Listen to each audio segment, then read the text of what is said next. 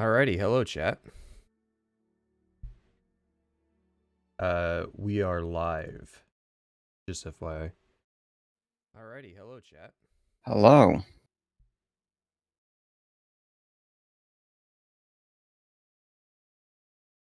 So, we're watching some Todd Howard interviews today. Matt Pat. Not Matt Pat. I'm Matty Plays. New identity. I cannot believe I missed all of that last night. I got caught up the last 30 minutes or so. This has been a week of legendary streams from us. Don't get used to it. None of this was planned either. Yeah, it's all like, it all just came together. Mr. Patty Plays. That's a good one.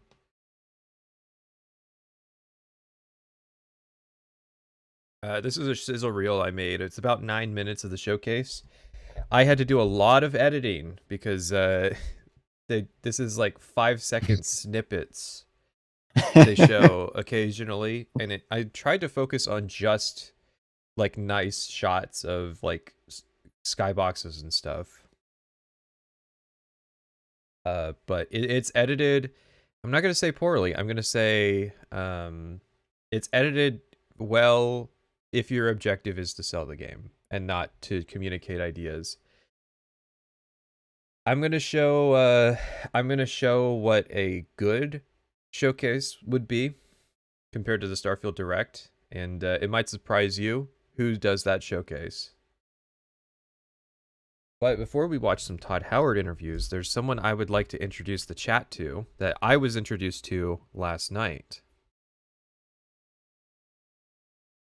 That's right. Let me get this down here.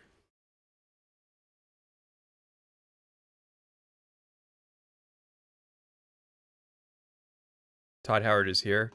Unfortunately not. If I ever got the chance to talk to Todd Howard, you best believe I'm going out there. Yeah, you gotta see their studio. I'd love it, but you know it wouldn't happen. Just because, like, I know Todd Howard is definitely not watching us, so if he has heard of us, he's heard of us through somebody and no clue what they told him we said. Like, somebody was talking about today that I said that Skyrim's magic was difficult, and that it really annoyed them that people say that, because I didn't say that. I said it's boring. But there's all kinds of like wrong things that people think about you as a influencer.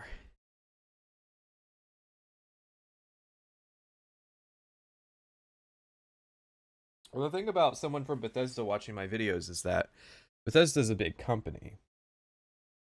There could be some low-level person who's seen my videos while they had to draw textures or something.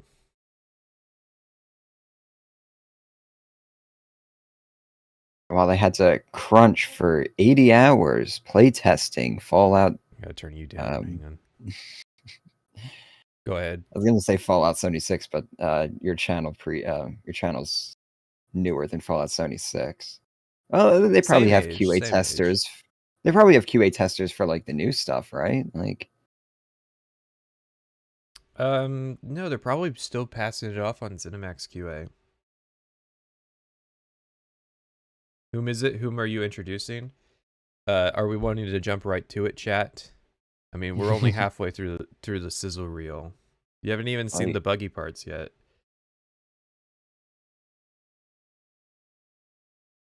Yes, I did decide to include the part where they just show the constellation watch. Unedited, completely unedited. I just put that part in there to make sure that it was seen. But you know, so, hang on. This part doesn't need any editing, because this is the part that they really wanted people to actually see. They just showed a part from the one of the early trailers of this container. So, did they recreate this container from that trailer, or did they make the container for both And like this has been a long-term slow boil. I know the watch has been a slow boil, but the container too. You know, after Canvas Gate, they had to do some like iterations on this. They needed to make sure this thing would be great. Mm. You think so? You think the quality control on the watches and stuff is going to be out of the park? Not out of the park. It's not going to be an amazing smartwatch, but like I would imagine it would be perfectly adequate. Did you buy the watch? No. I'm barely convinced to buy the $100 edition for the early access. Like, if there was an early access, like I would just get the $70 edition and steal the music, because that's the other benefit of the high dollar one is we get the music. Are supposed to, anyways. You know, it could be a Doom Eternal situation. Is it gonna be Is it going to be on Amazon Music and it's only going to be like 256 kbps? Who knows? They could. I mean, they could put it through Steam. Skyrim's music's on Steam. Oh, so, yeah. And that version is adequate for making a video. Due to manufacturing delays, the wristwatch we promised has been replaced with a stopwatch. Please understand, it was very important that we made our launch with velocity rather than position. Man, this watch segment goes on for a long time. I knew it was going to be long. Sorry, watch, controller, and headset.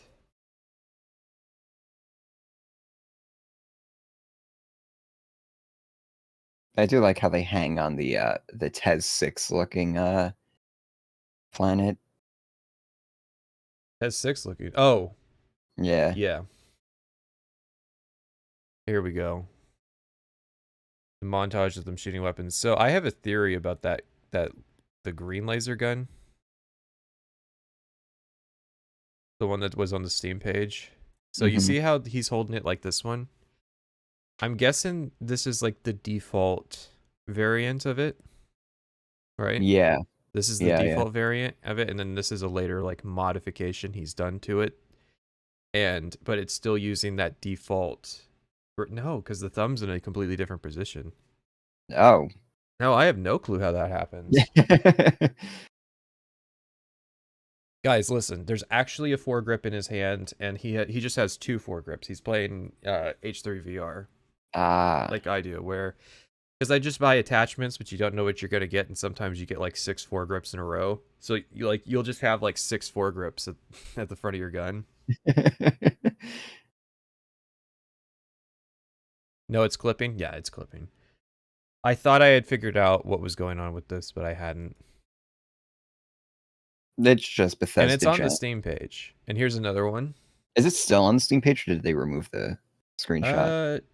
Chat. I'll ask chat. If you go to the Steam page, not in the like sizzle reel that they put at the top of the videos and the pictures, actually scroll down to... Oh, right. I forgot Starfield's a $70 game. Yeah, actually scroll down and you might be able to find it.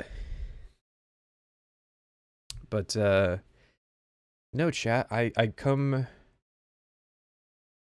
bearing a gift. And I do think it is a gift. It's a gift for certain people like us. Oh, yeah, it is still on the Steam page. Of course. It's in the sizzle reel. Nice. Love it. It's actually at the top. Oh, it's at the top too, really? No, so the top is like what I called the sizzle reel. Oh, no. It's just one of the little animations that is in the description. Yeah. It's buried in there, but I'm amazed that it's still there because people were like making fun of them for it still being there. I mean, they cut that trailer so that we couldn't even see the shotgun. No. Okay. Before we get to listening to Todd Howard for the next 8 hours, I'd like to introduce you to Justin Truman. Justin Truman is the Chief Development Officer over at Bungie as of right now. He's the guy that's been in charge of Destiny 2, and this talk is fascinating. If I played you all the highlights of it, we'd be here for 20 minutes. Just listening to the highlights, not even commenting on it. This is an amazing talk. I suggest you go search it out sometime. But let's just get what I consider to be a great little insight. Through it felt like a stressful real life version of FTL, if you've ever played that game. Like, if your engine room is on fire and your O2 is draining out through a hull breach and your shields are down. I want you to bear in mind, this comes after a presentation where he explains that box product games, aka games that are made and then sold for full price and don't have a live service update model, he did a whole part of this presentation where he said that model's out of date. And then his example is FTL, an indie game that is not a live service game. Which of those is most important to fix first? Because if you get it wrong, your ship's going to explode. And the mantra that we came up with during that difficult year was first trust, then retention, then revenue. And he spends legit the next 10 minutes explaining it as absolutely cynically as you can imagine, okay? This is a situation where black pills are allowed. No matter what you imagine, he will blow it out of the water. He flat out says, we went to the influencers and addressed their concerns first so that those influencers would then turn around and get the fans back. We built that trust, then we made a good expansion that had a really good in-game just so that we could then turn on the monetization options and start the revenue machine. It's a step by step. Like he delivers it in 3 steps here, and he makes sure he goes through and explains each step. It is like it's how did we manipulate first off, it's admitting that we manipulated our player base, and then how we did it. And this is at GDC. This is in front, like the version of OJ Simpson writing a book about if I did it. Yeah. Like he's laying out the plan that says, yeah, this is how we run a live service game to get money out of people. Like if Flyad says we had to abandon loot boxes for a better monetization scheme and battle passes, stuff like that. And then he got a promotion out of that. Yeah, he got a promotion after giving this talk. It's a tell-all talk. It's very damning, and he got promoted from like the production lead to the actual like chief development officer. This man has no masters now. Well, he has investors, but that's basically it. So we're bringing this up before we talk about Todd Howard, because I want it to be clear to people that Todd Howard is not like this guy. I don't think even like Todd Howard's skill isn't that, oh, he's still wearing the mask and he's doing it. No, Todd Howard's like 7 leagues above him. Yeah. All right, now I want to showcase Todd Howard's in a position where he doesn't even need to do this. Like this dude got to the position that he's at because he had to fight and scrape and backbite his way into this position, while Todd Howard built a reputation. I don't even know. I don't think that actually played for people. Would be funny if true. Hang on, what audio channel is this on? And we realized. Oh no, it did play for people. Oh, okay. I was very concerned for a second there, a little scare, but chat didn't seem to notice. So my impression of Todd Howard is that he's keeping people like this out of Bethesda right now. Like this could be Bethesda. Mm-hmm. As much as I shit on Creation Club, as much as I shit on all the stuff that happened in Fallout 76, this is worse. Yeah, so we had an incredible stream where we saw only half of that. I'll listen to Fallout 76 OST. Is there a part that plays just the soft tracks? You could just put on the wandering tracks. Okay, yeah, you're right. Wandering and Appalachia tracks. Yep, someone made a playlist of just these. Mm-hmm. Which is Enon Zur, so that's kind of why I picked it out, because I like 76's soundtrack. It's a good soundtrack. Guys, what does it mean? What does Starfield mean? All right, now anybody out there who thinks I don't know if there's still delusional Starfield fans that are in the audience. I'm here to help you out, okay? Were comments enabled on the GDC channel version of that talk last night because they're disabled now? Wait. What? No. They were enabled last night, so... We were reading the comment. No. Yeah, we read comments from the talk. Hold on. They're off. Holy shit, they're off. What? Like your position. They disabled it after we watched it on stream, and that was just your stream. Oh my god. That was just your stream. That wasn't even the big, like, Destiny stream that we're gonna do. You back that video up, right? Like, you have it downloaded? Hang on. I'm gonna double check that I have it downloaded. Because we might get it delisted at this rate. Yeah, that might be the next step. I do have it hard copy saved. All right, good. Of it at max quality, so that's actually wild. Would chat replay work? No, I mean it's comments specifically.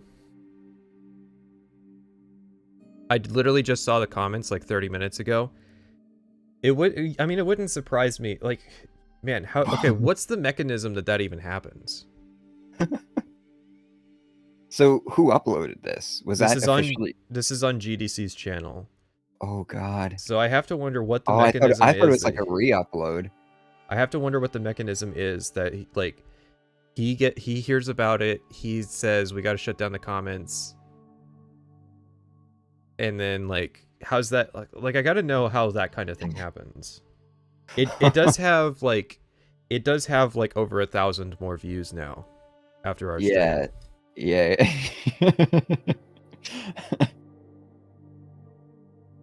What? It could be the I hate everything video too, though. That did come out that was 2 days ago.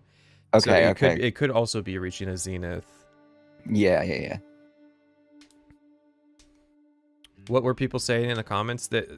What do you think people were saying in the comments? Oh, this is very illuminating on the why Destiny 2 fucking sucks. But I'm gonna say it's I hate everything. I'm gonna live in the shadow of delusion. Yeah. Continue to be. How many views does this video have? It's at 12.5K now. It was at 11K last night. So I assume that was going to be a big video. So even then, yeah. So we'll take it back a bit. No Daggerfall video. I'll take it back a bit. Before, like, anybody who thinks that the Direct was a good showcase of gameplay, I'm going to play an actual gameplay showcase that I think is good, and I'm going to explain why it's good. And it was presented by young head of his indie studio, Todd Howard, here at QuakeCon 2011. Fuck up. Oh, it starts with him swearing. Nice. I mean, that's how raw it is. Like one man and a controller. You see Todd Howard's here at stage at a QuakeCon in front of a room of gamers with an Xbox controller. Skyrim here. It is running on the Xbox 360. Booting up Skyrim to play it live. And we know he played it live because you guys are really familiar with the... there's a point. The water thing was a script break. It's not in other showcases. You could be very cynical and say, oh, they planted somebody in the audience to start the chant and all that. If, like, say this was a pre-scripted video that was just playing and Todd Howard wasn't actually playing it. If that chant failed and he just, like, went and fucked around with the water, it would, like, they're not going to take that risk. I really do think that Todd Howard played Skyrim live before the game came out at QuakeCon in front of a front of people. Didn't you complain about this whole video? Oh, no, this sucks. This is stupid, but this is a way better showcase because it's just Todd Howard playing the game. Yeah, it's just gameplay, unedited.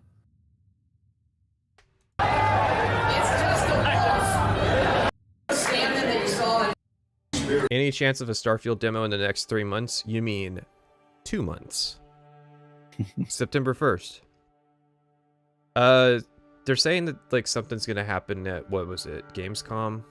There's gonna be like big Xbox presence at Gamescom. Okay. I'm of the opinion that we're not gonna get anything else, but it would be cool.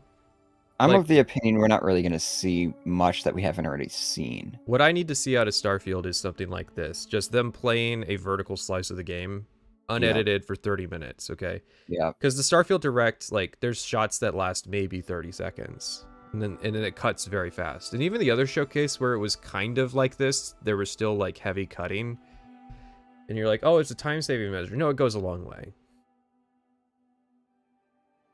This demo is stupid and there's a ton of things wrong with it, but it's still like a much more honest showcase than what we got. Yeah, at least you can use this and get a general sense of like what the game's actually going to be like. No, like watching the Starfield Direct is, we still don't know how like interplanet travel works.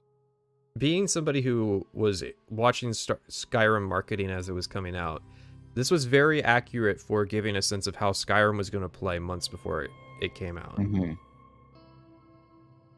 So, and it's just, you know, that's what the indie studios are doing.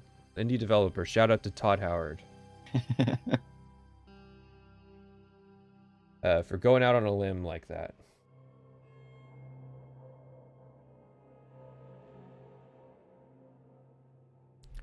He was in chess club, you know. That's a man who succeeded early on. Hey, Ryan. We're gonna skip a minute in. We'll go back like 5 or 10 seconds. 2 seconds. Wow. Well, arrow keys on Watch Together are 2 seconds. Really? Yeah.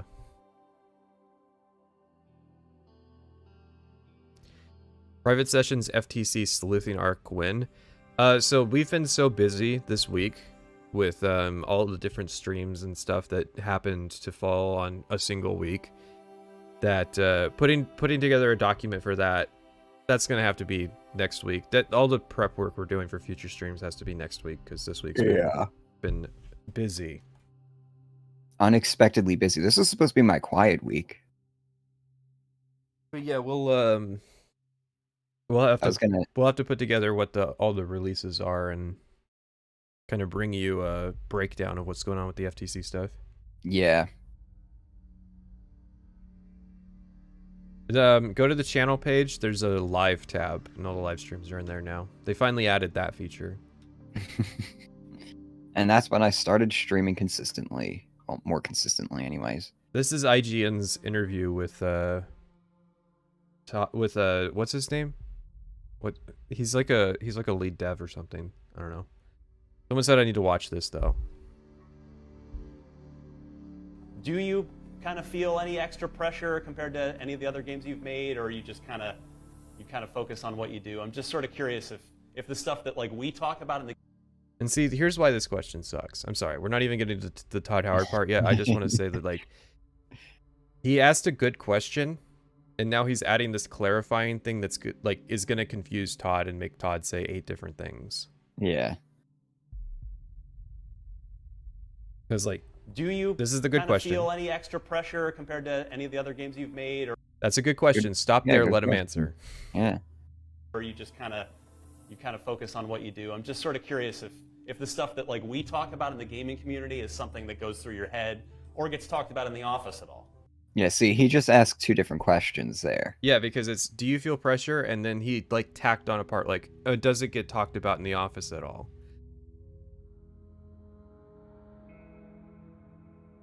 But yeah, this is not a good interview question to ask. Sorry, Ryan.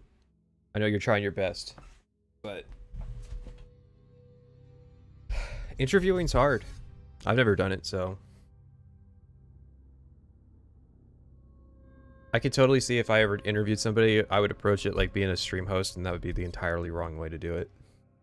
That's why, like, if I ever got an interview, I would have to prepare a lot and really like, I'd probably try to track down one of my favorite interviews I've ever listened to, try to figure out what that is, listen to it, listen to what the interviewer is asking, and like try to mentally prepare myself to do that. I would do a lot of prep work. I would listen to a lot of Joe Rogan. Yeah, I'd be sitting across from Todd Howard, and I would Starfield question mark. Yeah. I mean, I would have all my questions. Yeah, it would all be written down. Yeah. Which, I mean, he's got a tablet, so it's like he's got to be pulling from a list, right? Yeah. Don't improv. Yeah, sometimes it's good to stick to the script, especially in the beginning. I feel like in the beginning of an interview, you really should stick to your plan, and then you start to branch out once you develop like a good rapport. Yeah. But I think like I'm pretty sure he's interviewed Todd Howard before. No, that's the like, crazy part. Is like this is number 3, I think.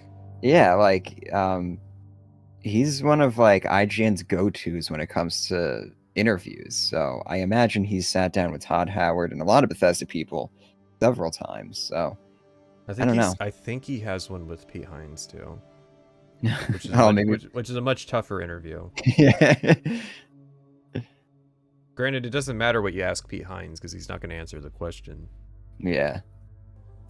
Well, clearly, you know, I'm aware of that. Oh, by the way, I'm going to 2x speed this. And the reason is we actually listened to this question yesterday.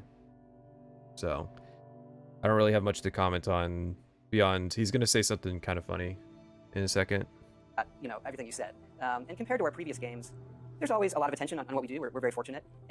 But for us, we've put so much into this game. And it is, as you said, you know, our first new IP in over 25 years. It's our first major release in about 8 years. Yeah. So for us, we have just put so much into it that we're just doing everything we can to make the best game that we can. Hope that everybody loves it. So we feel we're on the right track. And we're really fortunate, I think, with some of those things you said to get the attention. Yeah. And that we know there's a lot of people out there looking forward to it. And we just view our job as, you know, hey, just do the best job we can do, put everything we can into the game, and hope everyone loves it. Ready to lift off when you are, Captain. Engines ready. The Frontier is fueled and ready, Captain. So I didn't realize the breakup quotes between questions, these little clips they're playing, are really long. I didn't realize that the ship has a name. Did it say it had a name? Yeah, the Frontier is fueled and ready for takeoff, I think he said, or something like that. Oh my god, they would totally pre-name the ship for you. Okay. Okay. I struggle to believe that they've done some kind of AI voice generation implementation, but it's not impossible. And this would be a really cool implementation of it. If Vasco's entire mechanical purpose is to say your name and the name of the ship, then that's fine. Yeah. But I am going to be fucking disgusted if I'm forced to have my ship name be the Frontier.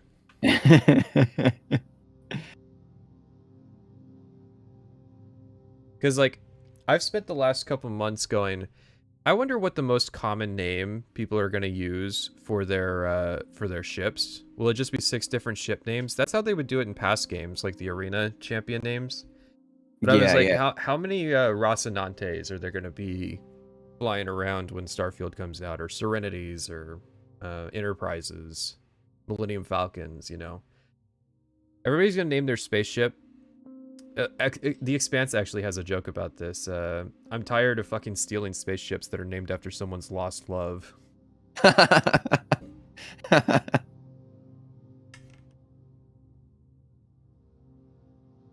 Everyone calls their ship Lydia. True. Surely Emma was there to say, I have to be able to name my ship Fuck Me, right? Yeah. I don't know. Maybe I'm reading into this. I'd be very curious to find out if the fuck bucket.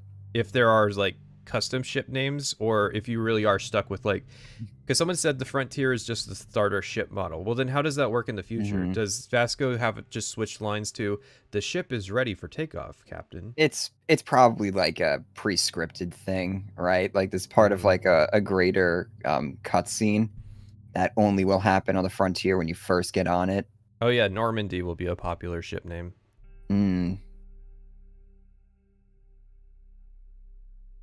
I just think it's interesting that they're gonna do the robot can say your name, but they're also gonna say your ship names. In which case, I mean, the problem with that is, well, you know, they did have to pad out that the number of dialogue lines in the game, right? Like, oh my god, there's like fucking 4,000 lines dedicated to captain names and ship names. I really do hope that they keep metrics on. Did they do that for Fallout? Keep metrics on what people name their characters? Yeah, I think there is like an infographic for that somewhere that they released like a few months after the game came out. I think I remember that being a thing. the cum bucket. There we go. Fallout I'm 4 I'm just trying popular to come up with names. names now for my ships. There's a list of names that Codsworth can say. Yes. But that's not a list of what names people actually used.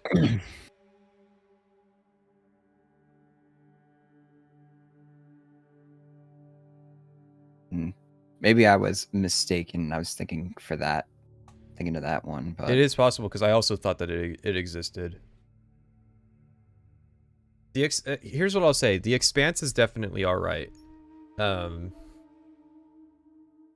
not gonna say it's great, and part of it is that it's predicated on the characters just having really bad, like, I almost feel like, you know how people have like stat alignments in real life?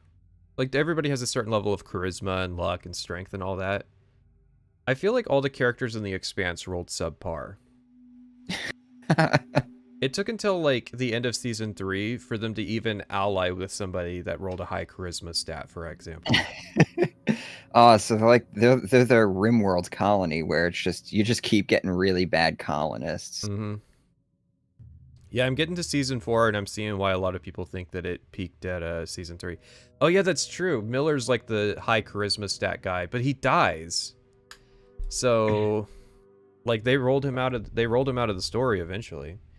But yeah, I almost like that idea of a story that's about just like this gang of like nobody's actually good at anything. But well, that's the problem, is there are people on the ship who are good at things. It's just that none of them are good at social skills, and so there's a lot of like preventable situations.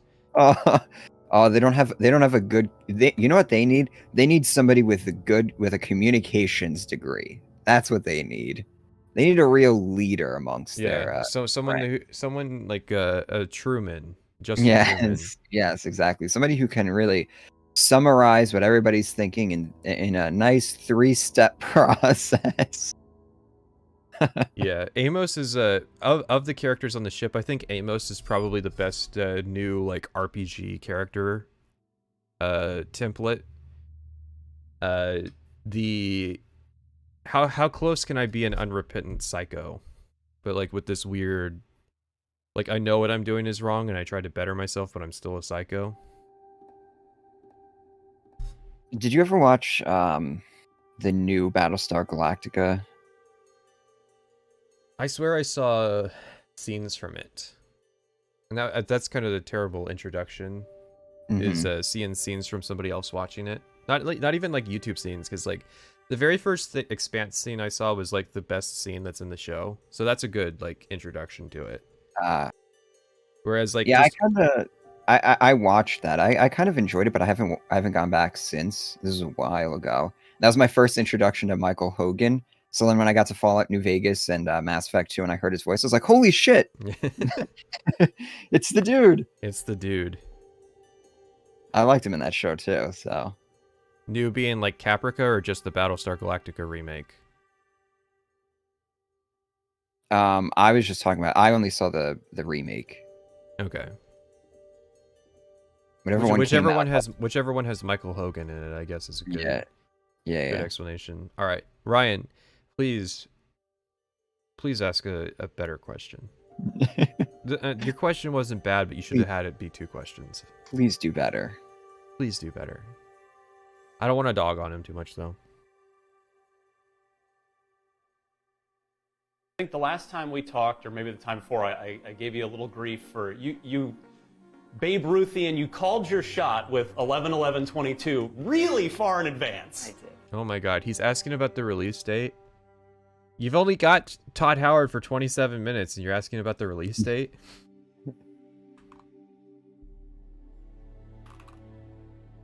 Alright, let's let him finish. What's the question? Oh, by the way, actually, it's really cool that they're showing this gameplay in particular, because I saw this when I was editing the sizzle reel.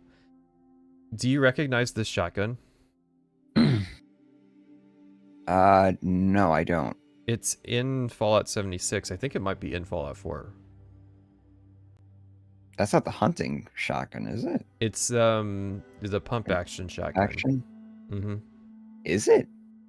It's modified a bit, but it is essentially the same. They put some holes into the barrel. It looks like. Nope, that's in the 76 hunting shotgun too, or the pump shotgun. Pump action, yeah. Really? Oh, let me get rid of this. Hang on, and that actually brings up. Oh, okay, yeah. I see it now. I had the more videos banner thing blocking it. Oh yeah, this is absolute. Really? So this was apparently a leak today, from the game. I'll send you the picture so you can see kind of a higher resolution version. You don't have to go through the stream. So if you want to look at details, then I'll make it bigger for people. But I gotta be on screen myself. Okay. First off, seeing things. Since we're talking about guns, is that the handmade? That is a modified handmade. The handmade has a different receiver, but it is still basically an AK model firearm. This is an actual just AK at this point. Okay, so you have 7.77 millimeter caseless. Everything's 7.7 millimeter, I think, so far. Okay. I haven't paid too much attention to the calibers. It's a very minor thing to take notes on. But what's at the top of the screen here? Fast travel directly from the missions menu. Press tab.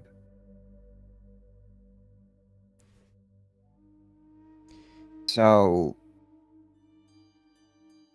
you can just like fast travel by going into your quest journal is basically it. Yeah. So I have to wonder. No. I have to wonder if they have it now where you go to the quest that you're on and you can just fast travel straight from that. So you even just skip the step of having a map. Because they don't have a single map to represent the entire area. Yeah. So, okay. What I'd like to know is what are the limits? Is it just if it's on the same planet? The same solar system? Can I fast travel to any known system I've been to? Yeah. I'd be very curious to know what the limits of that are. But this is the kind of stuff that I'm talking about with Silence Speaks, because they didn't show anything like this in the demo.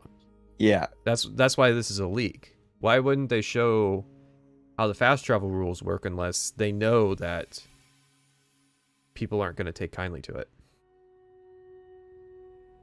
Yeah, fast travel directly from the missions menu.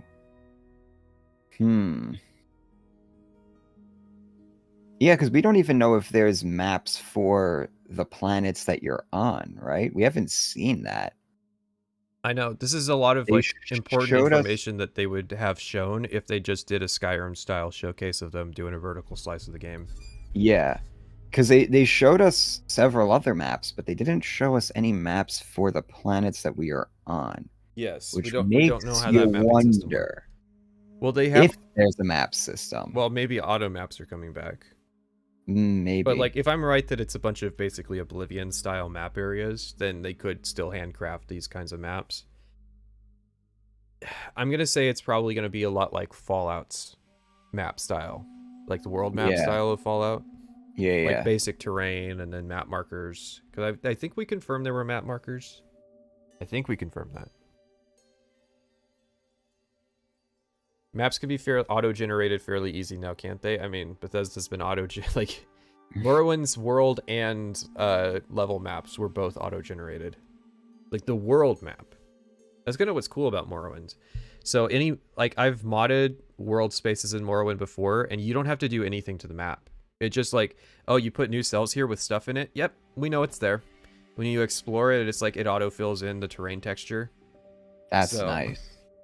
You literally don't have to do anything except make content, and the map works in Morrowind. So, yeah, that makes me, makes a man think, doesn't it? Yeah, it's like, I don't... It could be... It could be good. It could be good. Like, it could be good. Like, if the alternative is sitting through 10 loading screens... Yeah, I guess that's true. That's you true. Just fast travel straight from that to get to the next destination in another star system. Okay, how does that factor in you getting ambushed on the way from one planet to the other if you can just fast travel between places? No, you just won't get ambushed. So it's almost like, is space travel just going to be like kind of opt-in? Optional. Like you only have to do it when you first arrive in an area, and then once you've done that, like it's just, Yeah. If you don't like space travel, just don't do it. Well, remember how Skyrim like disincentivizes fast travel is the more you fast travel, the more likely you're going to get attacked by dragons. Well, and also, I think that was accidental.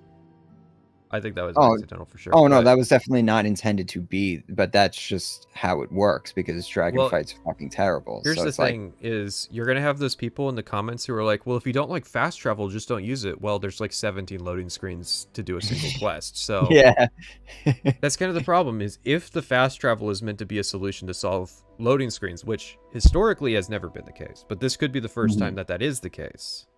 Because they realized just how many fucking loading screens they really are. Yeah, this could be a band-aid fix for something that I've been saying is, guys, this is probably going to be a huge problem with the game. Yeah.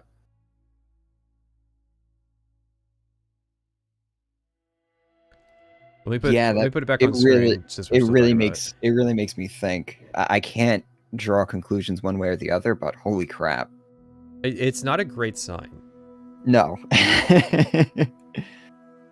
That's really the only thing that was kind of gleaned from the leak. Everything else is stuff that has been shown before. Mm-hmm. I mean, I guess, there's waypoint markers on the map. I think there's probably some clip where that's been the case. There's a waypoint marker on the screen. We haven't seen that before, but come on. Have we seen It is interesting that... Hang on, no. Have we seen color-coded loot? Because we're seeing that here. We saw that there was a legendary, and it was orange. Wait. Okay. No, you're right. This is a 1-star legendary, but they've come up with a color system for the different stars. Because we confirmed that the star legendary system is being brought over from 76. The multi-star, which, let me ask you, somebody who's more familiar with Fallout 4, did Fallout 4 have multi-star radiant loot? I don't remember. Yeah, the texture is really bad, but we're going to probably chalk that up to there being some kind of unrelated reason why. I don't think this is probably not the way it's going to look. It's been something happened to it. 1 star only. Okay, that's what I thought, but Fallout 76 has fried my brain, and because the games are so similar, I have a hard time remembering what is and isn't in Fallout 4, especially since the last time I played Fallout 4 was before I played 76. So, oh my god, 76, this is why we did 76, because 76 is inspiring the mechanics of this game, because now we've got a tiered loot system that stems from the star system, that stems from the post-launch patching cycle for Fallout 76. Oh my god. So they're willing to at least take credit from Bethesda Austin then. Well, here's the thing. They didn't work on Fallout 76. Well, they're willing to take ideas. We glazed over that. We skipped over that little thing during what Todd Howard was saying, where he said Fallout they haven't had a major release in 8 years. So Fallout 76 was not actually made by Bethesda Maryland. Did the leaker tell us what version it is? I mean, even if they gave us the version number, we couldn't do anything with it. They could say it's version 0.9, and that wouldn't mean anything to us. Now, I will be fair here. Just because it's colored doesn't mean anything different. All that tells us is something that we already knew, which is that there's a starred loot system with multi-star like Fallout 76, but this is just a 1-star legendary. It's just been given a color to signify how many stars it has. Which, by the way, actually, they changed in Fallout 76 how the legendaries appear on screen. They now appear much smaller and on the left, and they're not bugged anymore. Really? Yeah, so it's a lot less intrusive when you pick up legendaries, what you're getting. So yeah, in the middle of combat, I don't have a giant thing just covering my whole screen. Yes. That's nice. Because I did play Fallout 76 to get a little footage of the Invaders event, which was awful, by the way. But yeah, that was a funny clip that you showed me. What I'm really hoping, if I am being listened to, is that give us a vertical slice of start in New Atlantis, pick up a quest, just a generic quest, and then go through the process of you take off, you fly to it, you do the quest, and then you come back and all that, and throw in lines occasionally to explain some concepts that people are kind of worried about, what are the loading screens like? What are we staring down the barrel at and all that? This is what you have to do to restore confidence in the game for me. And you might be saying that's unfair. Well, then that means that, the game probably is going to be a loading screen nightmare. If I don't want to go fast travel everywhere, which... Talk about a fucking catch-22, right? Yeah, a game about space travel and exploration, except that's really fucking tedious and monotonous because of all the loading screens. So you're going to be incentivized to fast travel. Yeah, exactly. The part that I'm here for is the space stuff more than the shooting stuff, because I already played 76. No wonder they couldn't explain to Nanzur what this game meant. Yeah. That's why I love though. It's just like this is literally a game about like exploration and travel and stuff. And another thing I'm going to point at is you see on the left-hand side that arrow that's pointing towards the side of the screen. Yeah. Why is that the way that they're doing quest markers now? So that thing is going to like, as you turn, it's going to like keep going around the side of the screen until you get it in frame where it's at. God, I hope that's not the case. That's such a jank way to do it, and Bethesda's always been good at not doing it. Yeah, that way. So I'm actually kind of shocked. One thing I can compliment Skyrim on is that the compass was a really good idea. And before you say that this is an early version, they might change. Yeah, they might change it, but they might change it in response to it being leaked. If it didn't get leaked, they might not change it. And the UI has been done for a long time. Like unless it's like a proximity marker, like you get close to the objective and then it pops up, right? It could be the case. Or maybe it's like a perk that's adding that. Let me show you a picture from the... I'm not going to show you because you've already seen it. A picture from the 2018 leak. Bear in mind, of course, the game was like in alpha, right? Like, so it's all just concepts. Like, so like you can see a lot of the UI elements are basically done. Like if we turn it off and turn it on, like almost to like down to scale of how much they take up the screen. Like the watch has been changed and that's about it. But obviously they had a lot of like really fundamentals of UI down just before, like right when they were starting this project in 2018. Yeah. So like I don't believe that like, oh yeah, we had this objective marker system for most of development and we're going to change it in the last 2 months when so much of the UI has been nailed down for years. So this leak was interesting. I hope there's more leaks. We do have to get back to the interview though. So he's asking about Todd Howard projecting the release date, and I guess like I don't give a fuck that he called the release date and was wrong about it. This stuff happens. Yeah. I'd rather this have happened than them having released it. Yeah, exactly. Well, at least the UI isn't as ugly as Skyrim's. So that's a weird thing that I kind of contend with a lot of people. Skyrim's UX is bad. Skyrim's UI is fine. Yes. I would even say good. Skyrim has like the worst part is the health, magicka, and stamina bars. Because they just don't, like, the green colored juice just doesn't mesh with the, like, monochrome setup that they have. But Skyrim is a very minimalistic user interface and I think it's, like, it's a very good looking user interface. And it's to the benefit of the game because it keeps your eyes focused on the natural environment and stuff. That's why, like, this sort of thing that we're talking about with having, like, markers on the screen, that's terrible because this game is supposed to be about exploring and looking at the beautiful environments and stuff, and as far as I can tell that's going to be the strongest part of this game because, you know, it's Bethesda. It's ugly, and so the evidence that it's ugly is that they didn't have any quest markers in the showcase. Yeah, and they probably would respond to it by saying, well, if you don't like quest markers, turn it off, which is what I did in Outer Worlds. I didn't. You know what's funny? Until I saw the Digital Foundry comparison of the different versions, I forgot that floating quest markers were a thing in Outer Worlds. Completely forgot. That's the dangerous part of turning off quest markers, is that you just forget that they're like even in the game. And so I saw a screenshot saw the comparisons, and they had quest markers, and I was like, oh my god, that's so bad. But here's the thing. It's like, okay, if you can turn them off, that's one thing. But is the game going to be written and designed so that that's actually viable? Because there's like stuff in Skyrim where if you removed your quest markers, you're going to be completely fucking lost. Because nothing explains where something is. It's just because it's all... There's no way, because all this stuff's going to be Radiant content. Like, what are you going to do with Radiant content? You need quest markers for that to work. Well, somebody's been like guessing that like there's not going to be any new quest items And so it's going to be a lot harder to get lost in this game because there's no quest items, which I think that's speculation, right? Oh, did you see that Juicehead has a hour 46-minute breakdown of the gameplay that was in the showcase?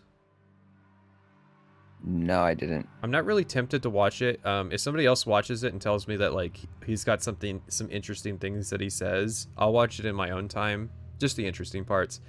But my thoughts are that he's equally qualified to break this stuff down and notice stuff at the same rate that I do. So I don't see the point in streaming that. And I think we were having a little fun about that before the delay. I love the Fallout 4 grenade animations still being and UI element just modified. The UI element's been modified, but the grenade animation's like the same. Same, yeah. Hey, there's a Raptidon skull at the bar. And they're kind of dressed like iconoclasts. I know, this is all stuff I've pointed out before, but I still think it's funny. Oblivion is the earliest game to not have fully explained quests. Skyrim's hit and miss. Fallout 4 is almost impossible without them. Let me give some thought to Morrowind for a second. Yeah, that's probably right. I think that's the Douglas Goodall thing. I think Douglas Goodall was like very focused on giving very explicit instructions. I have to be right back though.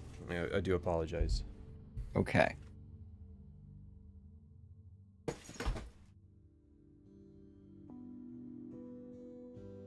So, chat.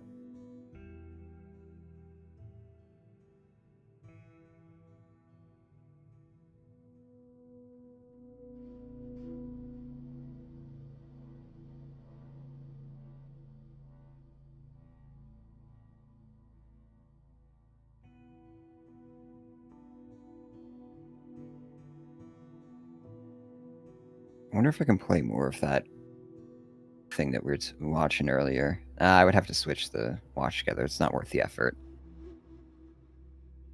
But for anybody joining us, there is a GDC presentation that might want to watch at some point if you're at all interested in just the current state of game development, game industry as a whole. Talking about our recent interests in kind of the meta of the industry stuff. Do you think the game's story will go into full schizo territory or play it annoyingly safe? Oh, it's totally annoyingly safe. I feel like we should mix in some of that GDC talk while we're going through this, just so that, you know, people get a contrast. We can get a good contrast. We gotta let Todd talk more is the deal. Yeah. Well, the only problem with an Arbiter VTuber model is that the Arbiter doesn't have a human skeleton. So, I mean, it's good. We want a better game. We don't want, you know, you to just make. He's still talking. He's still talking, and he's answering the question for him. He's saying, we want a better game. Well, I guess, no, like, I guess he's saying the audience wants a better game, but it's not, don't add it to the question. He's basically asking about the release date and the delay, right? Yeah. Like, it's...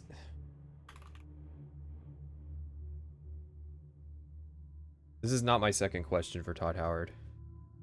And I think we were having a little fun about that before the delay. So, I mean, it's good. We want a better game. We don't want, you know, you to just make the date just for the sake of making the date. So, just out of curiosity, like, how has the extra time been spent specifically with Starfield? 30 seconds to answer. What all have you done during the delay?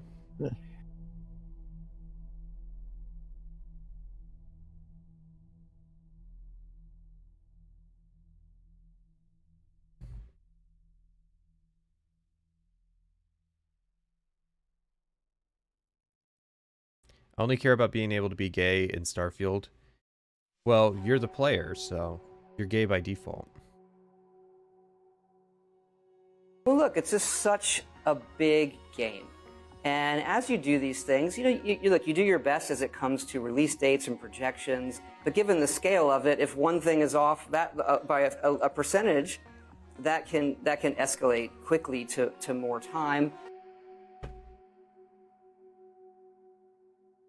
You know what I'm gonna do here. you already know what I'm gonna do here.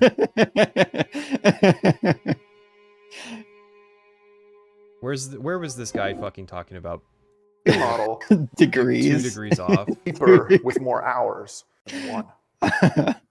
For about 6 weeks. And then issues started to emerge, with the first signs being our most avid, hardcore community running out of content. Passion is being expressed as like anger. Anger, we eventually learned, like anger is not the opposite of loving a game. Anger is like 2 degrees off from loving a game, and they both come from passion, from people who are highly engaged with what you're making. And the opposite of loving a game, the thing that could kill you, is apathy. And that's so much more scary than anger. Just the contrast. Just the contrast. And then Todd Howard's on the other hand going, yeah, if we're a few degrees off, we're fucked. Todd Howard, like this guy. Hey everybody, Justin Ryan Truman McCaffrey with could not be any more different than Todd Howard. Because Todd Howard's answer is, we want to get it right. We want to nail it out of the gate. Todd Howard is unfortunately practicing an antiquated business model. The box product design philosophy just does not work anymore. So once again, listen, as much as we dog these guys, it could always be worse. Launch is the beginning of the journey. Yep. It's all about velocity. Like saying, how quickly you can funnel content into your game, into the player's mouth. If one thing is off by a percentage, that can escalate quickly to more time. See what I mean? Like Todd Howard's basically saying, if you're 2 degrees off, you can end up being way off the longer it is. Like, which is literally what we were talking about yesterday, where it's like, yeah, you can be 2 degrees off for like a week, and if you correct that, you'll be back in the good graces. But when you're talking about producing a project that takes years to develop, as Todd Howard is saying here, just being a little bit off in the beginning is going to fuck you in the end.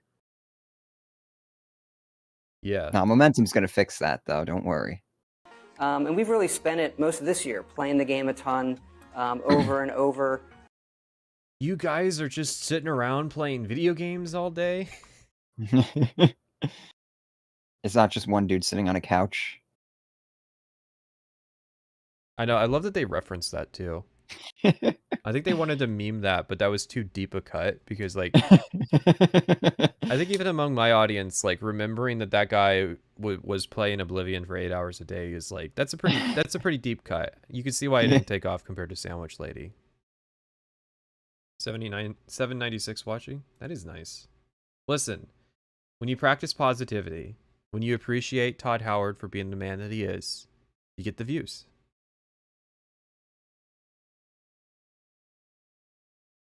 If the game's broken on launch, then him saying that they spent the last year playing it is hilarious.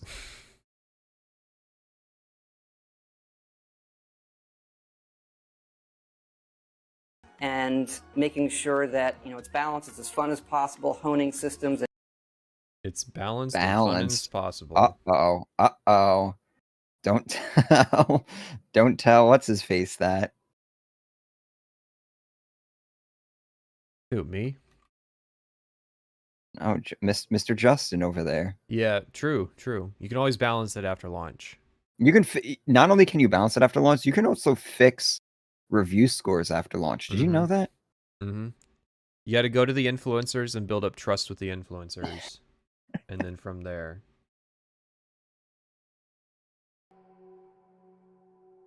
They stopped playing my Wandering Appalachia music.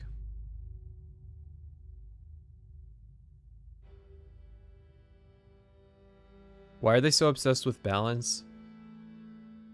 Balance in a single player game, it's a tricky topic and it's tricky to do.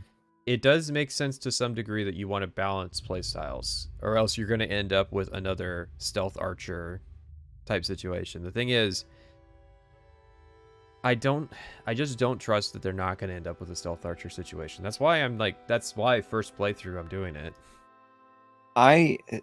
One of the things that I consider is like balance it enough so that people can't accidentally make something that's going to like ruin their game because it's going to be too fucking easy. That's fine to balance it. But if there's like, you know, one playstyle is more powerful than the other, but you have to work for it. Yeah, that's fine. That's fine. Just leave that alone. There's like that's the problem with Skyrim was that they saw magic and they're just like, no, we got to nerf that shit. That's too much. Did you ever see my Cyberpunk video? I don't think so, actually. Okay, so in Cyberpunk, during the main quest, there's a quest that gives you a sniper rifle that can shoot through any surface and multiple surfaces. And nice.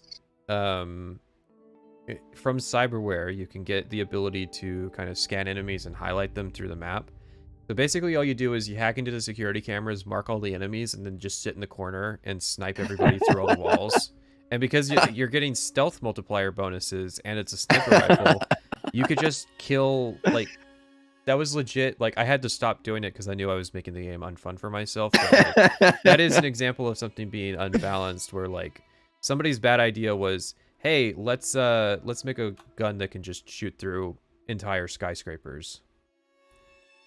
God, that's so funny though. Like on the one hand, I would say the best way to balance that sniper rifle is do let it go through like 2 surfaces. But I was legit like testing it out where I would go as far as possible to highlight an enemy and put as many like concrete surfaces and steel surfaces like as thick of a building as possible between me and an enemy, and then just zoom in, pop his head, zoom out, he's dead. And it's like, no, it was stupid. There's a way to make that fun, and it was stupid. Yeah, there's a way to make it fun, but there's also a way to leave that weapon in, and it's just make it difficult to acquire then. Or make it like an Easter egg weapon or something like that. 'Cause I fucking love things like that in games, so that's the problem. See, it's like, on the one hand, making like a good balanced game or whatever, it's nice. But on the other hand, I'm the type of person that loves breaking games, so... Yeah, you could have 2 different versions. Have like the nerfed version that like the players will naturally come across. Well, another thing would be if that was like the max level sniper ability was that you gain the ability to go through like a surface, and then that sniper rifle already goes through like 2 surfaces, and it's like multiplicative, so then like it's super powerful, but you have to build towards it, and it's like this obscure quest you have to do. Then that's fine. It was that it came from the main quest, and that like I didn't even really build snipers, and I could still like instant clear buildings with it. Yeah, that's why I say it's like balance the stuff that the players are naturally going to come across so that they don't accidentally ruin the fucking experience for themselves. But outside of that, if I was a game designer or something like that, somebody brought something like that to my attention, I'd be like, that's fucking hilarious. We should keep that in, just bury it somewhere so that players have to find it. Or, you know, like you accidentally stumble on something and just rework it so that like there's circumstances that it's not so powerful. Mm-hmm.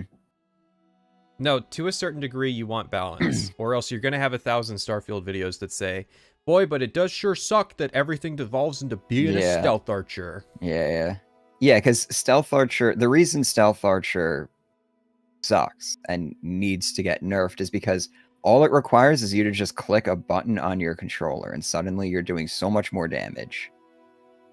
Balance in single player sucks when you are making something that should be fun unfun just because it's doing too much damage. So like magic in Skyrim, right? If you have a playstyle that's just degenerate and it's not fun, like magic in Skyrim, but stealth archer. Stealth archer is the worst way to play from a fun having perspective. Oh my god, it really has been the most boring character I've played for this series. Just don't do it. That's not an answer. If your answer to bad design is just don't do it, that's not an answer. It's fine that they want to like go out of their way to make sure that like nothing's too powerful to become dominant strategy.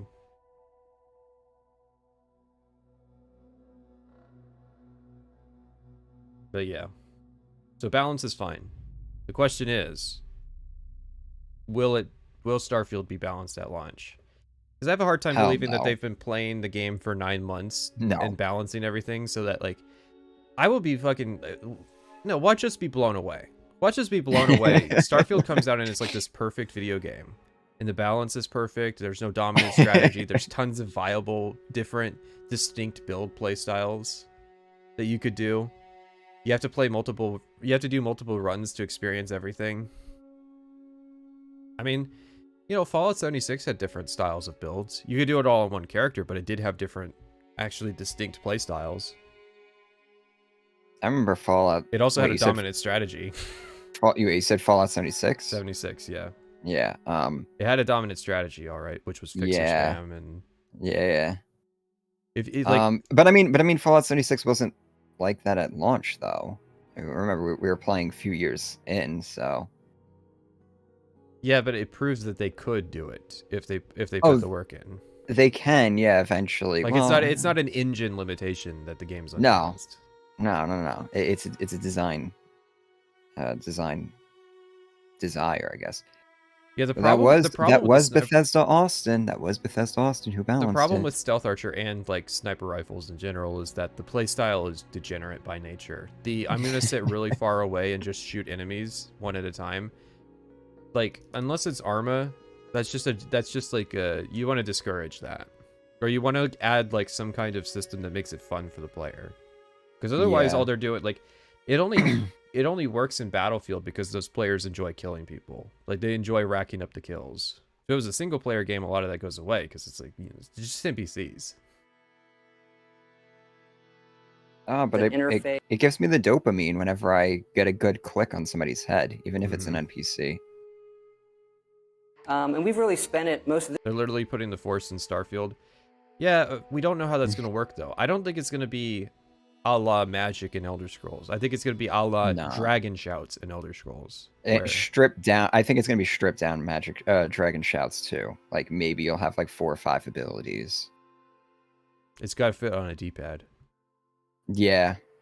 This year, playing the game a ton, over and over, and making sure that, you know, it's balanced, it's as fun as possible, honing systems and interface, obviously bug fixing and all of those things, performance, and really getting it where we're really, really sure and solid on what we're putting out there for everybody.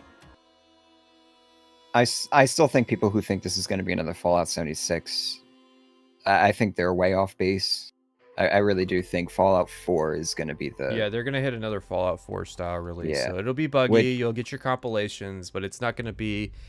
There's no way that they're not going to have some kind of PR firm, management firm at this point, like making sure that there's not another vinyl bag incident. There's not going to be another incident where they dox a bunch of people that use their support website. Yeah, these are lessons I think they learned and took to heart. Like, if you're a YouTuber out there that's like salivating, waiting for Bethesda to have a Fallout 76 style disastrous launch, you probably need to rebudget your September. Yeah. Are we sure? No, we're not sure. Of course, we don't have to. We've never played the game, so we can't be sure. Yeah, it could always be worse. They could eclipse Fallout 76 in terms of launch disaster, but I doubt it'll happen because there's a lot less elements at play to have that kind of point failure. Yeah, remember too, this is only on Xbox and PC. So it is conceivable that they are actually going to make it pretty well optimized because it's only 2 platforms now. It's 2 very similar platforms. Similar platforms. Like, they don't have to account for PlayStation anymore, which PlayStation kills every open world RPG project that like ports to it. I don't know why anybody bothers porting their games to PlayStation when tons of projects have had issues with getting their games over there. But so they've got that out of the picture. They're not doing network coding, which means that constant server crashes are not going to be on the list of things that are wrong with the game. Like is Redfall. Well, and Redfall, it had a disastrous launch. It wasn't Fallout 76. You want to know why it wasn't Fallout 76? Because there's not news about it right now.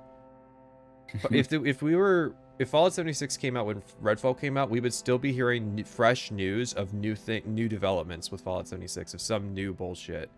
The Nuka-Cola rum is a terrible product. Yeah. Fallout 76. There's mold in the helmets.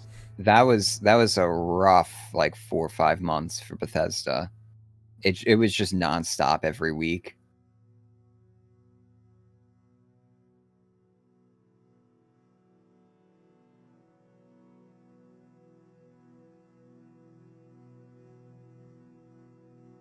What was worse, Fallout 76's launch or Golem's launch? Fallout 76's launch. People aren't talking about Golem anymore. Yeah. It had its run. People made fun of it. And I think a big part of the reason people made fun of it was just that there were some YouTubers that were focused on it. The Fallout 76 was like transcendent in terms of everybody was talking about it. Because it's also like, it's also the scale, right? It's Bethesda. This was their like big and also Fallout 76 wasn't preceded by Fallout 76. Now that there's been a Fallout 76 in the timeline, you know that they're working to make sure that doesn't happen again. And we're like, there's people out there that are like salivating and waiting for it to happen, and that completely changes the dynamic. Up until 76 came out, there were still people out there that were preaching that Bethesda had an impeccable record.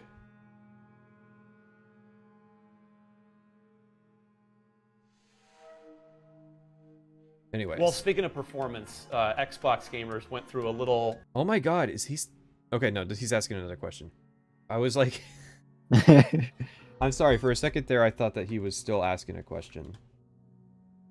Sorry, Ryan. Sorry. Performance and really getting it where we're really sure and solid on what we're putting out there for everybody.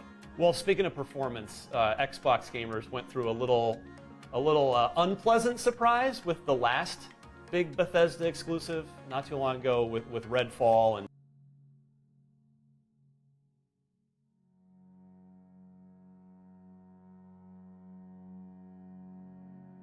Okay, so Redfall comes up a lot in Bethesda conversations, and this is why this bullshit gets perpetuated. This is Arcane. It's Arcane, and it runs up the chain through Bethesda Softworks. It's in a Max to Xbox, but it has nothing to do with Todd Howard. Yeah. So why this is being asked in a conversation with Todd Howard, I really don't get, because you can ask about Cyberpunk, which has nothing to do with Todd Howard, because it's the same genre. Redfall is just like it's a Left 4 Dead style game. It has nothing to do with what they're doing with Starfield. Well, let him finish. Let him finish. But I'm just saying, like, it is only tangentially related to Bethesda because the publisher's name is also Bethesda. Yeah. And that's the extent of it. So I'm like, this is not the kind of question I'd be asking Todd Howard with my limited time. Performance, Xbox gamers went through a little unpleasant. And also, it wasn't just Xbox gamers. I think it was just gamers in general. See, I thought he was asking about the 30 FPS thing. That's what I was gonna think. Surprise with the last big Bethesda exclusive not too long ago with Redfall. Cut from Todd Howard's face. You know, that maybe not performing on console on the Series X, kind of how we'd hoped. So just, I think really all we're looking for is not necessarily everything's got to be 4K 60 or 120 frames, but just kind of nobody likes surprises. You know, when it comes to what do you mean by that they're going to buy, how just it performs, how it feels. Just say it. Now not how it performs, not how it feels. That it's not fucking buggy. That's the question you want to ask. Just say that. Your games have always been these just boundary pushing, envelope pushing, huge open detailed worlds. And he's still going with the question, by the way. He started at 3:30. We're at 4:05 now. So this is a 35-second question. He doesn't want to scare off Todd Howard and get Pete Hines next time. Yeah. Yeah, you got to be nice to Todd Howard or you're going to get the junkyard dog. He like half answers the questions for him too. Yeah. That's the thing. Softballs him and half answers the questions. They've been 30 frames per second on console traditionally. So I'm gonna just turn it over for you for a second here. Just like an interview. You're gonna let Todd Howard speak. Thank you, Ryan. Lay out just so that nobody is surprised come September 6th. Sure. What are we looking at if I'm going to play this on a Series X, or even if you want to mention Series S as well? Like, what's the experience going to be technically? Okay, so is that verbatim from what he has written down? Yeah, I have to wonder if that was the full written question, because that was a minute long question. Todd Howard's like confused because he just got hit with a bunch of different things. I'm gonna turn it over to you. Keep talking. He's asking he's asking how well it's gonna work on the Series S and Series X. So first I want to ask, Is the Series S and the Series X, as in Sierra and X-Ray, different generations of Xbox, or are they both the same generation, but just one's like a performance model and one's like a budget model? I think the one's the performance model, one's the budget model, and then the S also doesn't have a disk drive in it. Okay. Same gen, but different models of the same gen. Okay. I mean, Microsoft put themselves in this hell by having weird names, inconsistent names. At least with PlayStation, I can track, like, this one's the PS3, and this one's the PS4, and this one's the PS5. Whereas, like, I lost track of Xbox after the One. Was there a generation between the One and the Series S? There was the Xbox One X. So there was like a performance model for the One. Yeah. Okay. I think I'm on the same page now. Okay. So there's two different consoles. Yeah. Okay. Yeah, I'm glad you asked. You know, I think it'll come as no surprise, given our previous games. What we go for are always these huge open worlds, fully dynamic, hyper detail, where anything can happen. And question: Redfall and how well will it work? I wish he had just asked a normal question.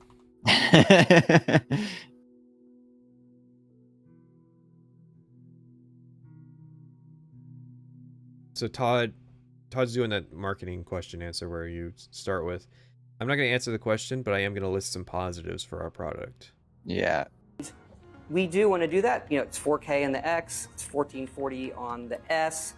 We do lock it at 30 because we want that fidelity. We want all that stuff. We don't want to sacrifice any of it.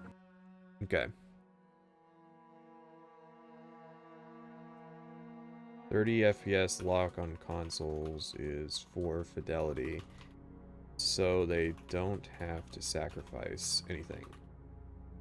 Okay, so what I want to know is, this is always my question when this answer is given, is why can't you make a game that looked like the last one that you made, but it runs at a consistent frame rate and it's bigger and like more open?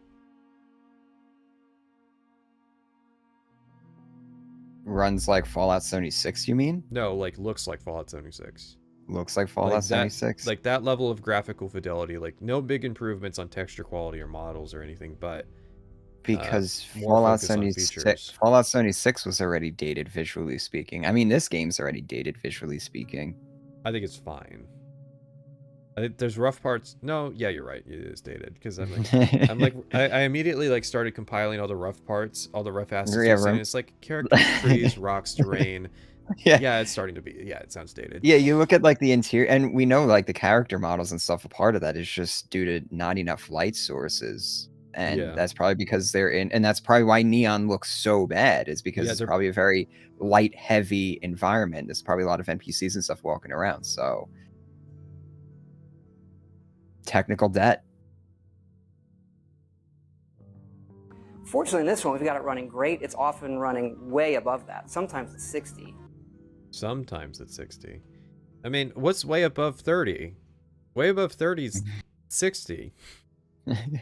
You can't say twice the number. Oh, it's running at 48 frames per second. That's way above. So, like, basically, Todd. You don't want just an uncapped frame rate that's running between 30 and 60. If you can't get full 60, then you got to lock it at 30. Nobody wants you to do that, though. But you can't just go, oh yeah, sometimes when you're like indoors and looking in a corner where nothing is, like, you're at the very corner of the cell and you're looking into it and like it's not a particularly busy cell and there's like all the enemies are dead and stuff and no physics interactions are going on. Yeah, if you do that, you'll get like 60 FPS. What he's probably trying to say is it's locked at 30, but don't worry, it's never going to dip below 30. See you, Salty. Yeah, I guess that's the answer he's given is, guys, don't worry, it's not going to go to 24 frames per second. Yeah, which I'll believe it when I see it. Yeah, I mean, that's where the bar's at, isn't it? a jumpy, jittery frame rate is worse than a smooth one. Yeah, especially when you're talking like the difference between 30 and 60. I'd rather have it locked at 30 than be jumping between 30 and 60. 30 but and the 60, problem 30 and 60 is, jumping around. 30 to 60 jumping around is way worse than 60 to 120 jumping around. Like it gets exponentially better the more frames that you're working with as is. Yeah. Or it's logarithmic maybe. Where like 30 to 60 would be like would be the same as like that range would be the same as like 24 to 30.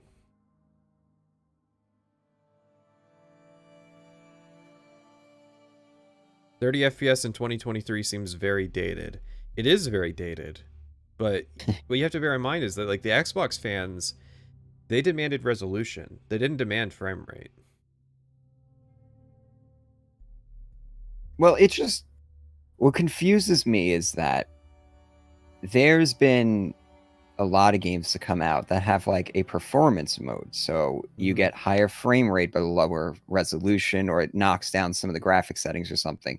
So it's like if you want to play our game at 120 FPS or whatever, you can turn this setting on. You don't remember the 4K arms race when when this generation was coming out?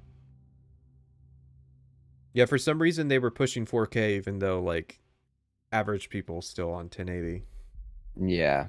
Well, now it's like I was saying the other day, go to Walmart, look for your $300 television, look at this, look at the feature set. The features that it has.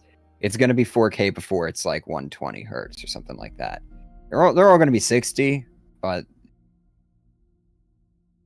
you know. But on the consoles, we do lock it because we prefer the... This sounds like he's not coping. He's giving ammunition for people on Twitter to cope with. That's what it sounds like to me, is he's saying, guys, it is locked at 30, but sometimes it'll be 60, and then you'll have the people on Twitter going, well, it's gonna be good. It's gonna be fine because it can go up to 60. Yeah. And then so here's what people are gonna say is, maybe down the line they'll have enough optimization post-launch that they'll add in a feature that will let us play at 60 FPS. Yeah. It doesn't have to be good at launch. You just have to have enough velocity to fix it up. Yeah. Consistency. Yeah. Right? You're not even thinking about it. And we don't ever want to... You know, I really hope that I'm not thinking about it.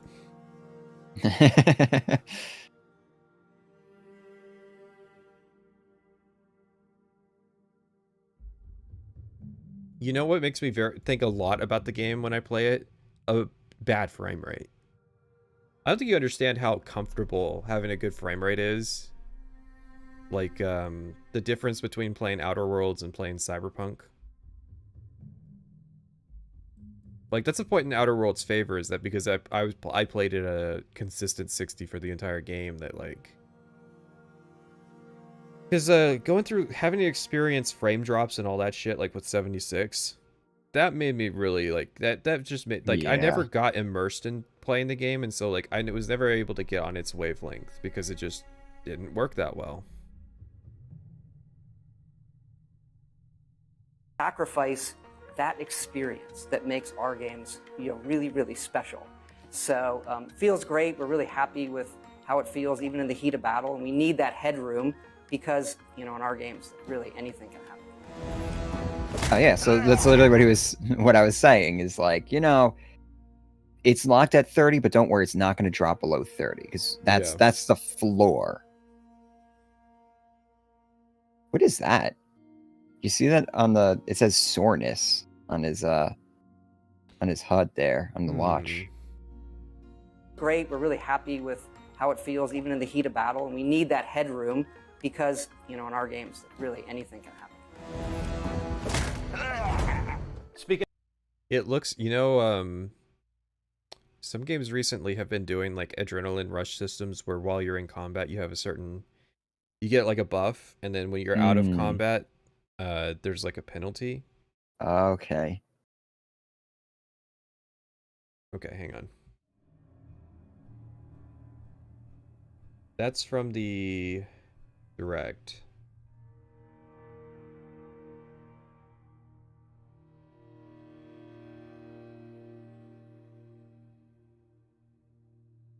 Let me just tab to it real fast. What section do you think that was in? During the direct? Yeah. Ooh, I have no idea. That's the problem with the direct is it jumps around was so much that like spread out. I can't on demand tell you when anything in particular happened because it just keeps cutting back and forth between everything for 45 minutes.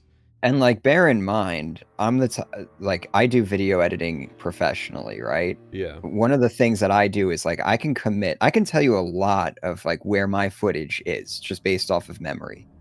So if I watched a presentation or something, and I've watched that thing like 3 times, 4 times at this point, I still can't tell you, like, even like ballpark, like 1/3 video in. That's how scattered that whole fucking presentation was. I have to wonder if it is even the direct. Hang on.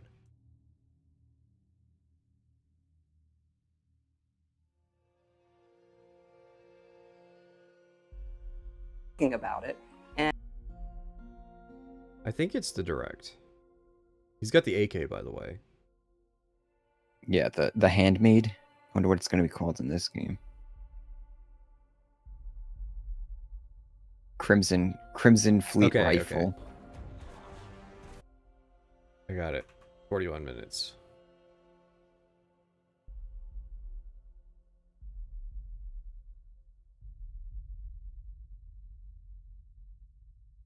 I'm gonna go.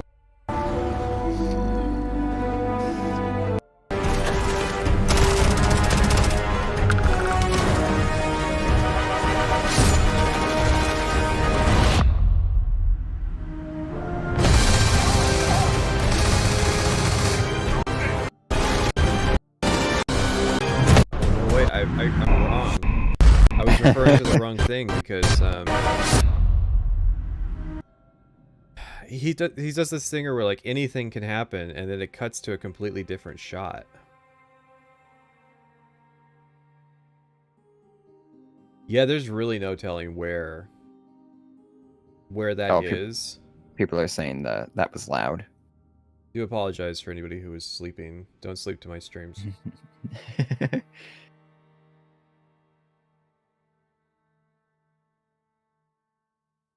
If you donate $10 right now, I will sing you a lullaby to fall asleep to. I won't, actually. Well, yeah, you have to understand this interview is much quieter than the average video. Really, really special. So, feels great. We're really happy with how it feels, even in the heat of battle. And we need that headroom because, you know, in our games, really anything can happen. Speaking of tweaking and optimizing, there were some rumors going around that id Software was helping you guys out with the combat, with tuning combat. I'm just curious, was there any truth to that at all? They did not help us with the. All right. So next question. He restrained himself. He only took 30 seconds on that one. About 30 seconds to ask if did id Software help.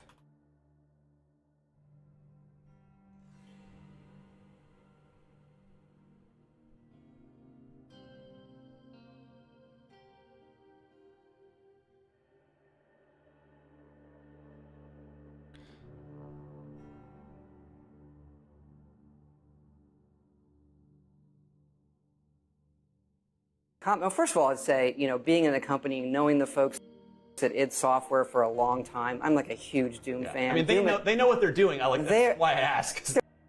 Don't interrupt him. You're clarifying him with something that you're clarifying him with something that he is actively saying. You can see Todd looks kind of annoyed. It's like, it's an IGN interview. I just got to get through it and go back to my my Model S, my kitted out Model S, my kitted out Tesla.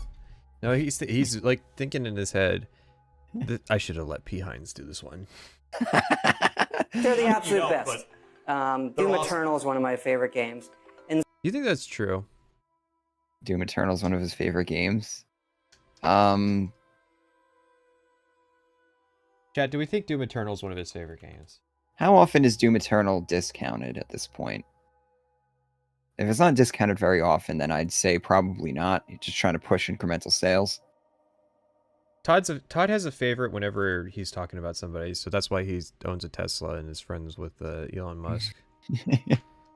Todd has like 36 favorite games. See, like, I would expect him to answer that, like, yeah, I'm a fan of like classic Doom games, and some of the id guys are still there. I don't even think that's true. So that's why he's phrasing this question, because he wants to say he's a Doom fan, and he wants to say that they're being helped by id, but he can't actually say that the Doom game that he likes is the one that they got help with from, because none of those guys are at id.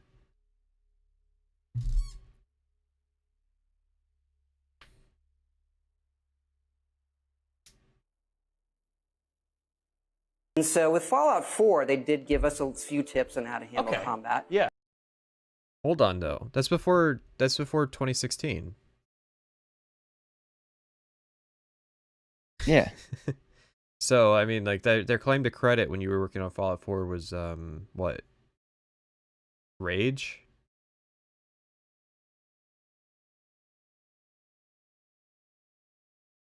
Wolfenstein New Order developer. Machine Games. Yep, okay. So, that's a weird cut. Well, I'm sure that, there were still some people at id during that period that knew something. No. They were working on Fallout, or 2016, but, like, yeah, this is a really weird approach that's predicated entirely on not understanding the history of id. So it's like, yeah, it's the Doom team. They totally helped them. I like that, like, yeah, we got expert help from the masters who made Doom 2016 on Fallout 4. And it's like, well, Doom 2016 wasn't out yet, so they weren't really the masters. Well, it's pedantic, but it is a difference. Well, I mean, they could have known by then, though. They could have seen, like, the stuff that they were doing with 2016 and been like, wow, this is really freaking good. I don't know. I don't think it's very disingenuous. No, I think he's mixing the dates up. Yeah. But in Starfield, we redid the combat ourselves. No. Todd, this is not how you answer this question. Okay, so you said, Fallout 4, that game that people say has all right combat? We had help with that one. But Starfield, the game that's supposed to revolutionize everything, we didn't get their help on that one. Uh-oh.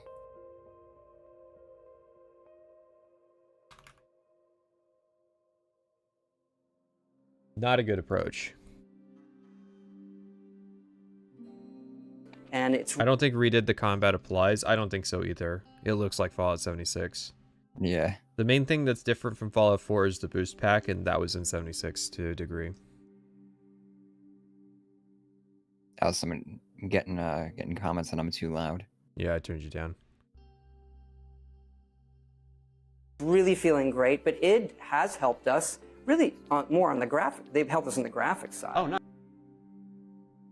I mean, they did make id tech, but like, that's just gonna make people ask questions like, so why aren't you using id tech then? Yeah.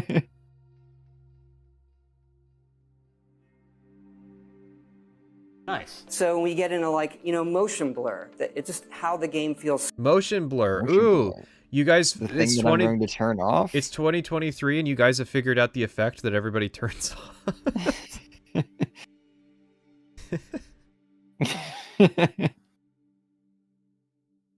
Listen, Todd, he's a console player now. He doesn't really understand the new fancy tech. You mean to tell me that all you asked id for help was motion blur?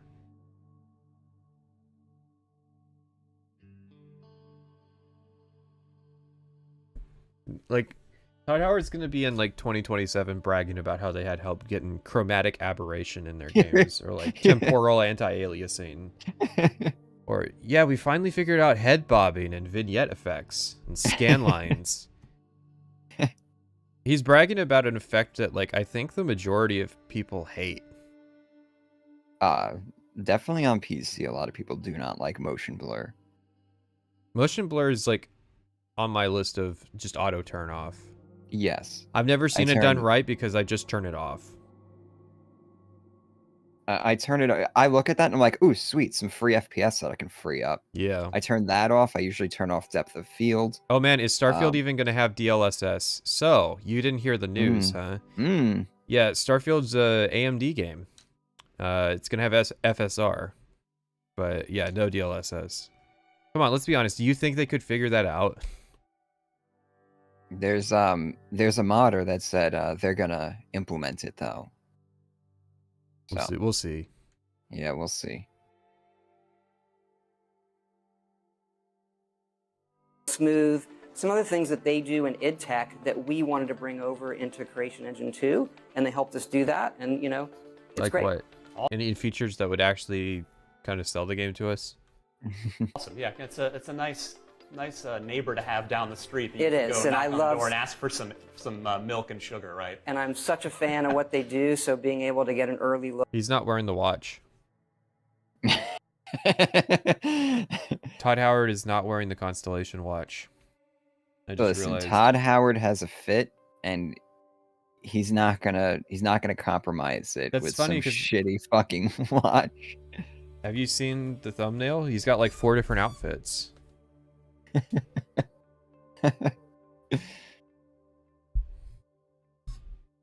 Look at what they're doing next. Not here to talk about that. It's just. Oh, I mean, feel free to talk about that. I mean, if you want. All right. So I'm curious. Given you mentioned that it's going to be just shy of 8 years between shipping Fallout 4 and shipping Starfield, which, to my knowledge, is the longest that you've ever gone between shipping games that you've directed. Who directed Fallout 76?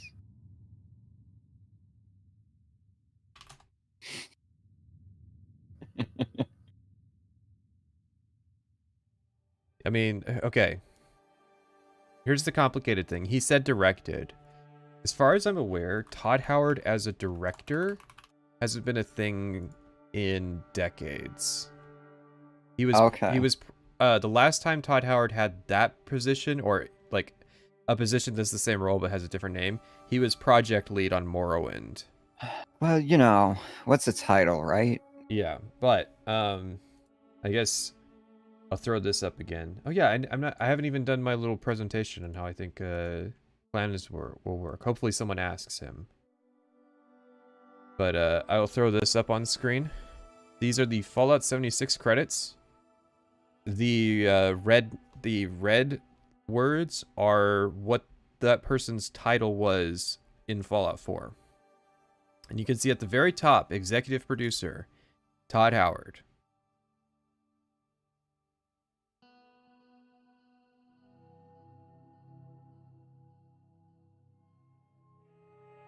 Here's the thing. I understand, like, okay, Todd... Is it a lie? Can we say it's a lie? Allegedly. Todd allegedly lied about working on Fallout 76. So he did that in this interview. I can't blame Ryan for not realizing that the Fallout 4 is the last game we made thing is at a minimum disingenuous.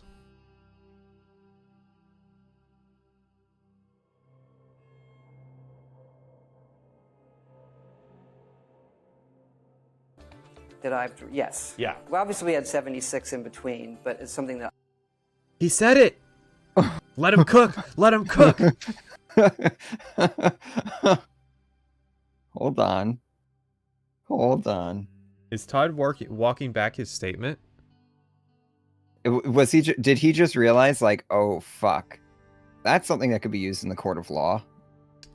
Okay, maybe I do need to take the blame on 76. I think his next line... Okay, let's gamble his next line. I bet his next line is that it doesn't count as major. Because that was the pedantic part that people argued, was that 8 years since the last major release. Well, here's what it's going to be. Here's what it's going to be. They're going to take credit on the one thing that people loved about Fallout 76, and that was the map. So he's going to say, you know... We helped on the map. There was Fallout 76, but we mostly just worked on the map. Bethesda Austin really handled the technical aspect of it, and the design aspect of it. And all that, yeah. Okay, these are good guesses. Let's hear them out. And shipping Starfield, which to my knowledge is the longest that you've ever gone between shipping games that you've directed. Yes. Yeah. Well, obviously we had 76 in between, but it's something that I've directed, yes. Yeah. That is the longest. So, can you kind of... So neither of us are right. So... Oh. He just distanced himself from 76. Oh. From a management perspective. Oh. That's interesting.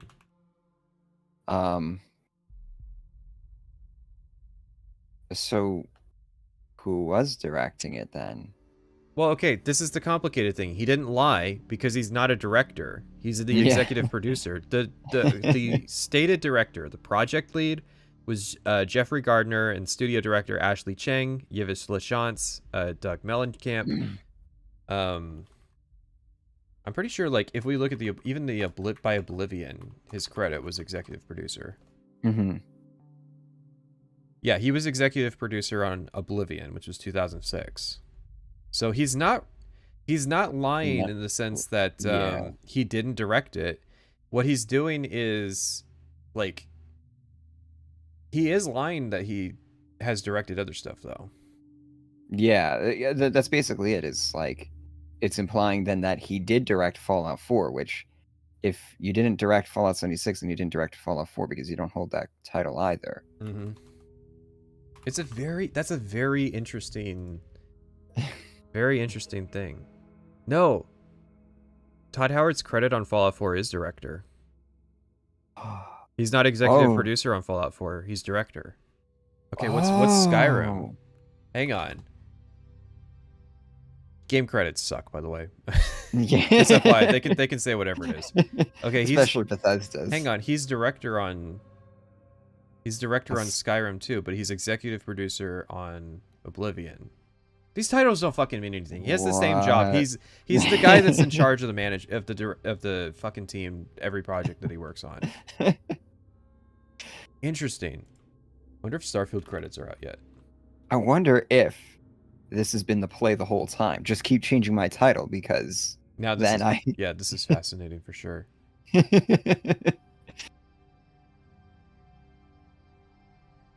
Yeah, titles in a lot of organizations don't actually mean anything because usually people have different like everybody's doing something, right? So now everybody's he's not assisting right. on things. Now he's not lying because it is true.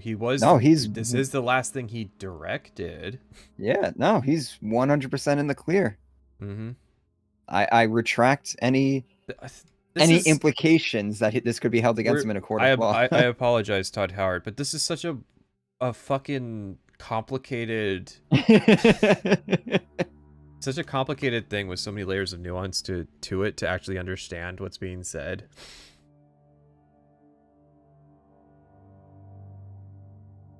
But yeah, I can imagine like Bethesda's credits are just a nightmare anyway because you have level designers who are also doing writing and stuff like that, and like everybody's quest designers that are doing writing, or people whose job titles just arbitrarily change between projects, but they're doing the exact same thing.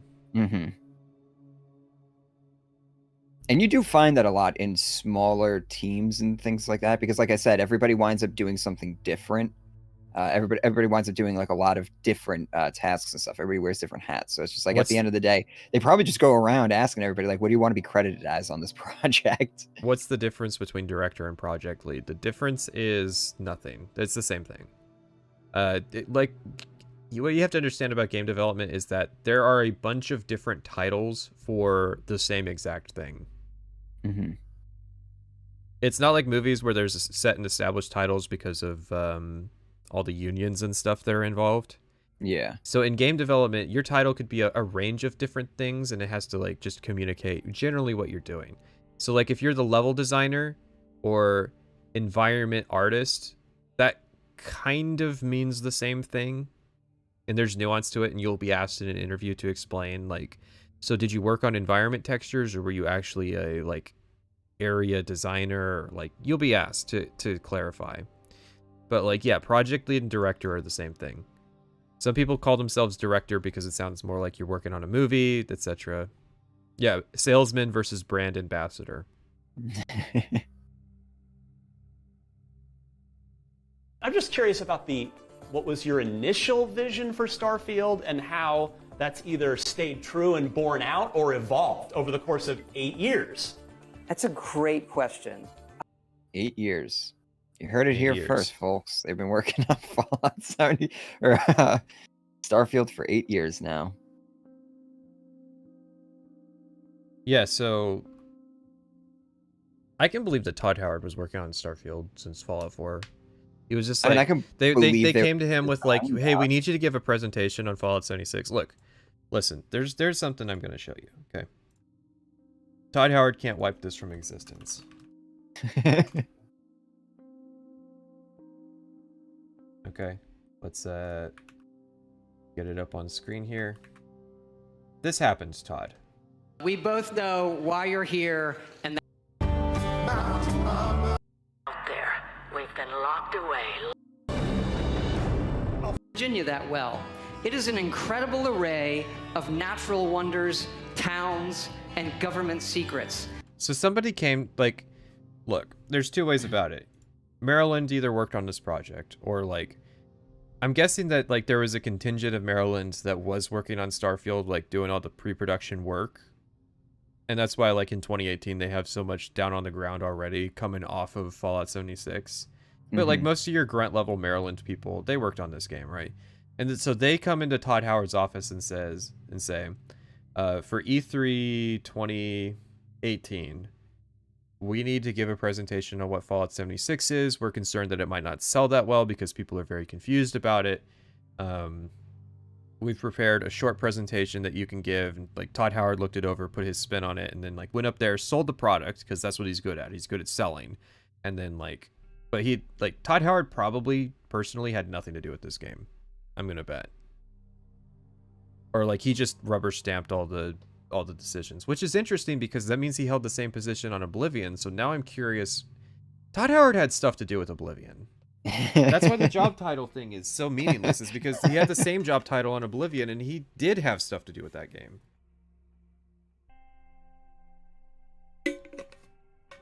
But for those who don't know, a producer is typically basically somebody who is an investor and an employee at the company. So investors bring money in and they work as basically fixers, right? They're the guys who have all the business contacts to make sure that craft services shows up for your filming. Or that like if somebody leaves the project, they can get a replacement really fast.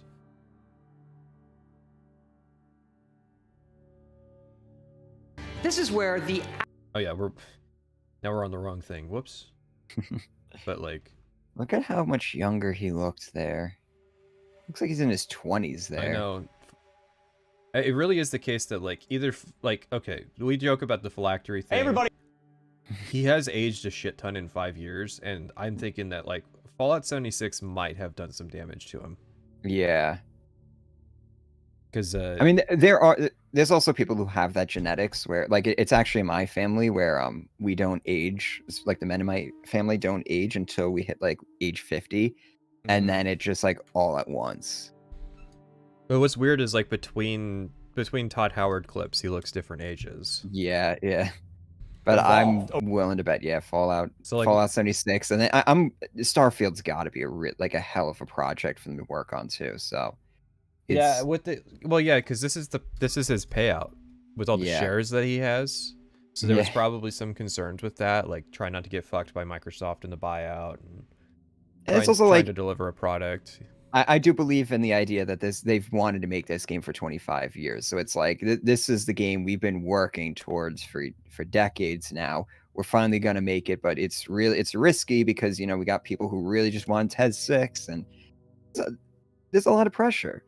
There's definitely a lot of pressure behind this project. And also the fact that if Starfield tanks, it's basically game over for Microsoft's gaming division. Somebody brought up the legal stuff that happened with 76, and I'm going to take a second here to tangent about, you know anything about Creator Clash 2? Barely. Okay, that's like iDubbbz's boxing event. They fell it's a charity event. They fell $250,000 short. As in, not only did the charities not get paid, they didn't have enough money to cover all of the expenses for the event. Ooh. So there's a few things that I feel like don't get talked about enough, which is that they could have made $250,000 more and still not given anything to charity. As in, to actually give anything meaningful, they'd have to make $500,000 at least. That's rough. There's some speculation that, because I mean, somebody's got to foot that bill, right? Yeah. There's some speculation that money is owed, and that's why like iDubbbz did a 24-hour stream yesterday to like raise money, and they only raised $140,000. They didn't even hit the stream goal, which was only 200K. Oh man. And they were doing like anything to get people to donate, and I have a speculation, and I haven't heard anybody on YouTube say this, that they took a loan at the start of it to pay for it because they projected that they were going to have more people, and they were like, it's an easy investment, we'll get it back. And they collateralized the loan. And they put their house on collateral. Oh no. How big of a house does he have? I mean, he lives in, I think he's in LA. Oh god. Yes, I mean, he lives somewhere where a house for someone who's made it's going to run $1 million, right? So it's good collateral for that kind of event, but that means that no, for the size of the the house that he put up must be worth like at least $2 or $3 million, because usually like the collateral is not 1-to-1. It's usually because there's going to be a depreciation on the asset and stuff, and costs to close and all that stuff, and costs to liquidate. So you're probably talking about a house that's probably worth like around $3 million if I had to guess, at least. Yeah. If you took out, assuming like a $500,000 loan, who's to say it probably would be more. He looked like he was on the edge of that video. The stream is sad. He looks so defeated. Apparently his wife said that he like shits himself, which like why? Like oh my God. Given everything that's been said, like it's incredible. He's in Seattle. I mean, same thing. $1 million. Oh, yeah, still a $1 million neighborhood. Yeah. Oh, man. Right when the housing market is starting to go down too. Yeah. Ooh. Man, their collateral depreciates, and they fell short on their thing. I do not. I would not wish that on my worst enemy. That's an awful fucking position to be in. Now, I don't know if the house was collateralized, right? But I'm thinking they had to get a loan, right? And we know that they thought it was going to be bigger. And somebody had to foot the bill. Money's owed. I mean, how big is it just him? Like, is there anybody else who is kicking into this charity organization? Does he have other investors? Well, okay, so the event I'm just trying to think, like, there were 24, how much? There were 24 boxers, right? Each boxer got 20 grand to pay for their training. So that's $480,000 right there that has to be paid. But they also rented the space, and they had to go through broadcasting regulations, legal stuff, you know, paying for people's flights. I just want to know, like, how much liquid cash he has and everything. I don't think, man. Well, given that he hasn't made videos in years. Yeah. See, you did it the wrong way, bro. What you do is you set up a company so that if it falls short, the company bankrupts. If he put himself in as like sole owner of this organization, that's terrible. That's my theory, of course, but that's the only explanation I can come up for why they're so defeated and like stressed out right now about this. I wonder if they took like grant money and stuff. Like grant money you don't have to pay back. Like, but there's like, if you set up a, oh my God, if you didn't set it up as a fucking like, there's a specific term for it. But basically a nonprofit organization. If you set it up for that, then you're able to take certain grants and everything like that, and you're offered certain protections. So if he didn't do that and he was just doing this on his own, which I could very much see because YouTubers are not very business savvy. Yeah, there's no reason why you wouldn't go nonprofit. You've literally got the excuse. No, it's perfect. Like it'd be all 100% above board because they're not doing it for profit. So and then they could get grants and they get legal protections and everything. And if something like this happens, he is personally protected against people coming after him. Yeah, and you know that. 401c3, thank you. Part of what Somebody in happened chat got was so he was originally going to fight a guy named Froggy Fresh, but Froggy Fresh went and trained under Sam Hyde, and so he got cut for that. The cutting reason was really bad, and they had to like shoe in somebody, and so they ended up getting 50,000 pay-per-views instead of the 100,000 that the first event got. They actually got offered to the tune of like $100,000 or $200,000 by various content creators to put Froggy back on, and they turned that down. So that's part of the story too, is they almost made up this margin, which I want to clarify again. They had to make $250,000 more just to break even. Yeah, so the problem is that already they're running an operation that's just way too heavy. For a charity organization, for a charity event, you're talking a lot of money that you have to make up just before you're breaking even. That's already a red flag. And and it sucked too. There were way too many boxers. There was way too many. There was 12 matches. It went on for way too long. Most people, like, okay, they planned like, I think they said like 4 hours or something, and then it was like 6 hours. Oh and my god! IDubbbz's fight is the final fight, so it's like, how many people tapped out and didn't even see like IDubbbz's part, right? And apparently, like, piracy was a big issue. That's the reason that's being blamed, as though it wasn't an issue with the first one. Somehow they were more experienced and able to handle piracy the first time. Yeah, because it's a pay-per-view event. It was like $20. Okay.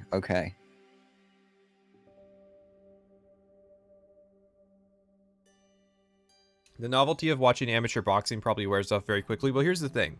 Here's part of it too. And this is the big reason why I think it failed. There was no grudge matching.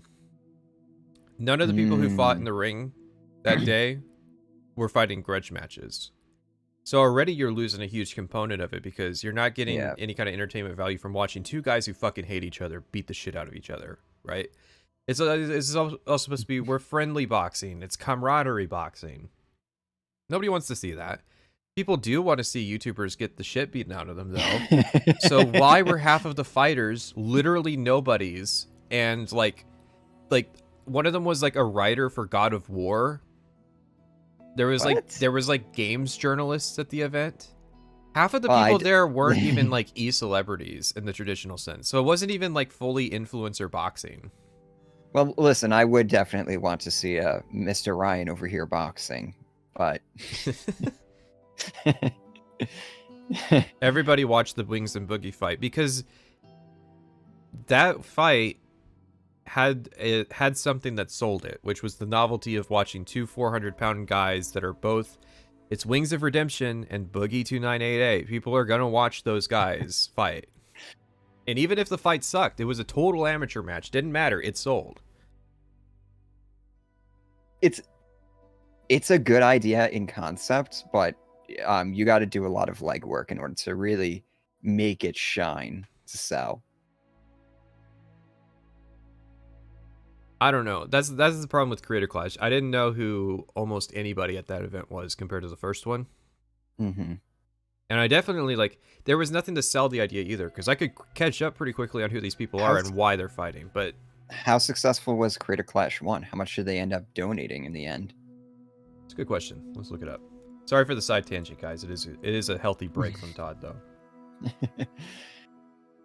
This is how we end up with 12-hour streams. The first Creator Clash raised a whopping 1.3 million.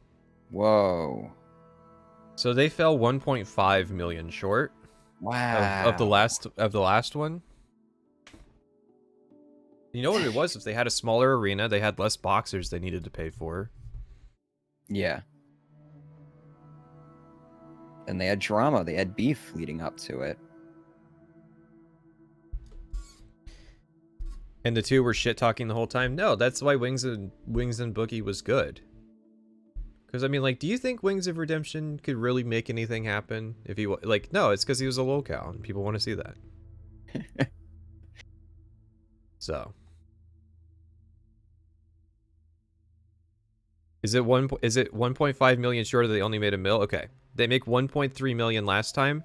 They make negative $250,000 this time. So yeah, they're 1.5 million short of last time. Wait, the one that just happened lost 200K. They lost 250K. No money went to charity because they couldn't pay their expenses. I have to wonder, like, if you fought in that, how do you feel? If you lost a fight in that, how do you feel? Like, you guys realize some of these fights were fucking stupid? Hang on. I would be talking to a lawyer and just making sure I'm not going to be held liable for anything here, right? I mean, you wouldn't, but I want to show you the height match. I would just be covering my bases, is all. It's like a height difference between me and Private Sessions. Okay, so Private Sessions is on the left and I'm on the right. This was one of their boxing matches. This was the height difference. Let me get my VTuber model off screen so you can see that it's not like they're in, like, you know, it's a forced perspective or anything.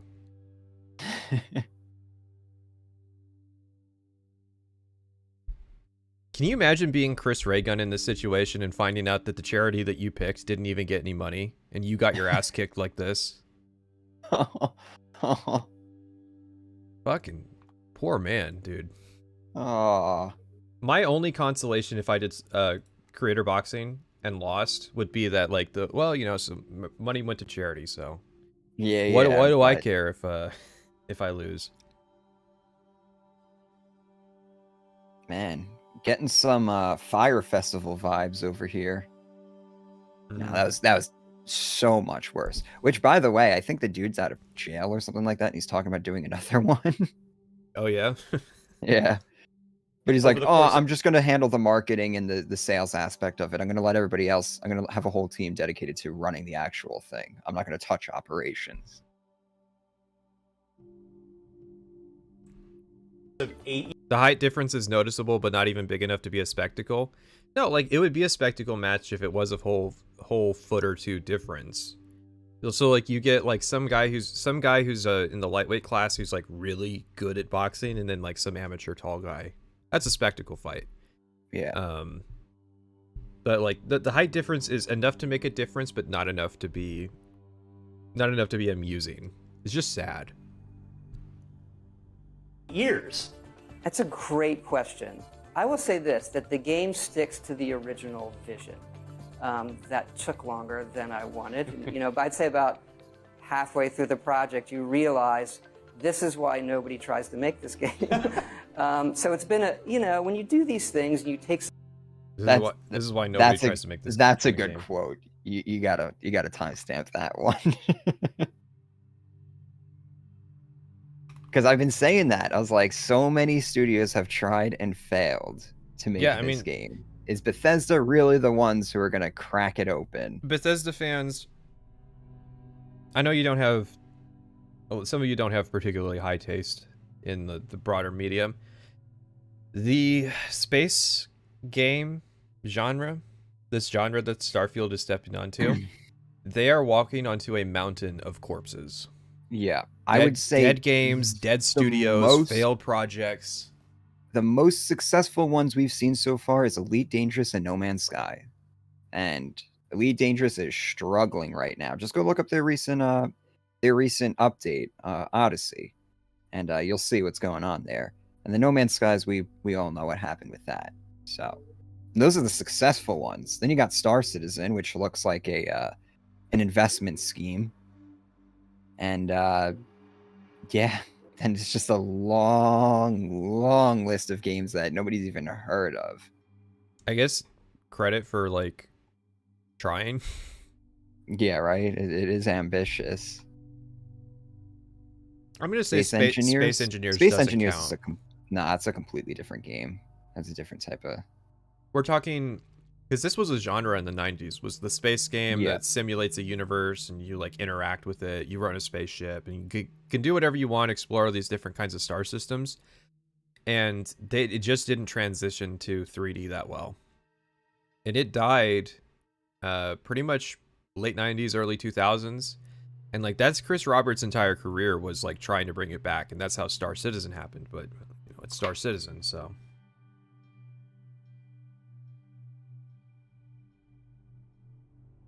Yeah, this has been like the holy grail for a lot of studios and a lot of game designers over the years, and I just don't think modern Bethesda has they don't even have the technology to do this, let alone the design skills. Does or EVE the Online expertise. count? EVE Online is complicated, but yes, EVE Online was basically like holding the genre together for a long time. Yeah. And it's the only reason it wasn't more popular. It was pretty popular, but the only reason it wasn't more popular was because it just wasn't accessible enough for Bethesda fans.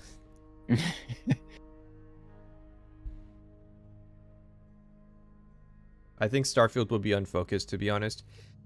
That's the mixed messages we're getting, particularly with the space combat.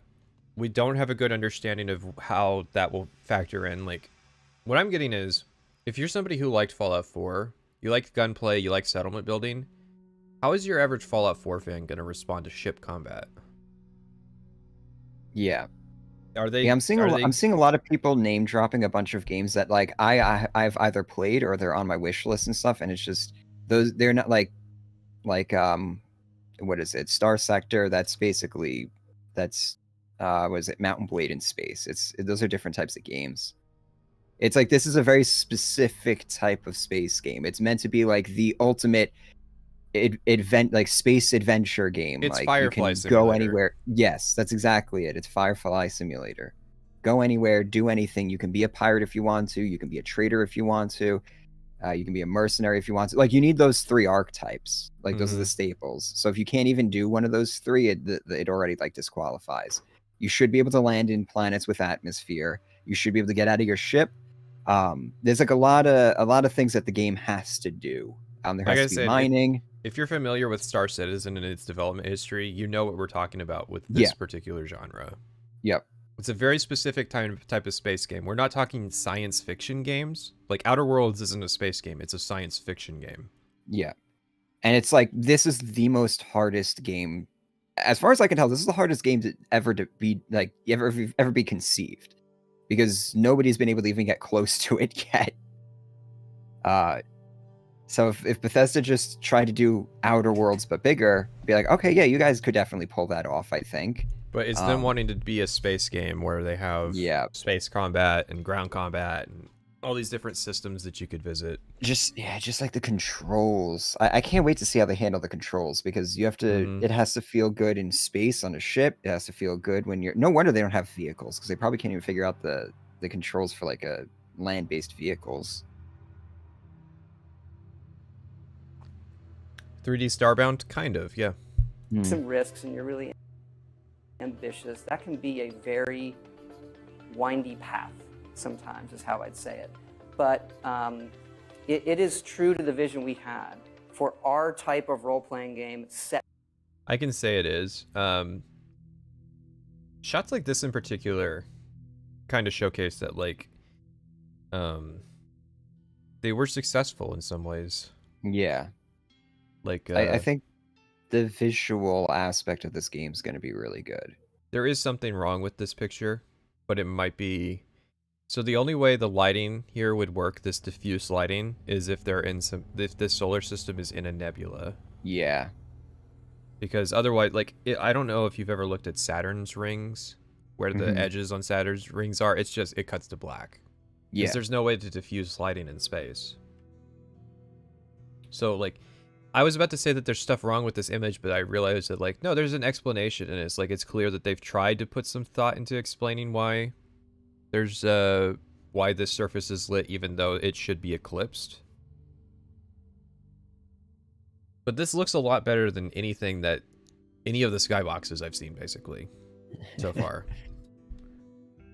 Are you just gonna burn up if you try to seamlessly go from space to atmosphere to planet?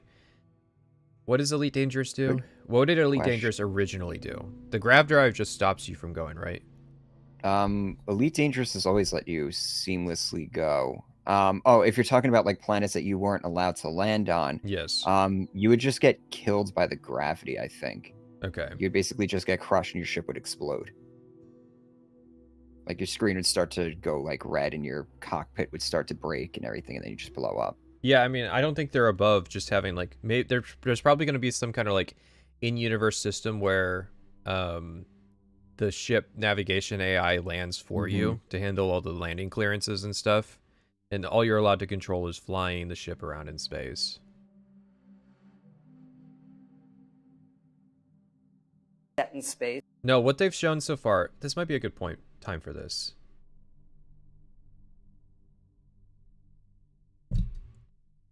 Where did I post it? Did I send it to Indigo or did I put it in the chat? I sent it to Indigo. Okay. Chat disconnected. Please wait while we try to reconnect you.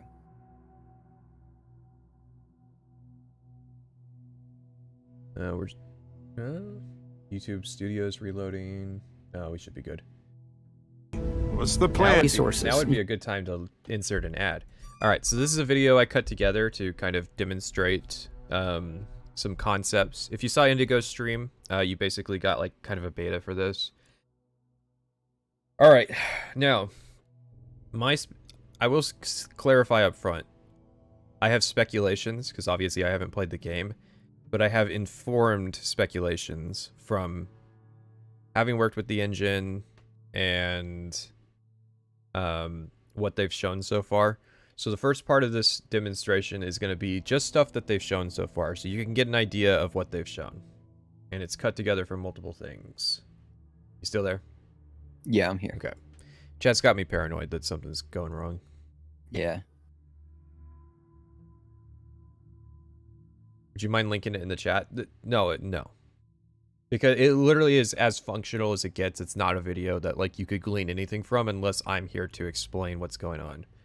What's the plan, Captain? So this is a navigation console that they've shown off before. And this is a lot of my predication on, or a lot of my assumption work comes from this, because you would think, and so it like, this is why I have it like this. You have No Man's Sky here, right? And in No Man's Sky, you can walk around the planet, you can get in a ship. There's a small part where it goes to black, but then you can like get in the ship and take off and fly around. And you can seamlessly like go to space, fly to a different planet, go through the atmosphere, land. There's some loading trickery, but there's not a loading screen, right? Seamlessly land.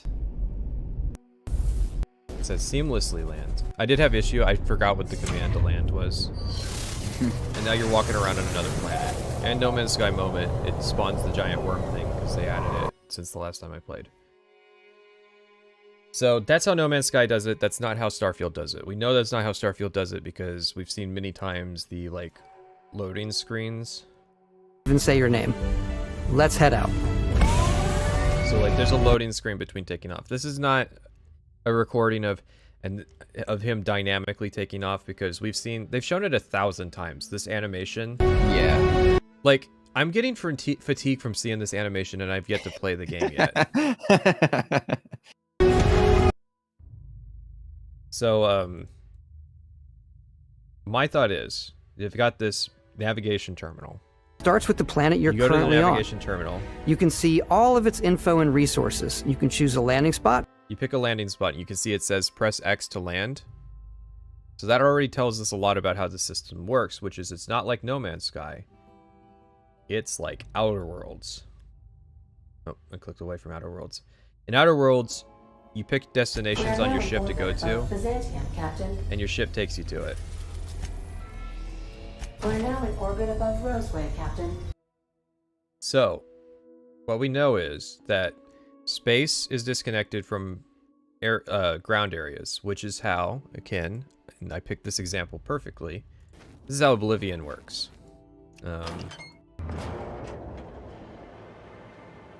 This is not Oblivion. This is Oblivion.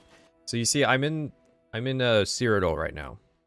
I'm in the Cyrodiil world space. And I'm going to enter Frostfire Cave. Now, this is a separate world space.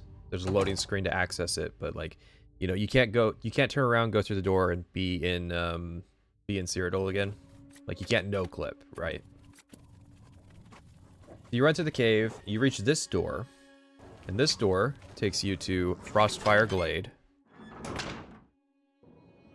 And now we're in an open air space. Now, the important thing about this open air space, though, is if this was the real world, you go through a cave, you should still be in the serial load space, but you're not. And that's what I showcase here. You can run up here. I have to console command to break out.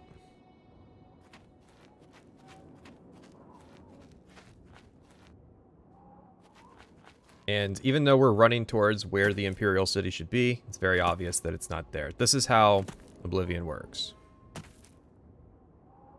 This is a separate world space. It might as well effectively be a completely different planet, right? So that's kind of what we're looking at with Starfield, is you go to the navigation terminal, you select a space that you want to land, and it handles that for you. Not too big a surprise. Now, where people are over-worrying, in my opinion, is the proc-gen system. So, that's the other example where he picks a... I think he picks a random This spot. is your star map. It starts with the planet you're currently on. You can see all of its info and resources. You can choose a land...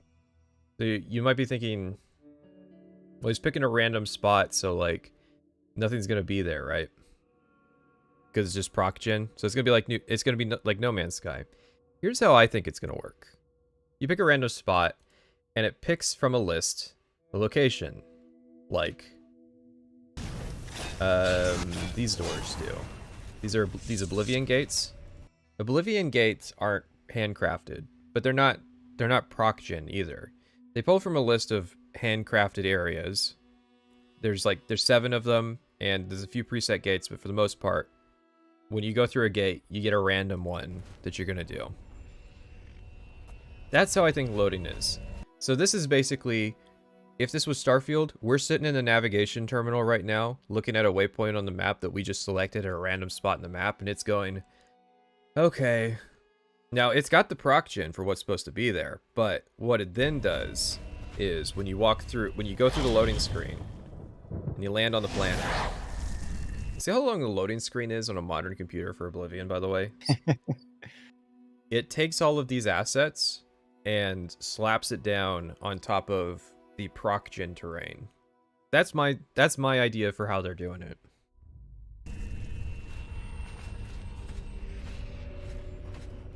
So my question is that, with your proposed system, would 2 players going to the same location on a planet produce the exact same result? I think they've even said that that's not going to be the case. So yeah, like if we go back to the navigation terminal, I guarantee you can see all of its info and resources. September 1st, 2 players in a Discord call will both be playing Starfield. Hell, I might do this because I know somebody else is Let's be honest. Yeah, I'm probably going to do this, right?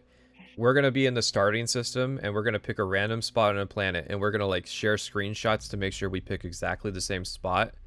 And then we're both going to go there. The level geometry will be the same for the both of us, but what's actually there will be different. Why do people care so much about seeing 100% the same stuff, though? Because it is a heavy stigma that Bethesda's working against here, against procedural generation.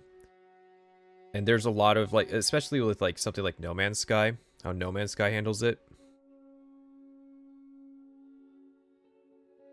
Do you think it will be possible to travel seamlessly between planets that are in the same solar system?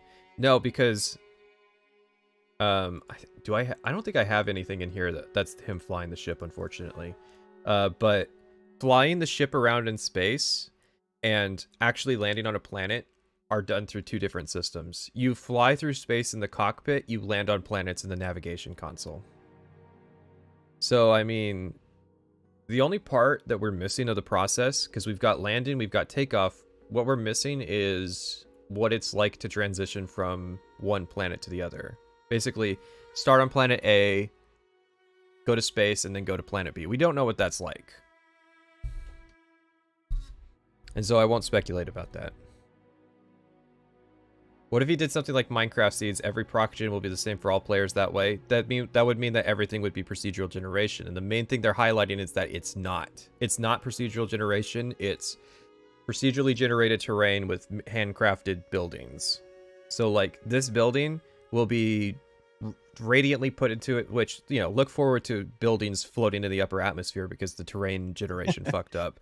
But this building will be placed down on radiant terrain, but everything that's inside it will be handcrafted, and that's what they're talking about with. It's got more handcrafted stuff than all the rest of the games. So you don't think they're gonna have like any sort of proc gen dungeons? I've always said since Morrowind that it's possible that they could have proc gen dungeons. Yeah. So because it's all tile based. Yeah, it's all standardized. I think that they're gonna have. I think that they are telling the truth when they say that it's gonna have more handcrafted content. Is it possible we get Radiant dungeons? Could this be the game that does it? Yeah, but I do think that they're not lying when they say that, like, because I mean, like Skyrim and Fallout 4, that's really not a high bar to beat when it comes to like the amount of handcrafted content, especially with their team size. Procedural generation can have handcrafted buildings. You're wrong. I like that he capitalized every word in that sentence. That's what I'm saying. That's the basis of how a game called Daggerfall works.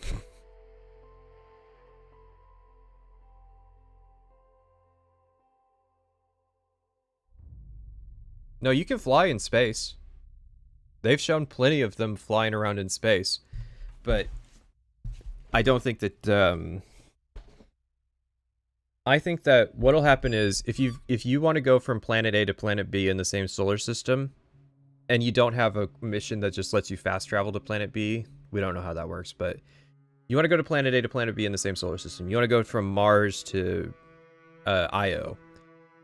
I think all you would have to do is board the ship takes off, you go to the navigation terminal, select Io, and then there's a ship landing animation, and you're out of the ship.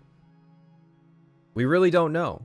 It could be entirely possible that space combat is entirely superfluous, or is only relevant the first time that you discover a system. Yeah, I really could see that being the case, where you have to go in and discover like planets and stuff like that, and then once you've done that, you're free to fast travel between different planets and star systems. What makes you think this will be different from Daggerfall Generation? That's, oh my god. You know, I responded to the last thing you said, and I said, yes, this is gonna be like Daggerfall.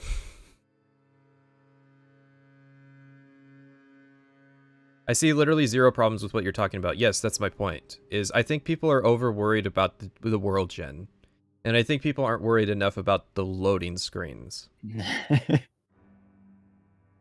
That's the whole point here.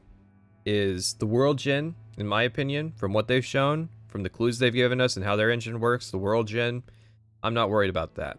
I'm worried about going through 17 loading screens. Not a joke, not hyperbole. We counted, based on what they've shown us, that it's probably going to be like 17 loading screens. So yeah. So why would generated world differ for players if the seed is the same?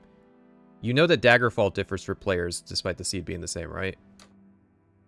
Like different cities have different loadout orientations that they have.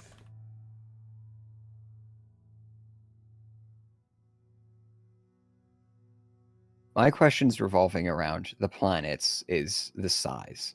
Mm-hmm. How far away from the ship can we go? Are there going to be any arbitrary limitations on that? Can we circumnavigate the planet on foot if we so desired? I think there's my guess is there's going to be a lot of limitations. Daggerfall was pre-gen, that's yes, going to catch people off guard.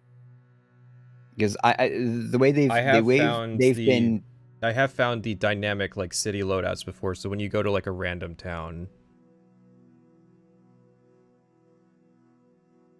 Yeah. The way they've been presenting it so far implies that you can land on a planet and just walk around and do whatever you want.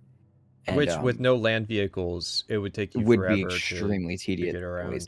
It's like, do we not have land vehicles because we're just not going to need them? Or is it that they just couldn't figure out how to make it work and that they're going to put them in later on? Well, you know, creation engines always suffered with vehicles. Mm-hmm. They don't want vehicles that feel like horses, which is probably what it would be. And even the horses were never particularly that great. We got, you know. Daggerfall's great.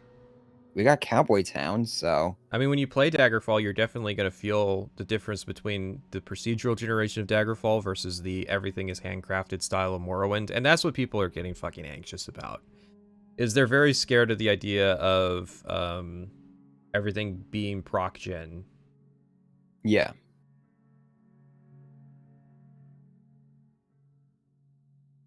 Did they say anything about it? I assume you're asking about direct storage? No. Because if the loading screen problem was fixed, again, Todd Howard would be screaming from the rooftops about 10-second loading screens. Remember, we were just watching an interview where he was touting how they figured out how to do motion blur. Yeah. When did motion blur become like a common tech? It feels like it was like around 2007 I started seeing What's it. the I don't plan? know, because I haven't even been like a PC player for very long, so. This is the wrong video. And my Fallout 76 music stopped at the same time. Hey, everybody.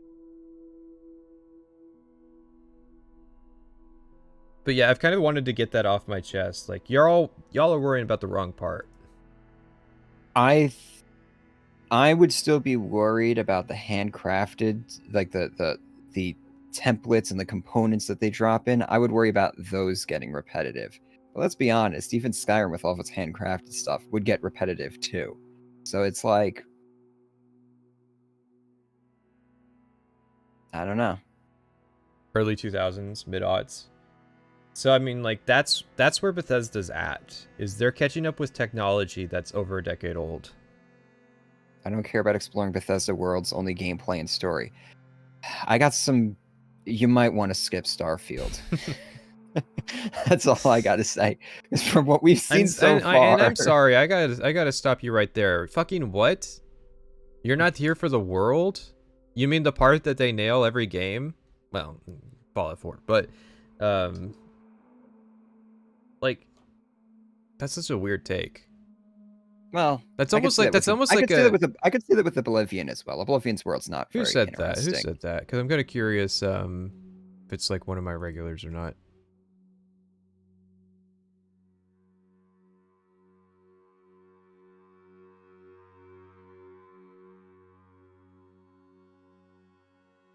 I'd be worried about every fucking planet only having 2 to 3 locations max. Well, my thought is, if it works how I think it will work, where it's putting the buildings down each time you land, could you just sit at the same planet and keep landing at different spots and run the world gen out of places to put buildings, or out of buildings to put down? I'd be very curious if you could do that, if it works how I think it works. I'm curious how degenerate the farming method's going to be in this game. Like, I need a crap ton of iron. Is it just going to be, I'm going to find a planet that has like high iron and then just keep dropping my ship until I find like a place that's just very convenient to like drop a farm or something. You know, you might be onto something with the Radiant Dungeons. This would be the game to implement it, because I'm thinking of like the degenerate player who's going to put 1,000 hours on one save. Because you know somebody's going to do that. Yeah. And I'm thinking about, like, you know, I think it's only natural that somebody's going to want to land on every planet, right? There's 1,000 planets now. They said 1,000 planets. They didn't say 1,000 landable planets. Some of them are probably going to be gas giants, right? Yeah. So there's not going to be any content on a gas giant. So, but man, they would get fucking crucified if there was, oh yeah, it's 1,000 planets, but actually only like 700 of them are able to be landed on. It's 7,000 steps all over again. And space is big, so the amount of content that we... Sorry. It is true to the vision we this is what have he's talking about. For our type of role-playing game set in space and where your mind kind of goes. And do you think it would be possible to save before landing to reroll stuff at your landing location? If it works how I think it works, then yes, because that's how sigil stones work. Oh, yeah.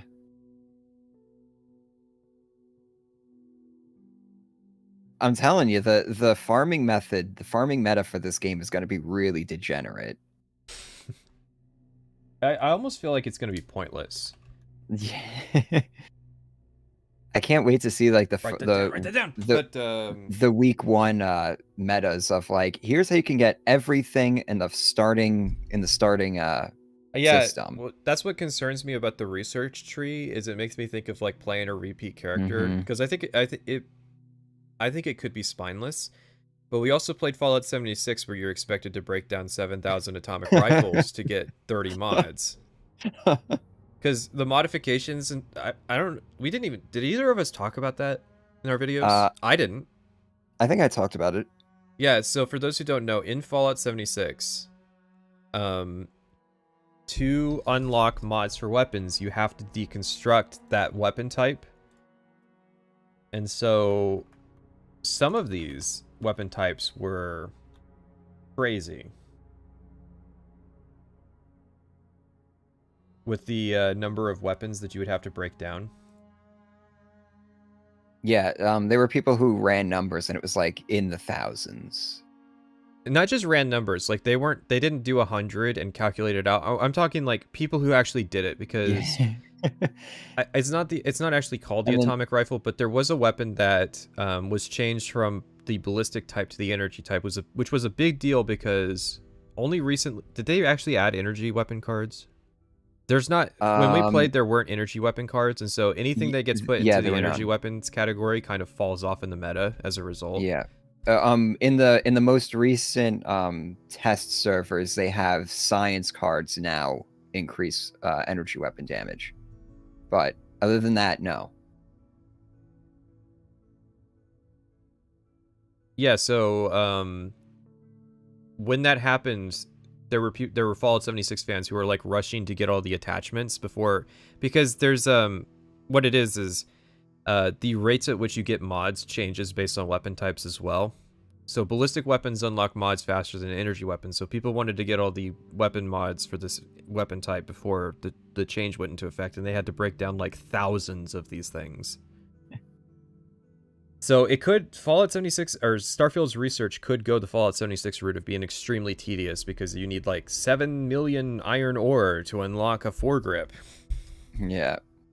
In which case it's like, all right, I'm just gonna go plant a bunch of... Do you think they'll update the proc gen for the game after launch? That's a great question. Because updating the proc gen would probably cause issues for existing saves. Yeah, I doubt it. Bethesda's really they're really paranoid about those existing saves for some reason. Historically. Yeah. We don't want to make an update that's going to screw over existing saves, even though people have been playing our game for over a decade now. This could be the game that changes everything. Because it's like the world gen tech is so different, it might necessitate it. Because, I mean, like I said, I'm expecting day one videos of fucked up building locations that are like you're gonna have one that's like there's a spike of terrain. Yeah, and then it's gonna be like a giant base on the top of it, and then right at the peak is the base that you need to get to, and you're gonna have ones that are like sunken into the earth at the bottom of the map. Yeah.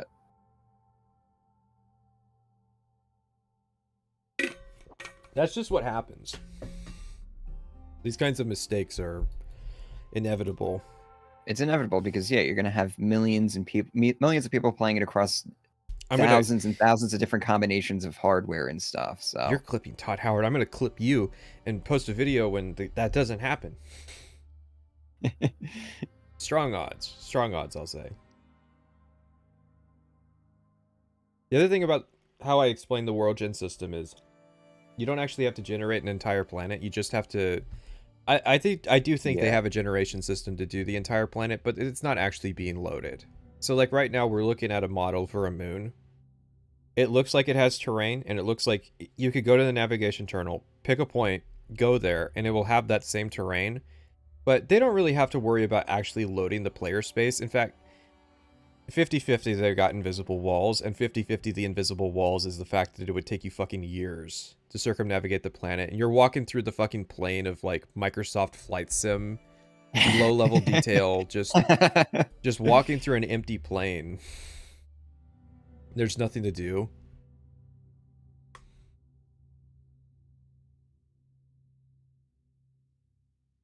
Possible. Say yes to the player. Yeah, as it was said, it's win-win. Either the game's good or I get a great video. Like, can I do this? Can I do this? Yes, yes, yes, yes, yes. And space is big. So the amount of content that we ended up making to have that... Space is big. The planets are... really feel authentic to that. That did grow and grow from where we originally started. I mean, do you think we're still gonna have the console, the player console? Oh, we better. You think so? Probably, because modders use that a lot for debugging and stuff. I can't imagine this being a modder's paradise. Yeah, but I mean, we're talking about it. We were just speculating that they're gonna sell the creation kit. What if you need to buy the creation kit to get the console? Nah. I'm willing to bet. Maybe you'll have to, at worst, it would be you have to go into the INI and like enable it. Now, I think no console, that's black-pilled. Well, I'm just thinking, like, if they don't want people testing the limits of their system, at the very minimum, they're going to turn off the ability to change the player speed through the console. Yeah. So, I don't know, because it's like they can't sell the creation kit. Why not? Oh yeah, You really think that's impossible? It's gonna be a modder's paradise. Us is getting younger. We've both been doing our respective things for a while. Yeah. So like, I was hoping that this guy was like 25. And he hasn't done that many in-person interviews. Don't tell me that this guy's been doing like he's been interviewing game devs since the fucking 90s or something. Probably has. Like I said, he's their go-to for IGN interviews, so don't source me. No, them selling the creation kit. That's the scuffed idea that we came up with. The cursed, the dark path. They would never in a fucking million years announce before launch that they were going to sell the creation kit. That's like we're finding out in like the last week of August. Oh yeah, by the way. No, I think it would actually be after launch, because they're going to be like, we had a launch we'll hear about the dev tools and be like about the modding tools and be like, we're going to be working on them and everything. It's going to be like 6 months. And then as you get closer to that 6 months, then they're gonna be like, by the way, and my pitch was that they tier it. So like there will be a paid version, and then you can sell mods that were made with the paid version on the Creation Club. And that's gonna be your Creation Club. And maybe they'll even tier the Creation Club. They'll have like premium Creation Club, which is like classic Creation Club stuff. You buy your $200 creation kit so you can have premium Creation Club. You get algorithmically boosted. But then they'll have like the free version that's a lot more stripped down and everything. But like I said, this is the dark path. This is very dark, Todd. Stop giving them ideas. You think they haven't thought of any of these? Yeah. I had this idea years ago. Yeah, I mean, we're on Paid Mods Mark II, so... Yeah. What do you think they're going to be able to do if they can start with Creation Club from the very beginning? That's my whole thought process, is Creation Club... I think they think that Creation Club failed because it wasn't in Skyrim and Fallout 4 from the start. Yeah. And that, that really might be a valid, like a logical conclusion there. If they put it in at launch and it's much more prominent, people might be willing to buy it. Okay with things taking 8 years again on in the future, or not my plan. Oh, Todd Howard's got plans for post Starfield?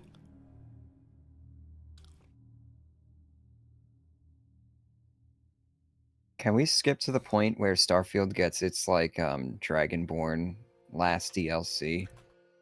Yeah, can we just like jump forward in time? Cryogenic freezing.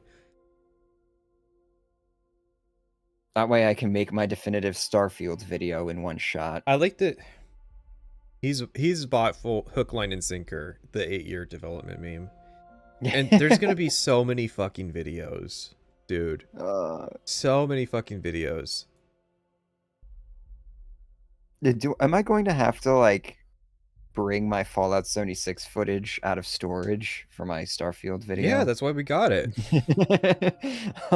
like you think I'm kidding here, but like legitimately, I guarantee you, minimum 30%, expected 60% of Starfield videos are gonna write off Fallout 76 as just being that thing that Bethesda Austin did.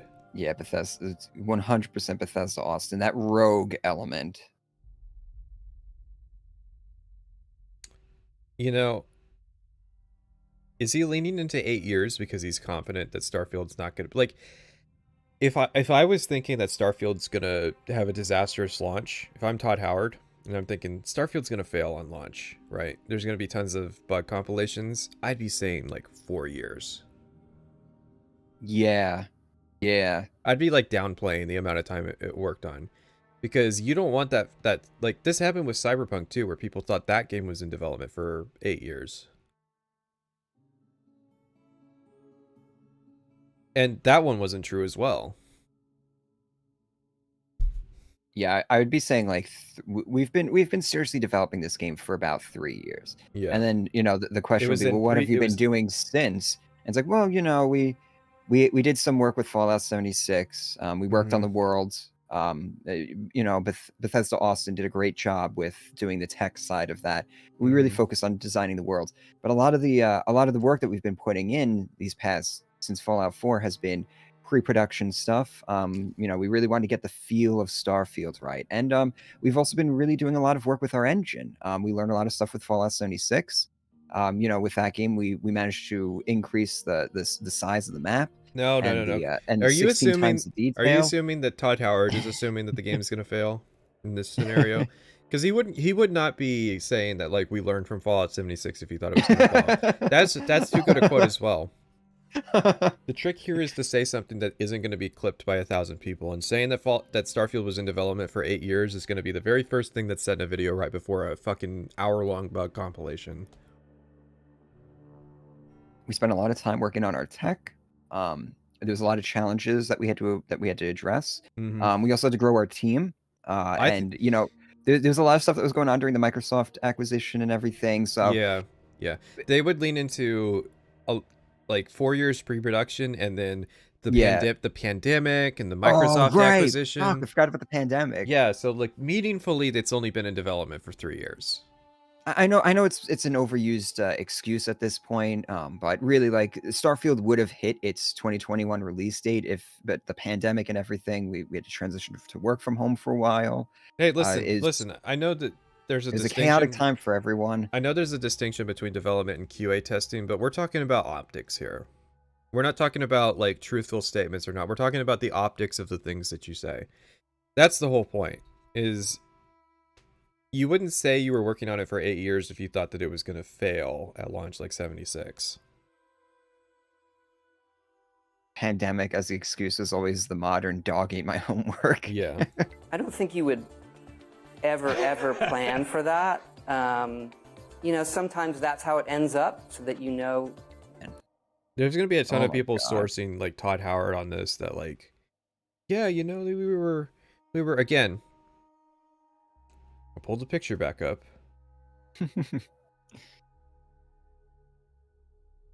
8 years of development, 25 years in the making. Now, what does this picture mean? This isn't just that their name is on it. The fact that they have different job titles with Fallout 76 actually indicates that they did work on it. Because if it was just, I've thought about this scenario. This is just them getting credit for having made the original Fallout 4 engine.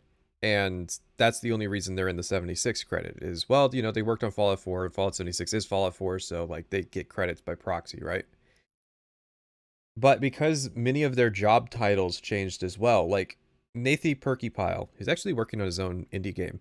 Nathan Perkypile went from world art to lead artist. That kind of job title doesn't happen just because they're using the same engine. Okay, so that guy, their world artist, wasn't working on Starfield during that time period. He was lead artist on Fallout 76. And I could go down the list and explain all the differences.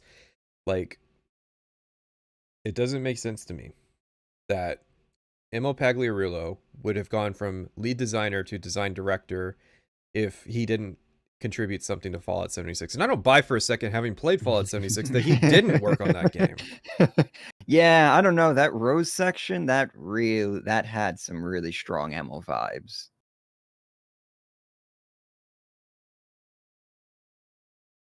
The old Rose stuff. Maybe I can buy him not doing the Rose stuff for Wastelanders, but the original stuff. I doubt they started work on Starfield before the pandemic. No, they did do some stuff. Where's that image I just downloaded? There was a leak in 2018 that showed a bunch of assets that are in the game now. This leak.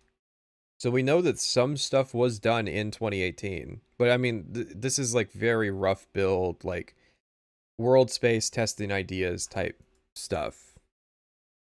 And Fallout 76 came out in 2018 , so... We're 8.5 minutes into the first interview. And this is like a nothing interview too.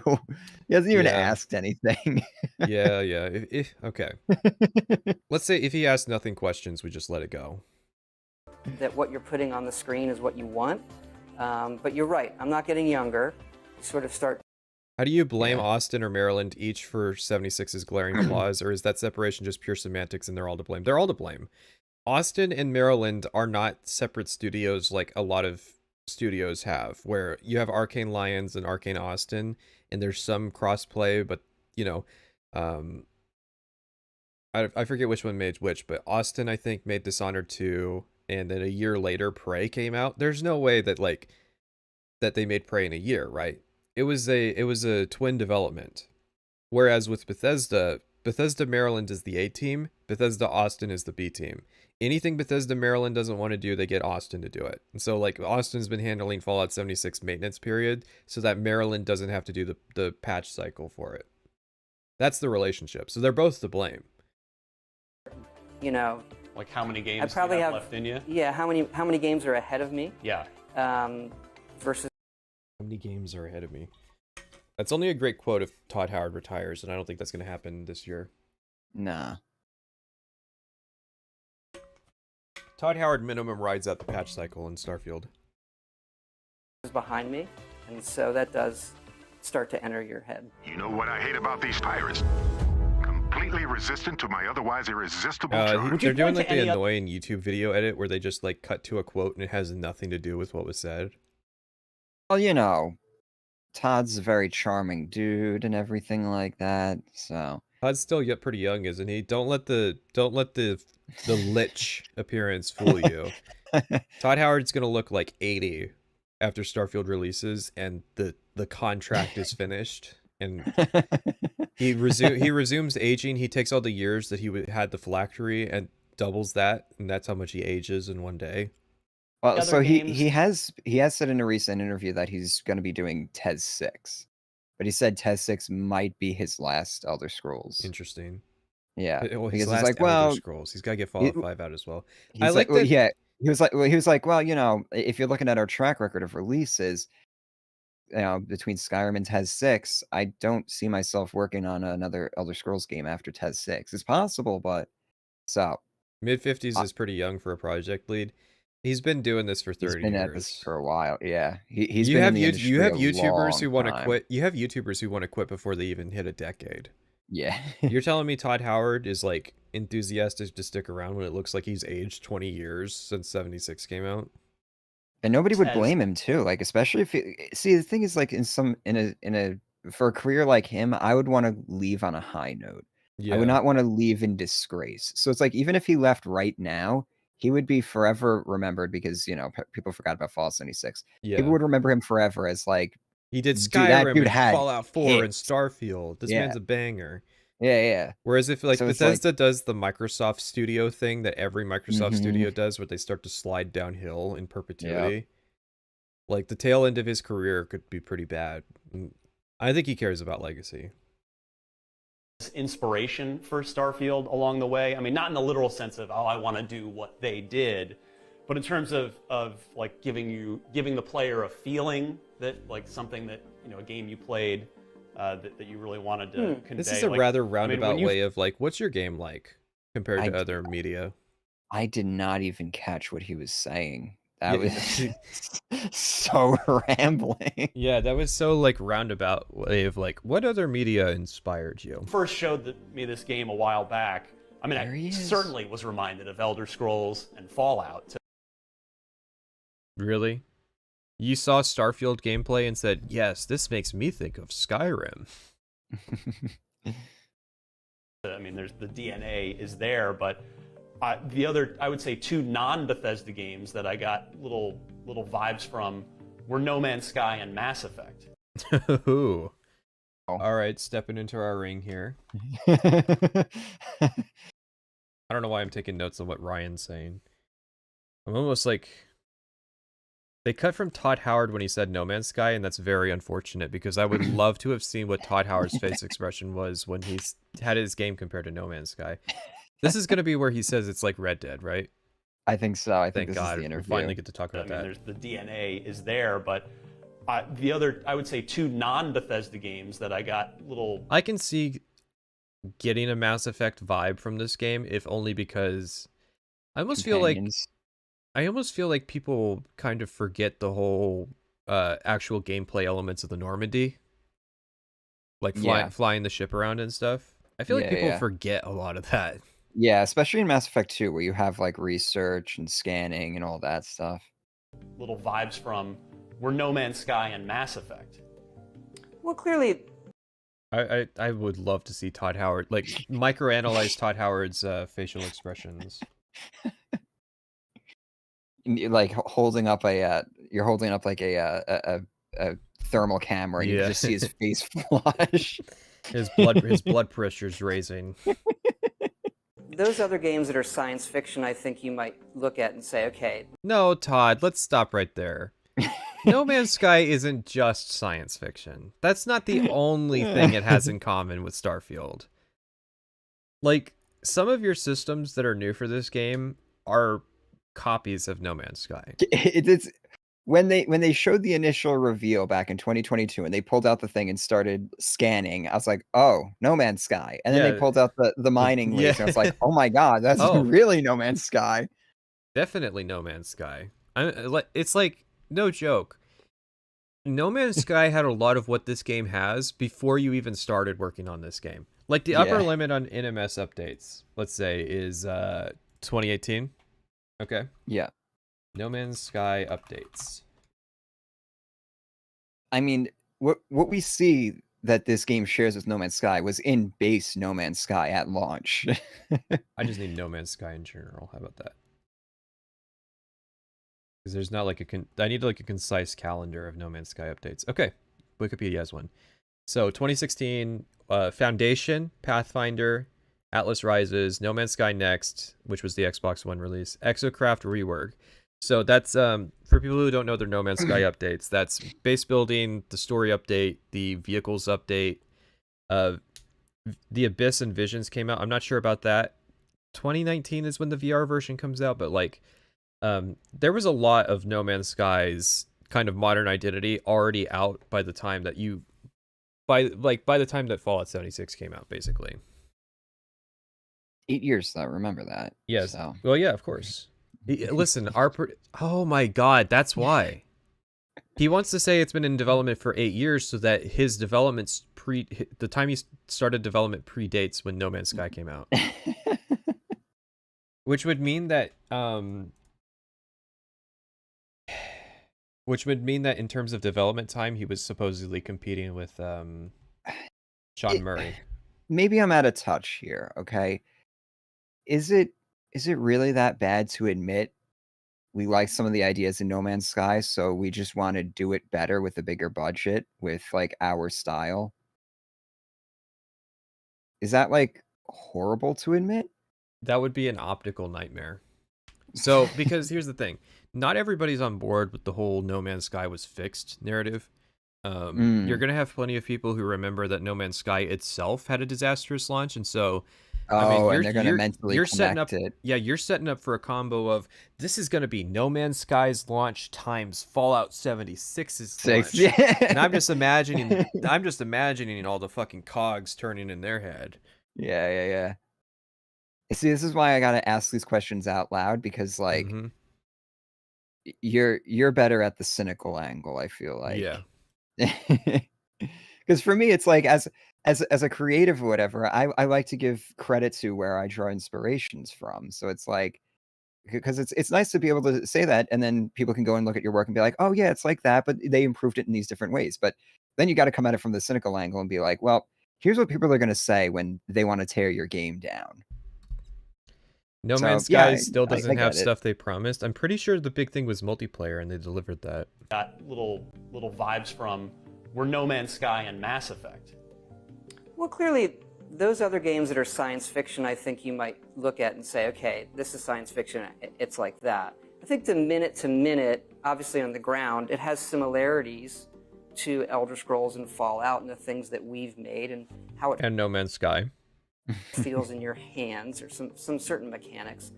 But believe it or not, it's the games that put you in a world, that transport you to a place. So I think it probably... I guess No Man's Sky doesn't put people in a world and transport them places. Man, he is fucking dissing No Man's Sky by implication. Also, as a flow, probably has more of a feeling of like a Red Dead 2, right? Like I hate that this is how he's saying it, because he's not saying anything.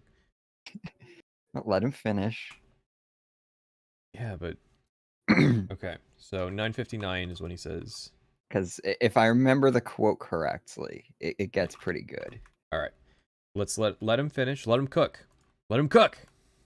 That transport you to a place. So I think it probably, also as a flow, probably has more of a feeling of like a Red Dead 2. Right, like I'm living the Western fantasy. Yeah. And so in this, you're living this science fiction explorer fantasy, and sometimes that's being on a barren planet. Okay. Whoever edited this read that as him saying that, like, it's gonna have a cowboy vibe, when he is saying something. He is saying something that's actually like cogent. Yeah, what he's saying is that Red Dead Redemption sells you on the idea of the cowboy fantasy, just like how Starfield is going to sell you on the idea of a science fiction fantasy. Yes, a science fiction explorer fantasy. But when they put this footage, on screen with the cowboy town, with actual Red Dead Redemption 2 town, the other way you read this statement is, oh yeah, we took stuff from Red Dead more than we did No Man's Sky. God damn, IGN doing them dirty.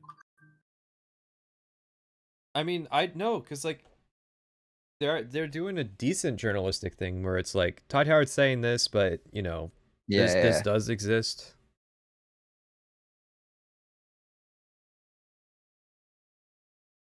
And nothing is going on. Or an Old West town, like we saw that in the direct. Right. Oh, Ryan picked it up.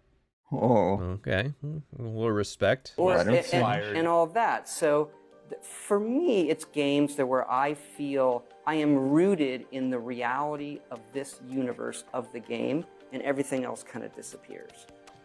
And No Man's Sky and Mass Effect don't do that? I mean, can I launch myself out of my own airlock? That's fundamentally what it comes back to is how is this why does this game give me No Man's Sky and Mass Effect 2 vibes? And he sidestepped it by saying, well, unlike those pieces of shit.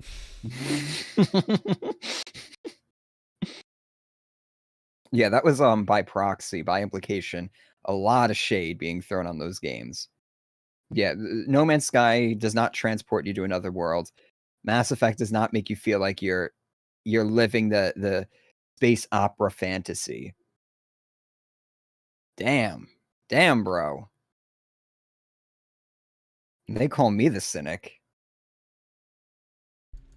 That's pretty good.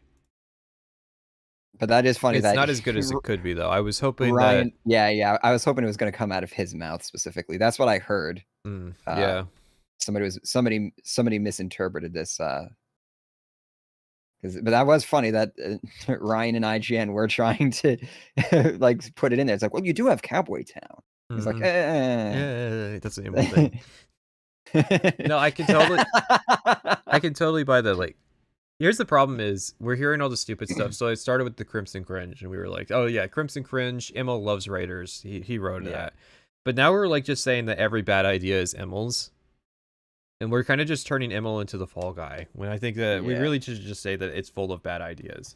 You got Red Dead Redemption 2 town in Aquila City, and Neon is Cyberpunk City, and New Atlantis is like the most original part. Either that, or I'm not picking up on what the reference is. It's probably like San Francisco from Star Trek, though. It looks original, but it also has given me the least impressions overall. So.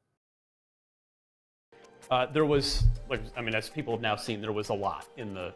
PR people will always come off as sociopaths because PR people's job is to deflect questions into being one of their talking points.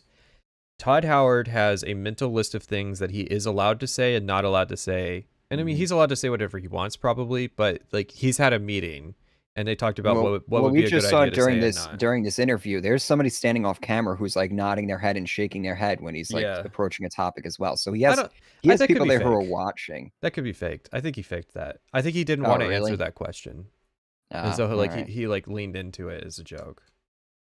There could be, but I don't think that's the case. But yeah, Todd Howard's got a list of selling points, and he needs each question to mold into it. No. I think there is somebody standing off there. That doesn't necessarily mean he's beholden to them, but like if I was in Todd's position, I would want somebody who's also listening, and maybe so that I can get a second opinion. So is it somebody from Bethesda or somebody from Microsoft? Because I could see Microsoft sending out Bethesda. I could see probably Pete Hines. Well, you know that like with the FTC stuff that's going on, like.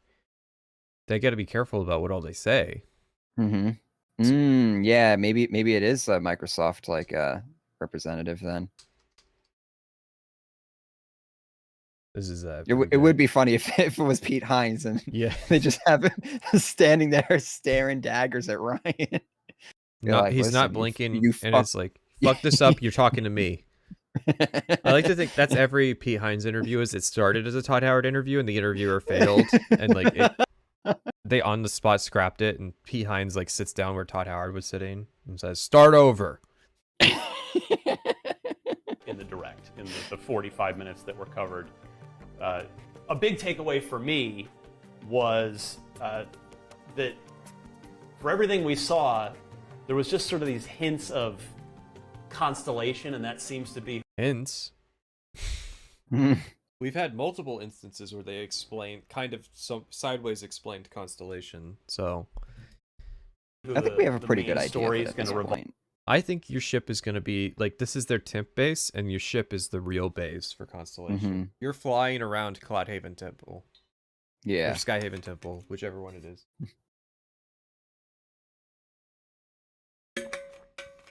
Cloudhaven Temple. That's a good one.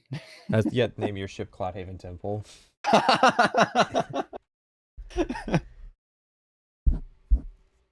Well, I'm just trying to think for my Overseer playthrough. What should my ship be called? Should it be called Vault 76? Yeah, that would be pretty good. Yeah, the Vault 76. And you just end with like crashing into something. Evolve around. It ends with me scrapping the ship, and everybody has to get kicked off onto some barren planet. Yeah.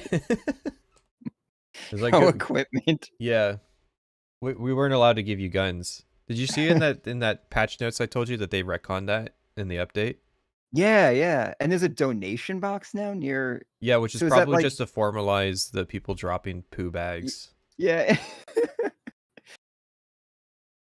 I'm curious about.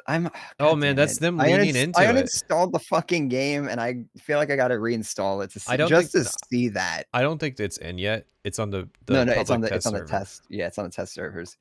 But I got to see that. If it happens, we got to see it.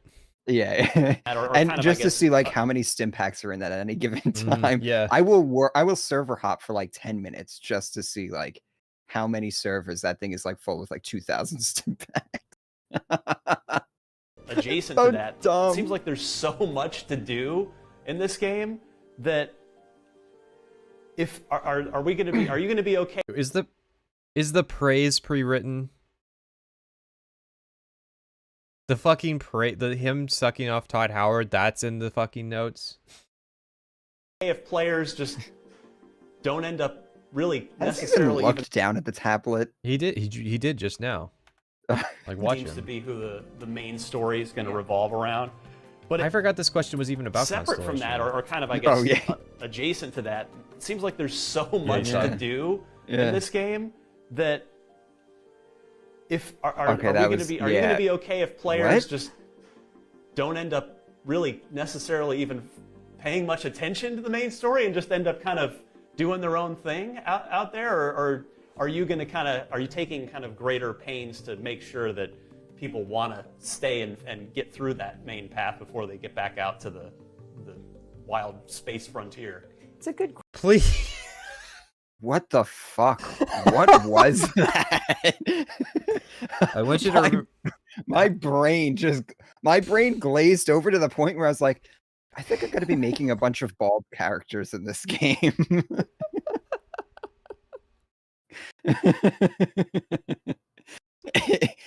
Is this his first interview with Todd Howard? No, it's not even his first with Todd Howard. I think it's his He third. sounds, man, like I don't want to make fun of people who like present and everything, because I've been in this situation before. I've bombed like interviews and stuff, but man, the way I look at it is, if I'm a journalist, if I start doing interviews and I get Todd Howard, that's one of the most important interviews of my career. One of the most important interviews I'll ever do. We're talking a gaming rock star. Yeah.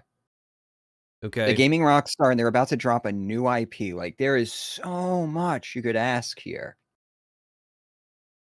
And you're just fumbling on like I'll take basic nothing questions. I will take whatever fucking pills my coworkers offer me to be in the correct chemical state to not bomb that interview.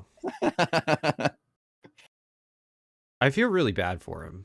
Can we replay that again? I genuinely don't even know what the question was by the time we got to the end. Okay, let's start with, I would like everybody to guess. Try to recall what the question was, okay? Now, while chat's doing that, I will say that the question, I think, is that they've hinted at Constellation a lot. Is Todd Howard worried with how much content that they're offering that players are going to go off and do their own thing instead of the main quest? Okay.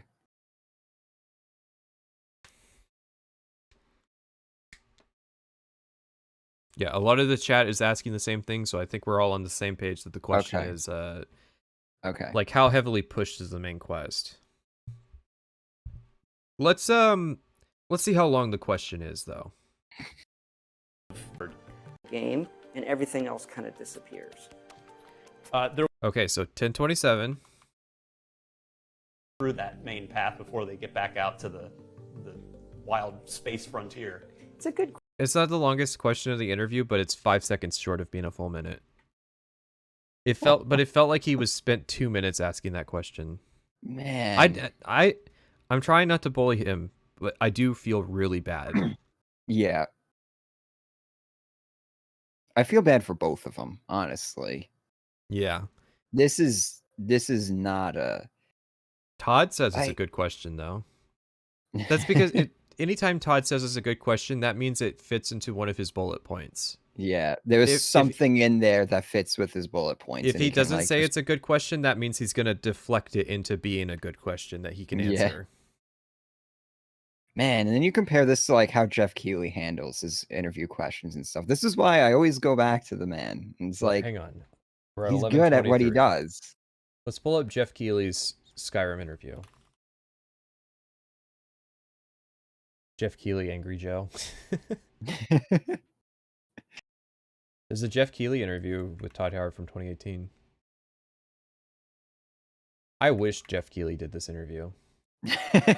He's like so busy with so many episodes. This is considered, for well, TV. maybe we should wait for the next console cycle. But we felt coming off of Fallout 3, we had this laundry list of things that we knew we could still do on the hardware. Look at how much interesting this is. They went up to like a snowy area just so that it like thematically fit. Which, I mean, I guess, you know, can't go to space, but... So we kind of started fresh, rewrote the renders. No, you could stand in shadows, front of AI, SpaceX, though. Yeah, you could do something. interface, Do know Elon scripting, Musk. pretty much rewrote all the major systems. And we find the amount of detail we're able to put on the screen now, it's pretty amazing, more so than we could ever do with Oblivion or Fallout 3.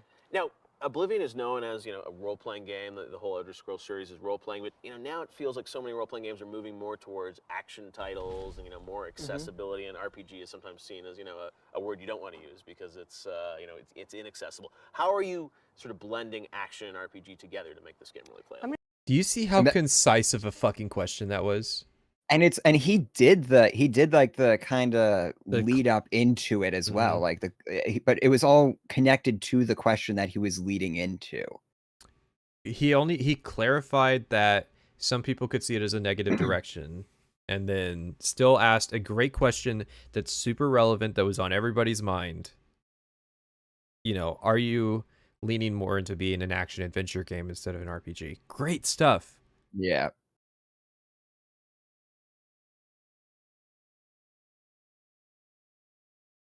It's just like a better era of marketing. I'm nostalgic for like marketing now. Hey everybody, Ryan McCaffrey. And then we're in this environment. Like, is this a green screen or are they? Do you think they? Oh no, they probably do have like a Starfield Direct like poster. Jeff is an absolute veteran. Yeah, I mean, I give credit to the guy. He can do an interview. Out to the wild space frontier. It's a good question. I view our job as giving people the menu. Yeah. Here are the things you can do, and it's a very large game. Obviously, there's a lot to it. Did they confirm the space theme? You mean the one that they showed in the giant Starfield Direct that everybody saw? Yeah, they confirmed it. Can be complicated at times. And we have found, though, that the gaming audience, particularly our fans, they want to have all those options. And I do think more than anything we've done, I really believe this, that the more you give to Starfield, the more it gives back to you. The more you give to Starfield, the more it gives back to you. That's why I'm buying the $100 edition. That's a good quote. I like quotes that humanize the product. Do you think he thought of that on the spot? Do you think like who? No, came that up was with that was a meeting thing for sure. Yeah. Todd's not missing a beat. He's not fumbling anything. There's no uhs, there's no likes. Todd's definitely on caffeine or something to make sure that all of his answers are immaculate. This is Todd's wheelhouse. This is why he gets paid the big bucks, because he can nail any interview question without making those kinds of mistakes. This is Todd on his game right now. He's got his pretty face on. His brain is full of quotes like that. Yeah. That's why I love listening to the man talk. That's why he's king. It's you know what? It's probably a lot of quotes that he's used with his own team too. Yeah, like, there's probably been a designer who came in and was like stressing about something. He's just like, you know, the more you give to Starfield, the more it's gonna give the player. Yeah. They were probably worried that like ProcGen wasn't going to be good enough, and that like he was like, no, we're working within this paradigm. And that was one of our goals. And so, yeah, like you said, that was one of their goals. I do hope people play the main quest, and I hope people do this. But most of all, I want them ultimately to do whatever they want to do. Yeah, I mean, I know you don't want to give away a lot.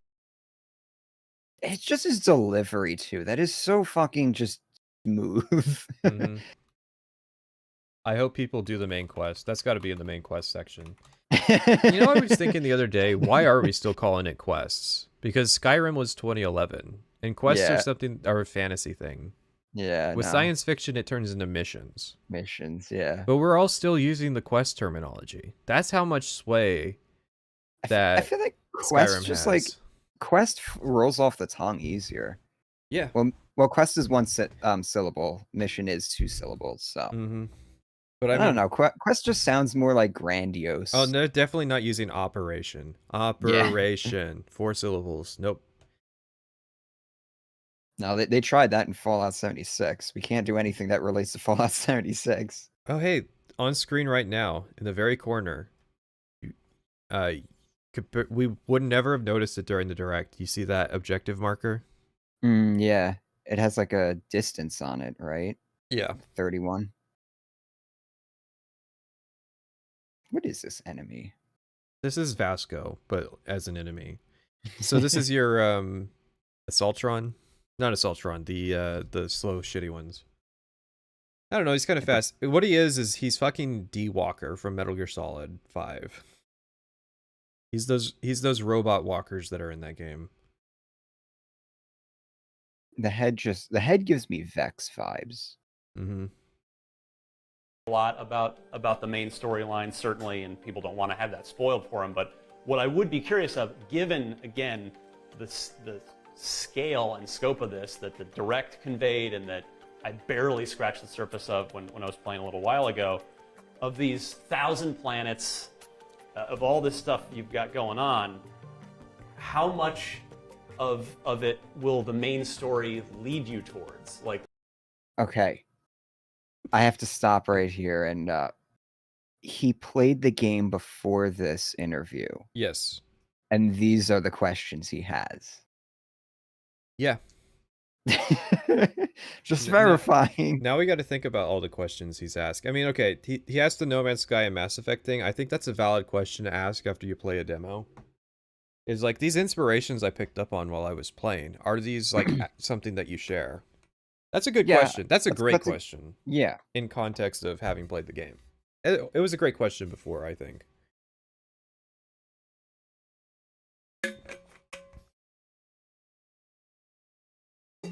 That's a great question.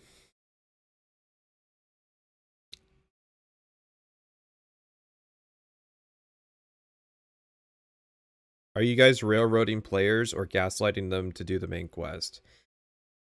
If he asked it more elegantly, that would be an amazing question to ask, for sure. I am kind of curious how Todd Howard's going to answer, but then, like, no, because he was asking well, he didn't quite get an answer, because Todd Howard deflected. He said, good question, and then deflected into giving his pre-planned statement about the more you give to Starfield, the more he gives to you. So now he's hunting, right? He's reiterating the question to make sure, to try again to get the answer that he wants, which is, how much is the main story gonna harass you into doing it? You know, are you gonna have everything point you to fighting the dragon at the Western Watchtower? All that kind of stuff. These are valid questions that Bethesda fans should have. Yeah. So somehow he's picked up that this is something that he should ask. He's probably got somebody working under him that is more knowledgeable. But he asked it in such a long and meandering way that he just gave. See, that's the problem. That's the problem with asking like meandering questions, is that the more you say, the more hooks you give somebody to deflect with. I was gonna say the more outs you give them, but yeah, same thing. Yeah. Outs. Todd Howard's got a ton of different angles he can use to deflect this question if he doesn't want to answer it. I hope he answers it. But the fact that he didn't answer it the first time. You know what I mean? Like, because you probably want to show as much of the... And he asked a good question, now he's deflecting it into, well, how much of the world does the main quest take you to? No, please, focus on the railroading. Ask the railroading question. If you want to know about how many planets it takes it to, ask it as a separate question, you know? Diversity and as many of the cool places that your team worked really hard on over the course of the campaign. You're supposed to let the interview subject deflect. You're not supposed to do the deflection for them. He's a great interviewer if your goal is to like make it as easy for the developer as possible. Yeah. But you can't show everything. You can't lead them up to 1,000 different planets, right? Todd Howard's got this look on his face like, you idiot, you just gave me like so much ammunition to not answer the bad questions. So he gave him a good question. We want to keep it sort of, manageable. That's what I would say in the main quest. So we hit some high points, but not even, it's still a small fraction, like you're saying, to what. He's not answering it. The main quest is manageable. It's a small fraction. Is it though? Because if most of the world is just like proc gen random stuff, then the main quest I could easily see a situation where the main quest does end up being like a big percentage of the content, because most people don't just want to run around doing random Radiant dungeons. I also imagine the main quest is going to bring you in contact with all the major factions and all the major like side stuff you're going to want to see. Yeah, the main Constellation is going to want to talk to the leaders of the UC and the United, the UP. God, the fucking faction names are stupid. The United whatever at New Atlantis and the Freestar Collective and Neon is going to take you there. Let's predict the course of the main quest. It starts in New Atlantis, right? Yeah. We wake up and we're going to Mars. Something happens on Mars. We get that guy's watch. He dies because we've never seen him after Mars. With that watch, we get like a starter ship. We go to New Atlantis. That's like the opening point where you got your starter ship and you can like break off. But New Atlantis is how you continue the main quest, and you probably got some kind of quest item or something. I don't know. Something on a space aids, who knows, right? Go to New Atlantis, you pick up all those guys as crew members, and then they send you on a series of, we need to visit. Each one might have a quest. Each one points you to a different faction, right? Because there's 4 of them. So one says go to Aquila, one says go to Neon, one says go to the Crimson Cringe, one says go to the Serpent people. I can totally see how this is going to work out. No, it's not Crimson Cringe and Space Stormcloaks. It's Space Stormcloaks and United Planets. Manageable. That's what I would say. I'd be surprised if it was Raiders versus Aquila. High points, but not even, it's still a small fraction, like you're saying, to what's in the game. And for us, like a main quest, we want it to sort of pay off. There are people that do want to come to a game, do the main story, and feel that, okay, I've won. I can now do something else. I think that's okay too. Well, thank you, Todd. I'm glad you think that's okay. I love the flower monsters. I'd be showing, if I was a journalist, I'd be showing it everything. Like, what is this supposed to be? Like a Venus flytrap thing? But we've also learned, look, this is somebody's like goofy idea. Somebody had this goofy idea in like 2019, right? Some monster artist, he got tired of like coming up with stupid monster designs, and so he's like, I'm gonna make a really stupid one to emphasize how dumb this is. And then like they showed it to Todd Howard, and Todd Howard's like, I love it, right? And so this is like floating around the assets. It's been officially approved. This guy wants to die, and then like they're cutting together stuff for the direct, and they find this asset, and it has nothing to do with that guy, but like whoever's P. Hines finds this asset, and he goes, this is got to be a big shot in the trailer. This is an intersection transition shot right here. This mantis monster with the flower head.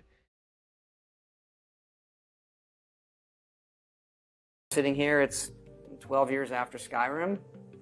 We're looking at a game that has over 60 million copies, and all these.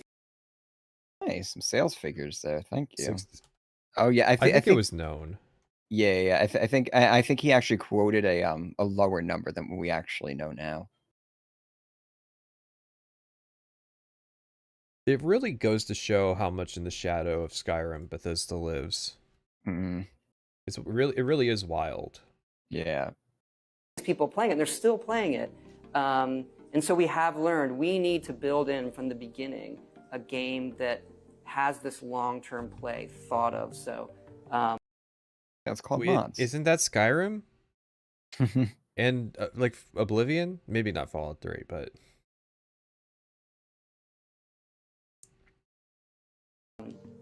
that, hopefully, people are playing Starfield a long time from now. Well, on that note, hopefully people are playing Starfield a long time from now. That's something you don't say unless you're confident.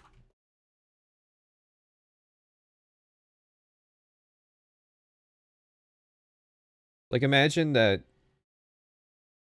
This is impossible, but imagine Starfield fails and Bethesda, like, just gets liquidated. Like, just Phil Spencer's, like, in a bad mood. Then he gets the Starfield numbers and he's like, I want all those fuckers fired! And, like, they abandon Starfield support. And then, like, in 5 years, there's, like, a retrospective of what happened. And it was like, this is the quote that's like, I hope people are playing Starfield a long time from now. And then it says, like, Bethesda 1990 to 2023.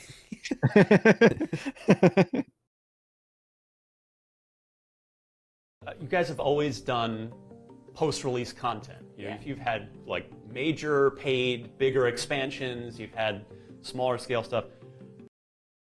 So basically, you've tried everything. Say it. You think this is a monetization question? No, it's not. It's a DLC question, but I want him to ask about Creation Club. Okay, okay. That's kind of a monetization question. I mean, that's a good follow-up to Todd Howard saying we want people to be able to play it for a long time. Oh, you want a high amount of retention in your game then? Well, I watched a talk by a guy named Justin Truman that says if you have high retention, then you get the revenue. First trust, then retention, then revenue. Her hand is clipping into the laser. I know what shot you're talking about. Hang on. I want to see if that's true. I can now do something else. I think that's okay too.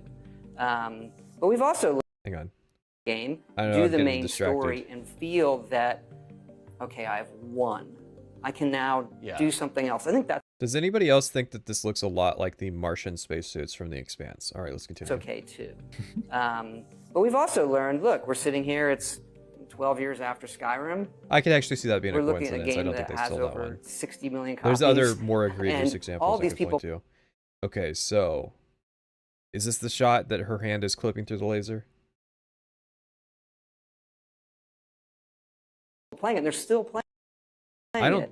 No, I don't think so. And so we have learned we need to build in from the beginning a game that has this long-term play thought of. So that hopefully people are playing Starfield I don't think it is a long time from now.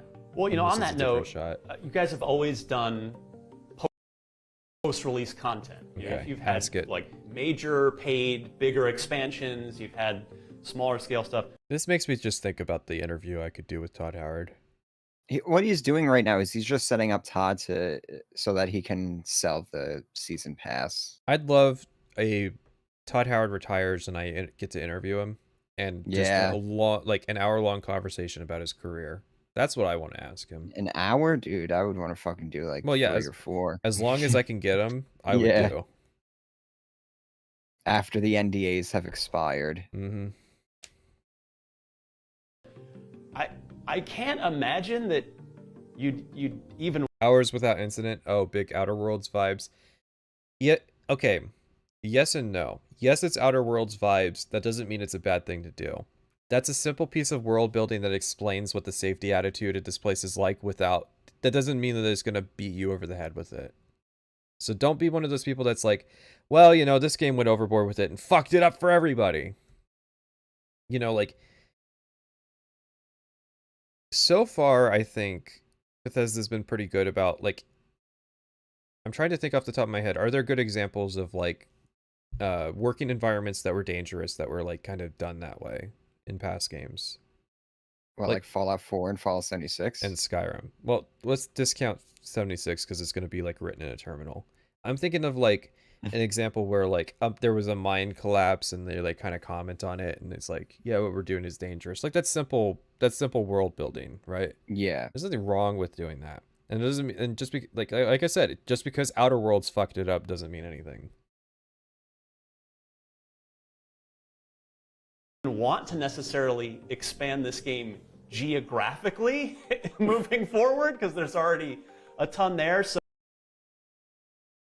imagine that you'd even want. Oh, but I had completely filtered him out. I forgot that he was still asking a question about DLC. Want to necessarily expand this game geographically moving forward. I was looking at this ship. This looks like a pretty big ship, and it has a level. You see that? Yeah. Makes me think. Because there's already a ton there, so like... No, I'm going to qualify what I asked with, it can't just be there's a skeleton crushed under a boulder with like a bloody note that says, damn them all. That's the same kind of thing that I discounted Fallout 76 for. Like Sid in the Mine, I think is a good example. Super dangerous, you know, but it doesn't beat you over the head with, and that's why capitalism is bad. Yeah. Which I know isn't quite right for Outer Worlds either. So I think this is the part where they're showing off the colony ship. Like this is the space vault, basically. Yeah. Is that tied to the ship that had a level though? Because could I find the spaceship that has the vault people in it and attack it and destroy it? Or is there an essential status for ships? Ooh, good question. Oh, no, but you can be a raider. So it's like, because I was going to say, maybe there's like a friend-foe type system where it locks out your weapons so you can't like shoot down friendly ships, but...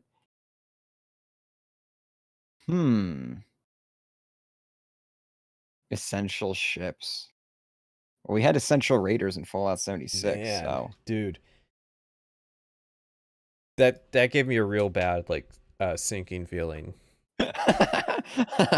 Fucking essential ships.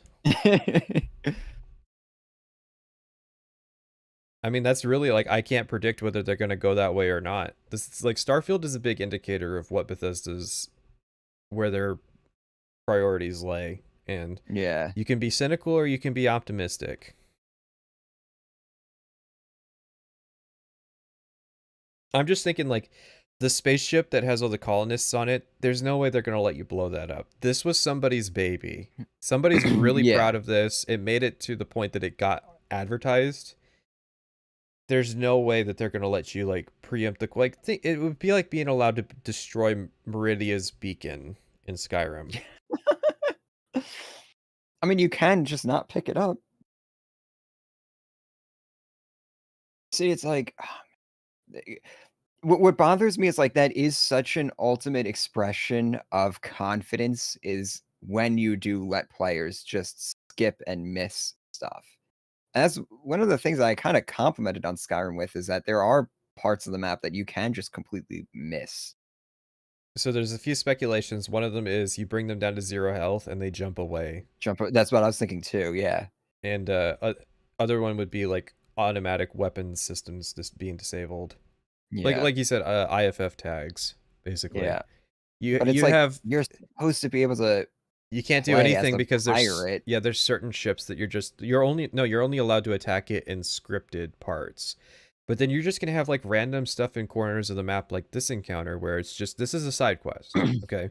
Given the formula of Fallout 4, we know that this is going to be just a side thing that you do. You're going to randomly get a radio transmission from them and they're going to think you're aliens, and then you show up and they're like, "Oh my god, you're human. We haven't encountered humans in hundreds of years." So this is a side quest on a ship. So inevitably there's going to be a point where you're going to be flying up to the ship, you're going to have your weapons like normal. What's to stop you from blowing it up if you can attack the bigger ships? Yeah. Would you pay a 70 to 100% premium for AAA games if it meant they'd be 100% complete, no bugs? I've talked about that before, that the price of games going up doesn't bother me if the standards for games went up as well. Mm-hmm. Like, paying $100 for a completely functional game is not a big deal to me, because, like, I was looking at some of the Sega stuff. Their MSRP for some of their games was still $60 in 1997. So, I mean, like... Come on, guys. Like, inflation really is a thing. Yeah, like 30 years of a stagnant price point. Of course, they're trying to find alternate ways to generate revenue. Yeah. And remember, too, is like video games have been getting a lift from just it being more popular now, too. You have more investment capital in it. There is more money and liquidity in the industry now, but it's still like costs money to make games. Yeah, so I mean, like, there being a price increase, but it means that, like, we go back to having fully finished products, no microtransactions. That's the deal here. Yeah. if you say, I don't know what the full translation, let's say it's $150 to buy like a game that guarantees you 500 hours, stable performance, no issues, right? Like one of these big box releases. There cannot be a single microtransaction in that game, or it doesn't justify that price point.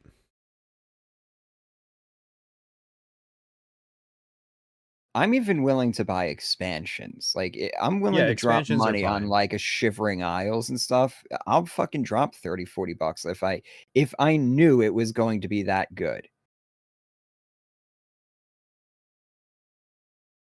I've talked to friends before, and they're of the mind that like $40 is too much to spend on a game. I think you have the Steam sales also like warping people's perspective on like how much they'd be willing to spend on a game. That's kind of why I respect like RimWorld and Factorio's approach, where it's just like, we're pricing it at this because we think it's a fair price. We're not going to discount it. So if you want to buy it, buy it. If you don't, don't. Because now you have like these developers where they'll create this sense of FOMO with their like pricing schemes. Yeah. That's kind of the tricky thing is, like, on the one hand, $70 price tag sucks. On the other hand, if it means that, like, they get the extra liquidity to avoid putting in microtransactions. Yeah. I can't afford $70 games. How did people afford $60 games in 1997? Fucking, I used to have a job where a 4-hour shift wouldn't pay for a $60 game. Like, I get it. But at the same time, inflation is a thing. It's more expensive to make games than ever. And not from because there's millions and millions of wasted positions. No, I mean, like, literally, because of inflation, it's more expensive. But it's still the same price point. That means they have to generate that revenue somewhere else. Which is how you end up with every game having battle passes and DLC and stuff. So it's a tricky thing. But if you could guarantee me that the value proposition would be there, game prices going up, fine, whatever. You know what's funny, too, is gaming's not an expensive hobby. No. I think I've spent more money on stuff to detail my car with, because that's one of my hobbies, is detailing cars.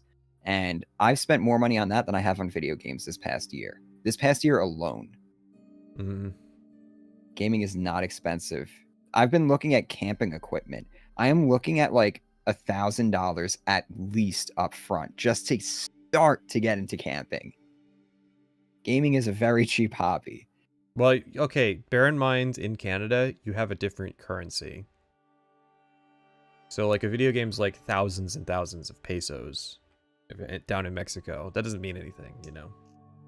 I mean, it does mean something, but, you know, Forex and all that. No, I mean, you're not here to just give away announce your post-release plan, but, like, conceptually, how are you thinking about it, given that this is like a giant universe rather than just a continent, like in Cyrodiil? Is he still asking about the post-release? He's still fucking asking about it. So it's such a roundabout way. Hey, Todd, are you gonna do an expansion for Starfield? Which we already know they are, because they advertise the fucking How much does the highest end PC cost? $7,500. Yeah, the difference though is that like a lot of that's inflated by GPU price, and GPUs are massively like overperforming. Yeah. Because Nvidia was aware that, like, because my dumbass boss in like 2017 spent $2,000 on like the highest end PC because he didn't want to ever have to upgrade again. That's the kind of mentality that that Nvidia is taking advantage of. Right, it's a great question. I mean, look, we're going to be doing a lot of add-on content for Starfield. A lot of add-on content. Ooh. Tell me more. We're gonna be doing a lot of add-on content. Why are we hearing about the stupid Red Dead Redemption thing that didn't mean anything, and we're not hearing about fucking Todd Howard saying there's gonna be a lot of add-ons? Add-ons. You know, like Frostcrag Spire. I wish they would release something as good as Frostcrag Spire. They have an opportunity here with the ships to do some interesting add-ons. Yeah. Just like ship skins. But Creation Club. You gotta let modders sell that stuff. We love doing it. Our fans love it. We will have announced sort of the first one that's gonna we're gonna do a story expansion pack that's gonna be coming. Our plan is to do things of varying sizes, and we've done a lot of that in our previous games. So it's something that we really like doing. Our fans like. So despite the size of the game, there's still things we want to add as far as features in the future and stories and things like. No, Todd, you had a good answer. You kept answering it, and it started. And it started to We sound... have features we want to add. Well, Todd, what? Could you elaborate on that? Is this going to be Skyrim where there's no horse combat at launch? For people who didn't play Skyrim at launch, yes, there was no horse combat until like Dawnguard. At least that was a free edition. At least that was free, right? Yeah. Dragon Riding's a good example of like, I do believe that they didn't really think of that, as weird as that sounds. Yeah. But like, I'm thinking like an optics perspective, why would you ever say features? Say the word features. Like that. Yeah, we're gonna sell people the ability to play on 60 FPS on consoles. We're gonna sell performance mode. They'll add rovers in like 3 years. I'm think that's gonna be Starfield's version of Dragon Riding, where they're gonna hear how much people are gonna fucking bitch in the reviews about the lack of ground vehicles, and that's gonna be like a whole expansion is gonna be built around ground vehicles, and it's gonna be terrible. Maybe. Dragon Riding was pretty fucking terrible. I don't think Dragon Riding ever could have been good. Ground vehicles can be good. I don't know, because it's like, if the world is designed, like if the maps are designed, this is why I want to know how long they really expect people to spend on each map, on each planet. Like it all hinges on the world design. If it is that Oblivion Gate style area where you have a bunch of preset assets that are handcrafted and invisible walls around it, then there won't be any need for ground vehicles, because you can't just drive around the planet if you want. Yeah, it's... Or if it's like you can get in the vehicle, but every objective is like within like walking distance anyways, so you'd be getting in and out of your vehicle constantly, or just like there's no enemies to fight while you're in the vehicle or something like that. Or it is like, that's the problem, is like if they're not putting it in at launch, I'm kind of skeptical about them putting it in later. Not saying they won't, but I'd be very, very skeptical about the final product, that implementation. We think this is going to gain hope. They said that the world gen is too slow to keep up with vehicles. Don't be like just going, well, that's how it was in Skyrim. If they said that, I'd like to know where. Sources. We need those sources. As far as features, and we've done a lot of that in our previous games, so it's something that we really like doing, our fans like. So despite the size of the game, there's still things we want to add as far as features in the future and stories and things like that. So we think this is going to gain, hopefully. That's probably Todd's roughest question in this interview. Yeah. Going to continue. Which is weird, because it's kind of like a softball, honestly. Like, this is a perfect time to just plug your season pass DLCs and collector's editions and stuff. Do you think they'll do a season pass? Those have been out of fashion for a while. And especially with the Fallout 4 one.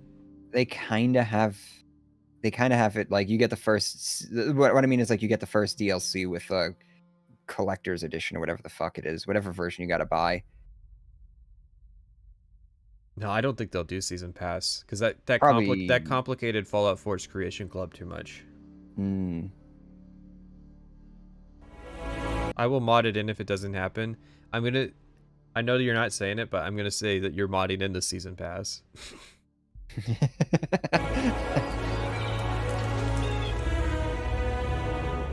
At the end of the direct, we heard from a bunch of folks on your team about their favorite moments that they've had while playing. Can you The ending. I liked when it was over. Todd Howard. I hope people play the main quest. And that leads to other things. That was Will Shen, right? Who said Yes. he liked the ending. That's kind of interesting because your Will Shen says that there's an ending, but Todd Howard is like, no, you can play forever. I think that is going to be one of those like contrast. Will Shen's ending versus Todd Howard's forever. All right, I'm gonna be right back. I could play an ad. Ooh. All right, chat. Tell us how this ad goes.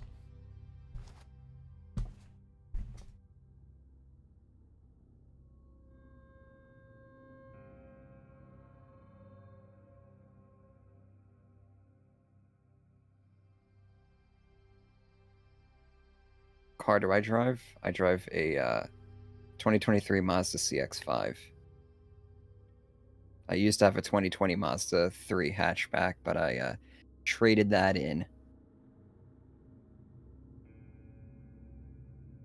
Ad's already over?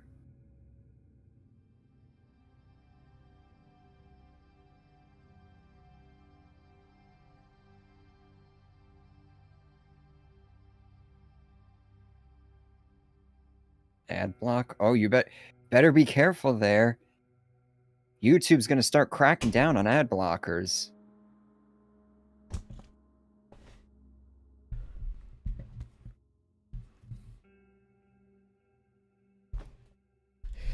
Hey, gang.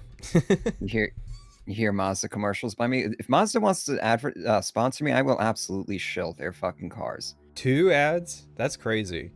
So I hit I gotta go to the bathroom ad now. once, and that you got 2 ads is pretty wild.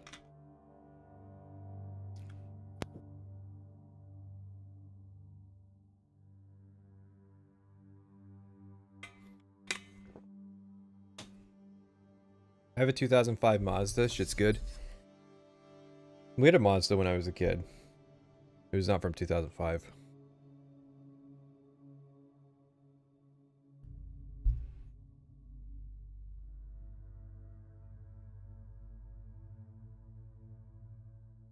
People don't use ad block.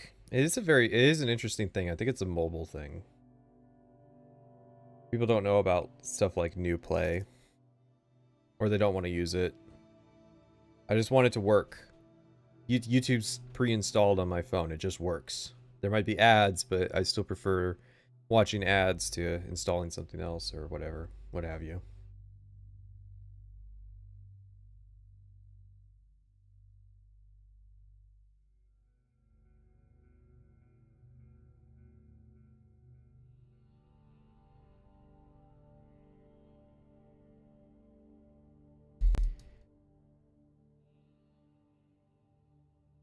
You mean new pipe? I think I do mean new pipe, yeah. YouTube doesn't really make things transparent. I didn't know I could rewind shorts on desktop or mobile, because I've tried before and it failed. How many people did we filter out because an ad played?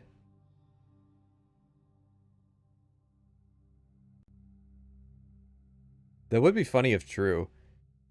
I streamed for like 3 hours and 48 minutes, and then because I went to the bathroom and played an ad, lost like 70 people. That is funny.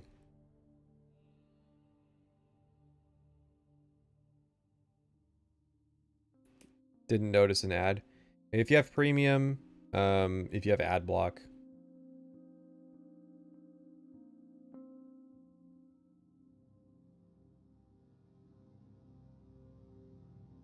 Well, I'm just thinking like sometimes, you know, I don't want to have a stream where I have like 5,000 viewers, and you might be like, why? Don't you want to have a lot of big viewership? The problem with having a big viewership is that chat starts to move at such a pace that I can't keep up with it. And then, so if I have a button in my studio that lets me get rid of a bunch of people, yeah. I don't even care if I get paid from the ad.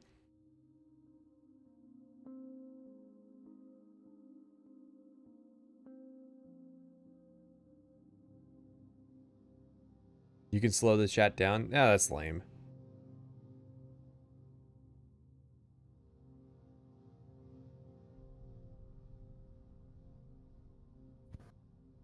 going on in here? They're telling me about slow mode, even though I think that filtering viewers out to keep the stream small scale is superior. Slow mode for chat? Yeah. Don't you want to be one of the hardened elite, the people that stick through it? Who ride or die? What, chat's getting too fast? No. Okay, so we went down like 50 viewers when the ad played. Oh. So I have to wonder if there was like 50 people who like on principle left. No, so see, this is why you see this a lot with streamers in general. People will watch until there's a natural break into something, and then they see an ad and like, all right, sweet, I can stop watching now. Like I can finally break away, and then they can come back later, especially on YouTube because it remembers where you last were watching and everything. So those people are probably just waiting for an opportunity to get out. I don't see it as an issue. I see it as a feature. Yeah. You're telling me I can dump, if my chat's getting too fast, I can dump a bunch of the audience, keep the heart, keep the heart and make money as a result. Yeah. Paint me a specific picture of a memorable moment for a character that you've rolled that you've been playing in recent months, like some.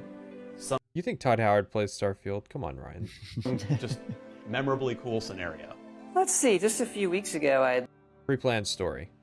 Yep. Pre-planned story inbound. If somebody asks me to tell a story, landed on one of the early planets, and this sandstorm blew through, and I went to run away from it. And this, ships can randomly they can randomly land, like enemy ships can land. So I'm going through the sandstorm, the ship landed, and so like it. Okay. There's intel. There's intel. Enemy ambushes from orbit. Yeah, I mean, it's a Radiant event. It's just a Radiant event. The Radiant event has decided that this pre-planned landing spot is going to have a bunch of pirates show up and attack you. Also, sandstorm? I mean, that's just weather. Is this going to be like, are we talking Skyrim storms? Or are we talking like a real sandstorm? Like sandpaper, it's going to rip your fucking skin off. Sandstorm. Like Mars level sandstorms. I mean, they did Fallout 4 in 76. They could probably do real weather. True. That'd be cool to see. Environmental hazards? Do you think, because during the rad storms you would get irradiated? Yeah, we haven't seen what the replacement for the rad system is. Yeah. We saw like a glimpse of some kind of soreness from a post-fight, but I'm thinking there's got to be some mechanic that they have, some kind of like survival light mechanic that gates you from like circumnavigating the planet. Yeah. Like I figured that would be like the oxygen meter, but that doesn't seem to be how it works. Or they were on God mode, so their oxygen didn't drain. But I get in this firefight, and I got on the ship, and while I'm shooting the guys on the surface of the planet, the ship took off into space. So, bug report. No, this sounds like a Radiant event. So here.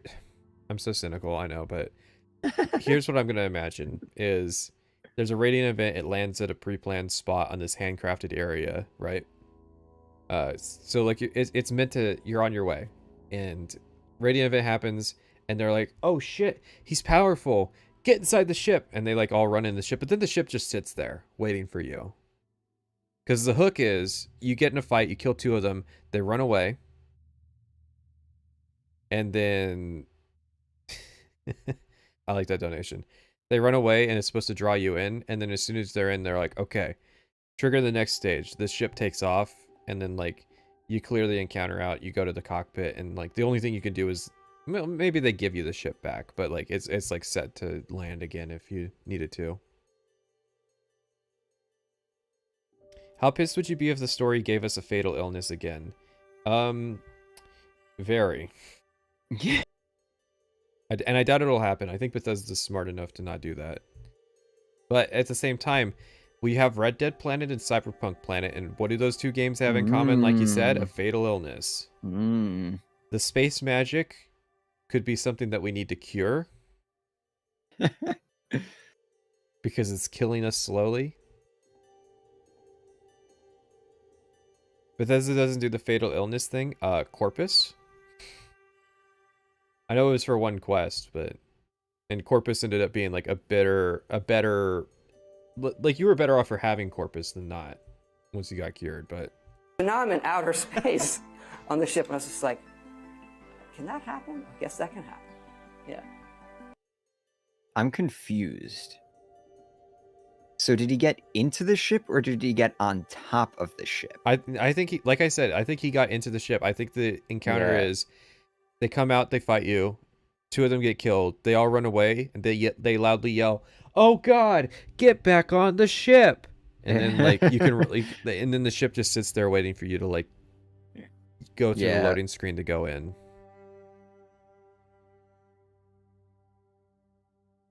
Maybe like eventually it'll take off, but the window is very generous. Yeah. One of my favorite. No questions, no follow-ups, nothing about that story made you go thinking. Moments from Oblivion, which I've told you many times is my favorite game of yours. That's. Oh, Ryan confirmed. Oblivion boomer. Oblivion babby. Yeah. What is it this week? Is it boomer or baby? I said baby yesterday, so. It's boomer today. His favorite would be Oblivion. The one Kindred that I have the spirit. most positive memories with was my randomly first. finding a unicorn in the That forest. is a very, yes, you can. Okay, there's a lot you can read into this because the unicorn event is not random. It's actually in a preset place every time.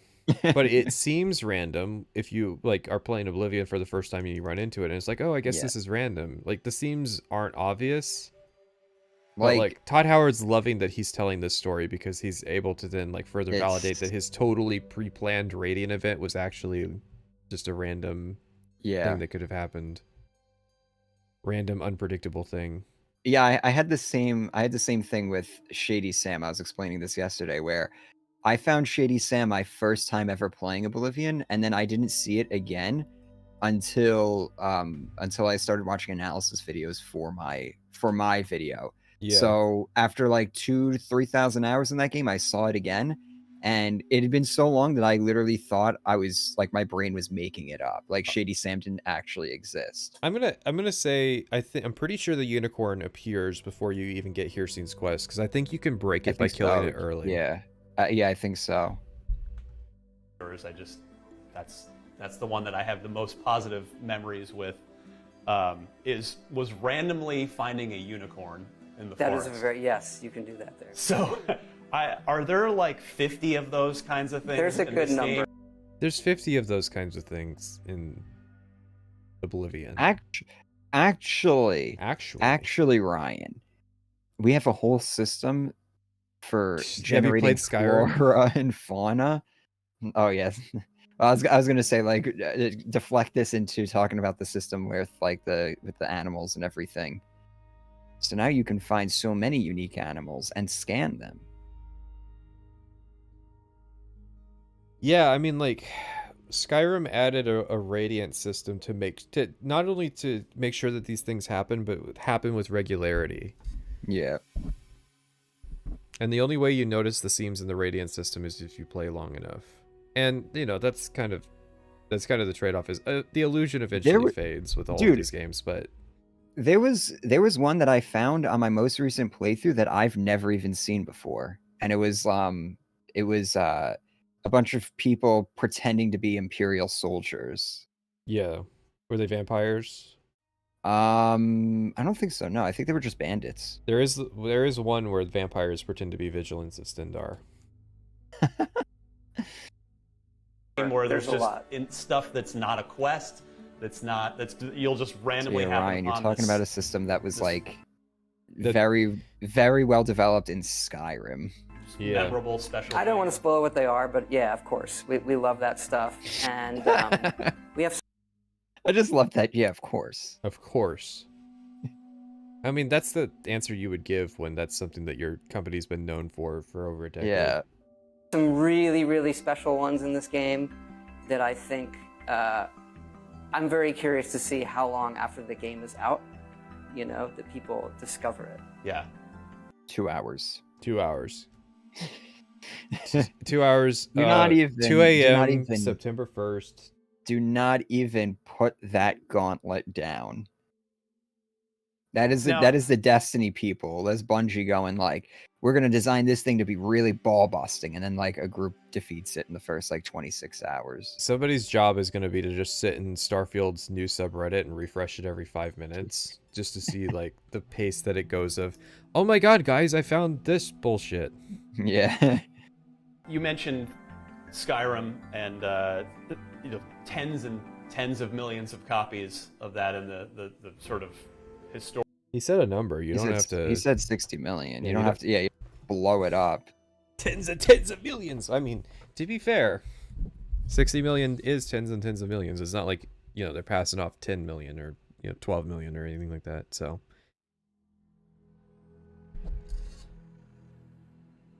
Oh yeah, there is a unicorn encounter in Skyrim, but I don't think that you can encounter the unicorn before triggering the quest. That's ironic. Historic runaway train that thing's been.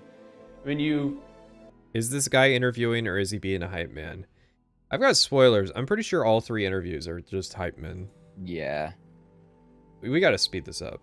When Todd Howard graces you with his presence, you got to meet him halfway, right? Yeah, you got to give Todd what he wants, or you get Pete Hines. You probably can't count on that level of success again necessarily. So what does success look like for you with this game?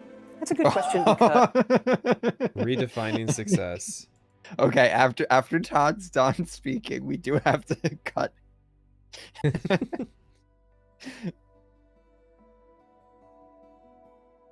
I'm very curious what is Todd's definition of success? Because with Game Pass, we're obviously going to be bringing in, probably the...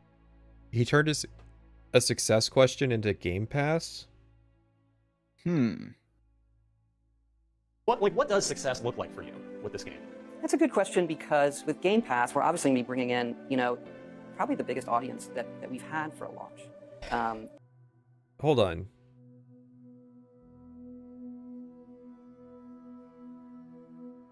Woof. Starfield Game Pass at launch? Yeah.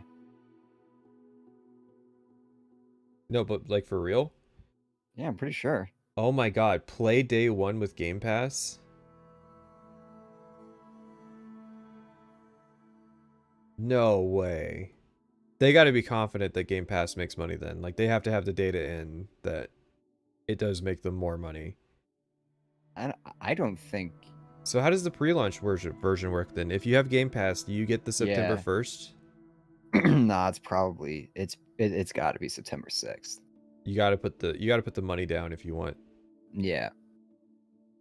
Okay, yeah, standard edition is included with Game Pass. So all the Game Pass people... Yeah, but okay. How does that not lose the money? Who? Bethesda? Bethesda's probably just getting a fat fucking check from Microsoft. So Microsoft is going to comp them the sales? Okay, I mean, this is a $70 video game, and you're telling me that I can day one it on... What is Game Pass? $10?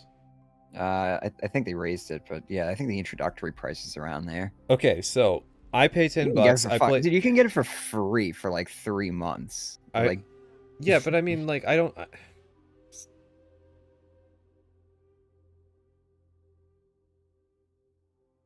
This is not just a I don't understand how Game Pass works boomer moment. This is a I don't understand the specifics of this business model and why they would take a risk with their golden goose. Because they want to puff up the numbers so they can bait more investors. It's all about just taking money from one pot and putting it into another. Yeah, but I mean, Bethesda is going to be like, they can't have their, oh, we made $1 billion in sales headlines if the majority of players are coming in through Game Pass, just because it's statistically cheaper. I don't think Bethesda needs to make those claims. They have to be banking on the money. Somebody said you can pay $40 with Game Pass to get the early access. But they have to be banking on those early access sales to sell it. Because I mean, like, you're going from hey chat, which one's more, $10 or $70? Which one's more? Microsoft gets more if you pay the $10 on account of you stick around, right?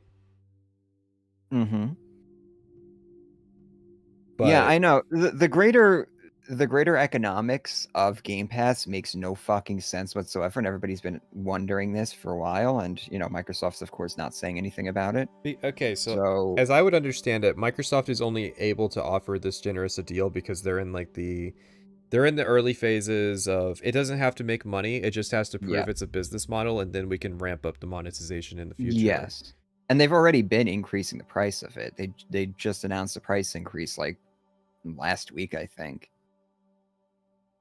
I did not know that that Starfield was going to be on Game Pass. I'm surprised you didn't know that. Yeah, because it's a fucking first party exclusive now. All their first party exclusives are known to be they're all day one Game Pass. But like, the only reason I think that we're getting an Outer Worlds 2 is because Outer Worlds 1 was propped up by Game Pass sales figures that they had no idea how to interpret. So I mean, I'm thinking in 5 years there's going to be a bunch of sequels that don't sell, and a bunch of like game stats people that are just like, we probably shouldn't have trusted those Game Pass numbers. Oh, absolutely. Absolutely. Well, they're probably not even see, if you're smart, you're not even looking at Game Pass, but you're looking at your retention numbers in general. Remember, first you get their trust, then you get their retention, then you get the revenue. Yeah, I mean,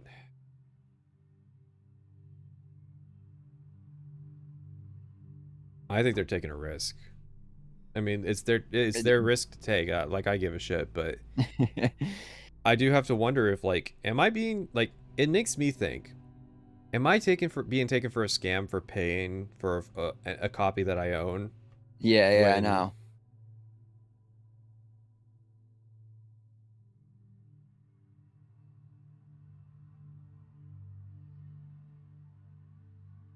And so it just makes you really fortunate to know that you can take these kind of risks with a game like this. And Game Pass lets you take risks. That's not the kind of language I want to hear selling Game Pass. Because that just makes it sound more like a bubble. Are you kidding me? We can take these kinds of risks because the money is effectively infinite. Why is the money infinite? Oh, because Microsoft's footing the bill because Microsoft's the ones taking the risk because they believe in the business model. No, I'm telling you, like the buyout for Bethesda was fucking great. Well, and they basically have a blank check now. This is telling me that, like, okay, what's Game Pass's price? And their position has only gotten stronger because they showed the stuff of they showed Starfield at not E3, and everybody said, "Oh my god, Microsoft is fucking back." Like, it worked. And I'm not I'm not talking their trial price, because you can try for $1. I'm talking their monthly price. Yeah, it's gonna be hard to find that number, I guarantee it. It says $10 for PC. Now, there's different tiers that makes it confusing. Yeah. How much fucking money do I need to pay to get access to Starfield? That's all I want to know. What fucking version of Game Pass do I need? Maybe that's how it works. It's like, you think you're only going to pay $10, but really you end up walking away paying like 20-something. Yeah, because there's a $17 version that's like the ultimate version, and I can totally see that. Xbox Live? Well, if you want it with Xbox Live, then you got to pay $20-something a month. But I mean, you might as well, because you have Xbox Live anyway, right? You're paying for Xbox Live. So the $10 version says you get Xbox Game Studios titles as the same day as release. Okay, so we're talking $10. Okay, right? Can we say that? Okay, $10 for Game Pass, $70 for game. Right. So that means that if Microsoft's footing the bill for each sale, like each projected sale, because this is how the industry works, right? They think a pirated copy is a $70 loss. So they're going to say that a Game Pass copy is a $60 loss because they only paid $10 for access, right? You can't use mods on Game Pass. That would be funny. You do have to use the Xbox thing, which that's like all the more reason to pay the price. Yeah. But yeah. So Microsoft would be comping $60 per copy if they're actually comping Bethesda for the losses. $60 per copy. And you have to bear in mind, more people are going to try Starfield because it's on Game Pass. Yeah.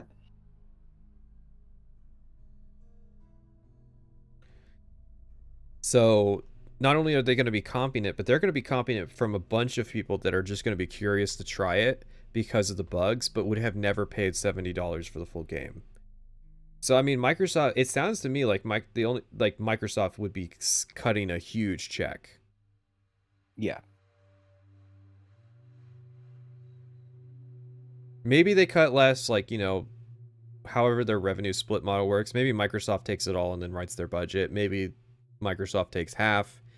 We don't know the back scenes. Yeah, it is so many different like setups they could have. It could also just be like, we're gonna cover your next game completely. Yeah, like, I mean, there's a lot of different ways. Whatever TES 6 is gonna cost, we got it. But even if they're comping them like $30 per copy, like,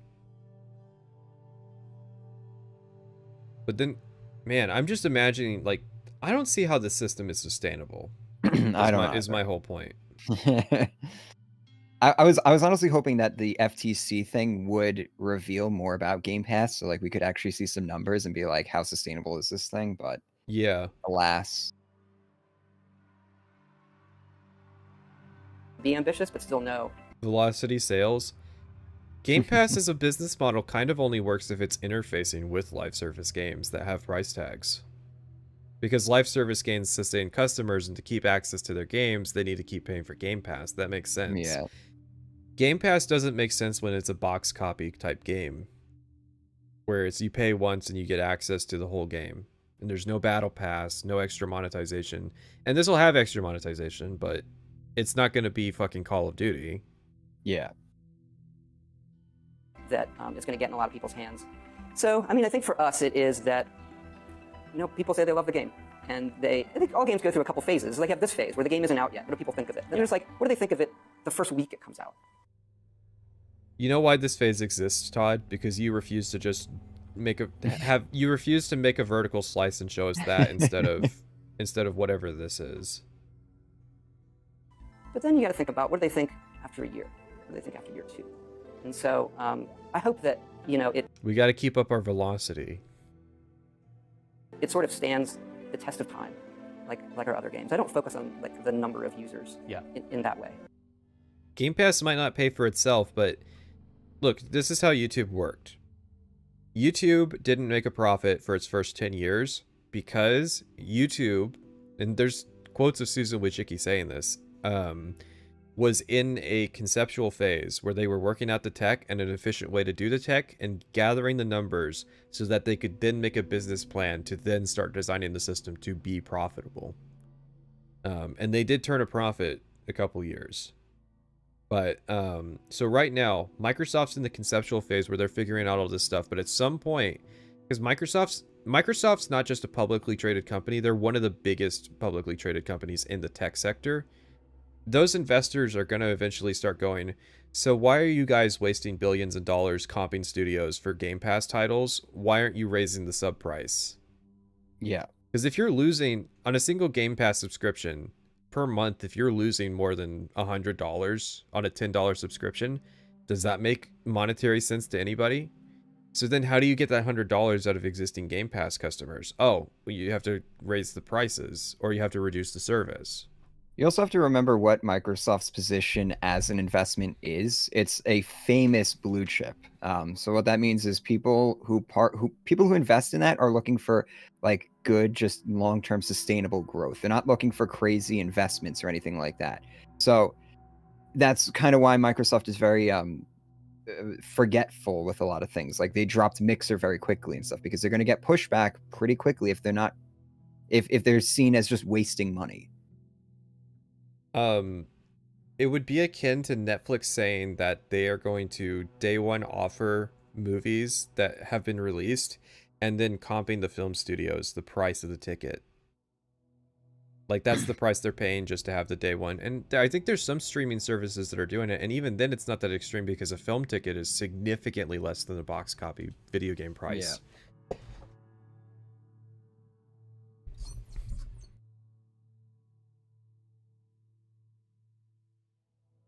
I don't think I'm missing anything by missing that people can pay to get the game later and keep playing without a sub. I'm not talking about a you don't own shit perspective on Game Pass. I'm talking on a I don't understand how this business model stays afloat.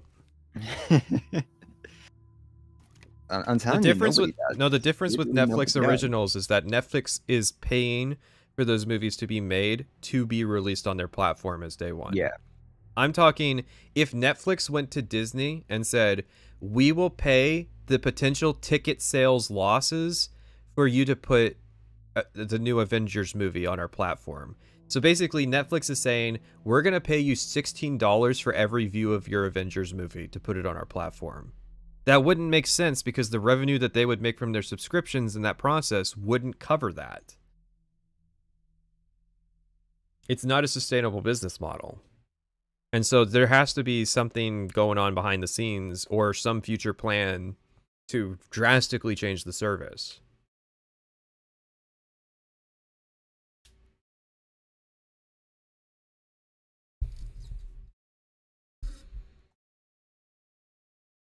I guess you can't really design for a game that will stand the test of time, right? You just have to... You can't design games that stand the test of time? What the fuck are you talking about, Ryan? Oh, wow. Ryan's in that Jason Truman camp of it's all about velocity, it's not about position. You can't make perfect box copy games anymore. It's antiquated. It's out of date. Man, there's entire generations of game developers just fucking burning right now.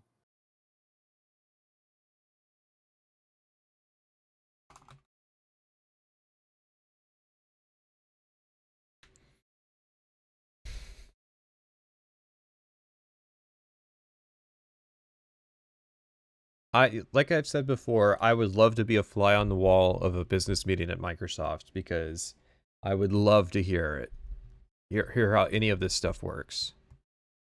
It really sounds like a Federal Reserve type. They're no. Here's the problem, Joseph. Okay, like he said, Ponzi scheme. They don't have to comp the lost $60. They're fine making 10. No, okay. I am Obsidian. I'm publishing a game through Private Division. I'm privately held right now, but my game's going on Game Pass. This metaphor doesn't work because they got bought and then went on Game Pass. But let's say I'm a company that's not owned by Microsoft, but I decide to make a Game Pass deal. Normally, I would sell a game for $60, but for $10, people can access my game. My game doesn't hold people for more than 1 month. It's like a 40-hour experience. People knock it out in less than a month. I only get whatever. I don't even get the full $10, right? Microsoft gets their cut. Other game developers that person who was playing gets their cut. So instead of getting a $60 sale, I'm getting like a fraction of that percentage.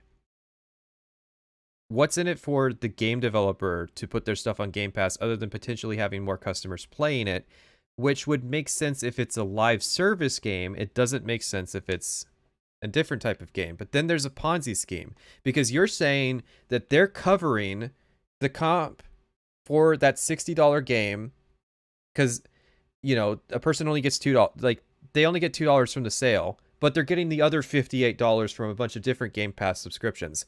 That's called a Ponzi scheme.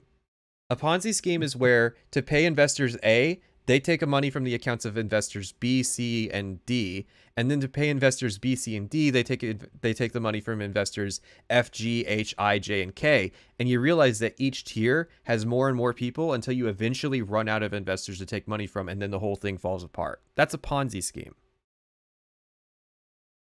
So you can't comp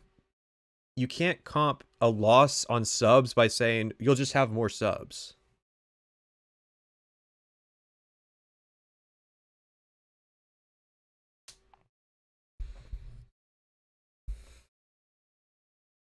So the only way that Game Pass is working right now is that Microsoft is eating the losses.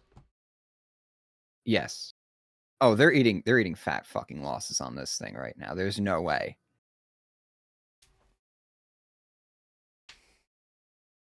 But you know what? losses, see, here's the thing, is that losses aren't necessarily a bad thing for companies because it lowers their profitability. Lower profitability means you're paying less taxes. The only way they could make it work is if the Xbox Game Studio games were covering the comps of the non-Xbox Game Studio games. But then why would your business model be to eat up the entire industry? Like, they're trying to make their market share bigger and bigger. That doesn't make sense if you're trying to then comp the sales on all these non-Microsoft games. You don't comp the loss, you take a tax credit on it. That's a lot of fucking money you're paying for that tax credit. I'm sure there's better loopholes than that. I'd be very curious to see how this works. I'm very curious to see how it all falls apart. I'm curious if the adoption numbers are already like stagnating or lowering. Because I've heard a lot of people who signed up and then they like play for a few months and they just end up canceling it. It's like, yeah, I don't really. It could be that Destiny 2 situation where we're in the like Forsaken expansion stage of Destiny 2, where everything's good. Come back to Destiny 2. They fixed everything. Game Pass is a great deal. You get all this stuff for $10. Are you kidding? I mean, listen, as an audience member, I'm looking at the Game Pass deal right now and I'm saying I get all this stuff for $10, a bunch of games that I'm not going to play for more than a month, but I pay a fraction of the price that I normally would, and I don't care if I don't own it because, you know, something like Fallout 76 I might not ever pick up again. So, and we played Fallout 76 for 2 months, right? I mean, I only paid $10 for it because I got it on sale. That kind of puts another wrench in the metaphor. But look, as a consumer, from a consumer perspective, Game Pass makes a shit ton of sense why you would do it. And that's the whole point. This is the trust. This is the trust building part of it. Let me explain to you who it actually makes sense for. Parents. Yes. Yeah. You get a family plan and stuff like this. You're so good. Yeah, my parents would have loved if Game Pass was around. And you know who's not going to notice when they're paying more for a service? Parents. Yeah. Yeah. You're assuming the Xbox game division is a large portion of Microsoft. I mean, what's that have to do with it? It's a pretty decent size at this point, actually. It's a pretty decent size, but are you implying that they're taking money from the non-Xbox game division to help cover the price of the cost of Game Pass on their end? So, like, but here's the thing is, what happened after Forsaken's expansion? They built that trust back up, and then they started focusing on their retention. So they're going to make the service really good, but they're going to start turning up the heat and getting that revenue out. They're going to do something. We had Game Pass. It was just called Blockbuster. We had Game Pass. It was called Gamefly. Actually, I think they're still around. Game rentals were in a really rough state when I was a teenager. But I hope that it works out. That is very true. You do the absolute best that you can do. Again, the whole team is just, we have really poured ourselves in this one over a lot of years. And, you know, you cross your fingers, you do everything you can. There are systems you can design and say, hey, look, this system is going to work over a long-term play, over hundreds of hours, like a character system, versus, yeah, after 30, you've burned through everything. That's certainly not the case here. Clearly. Emergency clarification. You will not be burning through the ship combat in just 30 hours. Not based on what I've seen so far. The 1,000 planets number is the big one that you've been throwing out. What's the ratio of the like procedurally generated stuff to the handcrafted stuff? Well, the planets themselves, the landscape's, you know, pretty much all procedural. We kind of make these large, like, think like kilometer-sized. That's what I said. Okay. I mean, we all could have guessed the planets are procedural. That makes sense. That's kind of necessary. Yep. They're not going to handcraft even 3 planets. Tiles we've generated, and those get kind of wrapped around the planet. As far as handcrafted content, more than any game we've done. I've stopped giving out numbers, but when did you give out numbers? Did you ever give out a number in an interview, or did you only ever give out numbers behind closed doors?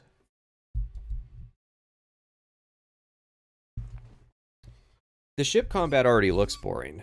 Did he say that each tile is 1,000 is a kilometer?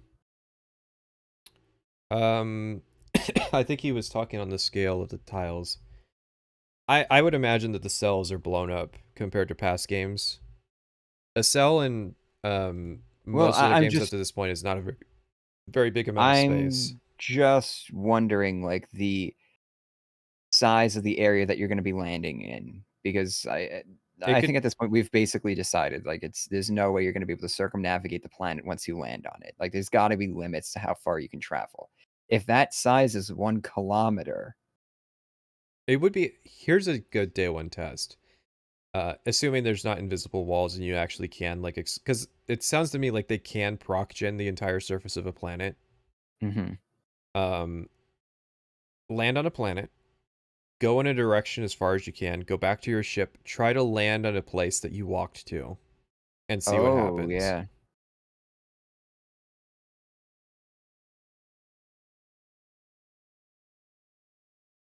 You know, just in the dialogue, it's more than Skyrim and Fallout 4 combined, just in dialogue, right? So as we get into locations and art and everything, we've done more of it than we've ever done. Wow.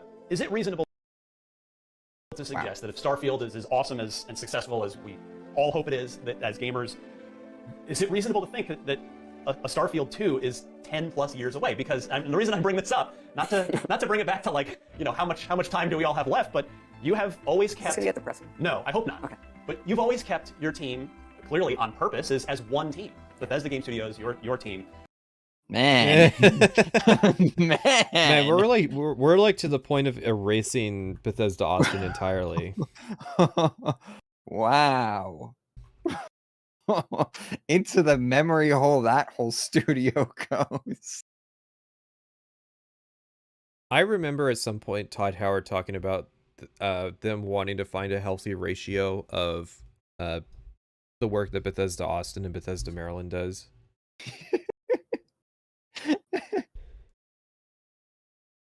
But yeah, this is like Bethesda Austin slander. Like the Austin team really is like the Fall Guys. Yeah. I have to wonder what, like, so Bethesda Maryland has like a great retention rate for their employees. I have to wonder if Austin is Austin like a revolving door. Yeah.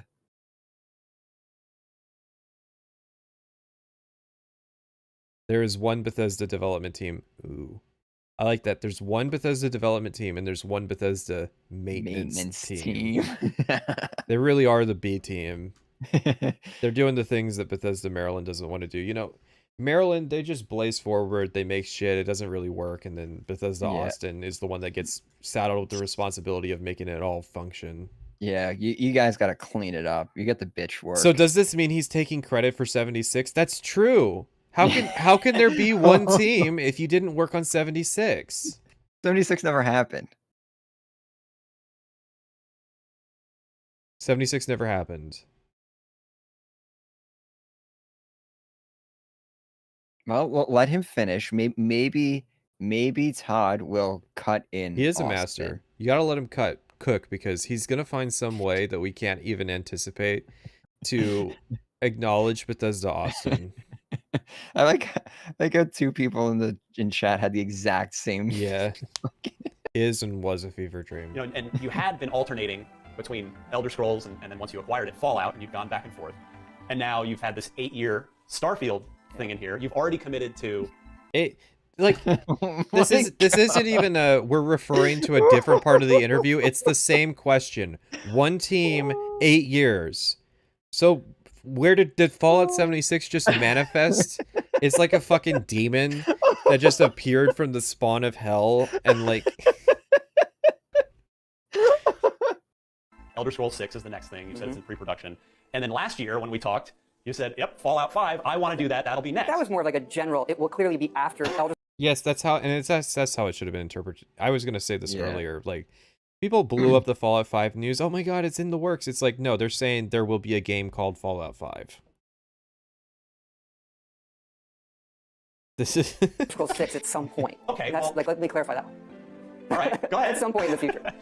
But like Elder Scrolls 6 is the next one. Yeah, but if he's sidestepping the team question by like that was well, but Ryan did a great job of giving him enough leeway that he could just sidestep that whole thing. Yeah, he almost got nailed down for 76 because you can't have worked on Starfield for 8 years and only be one Bethesda. It's like It's like Ryan grabs the fishing net and just cuts off the bottom every single time. Yeah. Yeah, he is bad at catching Todd Howard, which I mean, that's probably the only way you can get multiple interviews with him. That's kind of the sad part. I have to wonder if Todd Howard would do a Jeff Keighley interview today. I feel like they have like a good enough rapport that like Jeff Keighley. Oh no, he did. He with Elon Musk. Oh yeah. Never mind. I think Keighley would put the kids gloves on with Todd. They're probably like friends, honestly. Mm-hmm. Access Media. Yeah, I mean, if Starfield's awesome and you want to do another one, and the team wants to do another one, and the company wants another one, it sounds like it's probably going to be a while. I don't have a great answer for you there. It's an astute observation. I mean, I'm not trying to get to unveil the roadmap. Like I'm just because again, you've. It's an astute observation. You've almost got him. Yeah. And Ryan's like, oh god, I got to give him an out. Kept your team small. You have to date not like grown a second team within the studio unless you have, and that's. Well, wait. Whoa. Hold on. Let it finish. Let him cook. We have what I would call, a full-size group team on 76 still. Right. Todd, how does this work? Wait. Hold on. This is post. Phone. This is post. This is post 011 taking over. As far as we are aware, by this point, by the time he's giving this interview, there is not a single person at Bethesda Austin still working on 76. Yeah, that happened when we were playing in January. Was it January or was it like December? No. It was March of 2022 is when they announced that 011 was coming in. Yeah, and by the time Nuka Worlds, when we were playing, they were mostly in control of the whole thing. So like not even this year. Yes. Not even this year, but he's saying they still have a full-size group working on 76. What's their name, Todd? But like this is amazing. You can't get more softball than not nailing the disconnect of we're one Bethesda, but we have a full group on 76. And also I worked on Starfield for 8 years. Man, this got good really fucking fast. Updating that game is doing great, very fortunate. But you're right in that we have. Fallout 76 is doing great. Fallout 76 is doing great. Fallout 76 is doing great. At the time they were doing this interview, I'd also like to mention, at the time they're doing this interview, Fallout 76 on Steam has the lowest concurrent player count it's ever had. As of the time of doing this interview, because they had to do 3 different things to get their player count back up. They had to announce a new DLC, they had to release a new battle pass, and they had to do a 4th of July event. Yeah. Like they had to work hard to get the numbers that they had when I was playing. And that's just because the event that they're doing for 4th of July is a one-off thing that has powerful equipment in it. Which has less on Steam? I can answer that easily. Halo Infinite. That's how embarrassing Halo Infinite's downfall is that it has less players on Steam than 76. A free-to-play game. Yeah. This is going great, Todd. We've gotten bigger. We have 4 studios. We have the one in Rockville, we have Montreal, we have Austin, we have Dallas. He said it! 4? There's 2 more now? Wait. He said 4? He said 4. Rockford, Austin, Dallas, Montreal. There's 4 Bethesdas now? Let him cook. Right. Updating that game is doing great, very fortunate. But you're right in that we have gotten bigger. We have 4 studios. We have the one in Rockville, we have Montreal, we have Austin, we have Dallas. We have got Montreal and Dallas. There's 4. Where is ZeniMax Online located? You think that he's saying that other studios? Let's look this up. Bethesda, Montreal. Yeah, this is real. Really? We're hiring. Okay. I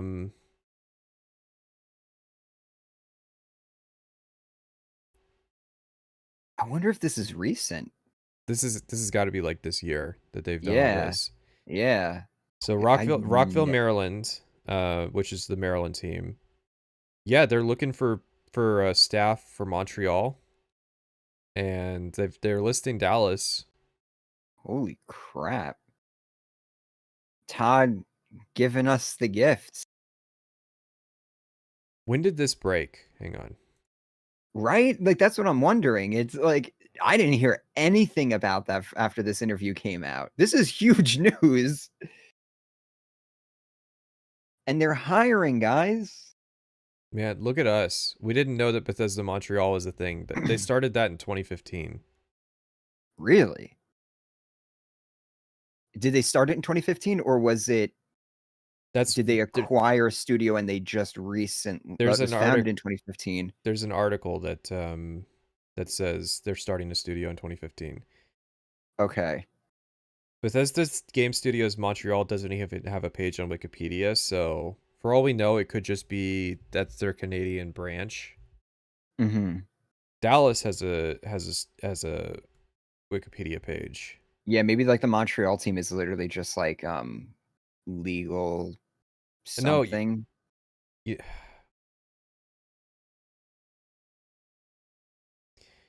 yeah, these are just like outlying studios that are handling like bitch work, basically. This is interesting because it still doesn't make sense because he said there's one Bethesda, but now there's 4 teams. Well, you know, we all work so well together that it really does feel like it's just one team.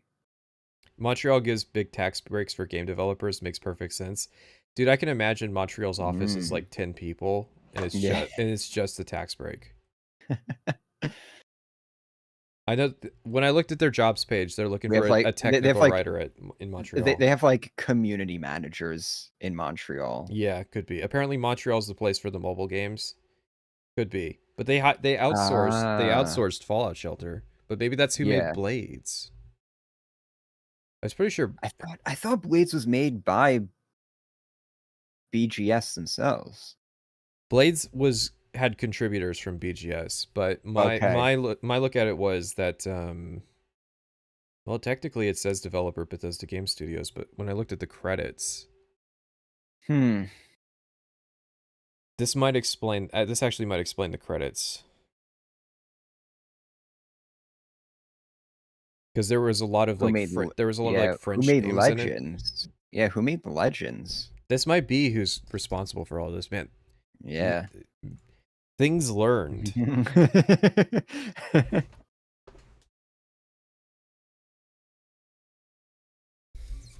But still, this doesn't make any sense, Todd. Gotten bigger to handle all this. We work with a lot of partners on stuff. Well, I know they worked with partners because I saw partners listed on Blades and Shelter. Yeah. But that doesn't speed things up necessarily, right? It doesn't. Having a bigger studio doesn't speed things up. To a degree, because of like manager scaling, but like I don't buy it. If you've got a satellite studio that can do your bitch work for you, that should speed up. Yeah, because like what slowed down Fallout 4 was having to do Skyrim DLC. Unless they're just using their satellite studios and just immediately going like, great, now we can do more. Now we can make more assets. Now we can make more detailed assets and stuff like that. That could also be the thing.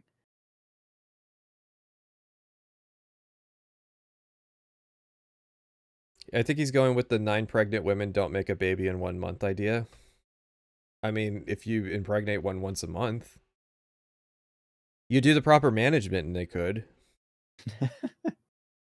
You need a certain size. We're relatively small comparatively. Right. No, you're not. You have 400 fucking employees. Yeah, that's pretty. You guys are pretty big. You're only relatively small compared to the like, to like Rockstar. Yeah, the massive studios.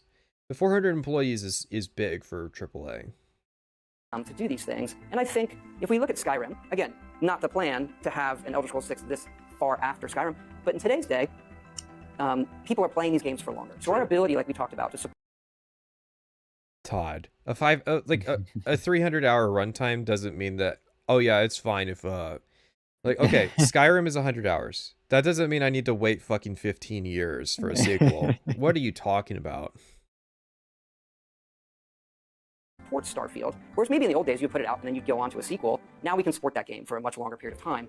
Yeah, you've really supported Skyrim. You've really added to the wealth of content. Which is what our plan is. And then as we look to like an Elder Scrolls 6, that is one where like I probably shouldn't say this. But if I do the math, I'm not getting any younger. How long do people play in Elder Scrolls for? That may be the last one I do. So, Todd's not leaving? Damn. Yeah, it doesn't sound like it. Todd's sticking around. I was hoping that Todd was going to magnum opus this project. I really am not looking forward to the power vacuum when Todd leaves. From an entertainment value, maybe?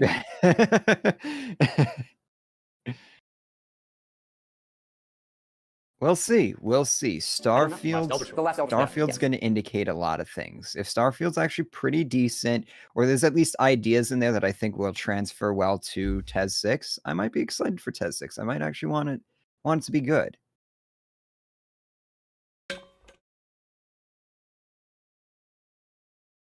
But with what they've shown? Well, listen.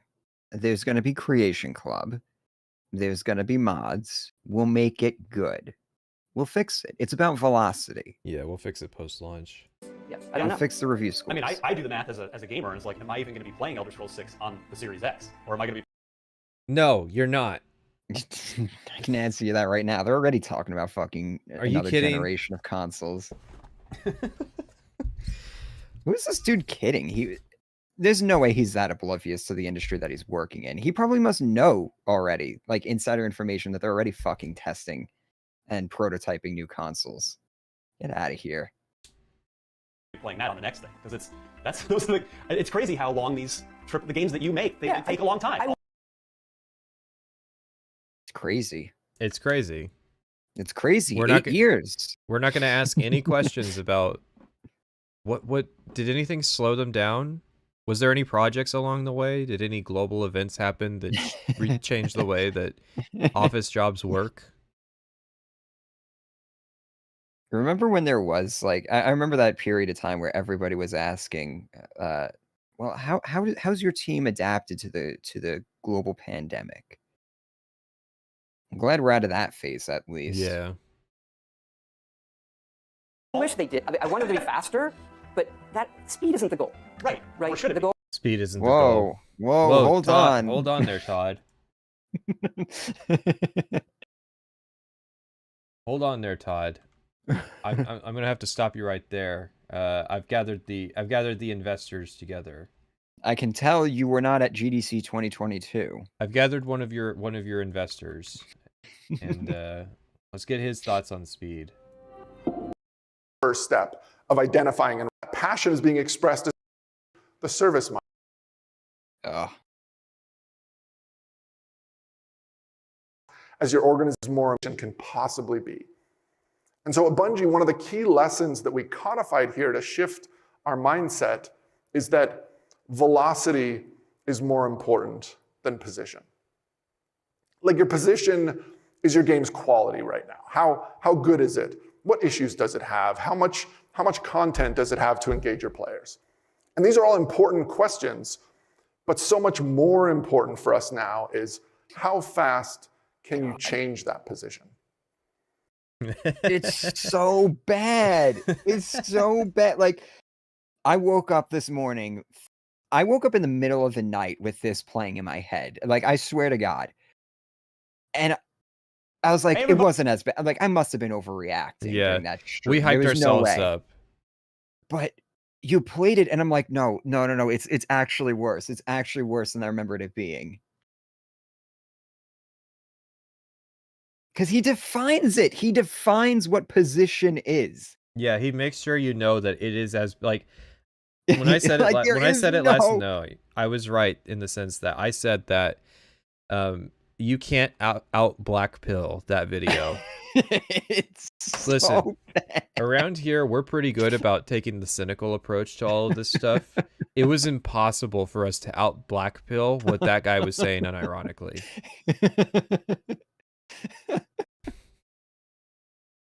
Because it's like he made sure that there was no doubt. There is no cutting or mincing his words. There's no interpretations here. He defines things. He gives you lists. He breaks it down step by step. this is how we emotionally manipulated our audience to get them to buy into our game again. And they hid the comments on that after our God. stream.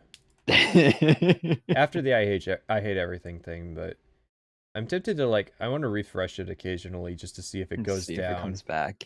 No, if the video goes down. it's up 400 views since last time I looked at the view counter. Oh boy. So it's getting a little velocity. Yeah. For a GDC or an hour-long GDC talk. Yeah. This is good stuff. Right. Or should it the be? goal is, hey, what's the product? What's the vision? How do we do this? And how do we continue to support the ones that we currently have? Because we have millions of people playing Fallout. My vision is to be able to play Elder Scrolls 6 when I'm not in the nursing home. Fallout 4, millions playing 76, Skyrim. So, Whoa. He said it. Another 76 I reference. wish they did. I want them to be faster. This is giving me ammo for the speed isn't Bethesda the goal. underlines. Right. Or should it The be? goal is, 76. hey, what's the product? What's the vision? How do we do this? And how do we continue to support the ones that we currently have? Because we have millions of people playing Fallout 4, millions playing 76, Skyrim. Millions Hold playing on. 76? Hold on. Todd, do Guys, you they're know? they're totally all on Game Pass and Xbox. The Steam charts don't mean anything. That's not the only place that people are playing 76. There's millions of them on Xbox. Todd, do you know that there's a difference between current player count and total account not created? There is a difference. Millions of people playing Fallout. Notice how he mumbled that out? I think he was going to go for Skyrim, and because he said Fallout 4 and 76 was on the mind, I'd love if he said in thousands playing Skyrim.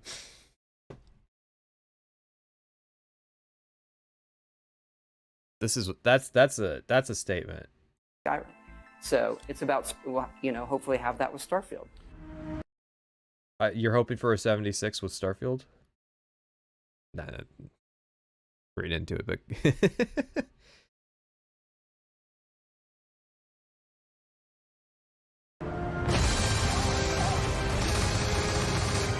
yep, this is gameplay. You had told me last year that you want to direct Fallout 5, that you want that to be your game at some point down the road. If I was him, that wouldn't be me.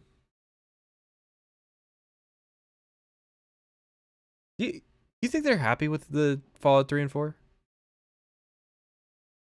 I think so. Are you ever creatively fulfilled with your videos? Me? Yeah. For the most part, yeah. That's interesting. I've rarely been fully creatively fulfilled. I was really creatively fulfilled from my second Skyrim video. The Fallout 76 video was also pretty fulfilling as well. If there's 25,000 people playing Skyrim right now on Steam, that means there's more people playing Skyrim than Fallout 76. Hey, why aren't we doing the whole Game Pass bullshit with Skyrim? Yeah. I could actually believe there's millions of people playing Skyrim. Yeah. Maybe not concurrently, but in the course of a Over the given course month. of a year?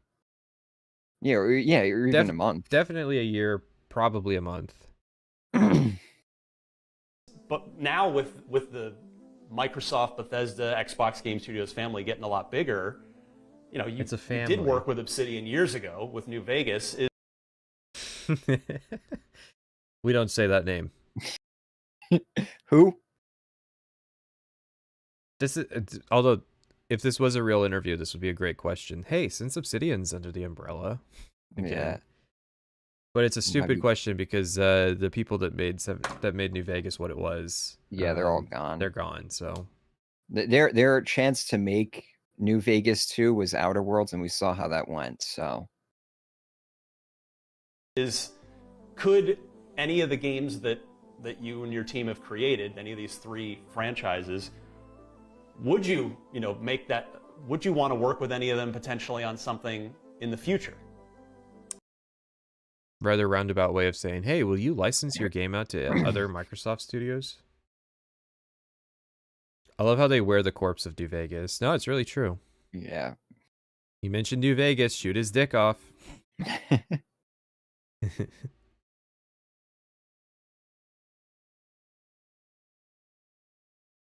No Tim Kaine, no Sawyer, no Avalon. Yeah, no chance of another New Vegas quality game.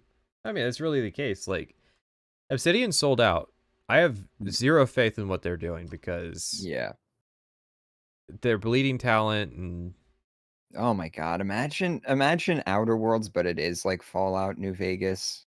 Send this man to the penis explosion chamber and explode his penis immediately. Yeah, we'll do it in we want to do New Orleans, right?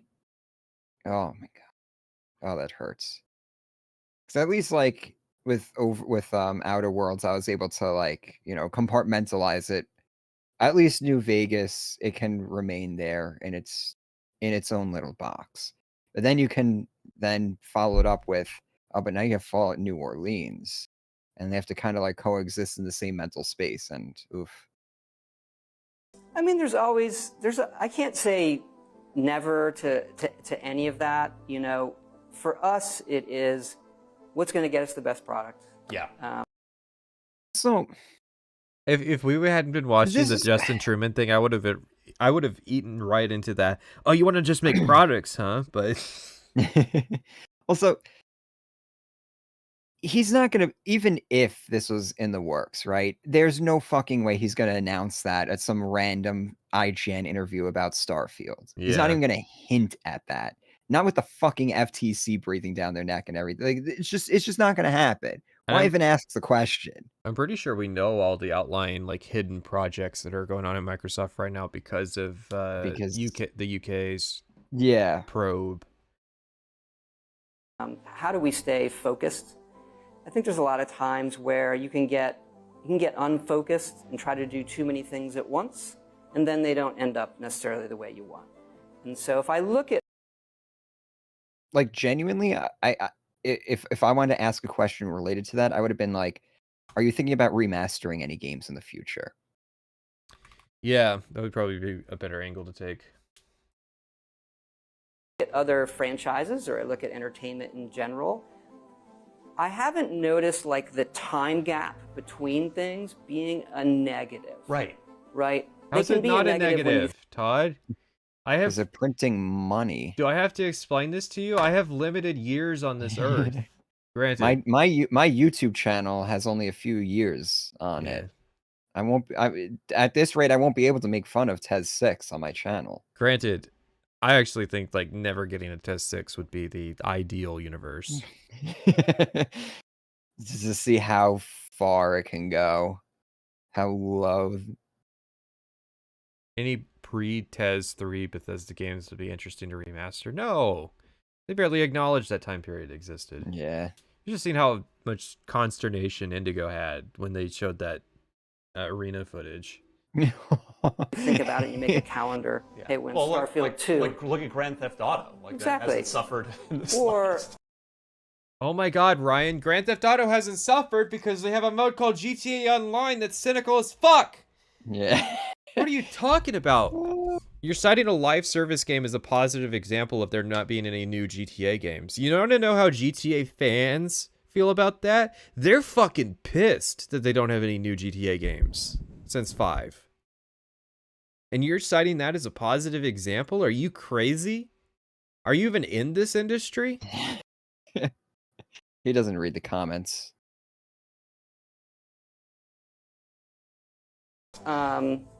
The gaps between, I think Half-Life 3 will do fine. That doesn't mean that Half-Life 3 ran well. I think, listen, if Half-Life 3 ever does happen, I'm going to say flat out, you guys botched that series. You guys set up a sequel that you never led to. And taking this, they're not taking their time because they're doing it right. They're taking their time because the project's a fucking non-starter in a lot of ways. Yeah.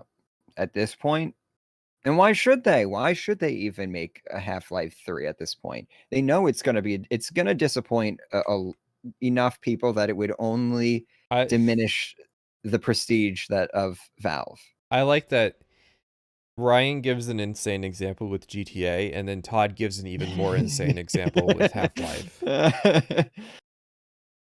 He's like, "Oh, okay, we're gonna break into the stratosphere. All right, sweet. Here, let me just completely warp this out of perspective then." Mm-hmm. right? So, so even though in the moment you're like, how do I bring that closer to reality today? Because I want to play it.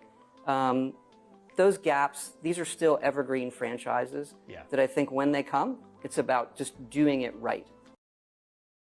Yeah, it happens when it happens. I mean, that's true, but like the way I see it is the best thing for Bethesda is that they need to split up. Yeah. Emil loves Fallout. Don't ever put Emil on another Elder Scrolls game. I don't think he likes doing it. I don't think he wants to do it. I think Emil likes doing Fallout.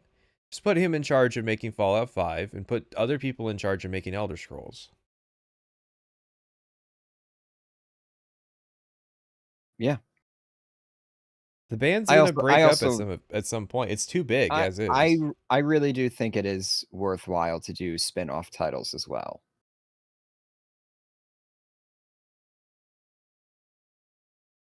And I'm not talking about ESO. I'm not talking about fucking Fallout 76. I mean, like another Fallout movie. Okay, so here's the choice. Either we have Emil keep ruining Fallout as he already has and do no damage, or we give Emil Elder Scrolls so he can run that one into the ground too. Yeah, well, that's what we as gamers want to hear too, certainly. So Starfield, the topic. I played an hour. It felt like 3 minutes. So I mean, there's an hour that they're showing people. I played an hour. It felt like 3 minutes because of all the loading screens. Hey, everybody. Sorry, I got knocked off of where we were at. Never to any of that, you know. Well, it does all games that they can weave in and out of. I'm digging. So you've got the background. So like, what are you maining right now? Like evergreen this franchises. Is the question. Yeah, I mean, like, if you've got an hour that you could show, why are we not seeing that? Again, it all goes back to that Skyrim showcase. They just showed Todd Howard playing the game from Helgen to the Western Watchtower. And they didn't go in Whiterun. Whiterun probably wasn't finished when they did that demo. They came up with a creative way to give you a vertical slice of what the game is like. It's like in cooking videos when they make a cake and they do that slice and they put the spatula in and they slowly pull it out and you see all the layers. That's what we need to see from Starfield. Instead, we're getting a direct that cuts every 5-10 seconds. Doesn't focus on any one thing, keeps going back and forth, covers a wide array of topics dispassionately, doesn't really hit all the key points that people have concerns about. Is somehow like more and less illuminating than the last showcase. And it's weird too. It's weird too because like they seem so confident in Starfield anyways. So it's like, why not just show us gameplay?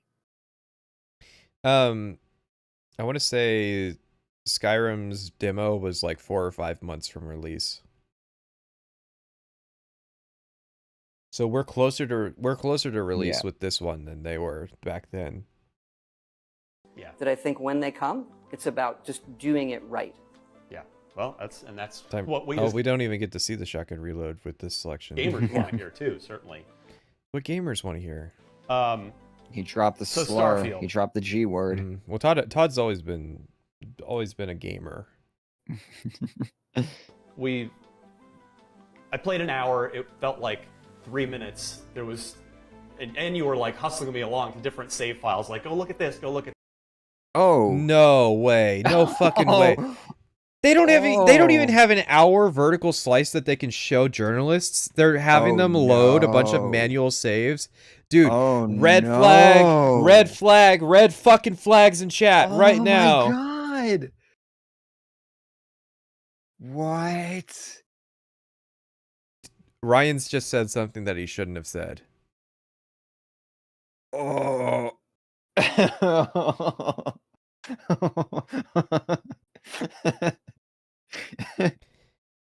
Oh man, dude. That's even worse than just Todd Howard standing up there with a controller playing it for you. That's even worse. You can't even show journalists who would sign an NDA and never say, yeah, the game's in a fucking unplayable state. You can't even show them an hour of uninterrupted gameplay. No, that means he did see a bunch of loading screens. It really did feel like 3 minutes because I kept loading fucking new saves. Ryan, you're getting Pete Hines next time. You fucking blew it. You blew it, kid. You blew it. Dude, there's no way this game launch is going to go smooth. Not if they don't have an hour that they can show people 2 to 3 months from the launch. Oh man, dude, sinking feeling to my stomach right now. This interview's been full of stuff like he's got to be confident to say this. He's got to be confident to say this. Yeah. And it was a mask the entire time. I mean, it's Todd Howard, I know, but like it was a mask the entire time because Ryan's just fucking blown the lid off of it. Woof. And remember, like, this is the IGN guy. Yeah. So it's like if they haven't shown him they haven't shown anyone anything. Nobody's seen a vertical slice of this game, and we are 3 months out from launch. Wow. Oh my God. Is it? Can I redact my statement that this game will not be Fallout 76 at launch? I'd be amazed if it was a Fallout 76, but I would be too. But it's got to be somewhere now between Fallout 4 and Fallout 76 because you said it was going to be a Fallout 4. Yeah. Ooh, man.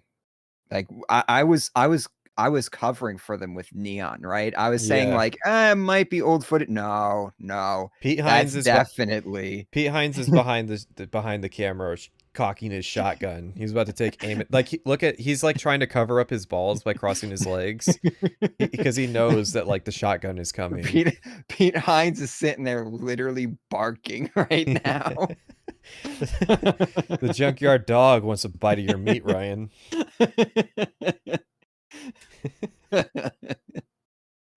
Ryan, secret genius, pretend to be vanilla lowballing softy interviewer with secret proms strapped to his shirt. If he did that intentionally, it would be like a supreme IQ move. Because he fooled everybody. And it would be years in the making, too. That's kind of why I don't believe it. Like, this is too long running for Ryan to, like, intentionally be revealing that the game is not in a showcaseable state. How bad was Skyrim launch? There were bug compilations for Skyrim, but it was more like treated as a fun thing at the time with Skyrim. It wasn't too bad. I played it on 360 at launch, especially post New Vegas. New Vegas was the big like known crashing.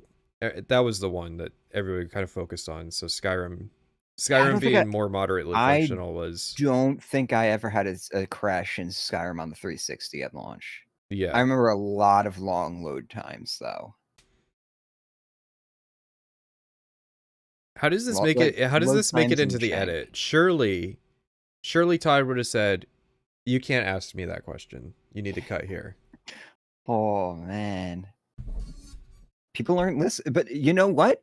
It doesn't fucking matter. I didn't hear a single fucking person talk about this. Yeah, I mean, like, you can call us all kinds of things, and like that we're focusing too much on it. We've caught the good stuff from this interview that nobody was linking me when they were posting this interview on my Starfield channel.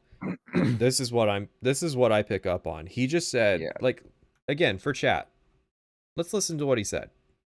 That I think when they come, it's about just doing it right. Yeah, well, that's what we as gamers want to hear too, certainly. So Starfield, I played an hour. It felt like 3 minutes. There was... You know what I'm picking up on? He didn't look at the tablet, first of all. He looked down at his knees, but he didn't look at the tablet. He's flush in the face. Right? Mm-hmm. Something's telling me that, like, he's not on script. Yeah.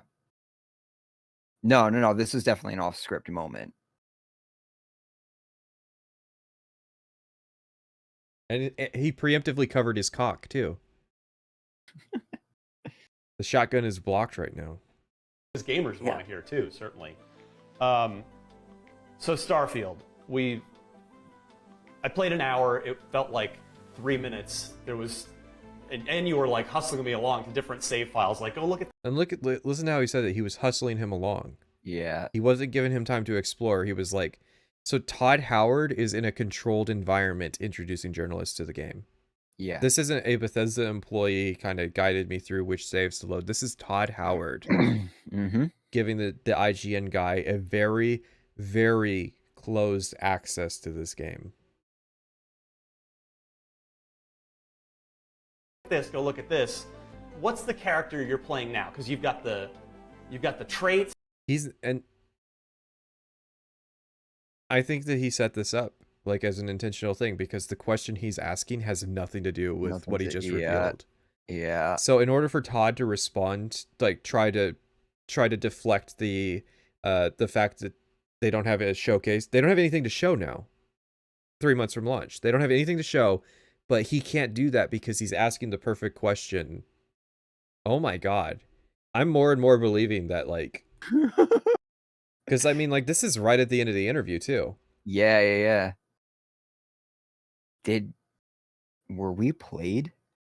Is Mr. Ryan here like actually some fucking 4D master? Yeah, I mean, like, yeah, man.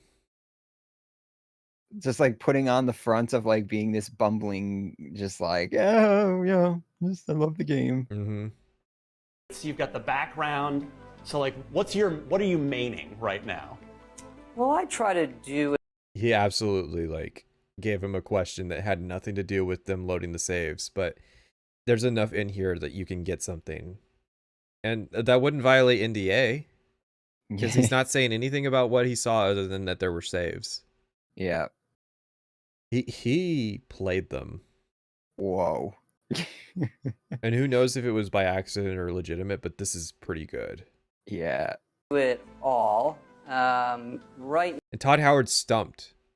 Todd Howard hasn't been this stumped the entire interview because you know that he was like trying in his head doing the damage control. Yeah. On that whole save thing, and all of a sudden, like, Todd Howard, like, at no point in this interview was I given the impression that Todd Howard wouldn't be able to spin a story about what kind of characters he's been playing. That's such a softball question. They load it. He has it loaded in the back of his mind. Like, here's the type of characters that we played. He has like random fucking quotes on standby. Yeah. Ready to go. You know, he caught Todd off guard with this. Yeah. You've got the traits, you've got the background. So like, what are you maining right now? Well, I try to do it all. Right now, I'm digging deep on spaceships. So, I mean, why would it take you that long to think of that? Because he was mentally preparing to respond to the save file thing. Oh my god. Yeah. You could say in some respects, this is like... We already have leaked screenshots of playtests going around, but here's the thing. We have leaked screenshots of playtests. That's true. I showed one earlier. That's porn. I will not post that on stream. Are you sure? Technically it's censored, but it's still porn. This is supposedly a leaked screenshot from a playtest. But that doesn't mean anything, right? Yeah. Yeah, of course there's going to be QA testing, so they're going to be giving this people to playtest. I'm not talking about playtesting. I'm talking about showcasing. Yeah. As in Skyrim, there was the QuakeCon demo, but they also had, definitely with Oblivion, they had booths that they could let you play Oblivion. Now, Oblivion was similar in that Oblivion was a series. The Oblivion showcase was a series of save files that took you through a highly curated thing because they had a bunch of different kind of pieces of tech that they wanted to show. So Oblivion was like that.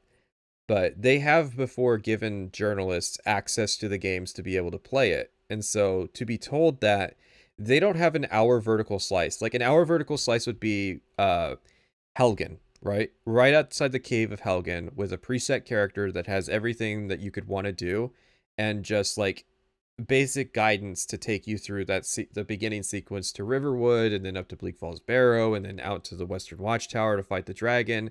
That's a vertical slice. It's an hour showcase, and I think they let journalists play that sequence, right? To say, we've got a series of save files that we would like you to try. Now that's alarming.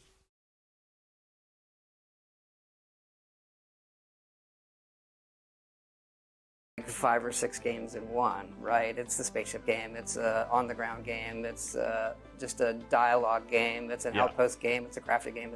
It does all of these things, and so and it always. He's rattled, Chad. I'm telling you, he's rattled. I love the background music as Todd is like, yeah, trying here. We're all friends here, but why is there no vertical slice? How is there porn in a leaked screenshot of Starfield? No, there's porn in my folder where the leaked screenshot of Starfield is downloaded. Because they both came from Twitter. It's tricky for us to get a good game flow where those things don't feel like they're separate games. That they can weave in. That's a big promise, Todd. He's getting back to the script. I can tell he's getting back to the script, but he had to work to get there. He had a voice crack. You had to think about it, like. And he's leaning forward. He's like more intent. And like I'm not gonna be one of those like body language people, but he is staring daggers.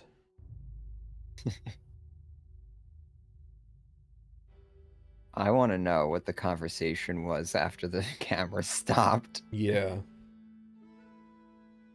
But then why didn't they cut it?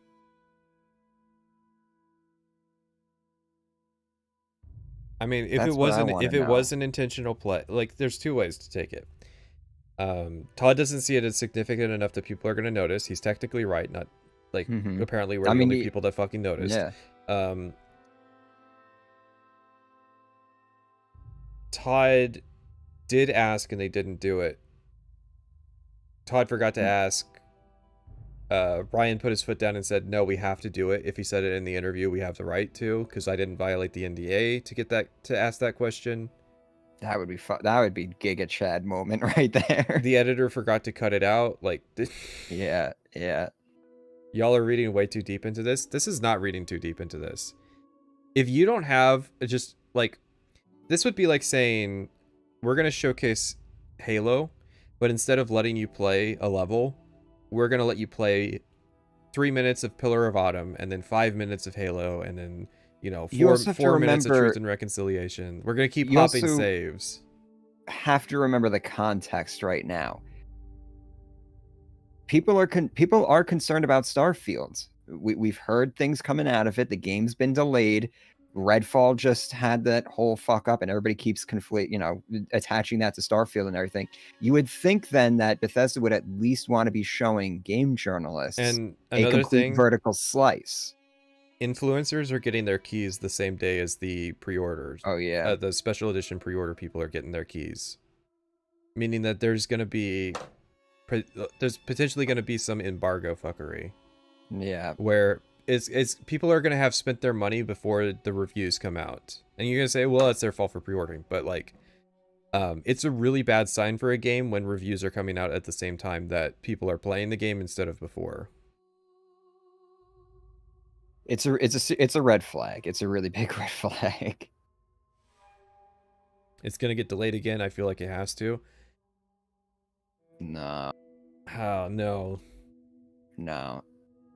I think that they're locked in. Yeah, they're going to get pushed to do September. Cyberpunk's last delay was 5 weeks before its original launch. So it's not impossible, but... How long was that delay, though? Wasn't it like only like another week or two? I think it was a month. Oh, was it? Something like that, yeah. But I think Microsoft has too much writing on this for Bethesda to get flaky. Yeah.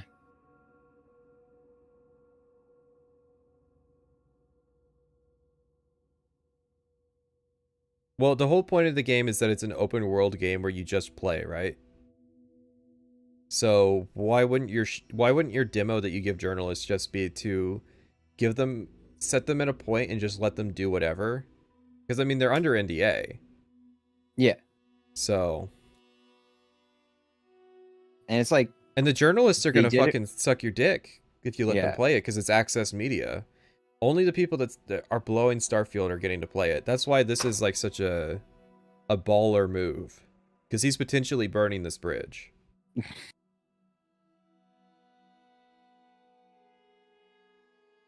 No, I agree. I think people who like go hard in on the, well, you can see from the slight tensing of his neck muscle here that But there is just comparing to how prepared and how much poise he had throughout this whole interview to this one question.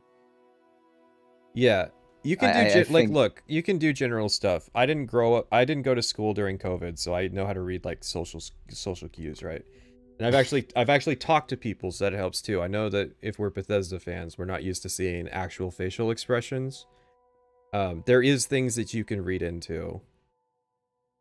It doesn't mean a whole lot. It's not absolute, but there is some like basic body language stuff that's going on that is kind of giving me vibes, you can say. And then from those vibes, you have to then read into what he's saying. And it always is tricky for us to get a good game flow where those things.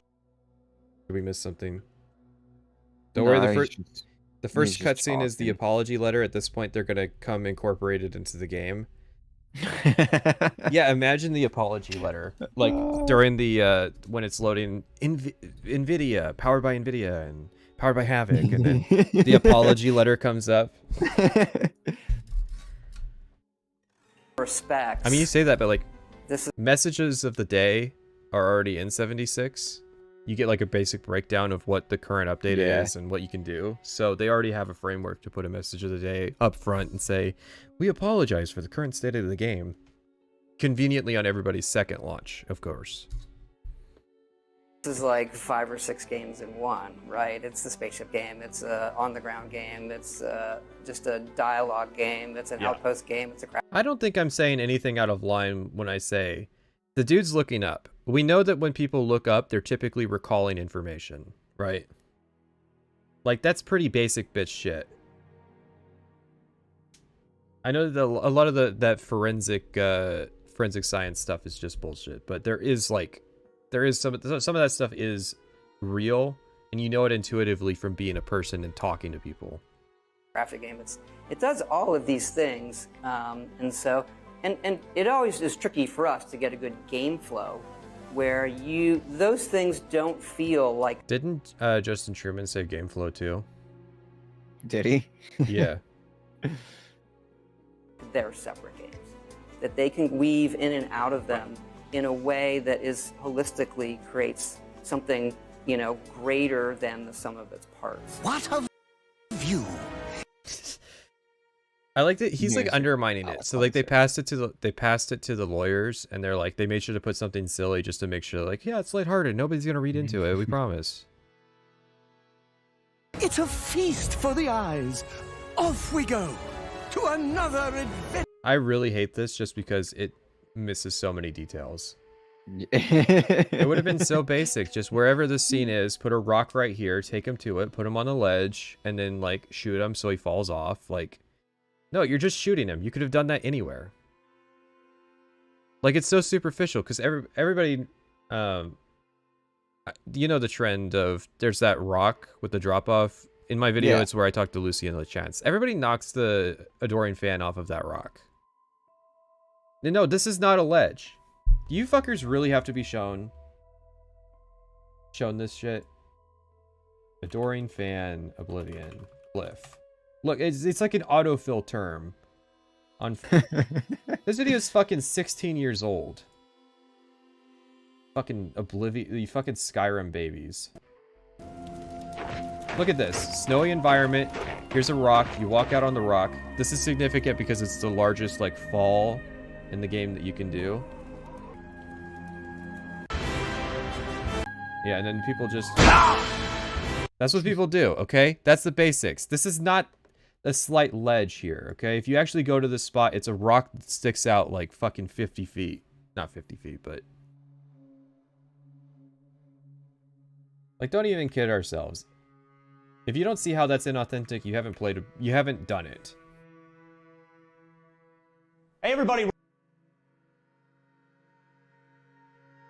That's what pisses me off about it, because like they did it just lazily enough that everybody would go, yeah, that kind of reminds me right of the of what people do. But like, now I gotta go play Oblivion again. Yeah, I remember on the Game adoring Pass. fan. On Game Pass. Spaceship game. It's a on the ground game. It's just a dialogue game. It's an outpost game. It's a crafted game. It does all of these things, and so. And it always is tricky for us to get a good game flow where those things don't feel like they're separate games. That they can weave in and out of them I don't know, in a way man. that is holistically creates something, greater than the sum of its parts. What a view! It's a feast for the eyes. Yeah, Fallout 76 definitely had some good game feel. Yeah. Definitely had some great connecting sinew, as Zarek kept pointing out. It's a hidden message to the fans telling everybody the fans will be so excited by an empty future while Bethesda shoots them in the back. Another adventure. To help contextualize. Also, the red dot, I don't think had a red dot. Greater than the sum of its parts. What a view! Starfield It's is this decade's feast for the Oblivion. eyes. Off Possibly. we go. To I don't know. Oblivion's not that bad. another. All right, we got to slow this down. At least Oblivion had spellcrafting. Oh yeah, it doesn't have a fucking red There's dot. no red dot. This is the key. Everybody's passing this meme around, and then there's this. There's no red dot. Oh my fucking god. Dude, it's worse than you think. Do any of you pay attention? The industry has fallen so far. You fucking It really has. You know that the Starfield fans were watching this shit on TikTok. Just looping it over and over. Dude, the past 2 days have really just like it's really crushed me. It really fucking has. Like, you got the guy at GDC telling everybody step by step how to exploit people via live service games. And you got the adoring fan thing, which doesn't have a fucking red dot site because nobody actually pays attention. Nobody cares. And you got this guy who literally just like subtly drops that. Yeah, there was no vertical slice 3 months out for. You know what I'm betting happened here with this scene? He shot him in the jetpack so that he would do that animation where he goes flying off, which actually would be a pretty legit way to represent it. But then whoever edited it cut it here. I'm betting that's what happened because, like, for no reason, that's why he's aiming for the shoulders, right? He's aiming right at the jetpack. So this has to be the point where you can shoot them to send them flying away. And so originally it was probably shoot him in the jetpack, he goes flying off. It's a hilarious scene, and they cut it short. Man, that would have been, I would have respected that more. They cut it there because the jetpack launch broke. Yeah, and they can only get one take. Hey, they didn't make a hard save before this. Yeah. They were running out of time. He did it broke, and then realized that his hard save was back on the ship, and he'd have to spend 5 minutes walking back out to the middle of nowhere again. It might have been cut because of the shotgun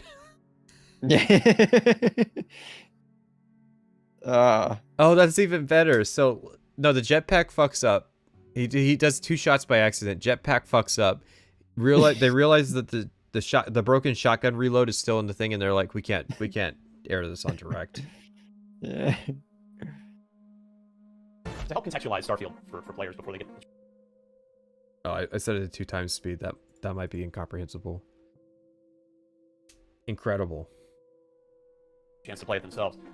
What's the feeling that you try to? I love that they're showing us that stuff because we've noticed more details. We did a 10-hour stream on that, and we started noticing details. Like how I noticed more errors when we watched it on Indigo's thing. Yeah, I was just like, I had nothing to do, so I was just passively watching the watching the direct that he was showing, and just in the background. Like, we weren't even talking about it. Yeah. Give people with Elder Scrolls. What's the feeling that you try to give people with Fallout, and what's the feeling that you try to give players with this? I mean, that's a good question. I would say if you think about you know, Elder Scrolls with a fantasy world. Who would you want to be and what would you want to do? We want to provide that. Yeah. Yeah, Can man, you really that's ask this question. I know that's some high scale like Skyrim trailer footage too. And then Fallout, the same thing in a post-apocalyptic environment. How does that factor into the things you find? How does crafting is very unique in Fallout when it comes to that? Or what's the vibe of the people? What are they sacrificing to stay alive? And then when you get to Starfield and science fiction, same sort of thing where if you were to open it up and you could do anything, how are we providing that experience? And we love exploration, so when you get into a game like this, that's what people say, why do you have 1,000 planets? Because we'd rather give you the option to do that than say no.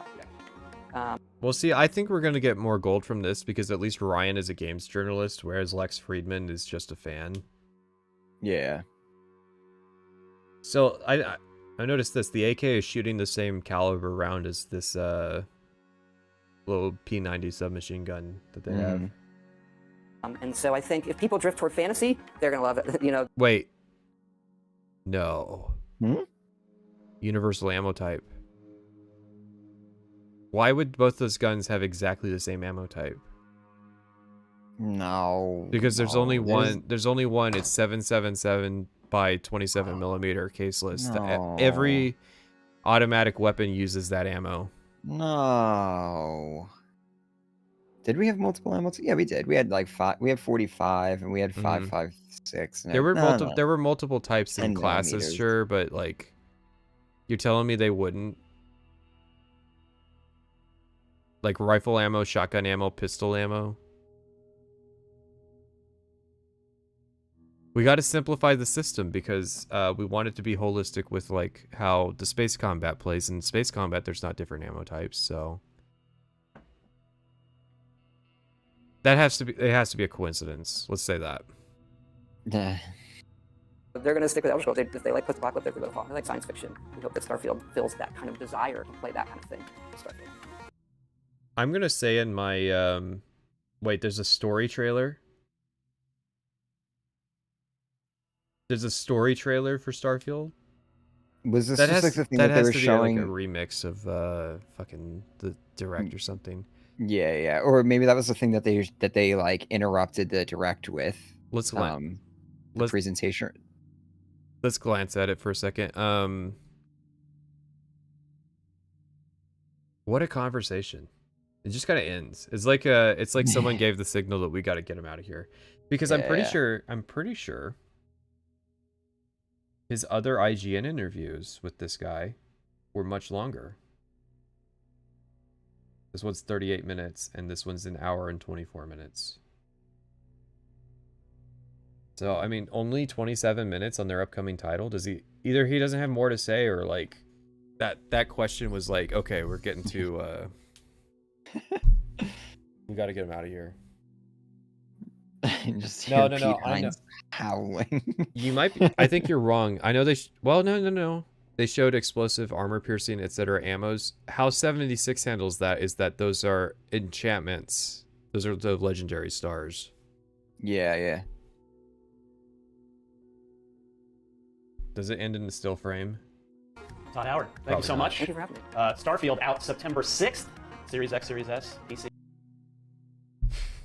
Actually, Ryan, if you pay $80, you get it September 1st. You mean 100? Oh, right, yeah. God damn, really? I gotta fork over $100 for this thing? Yeah, unless you sign up for the key mailer. Fuck that. We're gonna have to do a stream to raise funds for private sessions. Do not donate to me for that cause, though. I'm gonna click on the story trailer and see what happens. Yeah. Okay, it took me to YouTube, which is annoying.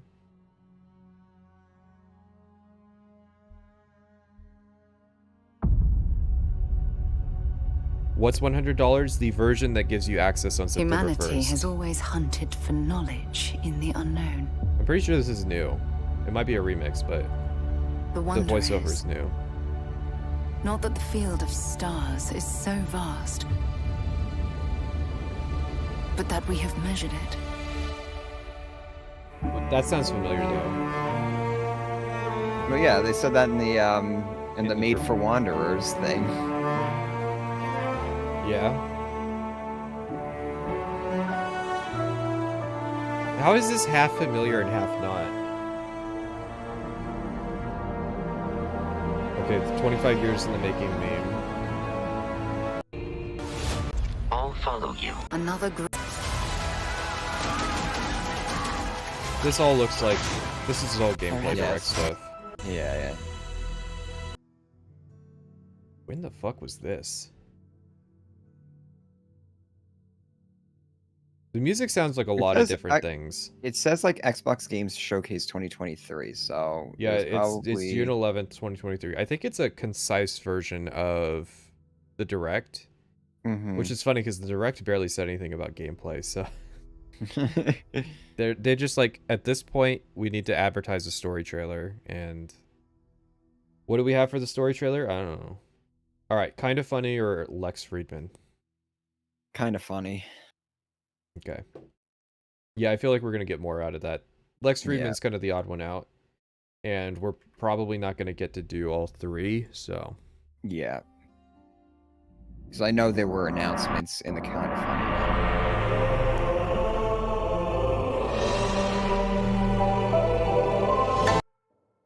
And today, I'm up, everybody, and welcome back to another episode of the Kind of Funny Xcast. Oh, please do not... Please tell me he doesn't talk like this the entire thing.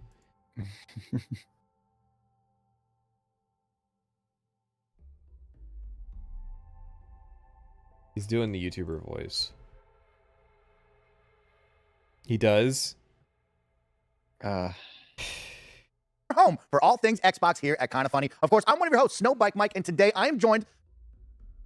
Snowbike Mike? by my two gaming dads back at it again, and one incredible special guest, of course, from Bethesda Game Studios. It's Todd Howard in the building. Todd, I'll start with you because you're our guest. Not in the building, though, because you've got a virtual interview.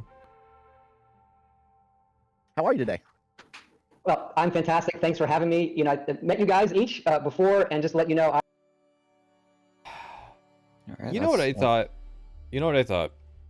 Do you remember the GameSpot interview he did? He like called in to a radio show. That's the level of quality it was. I was thinking like, this is going to be a marketing cycle where every Todd Howard quote that I have is going to be nice and crisp and sound really good. And then like, I'm getting like a webcam microphone. Yeah. Webcam microphone chewed up through Discord. Well, probably not even Discord. They're on Skype. Well, you know, because Microsoft. It's kind of funny. They're a YouTuber outfit. We're not gonna bust out the high production stuff. This is just. Why do you do this interview then? That's what I want to know. I am actually such a huge fan. He's got the control of what you guys do. Stop. He's got the controller. Now his hand's in the way. He's got the controller and the headset on the desk next to him. He's got the Constellation Watch box in the background. He's got the Starfield hoodie. I wonder if he has the watch on. All the time, and love the conversations you have, and couldn't be more excited actually to be here with you all today. Thanks, Todd. And you know, it was. Thanks, Todd. Like that's why he says it like that. Like fucking talk like a normal person. It sounds like you're like making like it sounds like you're disparaging him. Yeah. Like you don't like what he said, so he's like, "Thanks, Todd." Really special over the summer, and I'm sure everybody. I'm gonna quote it just for the meme value of him saying, "Thanks, Todd." Oh look, they got the microphone. They got the Joe Rogan mics. Oh yeah. So I love listening to people who have that because nobody seems to figure out how to get theirs to sound consistent. Yeah. Lord knows mine doesn't sound consistent. Yeah. It's a skill issue thing. Yeah. It's a difficult microphone to work with. I'm gonna be honest. If you're asking me what microphone to get, I will not recommend the Shure SM7B. It is a finicky It's a finicky bitch. Why is he talking like that? Please make the YouTuber go away. Yeah. Here has their own story, but it's awesome to make a memory here. That's what's sad is this is like, I don't know if he's a YouTuber or if he's just a typical journalist, and this is just like somebody I've never heard of. I think, well, Kind of Funny was like a bunch of people from like the industry, and then they broke out. They were related to Rooster Teeth for a while, and they kind of made the rounds and stuff, and they're trying to like break out and do their own thing now. But yeah, a lot of them were like industry insiders for a while. So like this is as close as it gets to Todd Howard doing an interview with a YouTuber, basically. I guess so, yeah. Unless there's some like Fallout cycle interview that was done, which I think there was. But I'm talking specifically Starfield, like big opportunity to talk to a YouTube influencer, but the thing is like Bethesda channels are so brain dead, they wouldn't know what questions to ask him. It wouldn't even be worth their time, honestly. This is why Pete Hines has a job. I'm listening to this on 2x times to catch up, and it's worse. Yeah, because we're on 1.5. On the Kind of Funny Xcast with you, so thank you for your time and hanging out with us. Of course, guys, my gaming dads, I want to kick it off with you two and Todd, because we just celebrated Father's Day. And I want to give a big shout out to my gaming dads out there, because of course, all those gaming dads around the globe, you're incredible. We want to celebrate you this week. And God. Did this come out during Father's Day? No. This was post showcase. Yeah, it's like when you become a father and you're like an influencer, you either go this way or like you take up smoking. I don't know, like fucking Is it too late to pick up the other interview? Guys, let him cook. Let him cook, okay? He could be pulling an even greater move than Ryan. He's lulling us into a false sense of security, and then he's gonna do a pile driver on Todd Howard. And I want to start off, and then Todd, what is one of your favorite gaming dad moments? I'm sure you've had some memorable ones. Gary, I'll start with you. Give me a good one. The first one that popped into my head, and I don't care what the fuck he has to say. I'm sorry. I know this is the dynamic of the show, but I really don't give a shit on hearing these guys' stories. In fact, I don't even care about hearing Todd Howard's gaming dad moment story, because I have no clue what the fuck that means. That's something I'll never forget. This is like the new version of like when you take the training wheels off the kid. Todd Howard's he's in disbelief. Listen, I know you guys don't like when I analyze his face. This is disbelief, okay? I know some of you struggle with this. This man does not believe that he is the third person that is going to get to answer. He's the third wheel on this show. This is a man who's been the most important person in every room he's ever been in. For the past like 10 years. And his mind is blown that he's on this show. This is why they do not talk to YouTubers. Yeah, because YouTubers will treat him like this. Please zoom in on Todd. Dying inside. Do it by themselves. Video game age of that. That's a special one. Yeah. Of course, Todd, gaming dad moments. I mean, you gotta have a special one where you like point at the TV and go. What's up with the playback? Is it like jumping around for you? A little bit. 1.5x too much for Watch Together to handle. We were doing 1.5x on the other interview and it was fine. Please mute all but Todd. God, do I wish I had that option. Let me refresh. Adobe needs to like create a feature where you can like isolate I made that with speakers based on their voices. Mm-hmm. My team, right? Like, is there moments like that? It took me a long time to get my kids to play my games, actually. But some of my fondest memories gaming with my... You know what? You know what I think? As fascinating as it would be, and there's probably some memes in here that I could pull, I really don't need to hear Todd Howard talking about his kids. I'm looking for information on Starfield and like good sound bites about Starfield. And we're like 6 hours into this stream, so yeah, you're gonna have to forgive me here. I'm gonna fucking load this video up behind the scenes, and I'm gonna open the transcript, and I'm gonna Control F star.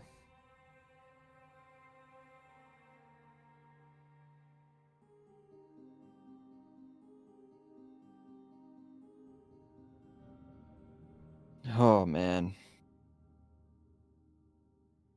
I really didn't expect it to be this bad. I mean, I was half expecting Greg Miller to be on this, so I'm already disappointed. They have chapters on their YouTube version. I can use... Oh, nice. Okay, so they have like a... This is the Father's Day section. Okay. So if we skip to 5 so minutes, 46 seconds... All right, so with that context, it's a lot less cringe. I really thought like he was doing a bit where he's just calling everybody gamer dads. Mm-hmm.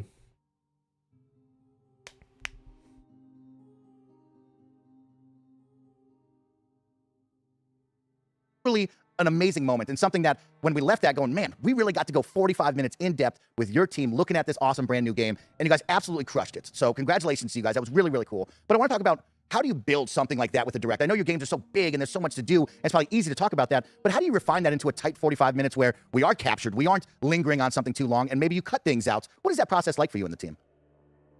You think he has any clue how they edited that? This question sucks. You know, it takes a lot of time. We've been fortunate enough to be able to give a lot of cool demos over the years going back. Fallout 4 was always a highlight for us to do that. We did a decent-sized Starfield demo last year at, I'll say, E3, the Xbox showcase. And I think at that time, maybe it was 12, 13 minutes for Starfield at the end. That had been the longest demo. It was 15 minutes, but, you know, nitpicking. That Xbox had shown and got a great response. Going into it this year, we knew, hey, we want to give everybody a really deep dive look at the game and what's the best way to do that. And so we're really fortunate, I think, to have that opportunity to do that kind of following the Xbox showcase with Starfield Direct. And the response really was incredible. You know, hearing so many people and the feedback, everybody kind of rooting for us and loving what we've shown. You never know, right? We're heads down here in the studio, and it had been a while since... Heads down because fucking Phil Spencer's walking around with a shotgun. Redfall! Redfall! You fuckers! Do not embarrass me. I'm taking enough shit as it is. I have to fucking get in front of the FTC next week. God fucking damn it. Yeah, man is getting rammed from every angle. He's not gonna have it from Bethesda. We had really come out with that much stuff. You never know how people are going to react. It's a new IP. It's incredibly ambitious. We're taking a lot of risks. So really happy with the response. It's a lot of fuel to us here. I will say the thing that actually makes me most proud of it is by doing it in that format, we could highlight a lot of people on the team that fans don't know or haven't seen before. And look, there are hundreds more that we couldn't show in it, and sort of their passion for the project. They've all put so much into this game, and we just hope people love it as much as we do. Todd, if there's hundreds of people working on this sequence. There's hundreds of people working on this game. Why is it taking 8 years to make Starfield? How many teams is that, Todd?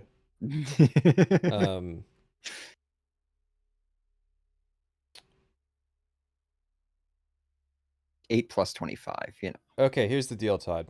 I'll make this deal with you. You could have shown us a 30-minute vertical slice. Take off from one planet, get a quest, do the quest, etc. Show us loading screens and how quests work and all that. And really, because it's a well-rounded thing, it's holistic. Everything's supposed to bleed into each other, so there really should be a good system where planet to quest to outpost, right?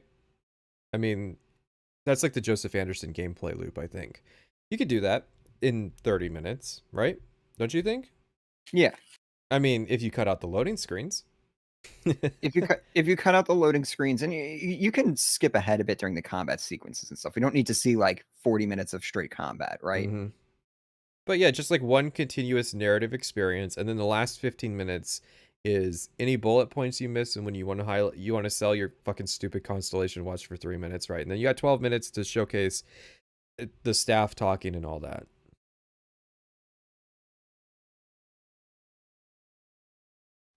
So Todd, first and foremost, thank you for coming on the show. Dude, we're fucking like 7 minutes in. You're still thanking him?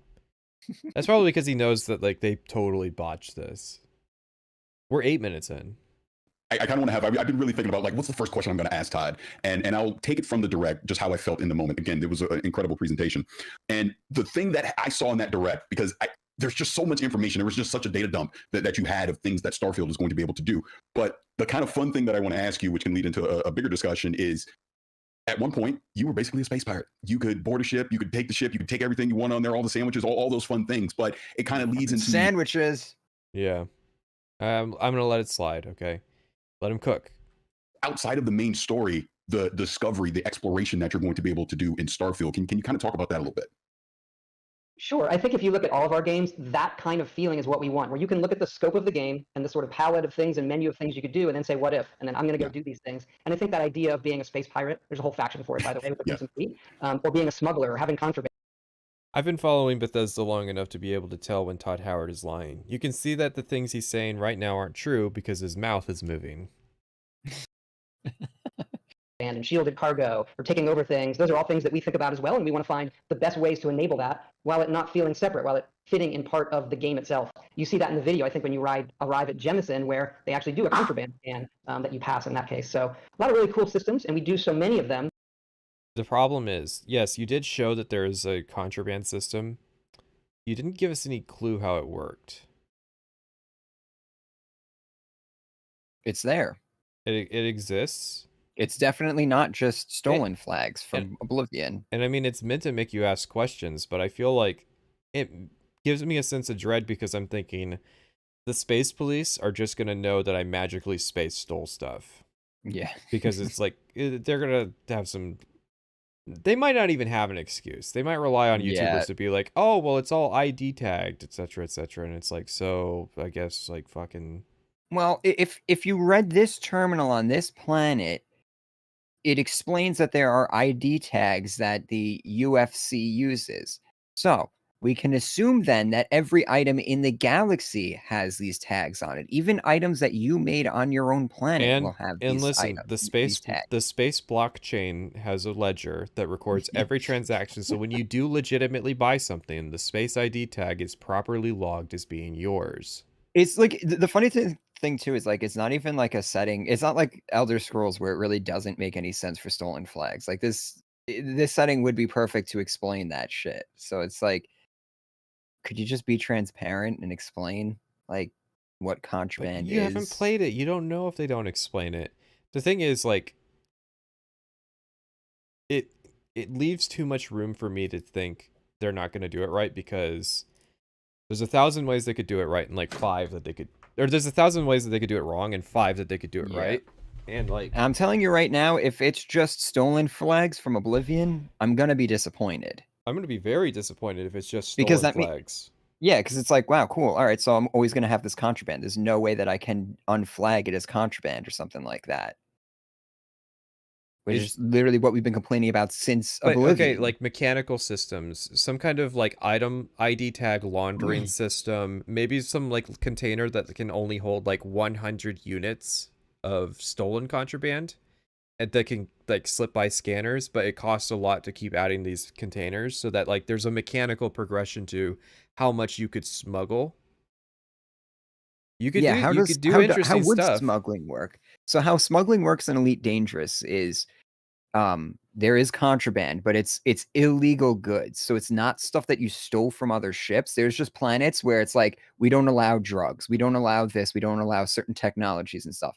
And the way you have to get past the scans, because this is how they figure it out, you'll get ships that can scan you, or when you're trying to go into a space station, they'll scan you. So you have to do certain things, like you can make your ship go silent. So you like basically shut everything down and you just drift.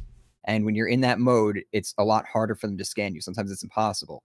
But it makes it a lot harder to fly your ship. So it's like, it then requires you to become really good at flying your ship without propulsion.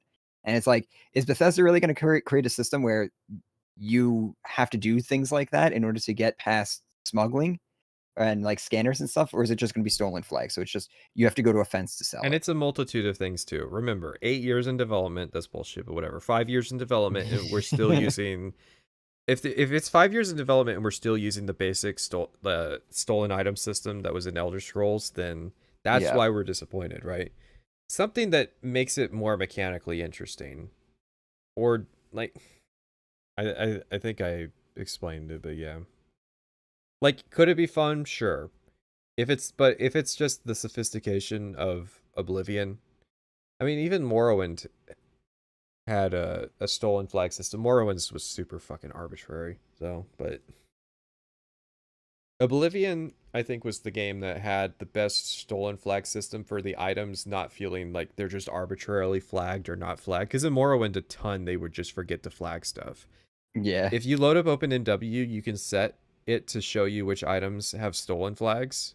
And you can see how much stuff is just not flag stolen. Like, you can, there's a ton of stuff you can straight up steal that you would never have guessed without that system. So yeah, like in the census office, isn't like some of the stuff stolen flags and some of them isn't? The deal in the census office is there's a scripting where the stolen flag gets like washed off because it's specifically scripted to not send you to jail, just to give you a warning and to take the item away. But when the item's not in your inventory, it like washes the flag. Oh, okay. So you just pick up the platter, drop the platter, talk to the guard, and then the platter's no longer flag stolen. Ah, all right, all right.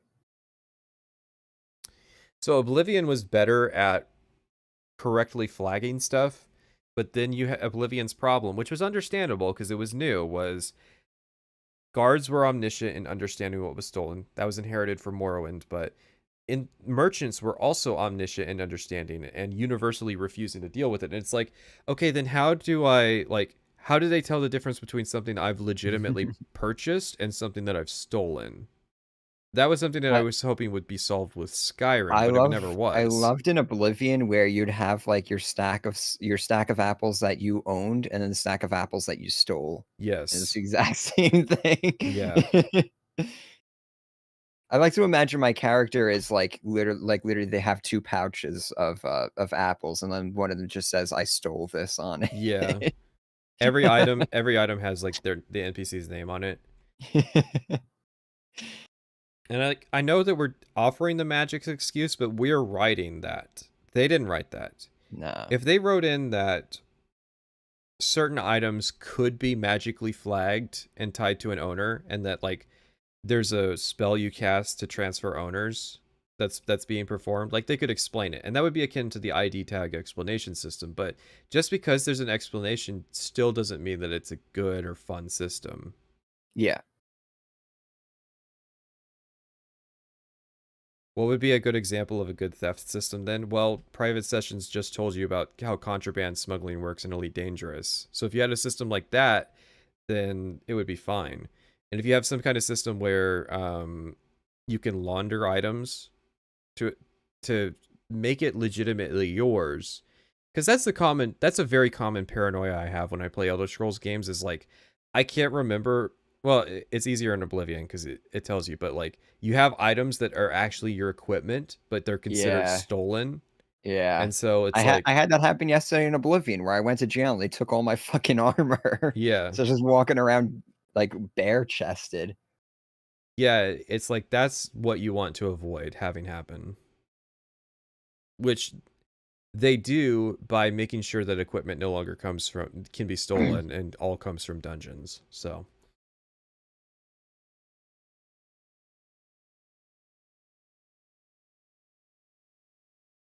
I think what we really work on is how do all those systems come together and collide and create some. It just doesn't make sense to me that the people that are in the Alpha Centauri system know that I stole something from a solar system that's like, 100 light years away. Yeah. And it's going to be like, if we're cynical, it's going to include sandwiches. So like half my sandwich pile disappears because the Alpha Centauri police arrested me for contraband. I wonder if they're gonna have bounties. Like, how's the bounty system gonna work in this game? There's some footage that shows the player having a bounty. They had like 12,000 credits bounty. But it's like, is it per system, or are the systems grouped together based on factions? Who's in charge of enforcing those bounties and stuff? I'm gonna Skyrim had because they had the whole county. because they had the whole system, yeah. So it's like I'm curious just how that breaks down. When they warped into Alpha Centauri, it said who owned the system, so I imagine it's gonna be per faction, and those factions own systems. Okay. And so if you have a UC bounty, then any UC colonies you enter, you'll be wanted. I can only imagine just the constant stream of fucking UC gunships coming in to arrest you. It's so easy to be cynical. Some really, really cool moments where the players, yourselves, have that agency to go really do what you want to do in the game. Yeah, there's going to be a lot to do in this game, and I'm looking forward to that, Todd. Really exciting stuff. You talk about all his voice. the different systems at play and how big this is and the player freedom. I do want to jump in right away because we got over 1,000 community questions written in. They were very excited that you're going to be on the show and people really wanted to talk with you about some of this stuff. Of course, a big community questions. Todd Howard almost went this entire run without answering any community questions because Constellation was fake as fuck. one that Xbox has been pushing on the XCast side of things is accessibility. And of course, you and your team have been doing this for many of years. You've worked on these settings. Xbox, it's a big drive for them right now, is the accessibility program and making sure everyone can play around the globe. You talk about players first. What is it like creating a game that's so big and has so many systems and also mixing in accessibility settings? Is there something that stands out to you this time around? Who asked that question in the community? I can imagine that there's an accessibility-minded person who watches this kind of stuff. 1, 2. Here's how I would have handled this. If I got 1,000 fucking questions for Todd Howard, I'd put it in a spreadsheet and I would organize them, and then I would pick the ones that are the most popular questions. Yep. Kind of the most pressing questions for sure. No one, like in Diablo 4 community questions video, could be a repeat scenario. Do you think they actually took any community questions? Because I mean, I would imagine a YouTube production would be like comment on screen. I think they did, and then they gave it to like whoever's handling this, because they're not dealing with Todd Howard directly. It's like some PR person or something like that. So they had to send all the questions over that they wanted to ask, specifically the community questions, and they went through and like, all right, we'll answer this one, we'll answer this one, we'll answer this one. I think that's how it went. So that's why the accessibility one got through, because it's like, oh, that's good. That's good PR image. We can answer that. It's a question I would ask. My sister's a disabled gamer, but it's not one you pull out of a hat. Yeah, that's the point. If you're running a YouTube show where you're trying to answer the most pressing community questions, like I said, your top upvoted question is going to be what's asked. And I have a hard time believing that enough people care about accessibility to push that up to the #1 slot. 1,000 questions, he just said. Thousands. Well, first, I think Xbox has done an incredible job there with everything they've done with accessibility. I don't think they're wrong to say that this is an Xbox talking point. They're like, yeah, we've got to set talking points that we want to get harp on accessibility, and then they get to decide, and like, we're going to push it off on these guys, because these guys, we're going to give all the shitty stuff to these guys, and like the gold is going to IGN. And their controller in particular. You asked, one thing that we're really leaning in on with this game is having a large font mode, which really is important in an RPG where there's a lot of stuff to read. So it comes into play with, obviously, for accessibility, but also various monitor sizes. I'm noticing that that's really helpful when I play. There's a lot more handheld devices coming out where you can stream these games or sometimes even play them natively, and it really helps us there as well. So that's one in particular that we're leaning in on. Like playing Morrowind on a 4K monitor. Oof. I need a goddamn magnifying glass to see the text. Thank you. Just another reason to play on OpenMW. Yeah. No, I do like to hear that, though. They added motion blur and head bombing to Starfield to make sure the game is inaccessible as possible. I think the game running at 30 FPS might make it inaccessible. Comic Sans 48 pixels. Hi, my disability is that I can only read Comic Sans. That's sweet. That's sweet. And you talk about handheld. Can you share with us, is it Steam Deck compatible? Is that something you focused on? Or is that something That's not an accessibility question. Come on now. He's trying to get out of the accessibility pit. I'd be asking about like colorblind mode. Share later down on the road. We'll talk about that later down the road. Yeah. All right. Let's jump back into the fun, though, because there's a lot of cool stuff here. Well, they did confirm that it's not going to be Steam Deck compatible at launch. So couldn't even answer that here, huh? That really goes to show you just how little they're going to really be answering. Is Steam Deck streaming, or does it actually host it? No, Stream Deck. I think Stream Deck can stream. Steam Deck or Steam Deck, yeah. I would hope a product called Stream Deck would stream. Well, so Stream Deck is the Elgato thing, which I have right. Yeah, I have one of those. No, but Steam Deck plays natively, and I would really be surprised if it cannot do, because they had the Steam Link, which did local streaming on your network, which actually worked really fucking well. I have one of those because it was like $20. You can stream from your PC on a local network at least. That's interesting that they wouldn't go for Steam Deck, at least from a streaming perspective. I can see them not wanting to host it on the Steam Deck on account of it barely running on Xbox. Yeah. Being a space pirate, I want to talk about the first steps, creating the character. You guys have now pushed backgrounds and traits into the fold of things, and of course, we've had the stars before in Elder Scrolls. What is it like now putting traits and backgrounds? Stars. But yeah, nice Freudian slip. I mean, I guess birth signs are technically like a background thing. Yeah, I guess. Sure. Technically, I don't know. I feel like if you told Dungeons and Dragons players that like their feats are tied to their character, that a lot of them would laugh because everybody metagames feats, and everybody metagames birth signs. Like, yeah. You know, birth signs do actually have flavor text that are supposed to indicate what your character is like. Has anybody in chat ever picked a birth sign based on what their Elder Scrolls character was supposed to be? Any lucky thieves that don't live long lives picking the thief in Morrowind? Go ahead, sound out, chat. Oh, we got one. We got two. It's like an even mix. What text? That's actually a good question. I don't know where the flavor text is, but there is flavor text. It might be in the manual.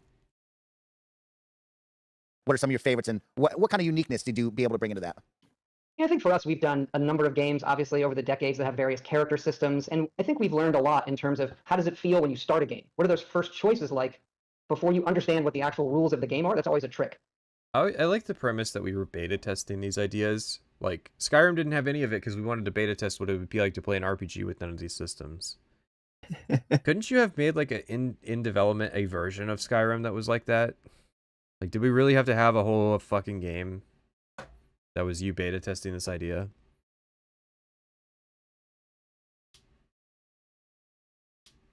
Can we get an F in the chat for the level up text in Morrowind? True. To get right. And then how much depth does it have if you're playing for 20 hours or 50 hours or 100 hours or 500 hours? And so I think we've hit a real sweet spot with Starfield with giving you that flavor right out of the gate where you are going to pick. I don't buy for a second that the stuff you pick is going to matter 100 hours in. I don't buy it that it's going to matter like 30 hours in. Because look at Cyberpunk. I recently looked at a list of all the Nomad, Corpo, and Street Kid speech checks that are in Cyberpunk. Grand total, less than 30. For all of them. For all of them. Not a single one of them. That's all of them. Less than 30. Nice. And that's they have even three. worse. That's even worse than fucking Mass Effect, I think. Mm-hmm. So you're telling me that you're gonna have more, basically life paths than Cyberpunk, but that you're gonna use it more often? I don't buy it. Yeah, no. I don't buy it. I'll buy it for a second. Maybe for the one quest, to remove the trait. Maybe, yeah. Could be, but I don't buy it. Because I mean, I'm looking at it from a design perspective, and I'm saying I'm thinking like, as a designer, I have to constantly keep life paths in the back of my mind when I'm writing out dialogue, and that just sounds it sounds very like difficult. Especially when a lot of your quest designers are also doing the writing. Yeah. So the quest designer that designed that colony ship that lost contact with humans, they have to have all the life paths in the back of their mind. Also, remember when we were comparing the ones that we saw in 2022 to the ones we saw in 2023? Yeah. And that like they added and changed some and everything like that. And it's like, there's no way. It's not impossible. Outer Worlds does it. Not life paths, but Outer Worlds does remember to try and use skill checks as often as they're relevant.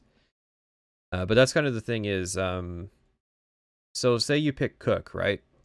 In theory, every instance where there's anything that could be relevant to being a Cook, you could utilize the Cook life path option. Yeah. So I don't buy it since Cyberpunk struggled with it, that they're not going to struggle with it. Skills with your background, but that also has flavor. People want to role play. They don't want to just see it as a list of numbers. I think this was done live, so I do have to give credit to whoever the producer is that's managing to get relevant footage on screen from the direct, because that means they have like full show notes. That is a good point. So I will give credit to them for this one, because that's not easy. Well, I'm a chef. Okay, what kind of chef do? How does that factor into dialogue or other choices in the game? And then, so that's the backgrounds and the traits. It's a little bit of an original fallback, throwback to that, to Fallout, excuse me, and then say, these are optional. They come with positives, they come with negatives. And you saw some of that in the direct with the Adoring Fan and some other ones. The Parents is a really, really great one. What's the I feel no, we talked about it when we saw it, the positive and negatives meme. I'm pretty sure there were traits that were like just positives. Yeah. And so it's like, why aren't you picking the lady birth sign? 25 personality, 25 endurance out the gate? You kidding?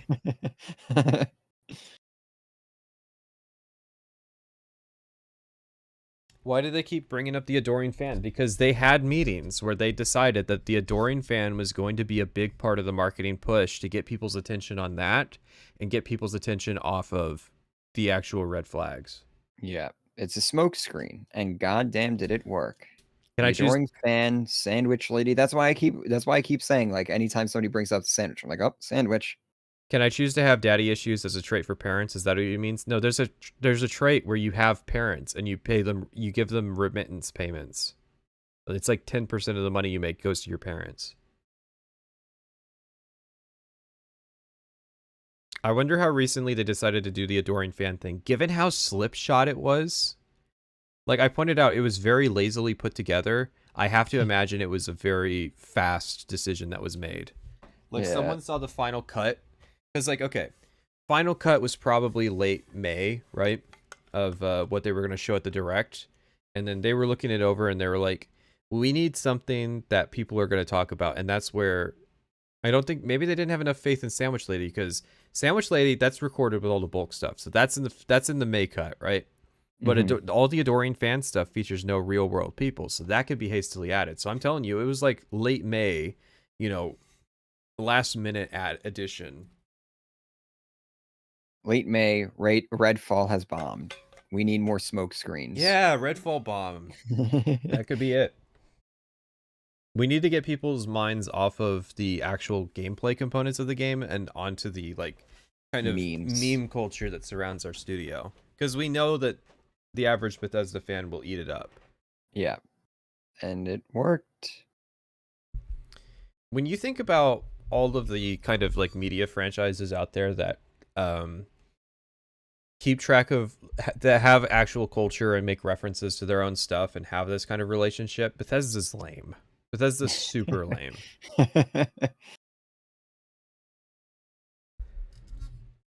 That we all love. So it lets you, if you're going to start over even, play the game in a different way. Can I follow up on that really quick? Just staying along those lines of the skill tree, there's also the ranking system in there as well. Can you kind of elaborate on that a little bit too? Oh my God, my fucking hero! We've given ourselves there a lot of flexibility. Now this is okay. Respect gained. This guy knows the questions to ask. And did you notice he didn't do any like build ups or anything like that? Can you just elaborate on the skill system? Perfect. Not just the skill system, specifically the ranking system. Yes. Perfect. This man nailed it. He's easily the best, their best host. Like Blue Shirt guy is like non-responsive. If he said anything, we skipped over it. This guy's got, the guy on the left's got way too much energy. He's got fucking, what is that, Razer Alienware laptop. He's drinking smart water. But this guy right here, he knows the questions to ask. Flexibility to the player. First, we have the visual, right? I actually love these badges that can go on a spacesuit and how they unlock. And then they're tiered. Like, what was that face that guy on the left just made? When he says patches. Flexibility to the player. First, we have the visual, right? I actually love these badges that can go on a spacesuit and how they unlock. And then they're what the fuck?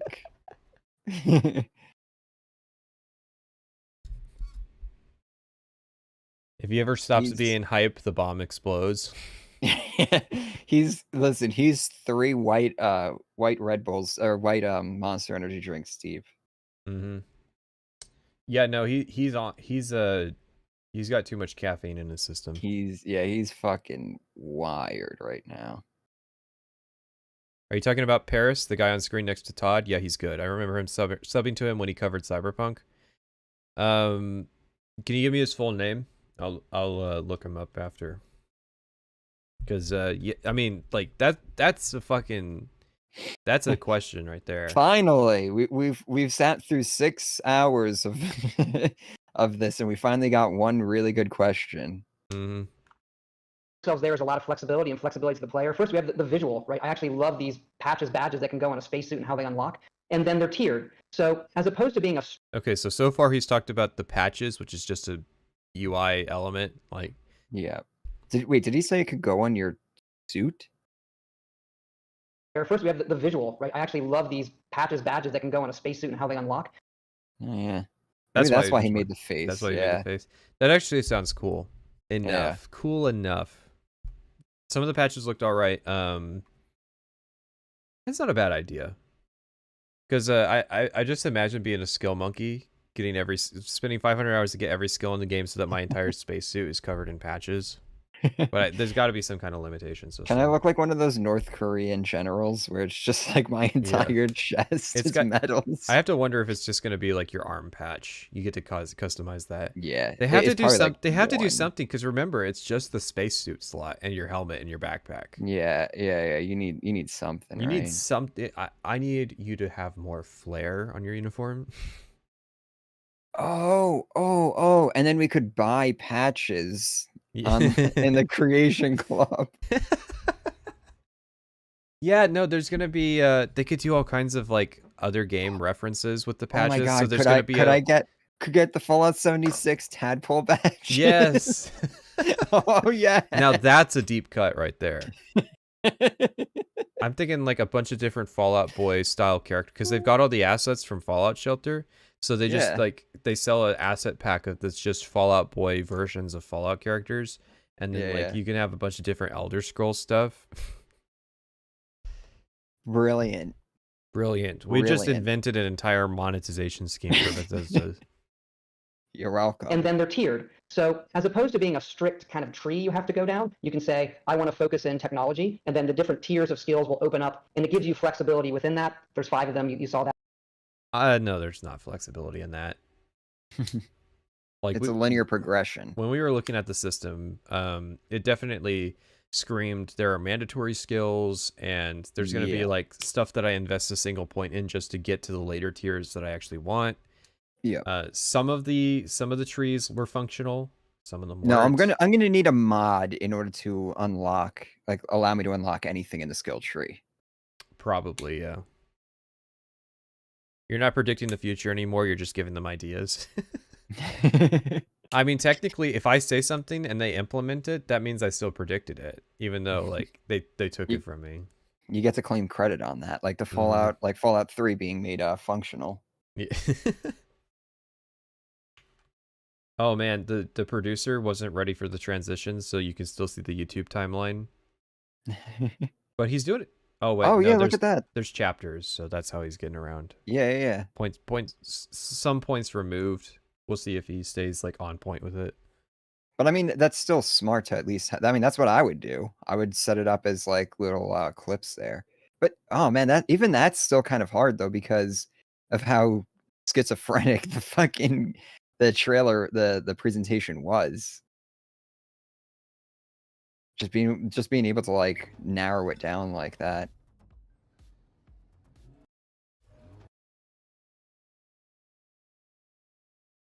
So we go see the Ripper Dog. They linked him as Paris with 2 R's, Lily with 2 L's.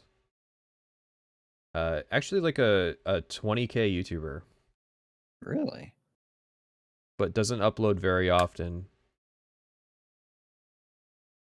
Man nailed that question though. Is he part of the kind of funny thing? He's I mean, I think he's a co-host. Okay. It's funny that their best host is calling in. Yeah, he's not even in the studio.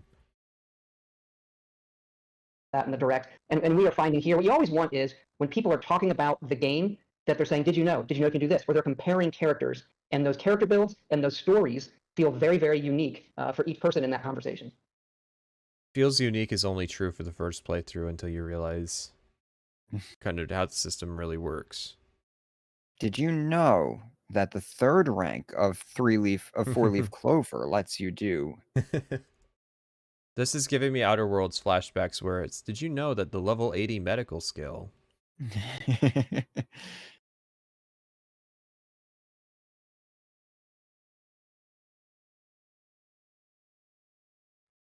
I guess I should get Jez Corden's stupid question out of the way. I said I would ask it. So Todd, just to understand the background here, when we tweeted out that you were going to be on the show, Jez Corden, our friend from Windows Central, responded and said, "Oh, will you ask Todd this particular question?" And Paris just flat out just said, "I'm not asking him that." So then he DMs me. I don't know, he thinks I'm an easier mark or whatever. It wasn't his first choice, but maybe an easier mark. It's actually not that stupid a question. It's a big open world game. Todd, is there any form of space fishing? Is there any kind of fishing activity that you can do? Because man, another shooter, and this one's not even on the fucking podcast. So you're telling me that the fishing joke was somebody that's not in this crew? I don't have anything to say other than thank you. You're welcome. Because I heard about the fishing thing. An open world and I am fucking flabbergasted that it wasn't one of the hosts who thought of it.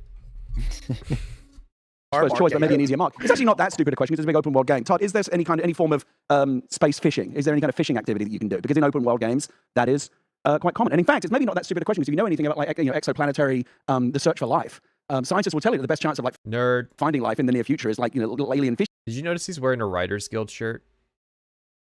Oh.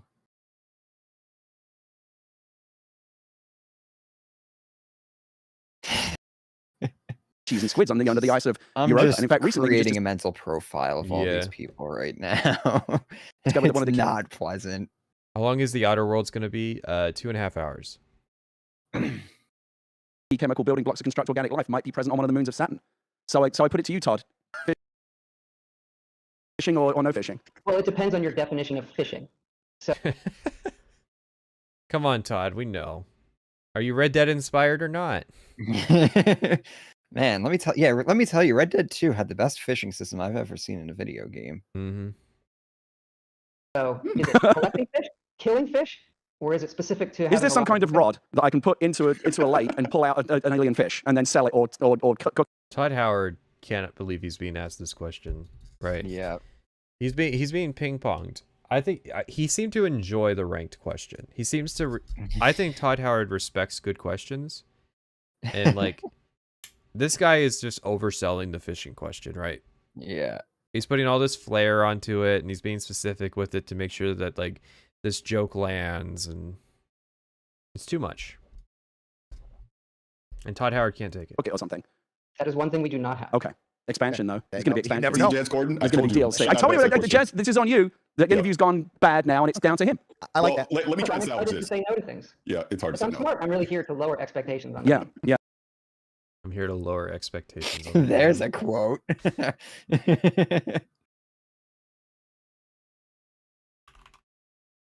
Man, where was that honesty when you were talking to Ryan? Whew.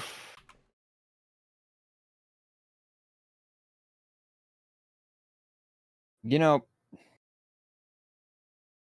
sometimes when you ask or you say something, you just have a stupid moment or a foot and mouth moment during an interview or something, the best thing to do is just to let it be. Is not to double down or call attention to it. Especially when your guest is visibly uncomfortable. Yeah, the joke wasn't worth it. No. And you can see he's kind of regretting it. He knows he's gonna get razzed in the comments now. Well, so the fucked up thing is that the thing that people took away from this interview was that there was going to be. Remember, this is the interview where they also confirmed that there is no exo vehicles on planets. And the thing that I saw more from this interview on game journalist websites and everything was that there's no fishing in Starfield. Yeah. And it was always tongue in cheek, oh, LOL, there's no fishing in Starfield. Yeah, and me also. He's trying to pull it all in, is right. They're a little high. They're a little.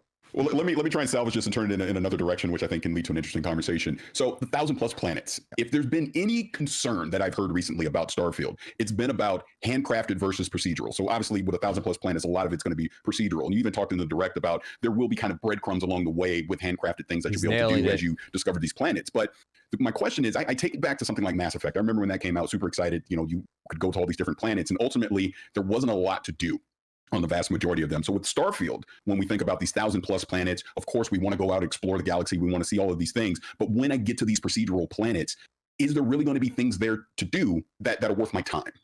Other than maybe there's a resource here or there, is it all just handcrafted, or will there be procedural things that we could discover on these planets as well? A long question, but I think he's nailing it out of the park. He's not. This man is not respecting Todd Howard. He is fucking getting him.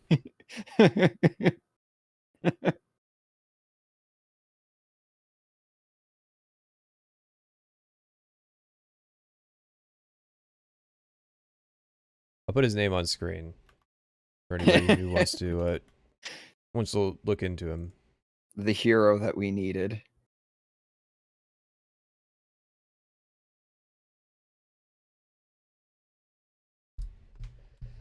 He respects him. I guess that's true in a sense. He respects him in that he's actually giving him legitimate questions and not just blowing him. Not just blowing him or giving him softballs or giving him meme questions. Mm-hmm. Another group that Pete Hines is getting sent to now. I think somebody linked me a Phil Spencer interview on here. The Phil Spencer one was before this. Yeah. Yeah, this was like I want to see that Phil Spencer one because apparently it was pretty raw. Mm-hmm. Like Spencer was in rare form. All right, Todd. I think that's, the $1 million question as it comes to a game like this. It's a great question, one that we honestly struggled with early in the project. We wanted to do the planets because we like to give you that choice. Where do you want to go? You feel like you would want that choice in a game like this. And so first it was technically, could we pull it off? And we did technically be able to, draw these planets, make them feel believable on the screen. Now, obviously, it's procedural. Okay, so there's no way we're going to go and handcraft an entire planet. What we do is we handcraft individual locations, and some of those are placed specifically. Obviously, he's given us like specific, like he's giving us details because the question was good. Yeah. Hang on, there was a quote I wanted to get. Procedural. Okay, so there's no way we're going to go and handcraft an entire planet. What we do is we handcraft individual locations, and some of those are placed specifically, obviously the main cities and other quest locations, and then we have a suite of them that are generated or placed when you land, depending on that planet. I fucking told you! I fucking told you! I wish I said that before this interview came out, though, but still. I told all of you that this is how this shit works.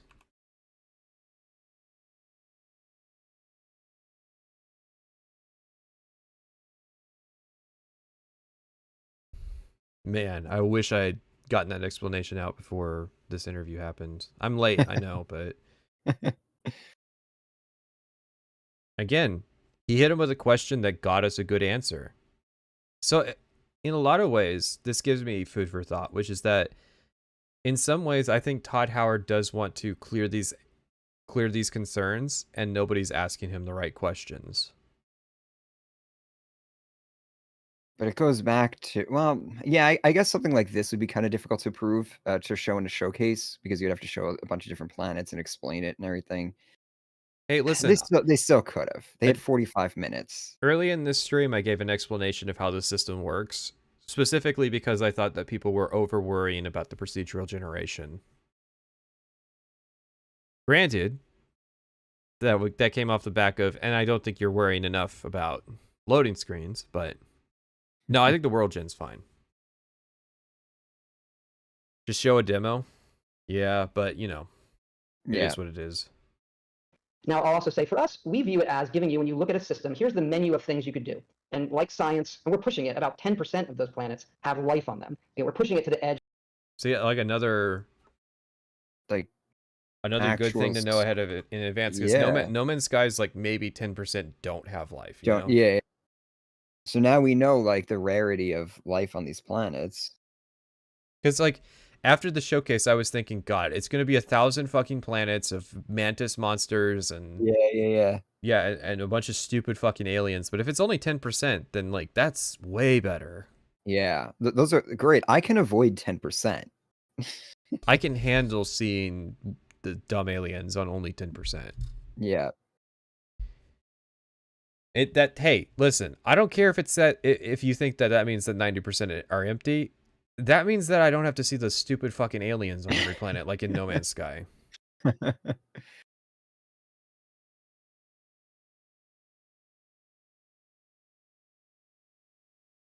Of what do people think, what planets are in that Goldilocks zone versus planets that have resources. Right.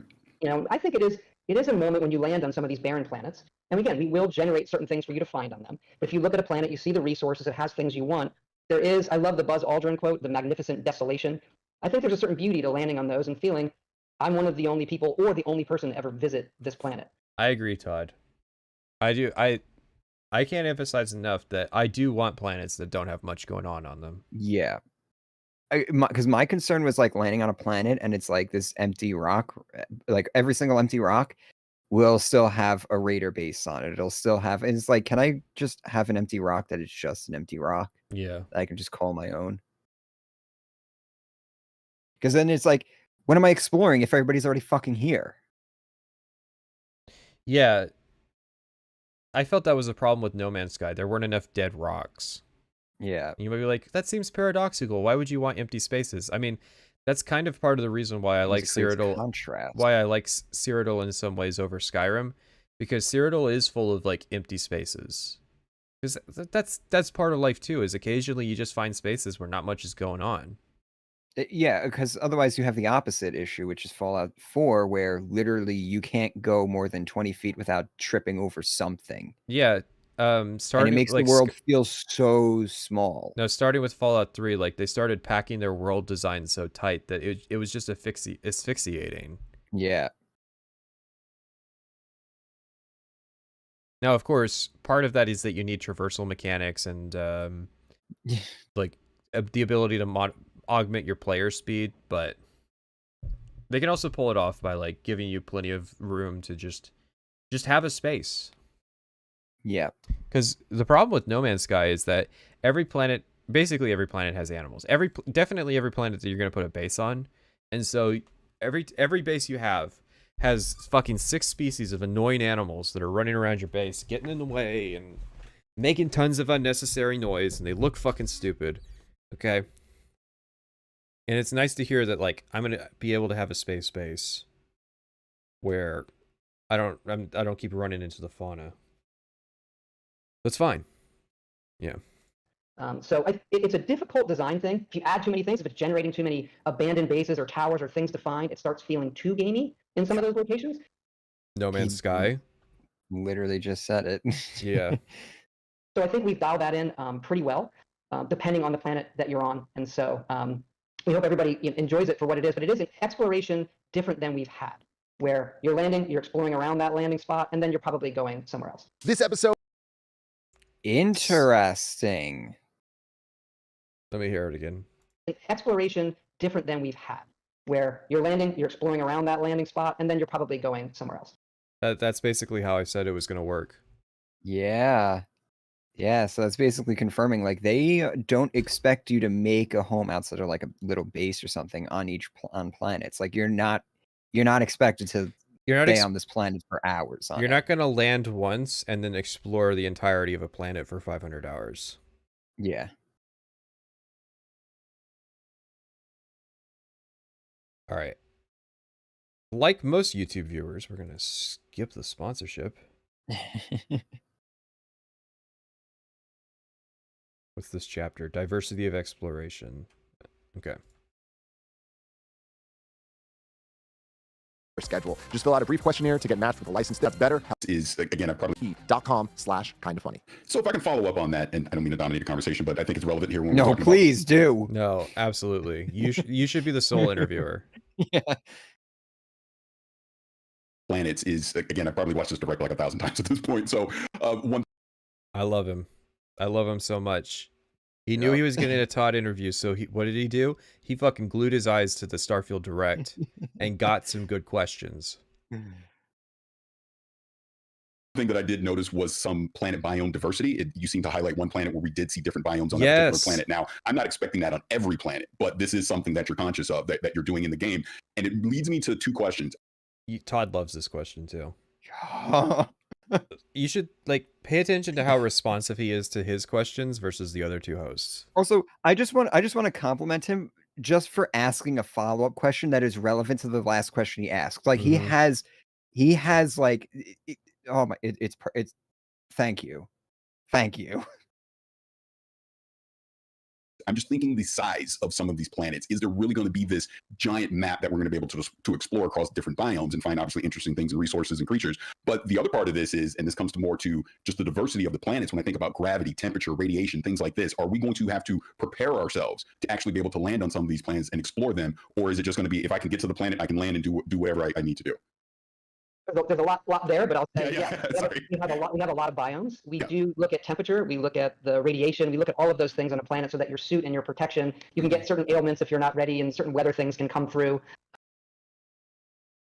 See, here's the deal. If Todd Howard was answering more questions like this, I'd feel a lot more positive towards the game. Because I feel better about the game with each question that this guy asks that Todd answers. With all of that. So there are obviously planets that might have one type of biome, and there are planets that have a whole bunch. And their creatures and the plants and everything go with the biome. So there's a whole part of the game where... He's probably talking about, because he says that they account for Goldilocks zones. So I'm thinking that, like, there's going to be temperate planets like Earth that... Yeah. And maybe those are, like, the ones that are, like, those are where, like, the factions are located. Those are where the major quests are located and stuff. Mm-hmm. Yeah, those are probably going to be like the most, have the most like handcrafted stuff placed down to explore. But this is good to hear, like, because I was literally looking at this and being like, oh wow, I can't wait to just explore all these monobiome planets. I was thinking like at best a whole lot more. We're gonna get like 2 biome planets or 3 biome planets, like very occasionally, like not occasionally, very rarely, right? Yeah. Like.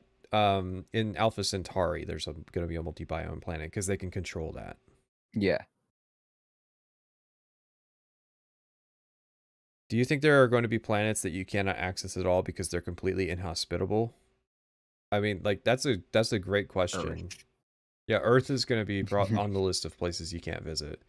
And then obviously you're not going to be able to land on a gas giant. But that's kind of the weird thing is like there's not a whole host of planets where like, oh my god, like No Man's Sky has this meme where it's like a radioactive world. And it's like you don't have a radioactive world problem, you have a radioactive sun problem. You need to get out of the solar system. Yeah. Unless the planet is made out of like a radioactive element, which is basically impossible. But toxic atmospheres could be a thing, but you'd be better suited to be able to handle that. High temperatures would definitely be a thing, like Venus. Yeah. There's probably going to be some kind of contingency system to say you can't land on a Venus-style planet. Surveying a planet, like discovering all of the flora and fauna and resources. Planets also have traits, usually geological things that are inherent to that planet, and uncovering those. And if you fully survey a planet, that data is actually worth a lot of money, credits in the game that you can sell. So there's a whole part. It's No Man's Sky. Come on, Todd. Yeah. That's surveying in No Man's Sky. It's really weird because it's like, it's down to asinine details. Oh, wait, hang on. You see the scanner says current biome? So there's per biome types of creatures. Yeah, that's what he was talking about. So he's only got 33% of this particular biome of the planet. Interesting. Which means it's not No Man's Sky where the entire planet has the exact same flora and fauna. Surveying in No Man's Sky gave nothing, though. Surveying in No Man's Sky did give something. The problem was that it was almost impossible to survey because there was always one fucking species that never appeared. Like, legitimately, you had to do some stupid stuff, like run around in circles for like an hour so that the animal spawner would eventually like kick in and spawn like the final species that you need to survey to complete it. Someone said that the 1,000 planets doesn't count gas giants, that it's 1,000 landable planets. Landable, yeah. And I mean, it wouldn't be too hard for them to make planets that like you could never land on. So yeah, and it's probably like not just planets, but also moons and stuff too. It's probably like 1,000 landable celestial bodies. Yeah, part of the game that's really just doing that. It's a little more. I almost describe it Zen-like. You can get on a planet where the creatures there, some of them can be aggressive, where it can get dangerous if you're exploring the planet, and you can watch the I wonder if there's actually going to be dangerous creatures. No Man's Sky doesn't have dangerous creatures. Where's my death claws? My space death claws. True. Those space spiders that they've been showing show up on multiple planets. I think that's got to be a main quest thing. Yeah. The creatures, we've actually had a problem at times with the predator creatures going and killing all of the more peaceful creatures you're coming across. No. Why are they all dead? And then you realize there's something dangerous in the area. So I would say this, that we do everything that you mentioned. Is this just going to be Ark where just like the Tyrannosaur just runs around killing all the dodos on the beach? And we really try to mix it up and spend a lot of time balancing that. So it is fun minute to minute, but you also know what you're getting into. Todd, I want to talk about the plants and the... No. Please. I know it's your turn, but cut his mic. Cut his mic. No, listen, we got to give him a chance. Let him cook. They will have Fallout vaults in Starfield. They showed one in the direct. You're human?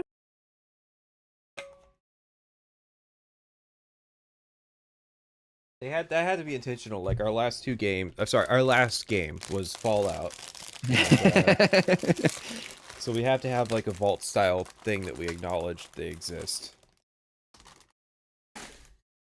They actually acknowledge Fallout shelters exist too, so we can say 2 games. Creatures. I guess I'll start with the creatures really quick. Of course, some iconic Bethesda creatures: the Deathclaw, the dragons in Elder Scrolls. Is there going to be a special creature in this, or will there be so many that there's not just one that we all point to and say, "Oh wow, that was the bad one"? Maybe if you watched the direct a couple times, you'd have picked up on that the spider enemy is recurring.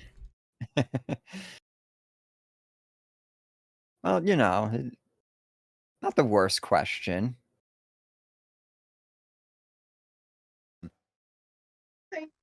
I mean, there's a few bad, there's one really bad one, there's a few, but you have to play it. Okay, I like that. See what I mean? Like, you gave him a vague question and Todd didn't answer it. Wow. Even though it's in the trailer. I guarantee you, if he had asked about that creature that shows up a lot, he would have gotten a better answer. Yeah. And then one of the most asked questions was, Todd, we land on these planets and people are blown away by the size and the scope of things. Is there a land vehicle or an option to maybe mount some of these wildlife creatures to use as a land transportation mode? I was going to bet that Paris had the land vehicle question. This is a shocker. Community question, too.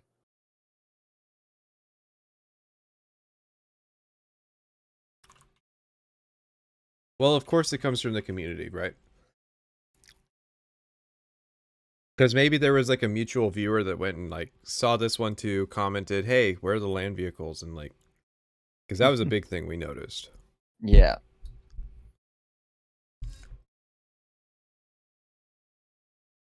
All right, gang. The land vehicle question has been asked to the Todd. Todd just instantly shot down this man's last question. They only asked about 3 community questions in this interview. I always find community questions suspect when they don't post the comment on screen,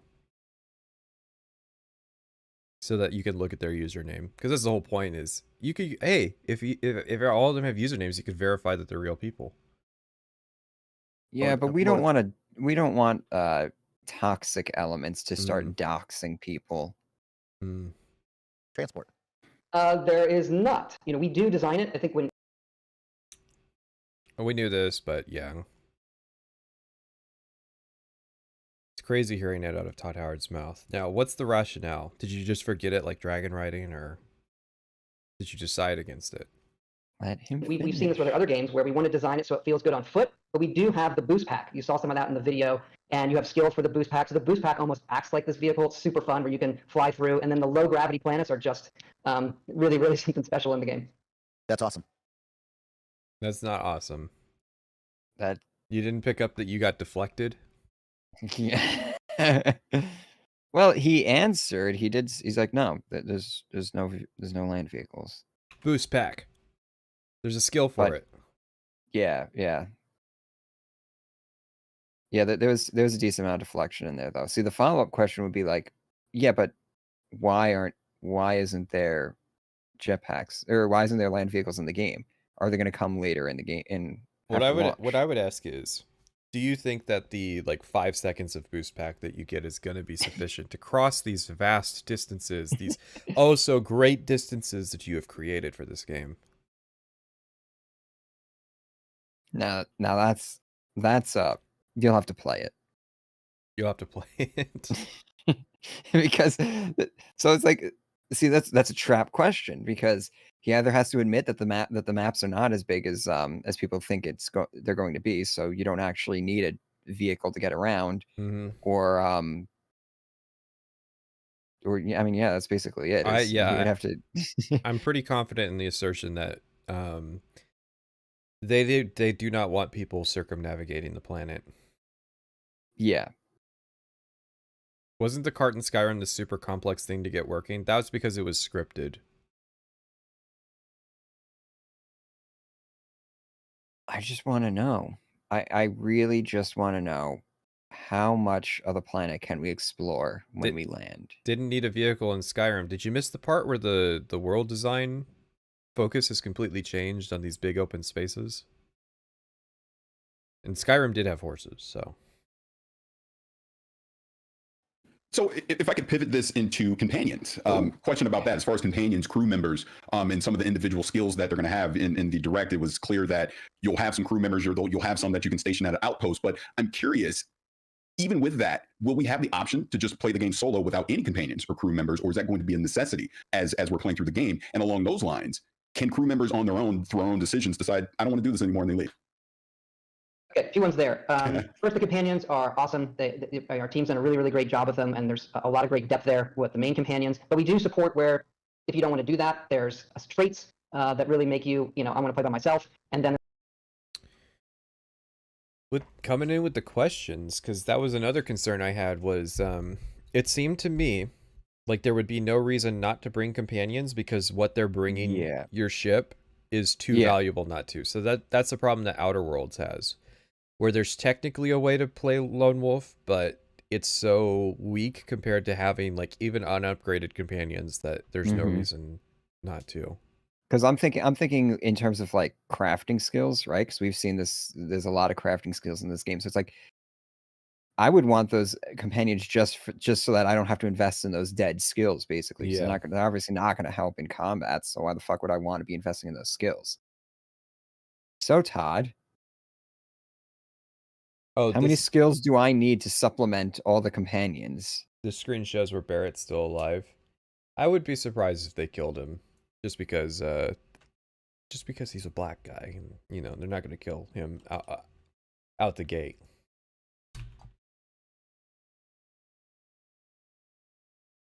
Going without companions will be viable. I hope there's a waifu like Serana. You haven't seen Space Delphine? Yeah, remember, there's only 4 romance options. The Constellation people, as far as I'm aware. There's also skills that go into that give you special perks and bumps if you are. I'm going to say, okay, if we're up to Barrett stays alive, then I'm going to say the rich guy is going to be a traitor. He's going to betray Constellation. And that's why they have to move to your ship, because they no longer have a rich benefactor. And Barrett is one of the romance options.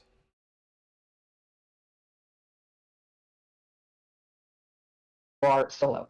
Them leaving on their own, they can, depending on the choices you make, they can get angry with you. Yeah. And then the relationship that you have with the companion can change based on the decisions you're making in the game. But they won't leave? Nice. So I can do whatever I want and keep them around. Didn't they leave in Fallout 4, though?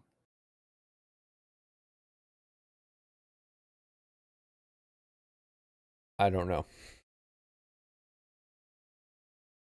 I don't know if I would be surprised or not if they would actually just stick around no matter what you do.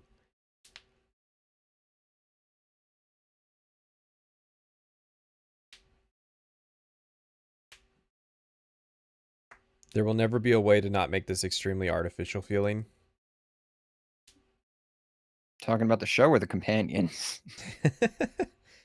Relationships will change is very vague. It is very vague because he was asked if they will leave, and he said they will get angry.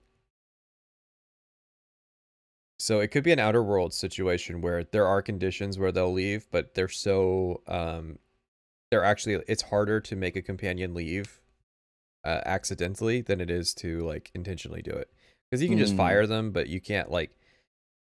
So like my favorite one is like to get Parvati to leave late in the game, you have to kill Junlei Tennyson, something that there's like zero reason to ever do. Okay. Like, okay, she'll want to leave if you kill Reed Thompson. That's pretty much the closest the game ever gets to you kill an NPC, they react by wanting to leave. And I guess no, I'm pretty sure, I'm pretty confident Felix only wants to leave if he's there for the conversation, but I'm not 100% on that one.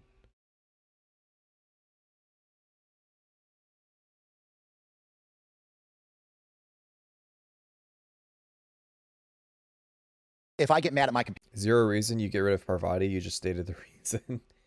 Why do you hate Parvati? Everybody likes Parvati, even though she does nothing after Edgewater. Companions, Todd. Can I space them and take them and make them walk the plank on my spaceship? You can leave them behind. You can tell them where to go. You can assign them. You can assign them to outposts. You can assign them to ships that you're not using and things like that. I have a fun. But can I fire them? To the salt mines for you. That would be funny and kind of weird if the only way to get rid of companions was you had to consign them to the salt mines. I have a hard time believing that there's no way to fire them. See, because what I'm wondering is maybe some of the companions are like permanently attached to your crew, aka the Constellation people. So he doesn't want to be specific because some of them can and some of them can't. I bet he doesn't want to say that the big four are going to be essential. Yep. And are going to force themselves onto your crew. Yep. I really think that's going to be it. Am I just now noticing there are no kids in this game, or did I miss something? Kids are something that... Have they shown kids before in the Skyrim, the Fallout 3 and Fallout 4 marketing? That's a good question. I want to say no to Skyrim. It depends on which Riverwood they would have shown. They're in the live action trailer, but as far as actual gameplay, I think that you don't see the kids, because you don't see very many of the Riverwood people in the showcase.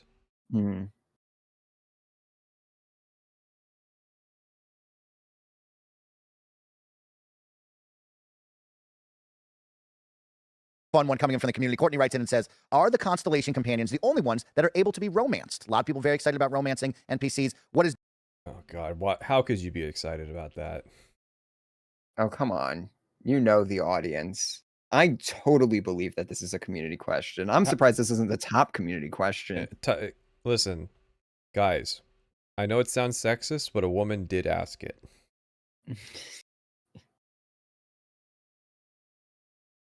Well, I guess...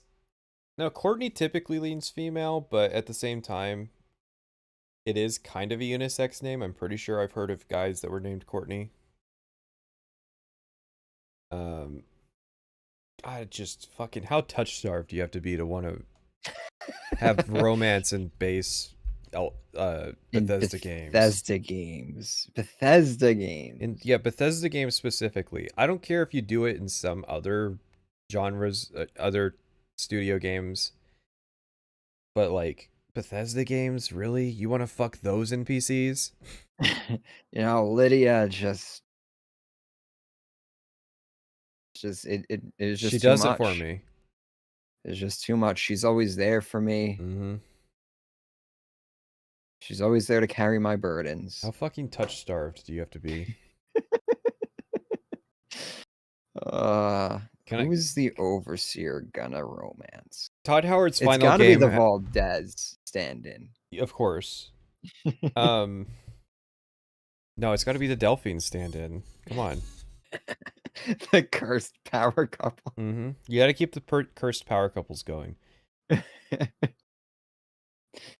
Todd Howard's final game has to have a Todd Howard stand-in companion that you can romance. Yes. Like, we have to make that a thing.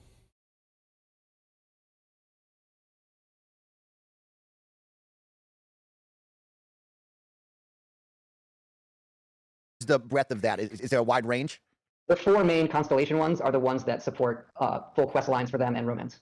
Great. Also, So you heard it here. There's 4 options. Okay, you got it. Now let's speculation time. Player sexual or cyberpunk style, gay male, straight male, gay female, straight female.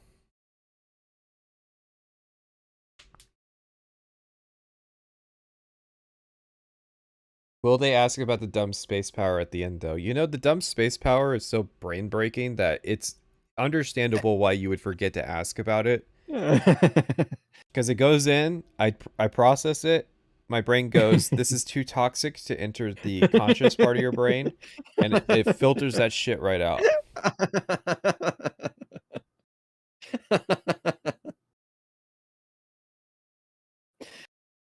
Todd sounds so disinterested in answering that. I feel like that stuff's not up Todd's alley. It's always somebody else that pushes romance in these games. Yeah. Todd is famously a barbarian player. What I'm getting here is that you cannot romance Vasco. Damn. Really? I can't get like a Fisto modification for him or something like that? It's a tragic day. So I had another great one. Someone wrote in and said, could my crew on my ship be all robots? Is there a possibility of having enough robot companions / crew members to be an all-robot starship? Technically, yes. Okay. It's so weird. The questions that... Technically, yes. He had to think about it. Do you know what he was thinking? Do you know pretty specific. Do you know what he was thinking, though?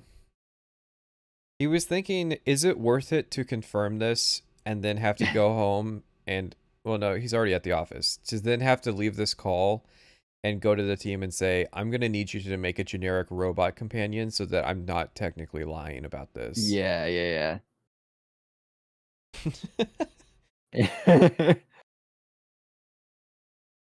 Technically, yes, if you only have one companion and it's the one robot. That would imply that you can actually fire those fucking squatters from Constellation, though. Well, I'm really curious how those people work. Because, like, there's no way, unless it's like Helgen, right? You leave, but you don't start the next part of the main quest. Yeah. So, I was thinking that, Vasco's the welfare companion. Yeah. And then he comes with the ship, and then you just never start the Constellation quest line, and so those people never join your ship. Yeah. Oh my god. So we've gone from avoiding the main quest to avoid dragon encounters to avoiding the main quest to avoid fucking NPCs. We've advanced to, I'm officially dodging this quest line just to skip out on Space Delphine. Wow.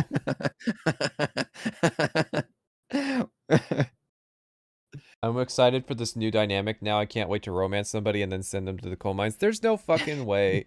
Yeah, you're right. They're scripted just to take it. It would be cool if they actually scripted it to where, like, if you consign them to be the only person at an outpost, that they actually get upset with you. They start sending you emails. Yeah. Like, you ruin your rep with them, and then, like, it ends the romance. Yeah. You get a message from, like, from one of the more poetic members, and it's just like, you know, a relationship is like a plant, and if you don't water it... Come on, you're implying that there's going to be space email. Yeah. And that you're not going to have all of your conversations in person. God damn. If you're going to copy stuff from Mass Effect, at least get the terminal down. Yeah. Todd creates something special games. I don't want to oversell. I mean, there's Vasco, and then there's a few other things. But okay. A few other things. Makes one wonder. Okay. Sense? Okay. Yeah. Curie? Curie? Or is it Kate? Curie. Which it was Curie, right? Yeah, the one with the accent. Yes. And Paladin Dance, since he's a synth. Oh, true. Mm-hmm. I don't know. I was always a what the fuck was his name? Yeah, X88. The syndicate guy. Yeah. Yeah.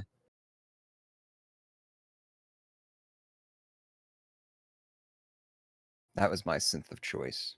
They have random minor companions, so I'd imagine one or two of them is a robot. That's what I'm imagining is like, The fact that he's not off the cuff, just like saying, yeah, there's robot minor companions that you can recruit, tells me that like he's gonna be giving some unfortunate news to the to the design team. Yeah, it's like, listen, we want to say yes to as many things as possible. So this seems like something we can squeak out in like a week, right? They don't talk to their community, so they don't know what they want. So it like, of course, it surprises them that somebody might want a robot only crew. Yeah. Well, when you think about it, it's like you have the traits, like the antisocial traits and stuff, but I still want the functionality that companions bring. So I want my ship stocked with robots.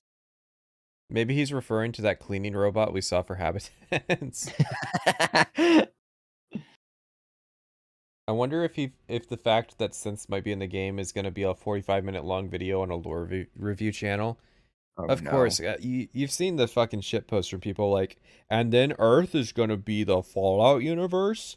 Yeah. And Tamriel's going to be a planet? I bet there's going to be a continent that looks like Tamriel, and people are going to fucking lose their minds. Yeah. They're going to be landing in fucking Whiterun and going, I'm at Whiterun, guys, and nothing's here. I rebuilt Whiterun using the base system. Oh yeah, there's some good clickbait for like PC gamer. Not to the extent of the humans, obviously. I think one of the challenges of making a game like this is that when you say, oh, it's, you know, a million planets and you can go do anything you want, that people are going to ask sometimes dumb questions like, well, can I go space fishing? You know, and you realize that. He's bringing it back. Do you think Todd's gonna like clarify it? For every one thing you can do in a game like this, there's still going to be 100 other things that you cannot do because we're not there yet. But you know. Well, look, that's what we do in the studio, right? When you're doing a game like this or the games that we have done, we ask all the same questions. Right. And it's how do we say yes as much as possible? So, oh my God, you nailed it. How do you say yes as much as possible? That's a quote.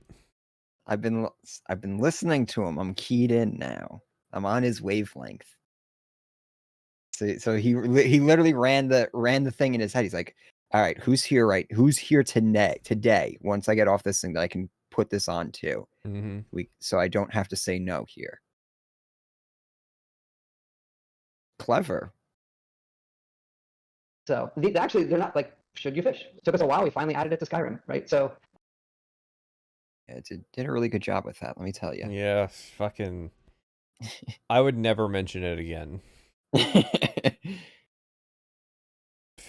As I understand it, fishing was like this specific bugbear of what was it, Ashley Chang? So there's hope. There is hope for space fishing down the road.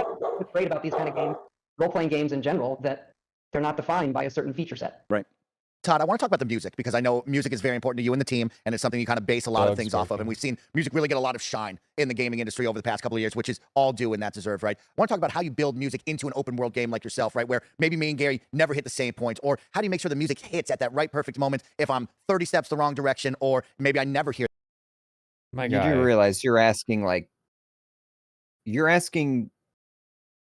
there's two people you should be asking this, either Mark Lampert or Inan Zur. Yeah. and these are already like known philosophies to how they do that, so yeah, that too. It's just like, this is not the guy that you want to interview, Todd Howard. Like you thought Ryan didn't know enough. See, the problem is like this dude is he's a bit lacking there, and he's also hungry. At least Ryan was like, his career and his reputation is pretty settled at this point. This guy's like, this is my chance. I got Todd Howard here. Yeah. Hear that kind of music. What is that like, creating music around such a big, freedom-driven open world game? Well, actually, music is one of the first things that we start with when we make a game. We do concept art, and we start writing the music. Said that during Constellation. Fucking Inan Zur running around. What's the game? What's the game? I can't make music if you don't make a fucking game. What's it mean? Do I have to go to? Fuck it. I'm calling up Elon Musk. I'm going to space. I'm going to space. They won't tell me what the game is. I'm going to space. I'm gonna figure it out. Each time I listen to the fucking Starfield music, I hear like a different sci-fi franchise's theme song in it. I was hearing Star Wars music in it today. Not the theme of Star Wars, some more like kind of ambient tracks that are in the soundtrack, but like I was hearing it. And I almost feel like I wouldn't be surprised if he was like watching a bunch of science fiction stuff, just trying because he wasn't getting anything from the team. Yeah. Or they gave him like a bunch, like a laundry list of inspirations and stuff, and he's just like, okay, I'm just gonna go down the list then. This is my chance. I gotta say something profound. Can we fish and fuck the robots?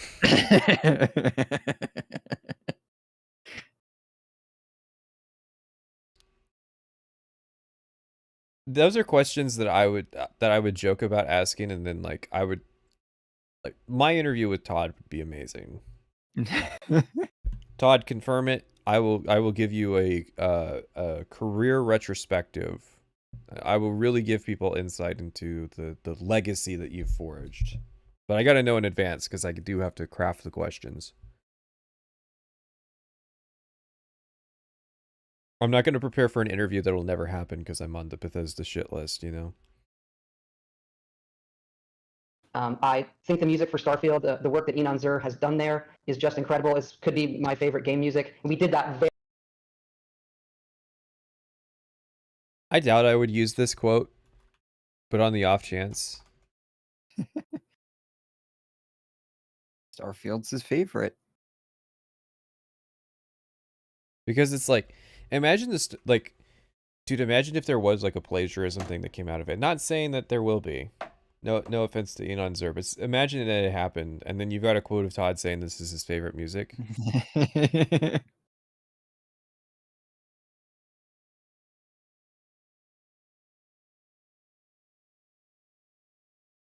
Every dev always says that about their new game every time for everything. Yeah, recency bias, you know. Well, and selling shit bias. They gotta sell those $100 copies so that because the soundtrack's in it, you know. Oh, right. Yeah, the soundtrack, and then I made the joke about it being an Amazon download link. Very, very early. So when we're working on the game, we're which he's doing this after the Mick Gordon thing. Mick Gordon's entire problem stemmed from them expecting him to do a soundtrack before they had the levels done, and so he had nothing to base his soundtrack on. So I guess they're lucky that Enon Zur can mesh with that workflow better than Mick Gordon can. Yeah. What the fuck is he meant to say? The music's pretty mid. Not that great, but I guess it does its job. Is Todd even alive? Todd has flashes of life occasionally in the marketing. Very early into the Starfield marketing, you could tell that he had a real passion to show Starfield off. And it comes and goes based on who's talking to him. When the guy on the left asks him a question, he dies a little bit. When the guy in the middle asks him a question, he like lights right back up. looking at the concept. Todd Howard is a genie. He will answer whatever you like with as much effort as you put into asking it. The music is giving us all a feeling of what this world feels like, what this experience feels like. How we do that in an open game is there is a whole system behind, like, what is happening, what's the mood right now, and then it is pulling from, you know, a collection of tracks that fit that mood, and then segueing between them.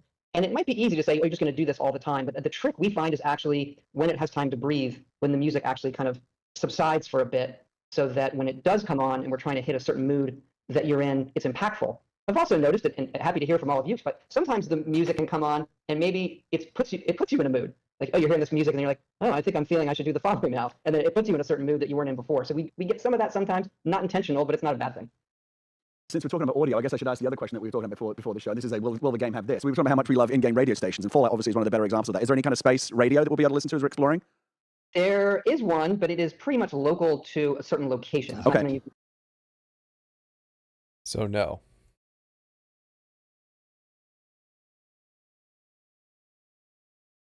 So basically what he's saying is there's a quest. Yes. Wasn't there one in Outer Worlds? Okay, so it's not a space radio station per se. I mean, yes, it's a space radio station, but not a, music radio station. It's a communications broadcast tower. Mm.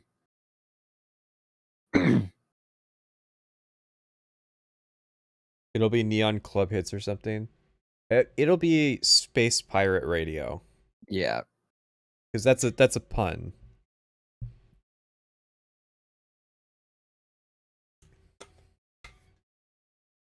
Sorry, not a pun, it's a double entendre.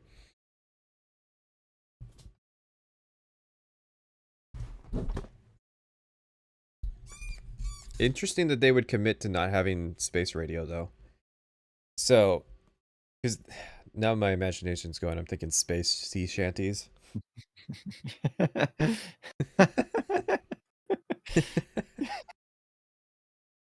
Dial into when you're away, but there is a little bit of that. All sung by Robot Companion.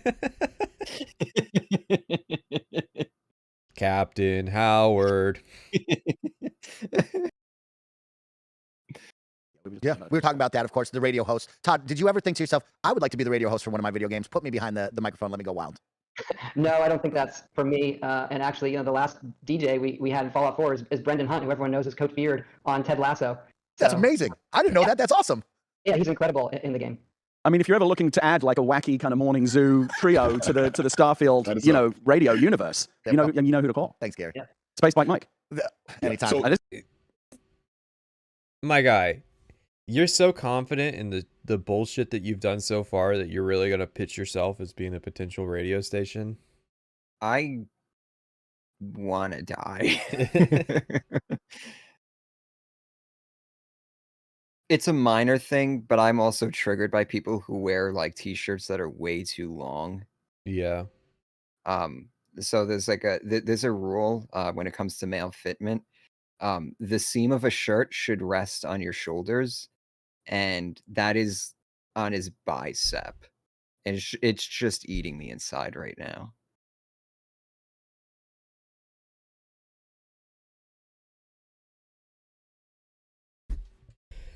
Is the guy in blue British? Yes. Listen, Americans don't understand British humor.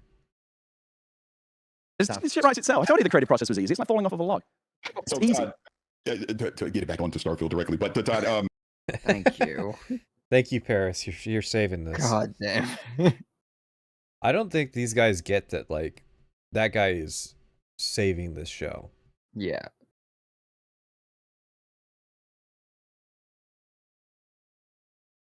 Todd's making mental note here. It's just like, I'll talk to Paris again. These two fucking goofballs can never again, though. They won't even get Pete Hines. Yeah. They'll get like the PR person. They're gonna get hangs out in the lobby. No, they're gonna get Jess Fenster. For those who don't know, Jess Fenster's she really is like the third level when you're not good enough for Pete Hines. She's the woman who's presented stuff like Constellation Questions and Into the Starfield. Yeah. She did that talk in the Skyrim video when Will Shin's talking about like the whole story that that an underground tower tells. She's the woman that asked the question. I think she's community manager or some kind of PR role at Bethesda. Yeah. But yeah, she's like she's Pete Hines as Pete Hines. Love Finster? That's a different person.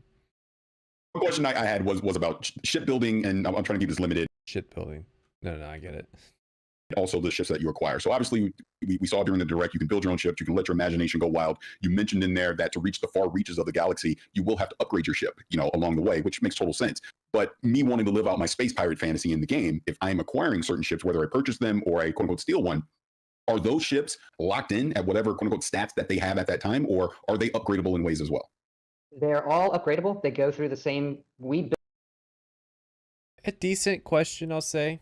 I kind of picked up that like any ship that you take over and take ownership of is added to your fleet, and then it's just a regular ship at that point. Yeah. Hopefully Todd will give us a little bit more on how that works, though.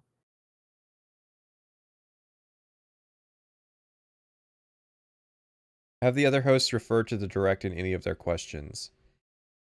So guy on the left has been asking community questions. Guy on the right barely asks anything. And then Paris like actually asks questions based on stuff that was shown in the direct. Because he watched it several times and took notes. Not only did he ask questions, he also asked follow-up questions based on those. Excellent work.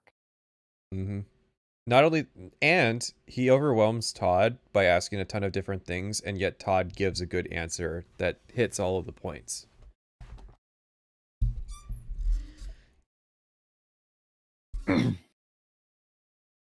Are you saying that if I jack someone's ship that it will not have a stolen flag for the entirety of the game? Can you imagine that? That you can fucking steal ships and nothing happens, but you steal contraband and suddenly you have issues? Built those ships You get with the builder. You get the hired thugs event.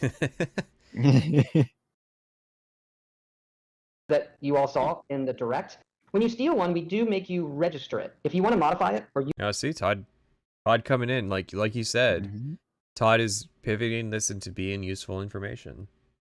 So like, I genuinely think Todd respects Paris here. Yeah. Like, he's like, I'll give you good shit. Use it in those ways. You have to spend credits to go register it. And that's for us to keep it from the economy kind of spiraling in those ways. You can fly it around. I like this answer. It shows that like they're thinking about the inevitable problem that like, what if I spend 10 hours just stealing ships over and over? Yeah. And then I have like 10 trillion credits. Does that just break the game economy? Well, it turns out they thought about that. Who knows how deep they thought about it? Who knows how deep the system runs? But the fact that they thought about it is a great sign. Like I said, each time Todd answers a Paris question, reassured in some way. Yeah.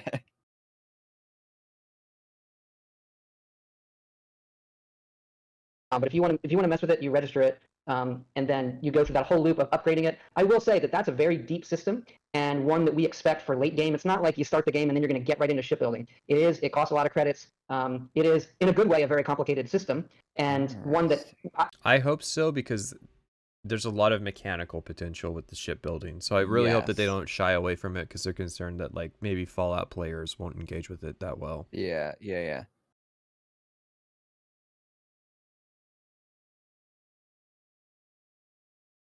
Is there a cut of this where it's just Paris? Yeah, it's the Todd Howard kind of funny interview, but only the good questions. It was more of a longer term thing in the game. Like the only good question guy on the left has asked is about land vehicles, and that was a community question. But in fairness, you know, he gets to pick the community questions. I have to guess that there were decent ones. Vehicles was a good one. We need a good late game money sink too. Yeah, dude, imagine there's some really good parts that you don't really need, but it's something that you can constantly strive for to just absolutely max out your ship. Yeah. Like they could do the system well.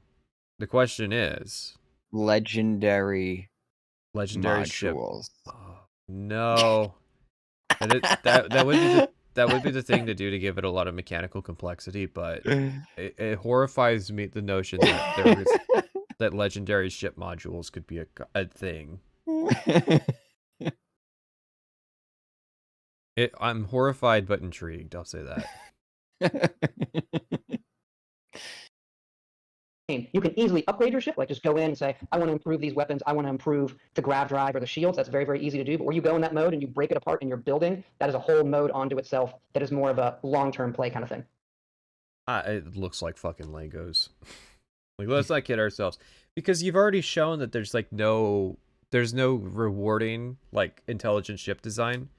So it's not going to be like Space Engineers where like I can take a ship, build up a ship, work with it, find out its flaws, iterate upon it, fucking shear off part of it and completely redo part of the ship, and like it actually rewards efficiency and mechanical design. These look like fucking bricks, and the modules just do things, and it doesn't matter what order they're in. Like legitimately, I could probably just stack landing bay, cargo hold, module, cockpit, like all on top of each other, and then like it would be exactly the same. So I don't buy for a second that is like actually a thing.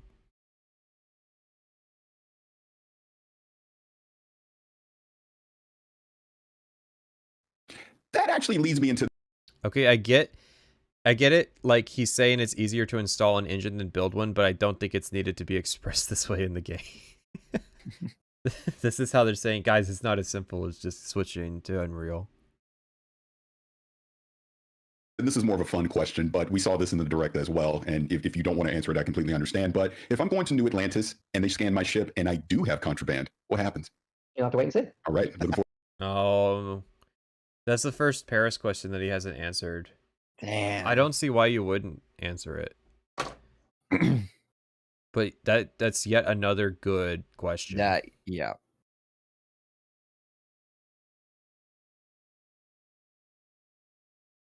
Unless it's like part of a quest or something like that. There's like some reveal for that. Oh, they just don't want to. Your first invite just doesn't want to spoil it. Your first invite to the Crimson Cringe is after you get arrested in the UC system. Thieves Guild, Oblivion's Thieves Guild again.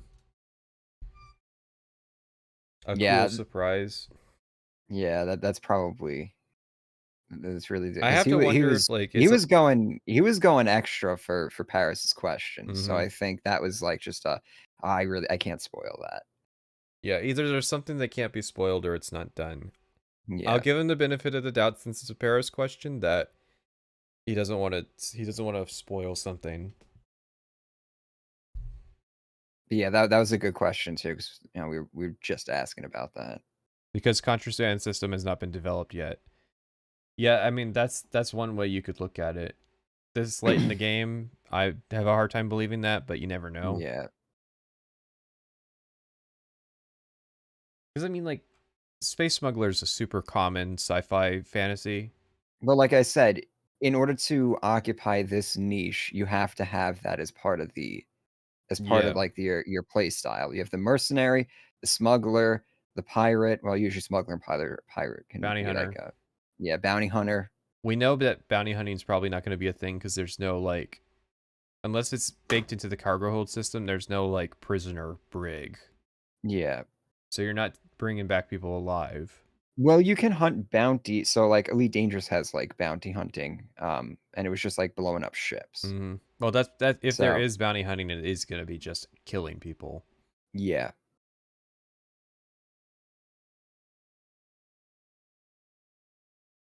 Forward to that. I feel like that modular shipbuilding stuff is really cool. I can see people getting totally lost in that. And I'm right in thinking that maybe this was addressing the direct. He had a timestamp to this exact thing. Whoever's producing this, none of the people on screen, I think, are actually handling the video component. No.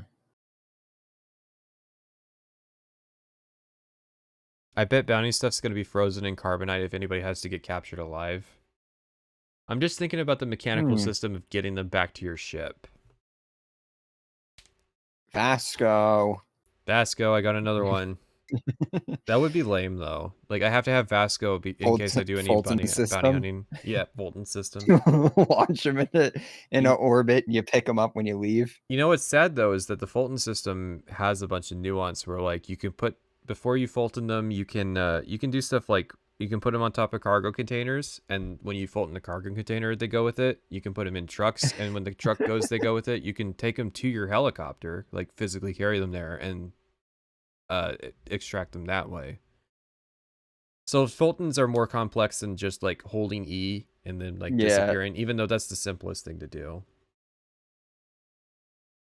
No, but like once you build your ship, you're designing kind of the internal layout of the ship that you'll walk around in as well. Is that correct?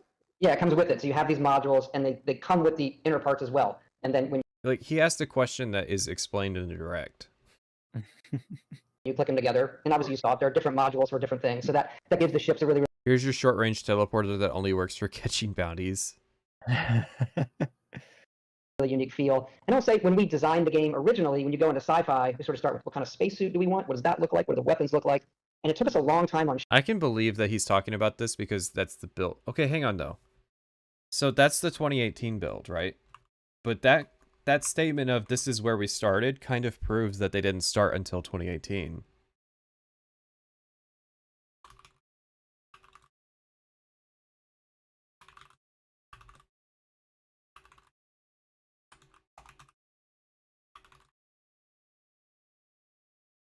Like, you understand what I'm saying, right? Yeah.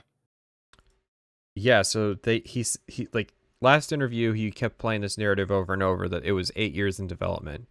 But then here he is saying here's how you start, and it's exactly everything that they had only just managed to accomplish in 2018. Because again, look up the 2018 leak. I'll show the image again. Well, no. I'll get you a different image this time. How about that, chat? Chat's been good. They get the new image. It won't be porn though. You're gonna see just how much they had done in 2018.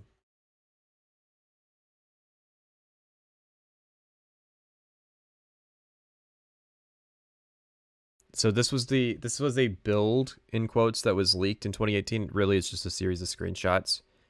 So this is what Todd Howard is talking about in this clip. Let's play the clip again while this image is on screen. When we designed the game originally, when you go into sci-fi, we sort of start with what kind of spacesuit do we want? What does that look like? What do the weapons look like? And it took us a long time on ships because there's so many ships in games. See? If they started with spacesuits, and the gun's not in here, but if they started with that, the guns were in the trailer, then that means they started in 2018.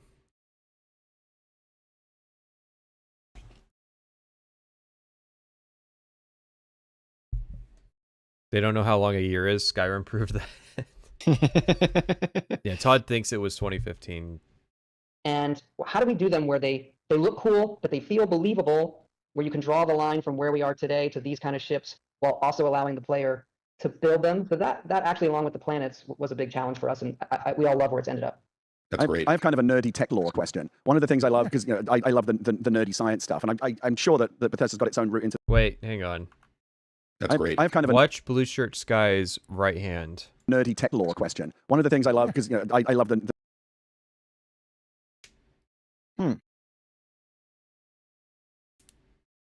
Are they like? They're just superimposing it on there. I mean, obviously there's not a screen, right? Yeah. But he's broken the three-dimensionality illusion by putting his hand there. Typically, what you would do in a production is you'd basically have a no-go area. You cannot, under any circumstances, put your arm past this point. Listen, it's a YouTuber outfit. It's hard. As someone pointed out, the reflection. They put the work in to fake the reflections. Oh, what the fuck? Yeah. Because you can see his arm stops reflecting past a point. But they do have reflections of the guys baked in. That's a ton of work. What? Especially on like, well, you know what it is? It's the scene of them, but mirrored over down. Yeah. And then they've put a filter on it. Yeah. To like give it a glossy appearance, and then they crop it to make sure that it doesn't stick off. But yeah, they've actually gone to the effort of putting on a fake reflection. That's like there's a ton of work on display here.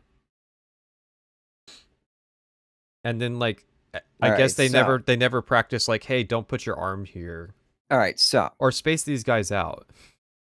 Paris coming in with the good questions. They're behind the scenes producers, obviously putting in the work. And then you got the two goofballs on set just fucking it all up.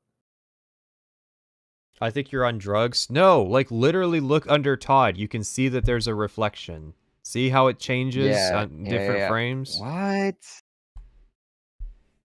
They faked a reflection, and we know that it's faked because obviously there's not a screen there. Which, I mean, stands out because it's a perfect picture. It doesn't look like it's being passed through a screen.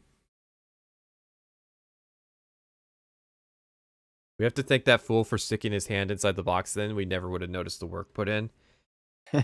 Yeah, I never would have mentally picked up on that someone actually went to the effort of putting a reflection in. And kudos to it.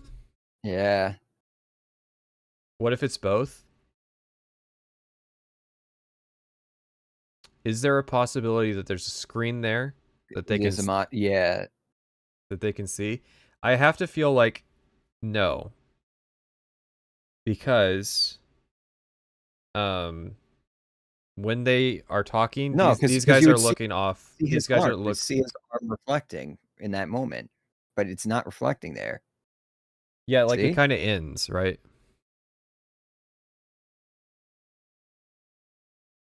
Yeah, we should be seeing a reflection of his arm, but there's like a mask they're doing. There's no light from the monitor, it would reflect. Yeah. So, I mean, here's the thing. It wouldn't be like I'm more so appreciating the attention to detail, but I figured out how they could do it. Yeah. The nerdy science stuff. And I'm sure that Bethesda's got its own route into this as well. But like one of the things I loved about Mass Effect was they had really cool explanations for faster than light travel and even faster than light communication. Right? The mass relays would get you around, and the quantum communication would allow instantaneous. You don't have to say anything beyond they have an explanation. Nobody actually cares about the details of explaining it, because anybody who gives a shit will just go play Mass Effect, right? So yeah, well, he's the nerd, right? That's so it's his job to over-explain. Yeah, he's got to ask a super verbose question. Yeah.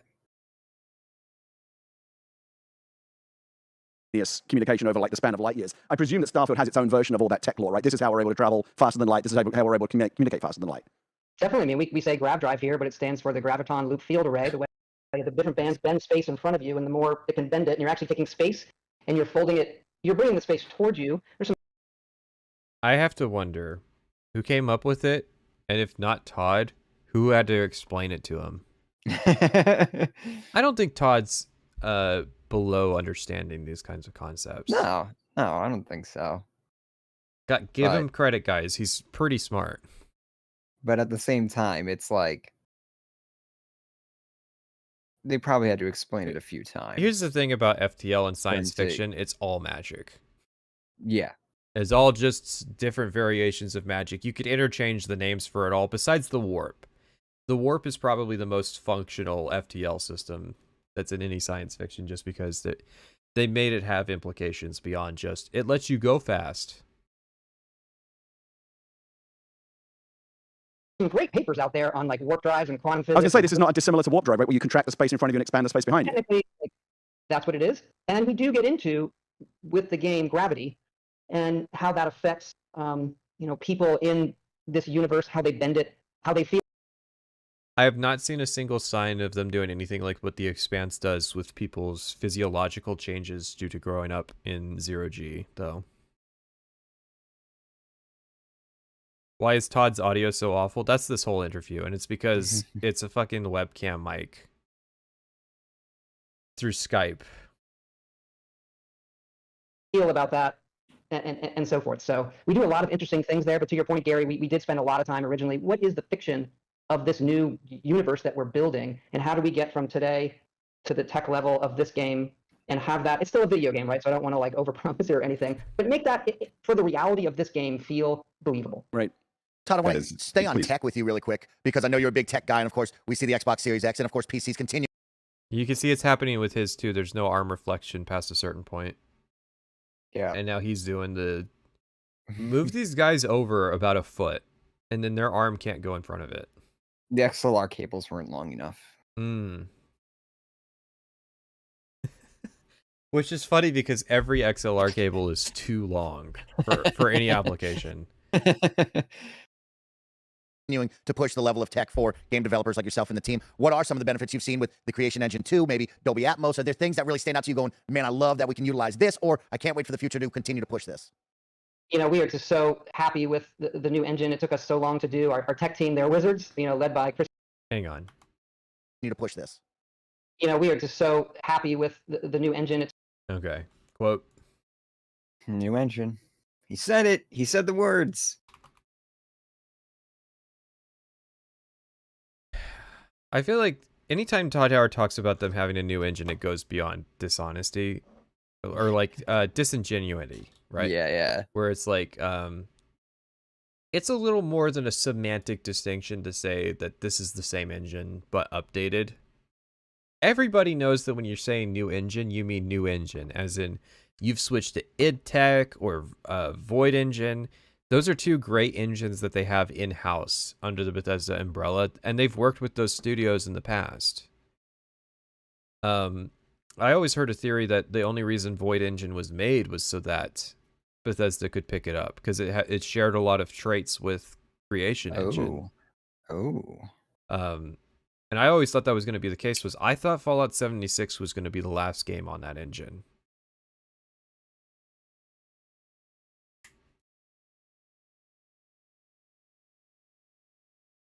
But no, it's Creation Engine once again. Creation Engine 2 is Creation Engine 1, which is Gamebryo, which is whatever the fuck NetEase or something.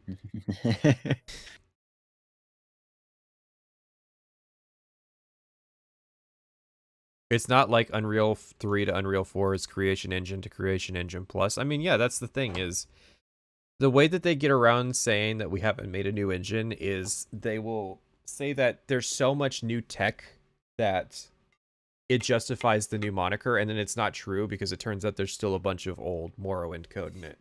Yeah. And the new stuff they're talking about is like motion blur. Motion blur. Like volumetric lighting. Motion blur and volumetric lighting. They can't even do ray tracing because they're so behind. They're so behind the rest of the industry in a lot of ways. I just like punched my mic. It's fucking crazy to see. Because I remember when Oblivion was coming out and it was like being heralded as this like really groundbreaking game, right? In terms of like visuals and just like NPC interaction, like all this, like Bethesda used to be on top, like ahead of the curve when it came to a lot of their tech. And now it's like they have fallen so far behind. Yeah, they were showing off a lot of cool stuff with Oblivion. And I mean, they're contemporaries, you know, you had your Fear, showing off a lot of what you could do with gameplay. This was your Unreal 3 era. So I mean, like there was stiff competition with what was being done, but yeah, Oblivion was probably their most competitive. And then like it just got harder and harder for them to compete because they're in technical debt. Yeah. That's the real reason this game took 5 years, is because they had some pretty big technical debts that they had to pay.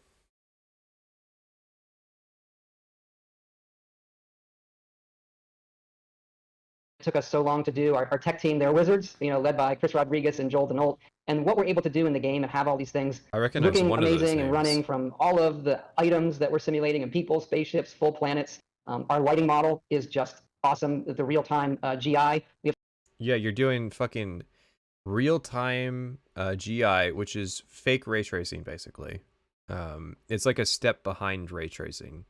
That's what they're bragging about in 2023, is that we're finally a step behind 2020. Yeah. Technical debt is when management decides that instead of fixing your current issues, that you postpone those fixes and continue working on new features. And what happens when you do that is you just begin to accrue this technical debt over time that you're not paying, and eventually that debt builds up until eventually it bursts and you have a ton of issues with your system. Twitter's a good example of a website that's was suffering a ton of technical debt before Elon Musk picked it up, and his management decisions have not striven to improve that component of Twitter's engineering woes.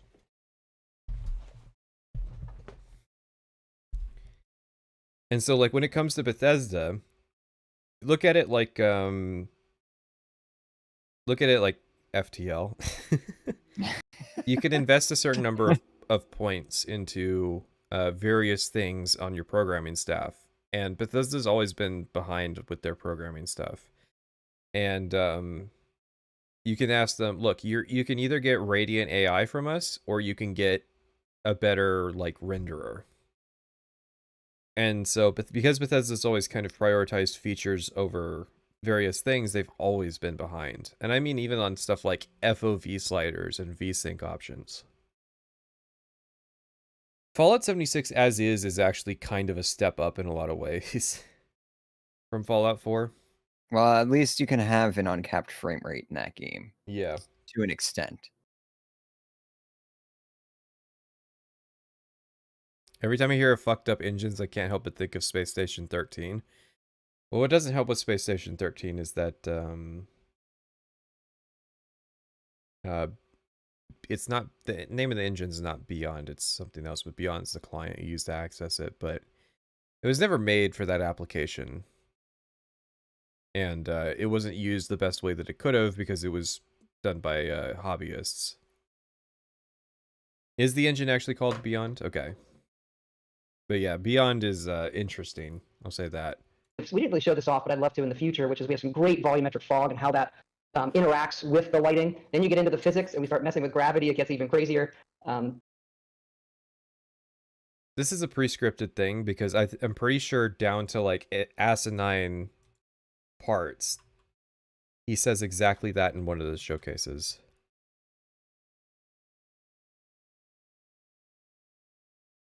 Like he says, and then when you start messing with gravity, it gets crazier. He said that before, not in this interview. Listen, Todd's a barbarian player. He doesn't really get the technical aspects, even though he was a programmer. If Dwarf Fortress's engine could get multi-threading, then maybe there's hope for Creation Engine 2, but probably not. Yeah, there's nothing like the gaming industry's love-hate relationship with multi-threading. It's one of the biggest pieces of tech that could advance the industry, and there are so many companies that are reticent about it adopting it because it's too hard to justify to delete taking the time that it would absolutely take to work in multi-threading. And then the non-tech people are going to be like, yeah, but what if some people are still running systems that don't have multiple cores? Yeah. Don't worry, AMD is a partner of theirs. Mm-hmm. Yeah, you know, the company that is famous for their massive threads and everything. Yeah, you know, you haven't talked about Todd Howard's programming that you were looking into. Yeah, I didn't look any more into it. If you'd like to read some Todd Howard code sometime, in Morrowind's construction set, you can go to Satanin, and anything that has to do with character gen, we know is done by Todd Howard. So you can get some delicious else if chains. Like that guard that walks down to you after you input your name. Yeah, the pace that he goes with is like hard-coded into the actual script for the guard. It's not just telling him to go down there and then his speed attribute affects how fast he gets there.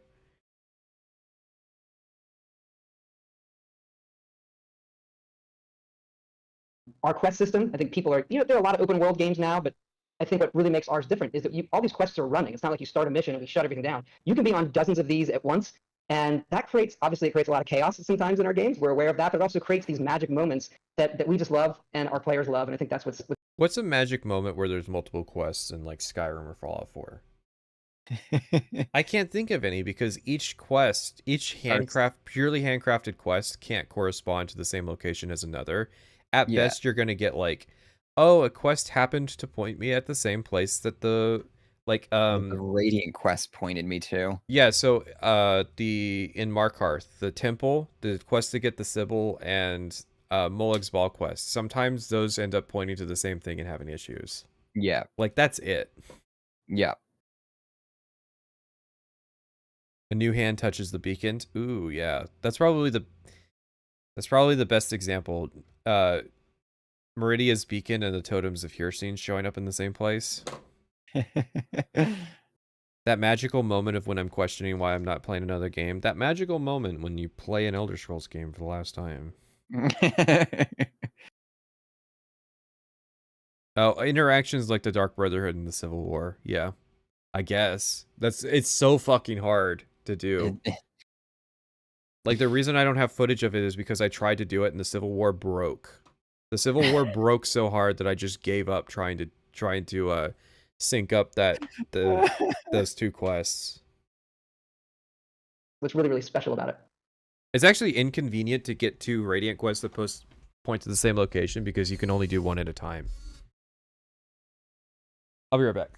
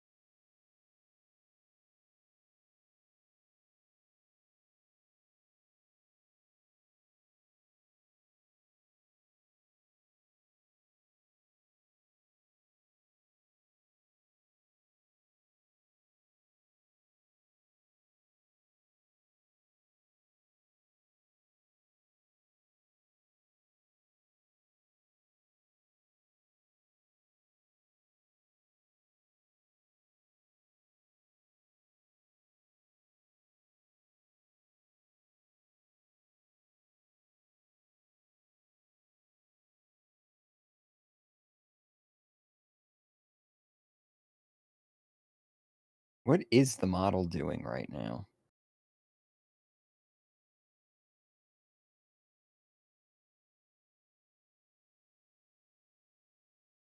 It's alive.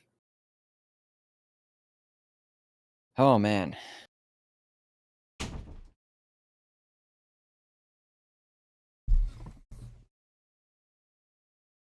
Alrighty, I've returned.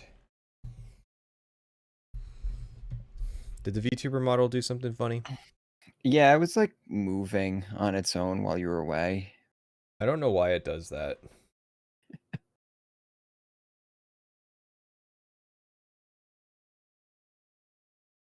Yeah, it was like in a loop.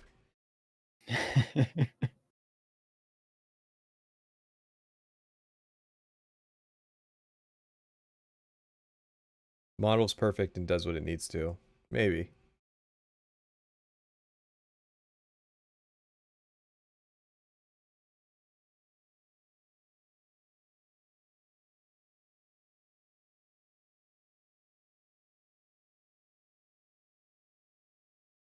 Well, Todd, that actually leads me into one question that I know the community has been asking a lot since the Xbox Showcase. Fantastic interview you did with Ryan McCaffrey, and you did address why Starfield is 30 frames per second. Fantastic. Wouldn't really rapport building. Building good relationships. He's not us getting blacklisted from IGN. He's yeah. He's setting himself up for future success. Totally understand it, totally get it. Think Digital Foundry did a great job following that up. But my question to you is, Digital Foundry did not do a great job. Digital Foundry knows specifics of how like resolution and frame rate and all these various technologies that game engines implement works. But his explanation for why it applies to Starfield was wrong. Either wrong was or that the dude who was like talking about that's where he heard it cheese from. wheels? That's where Cheese Wheel Guy heard it from. Okay. Was Digital Foundry. I know, we were hearing it through some... That's the TikTok fucking experience. There's nothing original on TikTok. They're all reacting to somebody who said it more intelligently than they did. This gentleman's name is Paris Lily. But yes, if Cheese Wheel Guy was right about Digital Foundry's explanation, then Digital Foundry was wrong about how the system works.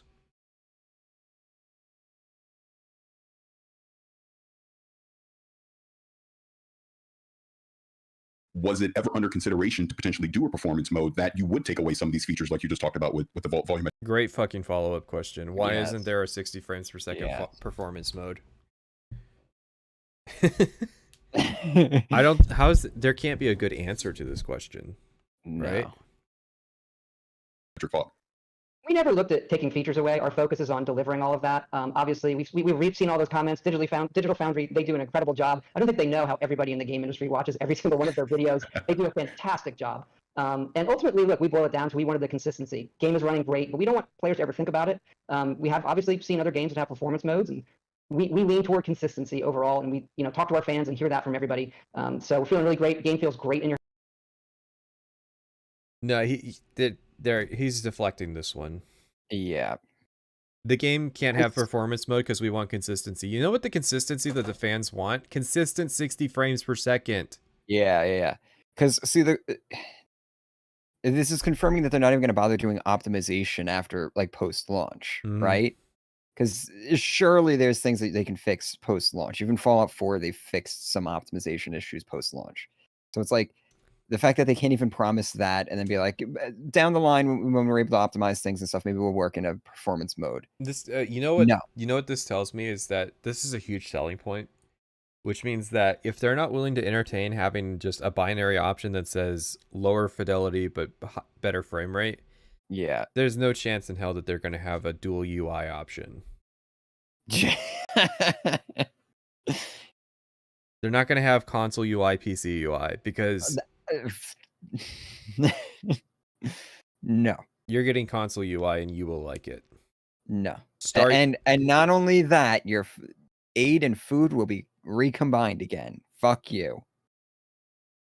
Star UI will be yes, essential mod.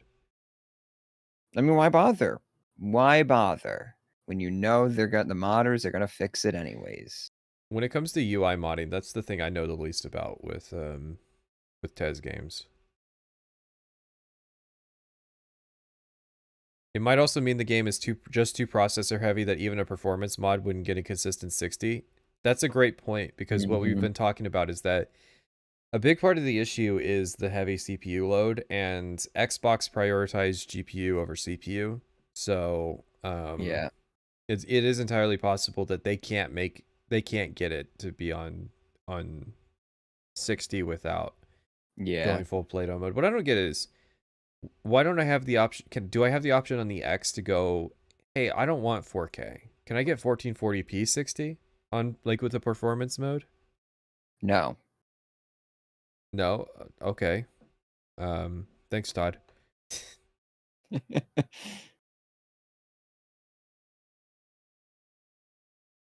CPU is nearly never the issue. This is a Bethesda game.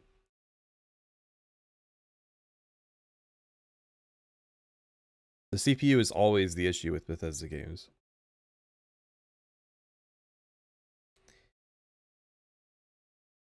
Performance modes, and we lean toward consistency overall, and we talk to our fans and hear that from everybody. So we're feeling really great. Game feels great in your hands, and I would say, like, developers know this, but there are things that you can do to make that look and feel great. Things like motion blur, how fast the game refreshes. Oh no, there's a motion blur again. So we're gonna get motion blur with 30 FPS. Yeah, I'm gonna have to play Starfield on an Xbox the same way that I play VR games, where I'm taking breaks every 90 minutes. Let them cook. Let them cook. Know this, but there are things that you can do to make that look and feel great. Things like motion blur, how fast the game refreshes or reacts to a controller input. All of those things matter. So high refresh rate for controllers, but not necessarily frames. So that would be like polling rate, and yes, see, like, so 60 hertz polling rate or whatever. Yeah. So it's responding as though it's running at full speed, but, like, yeah, I'm sure that makes the game feel better because you won't have dropped inputs, but that's also basic bitch shit. But, this is the guy who's saying that you solve frame rate issues with motion blur.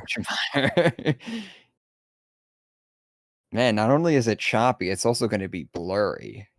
Yes, I love it. You should be thankful that he hasn't talked about, like, temporal anti-aliasing.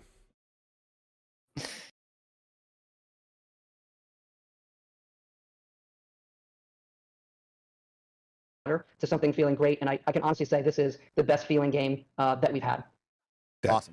Awesome to hear. I have a question, and this is mainly because it's been on my mind recently, because like a lot of people, I'm playing a lot of Diablo 4. And I love Diablo 4, but it also reminds me a lot of what has become very kind of calcified and very familiar and gamey to me. We were just talking about this before the show. So Todd, I wanted to ask you, like, how you approach things like side quests and I don't know if you feel like it's necessary to try and break the cycle and get away from it, but for me, it's starting to feel very old, where I walk into a village in Diablo or any one of these kind of games, and here's my side quest. Space bandits stole my trousers, go kill 10 of these bandits, one of them will drop something, bring it back to me, and I'll give you a better hat. And I just feel like I've been doing this same shit for like 30 years. Oh, God. There was... Out of touch boomer. There was a good question in there that I thought he was actually going for, which was, are we going to have the meme of every time you walk into a city, every quest starts right from the get-go? So it's like you walk into Whiterun and it's just like, oh, you got like, literally people can quote shit from Skyrim at this point. Yeah. From Whiterun because of like just the staging. It's so poorly done. It's like, that would be a good question to ask, but no, it's, are you going to go here and collect this shit? He's a fucking... Have you played Skyrim? Do you know what Radiant quests are? He's an out-of-touch boomer who just hates it because he's seen it a lot, not because it's necessarily bad. I do think that design isn't stellar, but you're absolutely right that there's a great question in, did you get rid of the theme parking that your cities have? None of the Bethesda games had go kill X number of enemies, if I recall correctly. College of Winterhold killing the spirit things. Yeah. But you are correct in that it's extremely rare to have a kill X things objective. Because typically, Bethesda sidesteps that issue because what they do is, if you do get a quest to clear out bandits, the quest marker points at the bandit chief. It doesn't point at all of the bandits. Or it's to get something at the end of the dungeon in the boss chest that's behind all of the bandits. Yeah, Civil War II kind of in that it uses a percentage. Yeah. But I mean, like, you also don't have to do anything in those battles. Yeah, if you want, if you wanted to, you could just yeah, you could just sit there and wait for the battle to tick down because you're guaranteed to win. So yeah. How many Fighters Guild quests were to kill all the trolls? Yeah, the quest markers would point at all the trolls, but it wasn't like go kill 10 trolls. So what he's talking about is like World of Warcraft didn't start it, but World of Warcraft is known for it. You'll get a quest and it'll be go. There's several types of World of Warcraft classic quests. There's go kill 10 Defias raiders, and then there's stuff like go collect 20 Gazette hooves, and the go collect X things that drop from mobs is just go kill X number of mobs, but with added RNG. Because sometimes they don't drop it. But he's talking about that kind of quest. Whereas a Skyrim quest to go clear out a bandit cave is go kill all of the bandits in this location. The bandits aren't immediately respawning like they do in World of Warcraft. And it's not just go kill the first 10 bandits you find in this cave. It is go kill all of these bandits. So there is an effective difference. So I mean, like, this is why he's out of date. It's like he's never played any of the Howard Elder Scrolls games or Fallout games.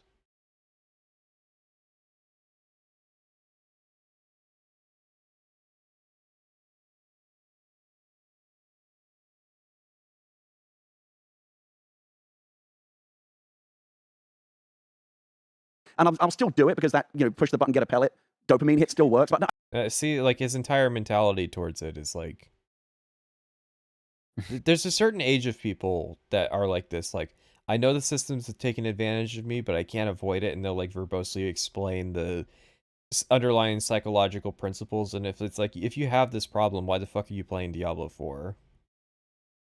Like, clearly RPGs aren't for you if this kind of foundational level thing is there. But also it's just, you're asking this question to the wrong guy. Although, granted, there actually was an objective that was kill... I forget what the objective was, but there was a 0 out of 7 in Starfield. But there's no way this guy actually picked up that was an objective because it was, like, obscured by a sun. I wish we could find a different side quest or dynamic or a different way that didn't feel so, like, gamey as that. And I don't know if this is a question you've asked yourself over the course of developing so many games or in this game topic. Like, do you get what I'm talking about when I feel like a lot of these quests feel like generic video game quests? And how do you break out of that sameness? Do you get me? You know what I'm saying, right? You know what I'm saying, get right? Me. And this is Todd's face. Yeah. This is Todd's honest reaction.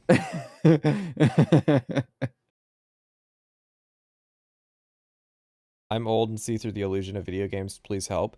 I feel like if I was doing it, if we had a dev, if we got a dev on LARP, but only you and Tetra knew how to ask questions, I would leave the question asking up to you guys. Because, and I would clarify, I don't really know much about your game at the start, and I would just be kind of like the sniper, waiting for, like, in case there's any illogical statements, paying attention to what he's saying, but otherwise I'm not emotionally invested in what's going on. Yeah. There are occasions where that's a good role to have in a show like this. But if you don't know what the fuck the guy's about, this would be like saying, so Todd, are you going to put first person into your game? Like...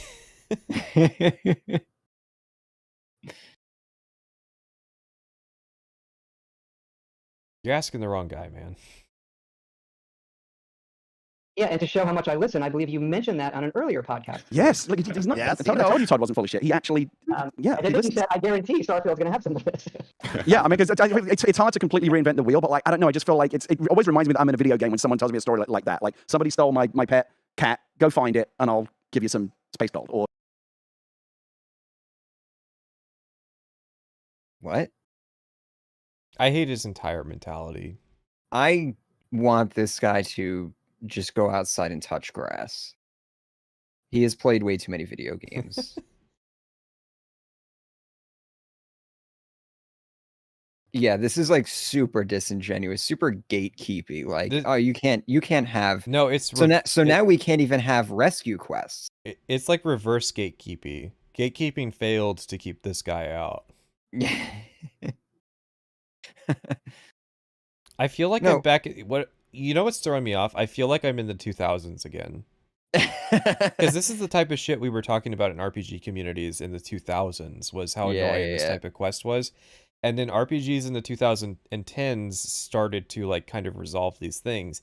And you do have like Diablo is a bit of a throwback title, but it makes sense because it's so rooted foundationally in like in that genre of things. And so like what he's basically asking is, can you make side quests that don't feel like side quests?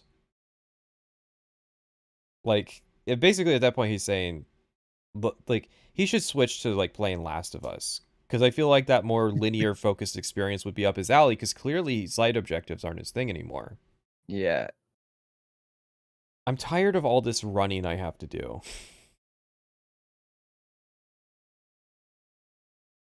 Or, a better pair of gloves or something. I don't know. It feels like we've just accepted that that's what side quests are now, and I wish there was a way to approach them differently. Is there anything in the side questing off of the main quest line in Starfield where I'm going to go, oh, that's a different way to do a side quest, that's cool?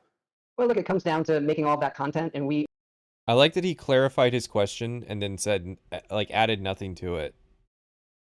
Like, that whole clarification when he interjected over Todd said nothing beyond what the initial question asked. Yeah.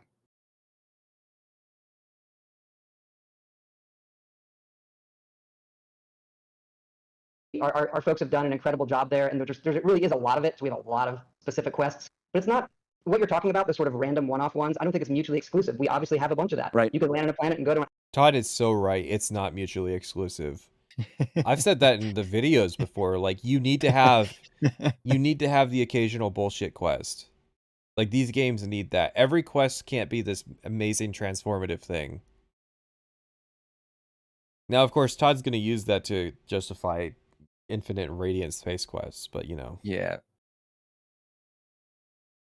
The disappointment on Paris' face. Oh my god.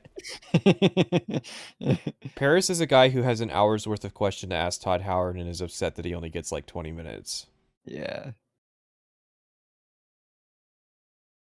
Outpost, and we're going to generate a mission nearby, and you're going to see some of that. But I think that's okay if you know you're in for it. And those activities, if the gameplay is good, can be fun, but they shouldn't take the place of those more in-depth ones, and we've done a lot of those. Right. Todd, you talk about content. I'm going to He said it. It's fine as long as you know that's the quest that you're on. I was saying that in the companion section of my video, where it's like, I am down to do just contract work and stuff as long as I know, as long as the game's not hoodwinking me into that. Yeah. And I even said, I was like, if you just made it like a UI element that just broke it out and said, here's just a bunch of jobs that you got, that's fine. Yeah. Are we gonna have a faction? Are we gonna have a Fighters Guild faction where I can just do contract work? Like a space mercenary faction? Or like a bounty board? Probably, yeah. I mean, maybe. Or do I have to go into like or do I have to go into the cantinas every time and shake down the bartenders? Mandalorian has the Bounty Hunters Guild. I don't know if that's their name, but like it does have a bounty hunter organization that Mandalorian kind of represents in the beginning, so they could, like, if they're gonna steal stuff, they could steal that. That's down. So guys over there, start thinking of your final questions for Todd. I want to be respectful of his time and get us out of here in a timely manner. But talk about content, Todd. Oh, don't tell us about being respectful of Todd's time. Come on, guys. He looks so disappointed. Like he's just he realized it, and now he's being told that there's questions he doesn't get to ask Todd Howard. And of course, you and the team, and thinking about what you guys can create, but also there's the side of the mods. And, your team at Bethesda have done a really great job with mods and allowing the community to create and build within your world. Okay. Have you seen something that stands out to you in previous games through the community where you go, man, that team did a really great job. That is awesome on the mod side of things. And let them cook. Let them cook. Are cook. you excited to put mods into this game with so many planets to explore and the opportunity to create? Oh no. If he says anything about the UI, I am fucking jumping out my bedroom window. Did you guys add anything from mods in past games? I think that's a good summation of the question. Chat, we hold anticipation.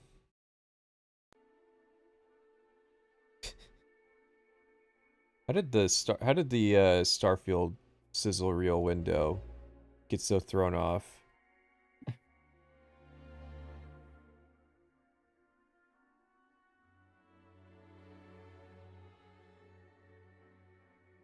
All right, enough of that. The anticipation is killing me. Let's go.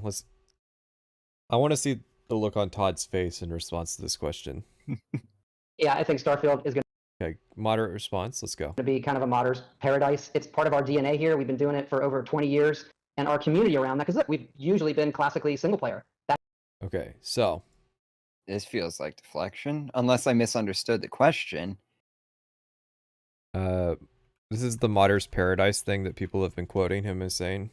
Mm-hmm. He can't confirm that because that's a lawsuit waiting to happen. That's my thought is, I would never bother asking that, or I would phrase it in a different way because he asked it in a way that just invites trouble. That has been our community, and people are still modding our games. And oh yeah, by the way, he said traditionally single player. So are we acknowledging Fallout 76? No, it's Tez 3MP. He's acknowledging. That would be funny if Tez 3MP was like something that Todd Howard acknowledges. We've usually been classically single player. That has been our community, and people are still modding our games and playing them. So we're doing a lot of it. And I think one of the things that I'll call out is it's important for us not just to enable that, but to participate, right? To make it easy for them, to make this where they can make it not just a hobby, but a career. We've had a lot of great success there. So looking forward to what everyone's going to do with Starfield. Just like cannot imagine. That's awesome. Oh. Deflection. Ah. Deflection. Oh, it was so close. It was so close I could taste it. He almost confirmed. He almost... He wanted to say user interface mods, but like he was advised. Please stop saying that you install UI mods. You're making Patrician's videos too easy with this stuff. Oh, I was looking at that and being like, oh, he was so close to just confirming Creation Club 2. Because he was saying people can make a living off of mods. I'm like, oh. Yeah. So close. Same. They're not going to say it before launch. I'm going to be very excited for that. Question I have as we wrap this up. There's 1,000. Thank God. Thank God, Paris. I'm almost tempted to stop. If this is Paris's final question, I'm tempted to stop after it. More I would love to ask, but we want to be respectful of your time. Outposts, you kind of slightly mentioned that a few minutes ago, but something I caught again during the rec towards the end was it sounds like there's going to be kind of an advanced feature with some of these outposts where you can actually leverage some of the plants and animals on the particular planet that you're on to generate resources, which then made me think about, well, if I land on a planet, am I limited in the resources that I can use to build an outpost? In other words, is there only so much I can do without, is it unlimited what I can do for an outpost is what I'm trying to say. Can I build whatever I want, or do I have to have a certain amount of resources to build whatever, design that I'm thinking of at that time?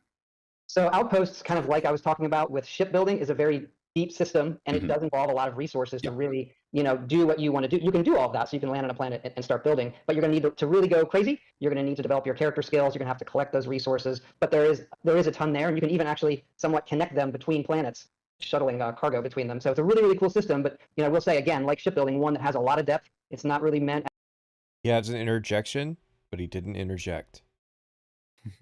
As like an early player kind of system. It's meant to be one that you're going to play over a long period of time. Well, that brings me to just a quick follow-up on that. So potentially can Outpost be an economy generator for you as well?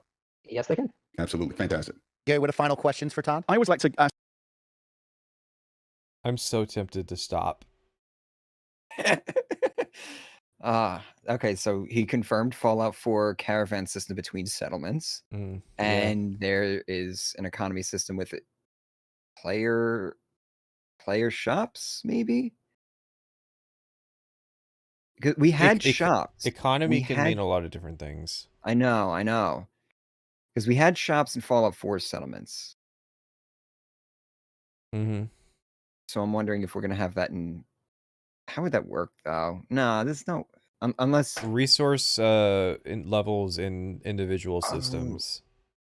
So like something might be like, this is a lithium rich system, and then we ship it to a lithium poor system and make money. Yeah. I think the player is going to be the one that's shipping all this stuff, though.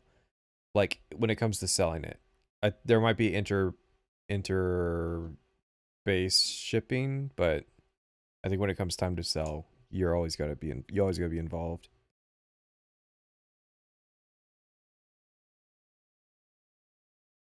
I'm thinking if you're running caravans, maybe like system safety is important, right? I'm trying to remember. Could your caravans get attacked in Fallout 4? I think they could.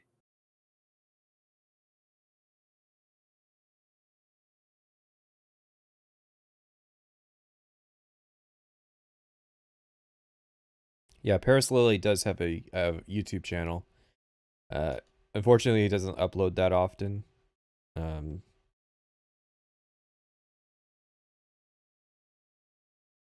But yeah, I think games journalist companies are like sleeping on not getting this guy. Like he's wasted here.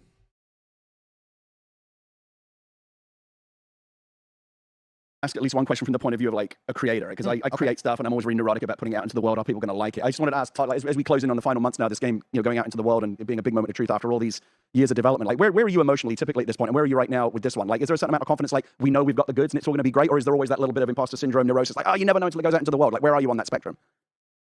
A fine question asked poorly. Did he host an Xbox Game Showcase? I've seen that before. Who, Paris? Yeah.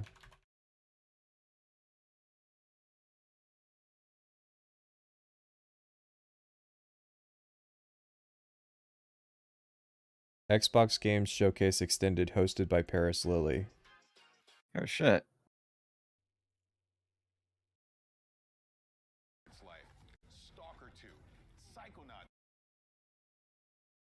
Paris, it's gonna be a big day, man. For I'm like, this is a co-stream of it. Where's the actual stream? Well, I mean, we know what year it is, so it's Xbox Showcase 2021.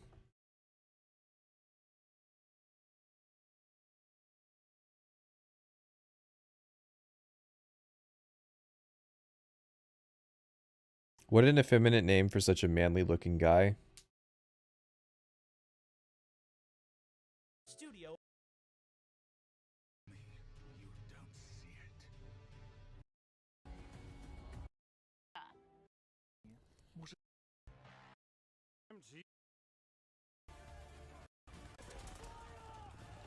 as a whole, now is it all?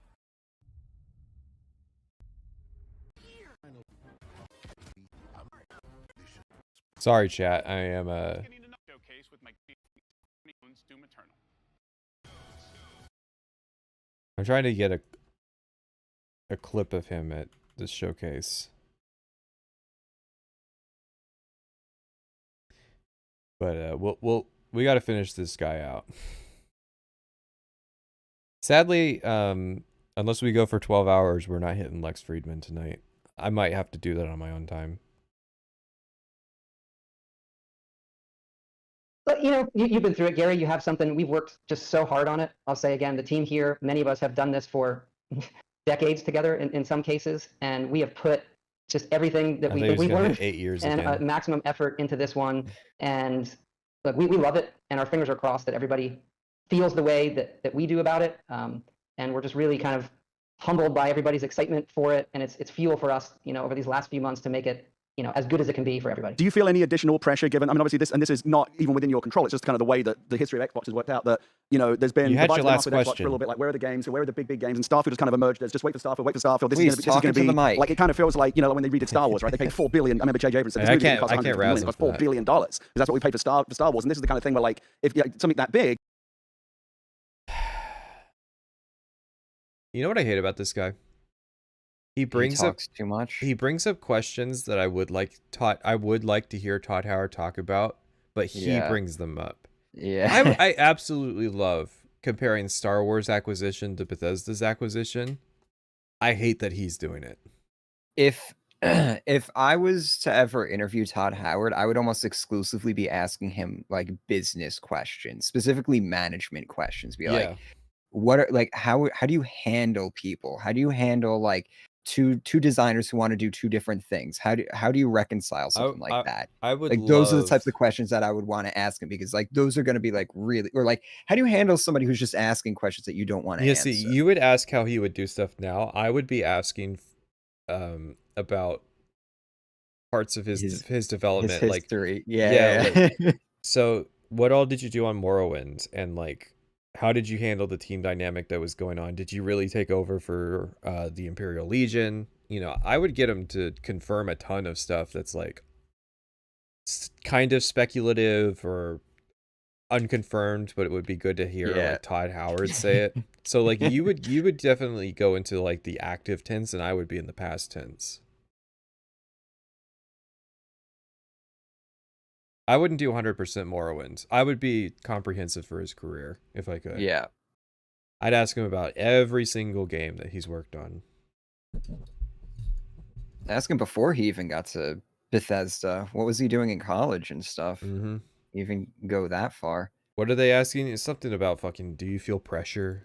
The stock price of the parent company moves on how these mega tentpole things are received. Do you feel like you're carrying like the weight of like Xbox on your shoulders right now when that's kind of the narrative that seems to be emerging? Like Starfield was going to be the standard bearer for Xbox this year? I think I was feeling better before you asked that question. Wow.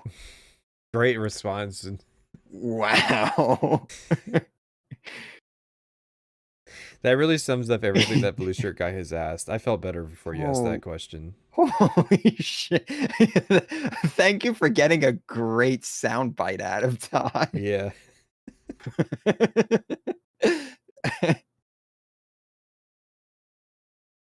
We need to put that response on Ryan asking it just on Ryan's red flag statement.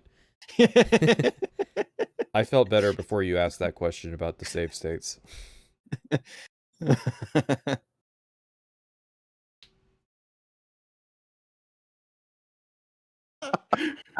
Look, we're focusing on what we can do, like I said, on this game. And I would say Xbox has been just, their support has been incredible on this. Phil and Matt Booty and the team over there. And obviously we worked with them for a long time, going back 20 years at Morrowind. But being part of Xbox and their support has really, it has allowed us to be this ambitious and take these risks, and fingers crossed. That's great. Paris, one more for you. I see you. Sneaking it in. Two. Thank God. Please don't let it end. Bethesda's 20-year relationship with Morrowind. Just making sure that it adds up. Paris's final question.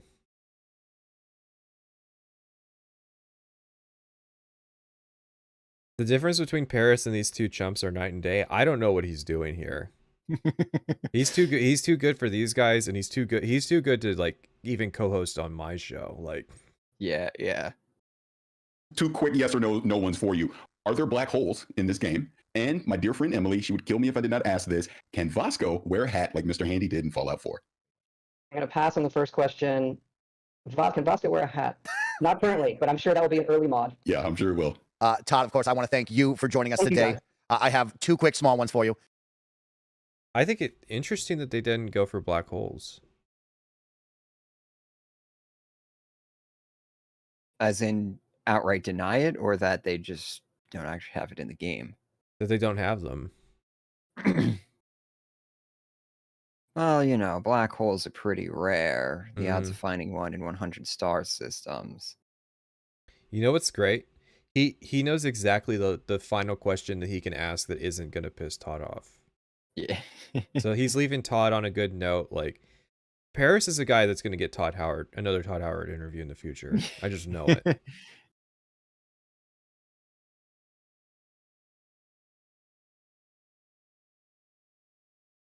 Have you ever wanted to do a smaller project? You and the team, Todd. Yeah, it's called Indiana Jones. What happened to the last question? Okay, like Paris snuck a sneaky one in there because he wasn't going to let me like. These guys are so clueless. Paris salvaged your show by asking that last question. It wasn't a great question, but he salvaged it because he didn't let the stink of blue shirt guy's question kind of corrupt everything. So what are you doing in here, like jumping in? Like, do you think you're gonna top Paris's thing? Created these massive, incredible games. Have you ever thought about making a small game? Like a little Pentiment kind of thing on the side? Yeah. Oh, we have the mobile team. We did a Fallout Shelter, which I think is our most played game ever at this point. So we do some of that. We have some mobile stuff going too that looks really cool that we haven't talked about. So you get to dabble in. He gets a total corporate response. Yeah, we did that, dumbass. Do you know anything about my company?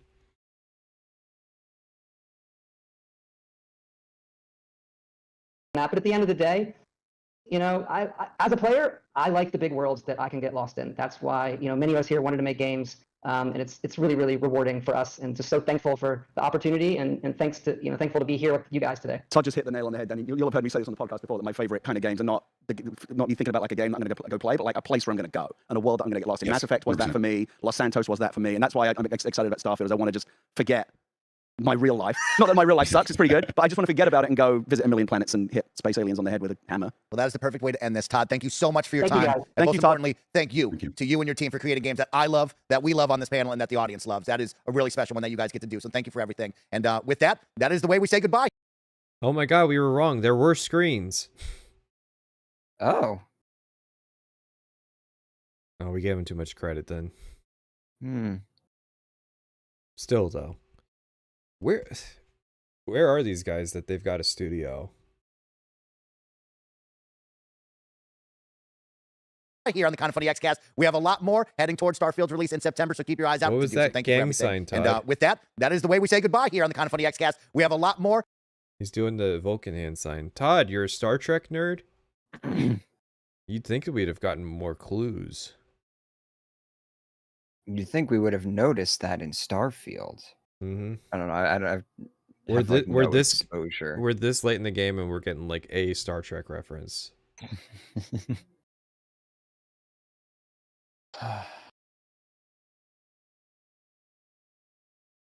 Who the fuck listens to this? That's what I want to know. Like, no offense, guys, but if this is your weekly rotation, how could you listen to this? Tell me that Paris is on their weekly rotation, because that could justify. That's like having to listen to Jack on Red Letter Media to get through to like some of the other people over there. Like, he's one of those guys that, yeah, he's just kind of there, but it definitely isn't Zoomers. Paris will never interview Todd again. I can almost guarantee it. I think Paris could get a Todd interview especially if he's been doing. Yeah, if he did an Xbox showcase. If he apparently he was like an interviewer for the Xbox showcase. Mm-hmm. So he's not the person up on stage doing the showcase, but he is. That's where he belongs though, is doing the interviews. Because he nails that. Yeah.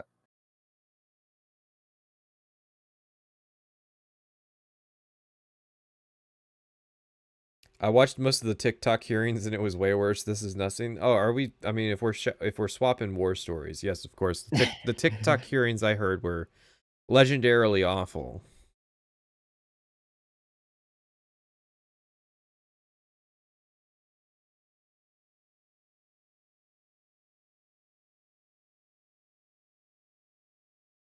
Because he actually knows what he's asking. That's what I'm saying.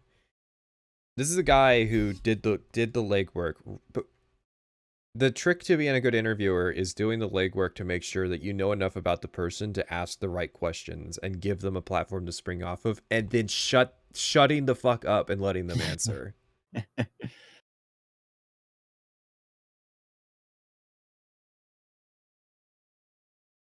Paris had the only questions that didn't make me question what the fuck the interviewer was thinking. No, I mean, like, he was a highlight for tonight. I think there's only one way we can end this.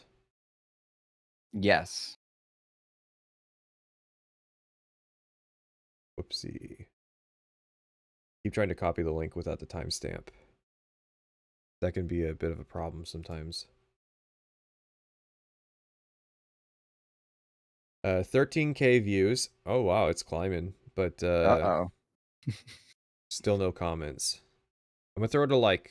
I'm gonna throw the presentation a like. I do enjoy the presentation. It's good to have this sort of stuff out there. Yes, do more of this. Get more of these guys talking. Not your position. If you didn't becomes see how Private fast, Sessions how stream, fast. you're gonna be missing some necessary context. We're gonna be dunking you deep in. So what's funny is you started on that the launch is only the beginning thing. I ate a fortune cookie during this stream, and the fortune that it gave me was begin. The rest is easy. Yep. I mean, yeah, he is pitching like fortune cookie nonsense. Was this only recently made popular? So I Hate Everything did a video that features clips from this. As far as I'm concerned, like apparently a lot of Destiny YouTubers do use it. So basically what this is Justin Truman. He is the Chief Development Officer at Bungie now. He was basically the guy that is in charge of Destiny 2. And he gave this talk about, is titled From Box Products to Live Service. You gotta love a talk that's titled with the term that you made up. Basically, it details in horrifying specificity the transition that Bungie underwent from making good games to making live services. I think the saddest part about this, this is one of the things I realized when I woke up this morning, was there were a lot of people at Bungie who genuinely believed in what they were making with Destiny, and they were like devastated when people were not receptive to what they had made. Like from what this dude has been saying, it sounded like they had like a horrible like introspection moment during Destiny. And they were like, I genuinely believe there were a lot of people at Bungie who thought they actually betrayed their players and stuff. They were like, oh my God. And then this guy comes along. This guy comes in, yeah. So we're giving you guys deep end because he's diving into the analytics. He spent the first 30 minutes explaining the process of tearing off the butterfly's wings. And now he's going to go through a statistical analysis of how tearing off that butterfly's wings affected it emotionally. So first up, we have that trust in Bungie. I like that the very first thing he decided to start with on the KPI report card is redacted information. He could have chosen anything to start with. He chose with something that he needed to censor. Game, and we measure it in two ways. One is vocal sentiment. So what are people saying about us online, on social media, on Twitch? And vocal sentiment is super important because that's your reputation, right? Like that is what people say you are. But it's also often distorted by a small vocal minority. There's a few people who talk a lot and a lot of people who have an opinion and don't talk very much. So to get beyond that vocal minority, we also do our own weekly surveys of player happiness using a rate last week metric. So we randomly reach out to, I think, a few thousand folks every week, and we ask them to rate sentiment redacted. I wonder why. the last week of Well, see, what you have to understand is, for those who haven't, oh no, you saw the context, but for those who hadn't seen the context, basically what he said to do was, if you fail at launch, make the game as fast as possible because what you need is velocity. You're going to fail at launch. You're going to dip your player count. And then what you do is you release a Forsaken style Destiny expansion and you make good content. You address all of your influencers' main concerns so that they turn around and start shilling your game. You build up retention by making a good in-game process. And then once you have high retention numbers, you start turning on the revenue machine. So like this is him basically going through the numbers. Destiny on a 1 to 5 point scale. And we've tried some different systems here, like we've done more subjective measurements of quality, we've done net promoter scores, but we've found that rate last week hits that sweet spot for us of rapid, precise data that we can quantify about player happiness. If you release an amazing live event, you can know the very next week if your players are happy about it. Or if you do something terrible and you break something, you can know immediately if your players are unhappy about it. And so between the two of these, you can get a good week-over-week trending of both what players think of your game and what they're saying. That's the thing that killed me. Failing at launch was presented like a part of the process to shoot for. That's the point. Is that, taken at its most literally, he sees no problem with releasing a broken, buggy mess as long as you have the velocity to fix it. So I'm actually taking issue with this because there's a lot of room for just this? Well, there's a lot of room for like bias here. So I'm sure that the prompt asks the player like, how has Destiny the past week felt for you? But if that player is holding a grudge against something that you made like 3 or 4 weeks ago, they're gonna, or like 2 months ago, they're gonna still rate you down. Yeah. So that's really not that, like, if I was being presented this information, this data, I'd be like, I'm not really willing to trust this. I'm sure he's going to get into more statistics, but this seems like a number that I would really not want to trust too much. These surveys aren't accurate because most of the time they're just shoved in your face. You probably press the first option just to get it off the screen. Yeah, that too. They think of your game. And both of those are interesting and different data points about player trust. This guy was not devastated about feeling about Destiny 1 thinking he betrayed the players. This guy saw Destiny 2 as his opportunity. Yeah. So next up, we have the lifeblood of our game, our engagement. And our primary metric for this is our average DAU, so average daily active users. How big is our community that is willing to show up and play each day? And you can measure your active users daily, weekly, or monthly. There's interesting nuance there and different learnings that you can pull from each of those different types of measurements. But for our report cards, we like DAU because it's not very latent. You can get new DAU scores every single day. And while DAU is ultimately one of the best indicators of health for us as a franchise, it's kind of like our blood. He really isn't talking shit, is the thing. This guy is intelligent in the respect that he knows exactly how to run a live service product and make it make a ton of money. This guy, I don't think he's faking it till he's making it, because I said this when we were watching it last night at a lot of points that he's right. Yeah. It sucks, but he's right. Blood pressure. Like, it's super important, but it's not very actionable on its own. To try to impact DAU, we have to go one layer deeper. So DAU is ultimately a function of really just how many players are coming into your game each week and how many players are leaving it. Your funnel in, funnel out. And so we measure this through new players, so brand new accounts that are created on a given week. Our weekly return rate, so these are players that... And you know that, like, it's all just numbers to him.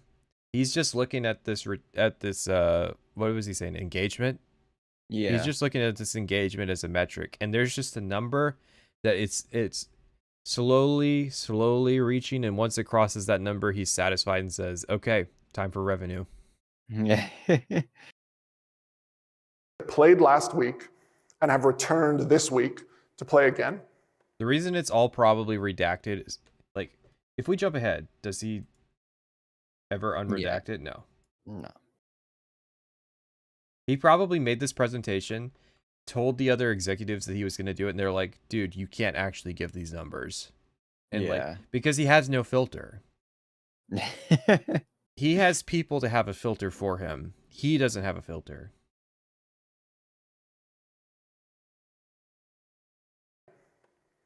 And then win back. So these are players who did not play last week, but played at some point in the past. It could have been 2 weeks ago. It could have been 5 years ago. But for whatever lapse, they've returned to us. And you put these factors together, and then you can see pretty easily your funnel in and funnel out of players. And importantly, each of these KPIs are going to be pushed differently. Like the type of content that typically causes your engaged players to stick around, that raises your return rate, is going to be really different from the type of content that's going to cause new players to show up. And this is where getting higher granular. We were speculating about it. We're of the mind that there was no vetting process for it. Basically, like, there was only a vetting process insofar as what can you legally say. And then beyond that, he was allowed to say whatever because he doesn't have a boss. He's the guy that's in charge there. Yeah. Granularity in how you're defining success for a given feature, a piece of content, or a release gets really important. So finally, beyond our blood pressure, we've got the revenue that we're trying to accomplish. Made up both. It's all tied together. It's in the report card. The report card's broken down into the trust retention revenue model. That's fucking brilliant. Like this guy's next level. Yeah. Like, yeah. And they probably like weight those things too. Mm-hmm. Both this is actually very interesting. Yeah, this is a lot more interesting than we thought it was going to be. We're like, oh, he's bringing out the charts, okay, but like, yeah. No. This guy spent the first 30 minutes introducing his ideas, and now he's showing us all the evidence and how much thought he's put into it to just say, this isn't just a guy who's looking at the number going up and saying, yep, I'm a smart investor. This is a guy who made the numbers go up because of his strategy. And he figured out how to like quantify those elements of his strategy. I kind of want to let him finish this point before we end out the stream, but I am doing this as contrast material with Todd Howard because I feel that it's a fitting cap. We started with this, we're ending with this. Yeah. In unit sales and in microtransactions. And importantly here, like while we're tracking revenue daily with these report cards, we aren't actually optimizing for revenue. Because like it would be easy to make decisions that temporarily spiked our revenue, but were very bad for the long-term health of our game.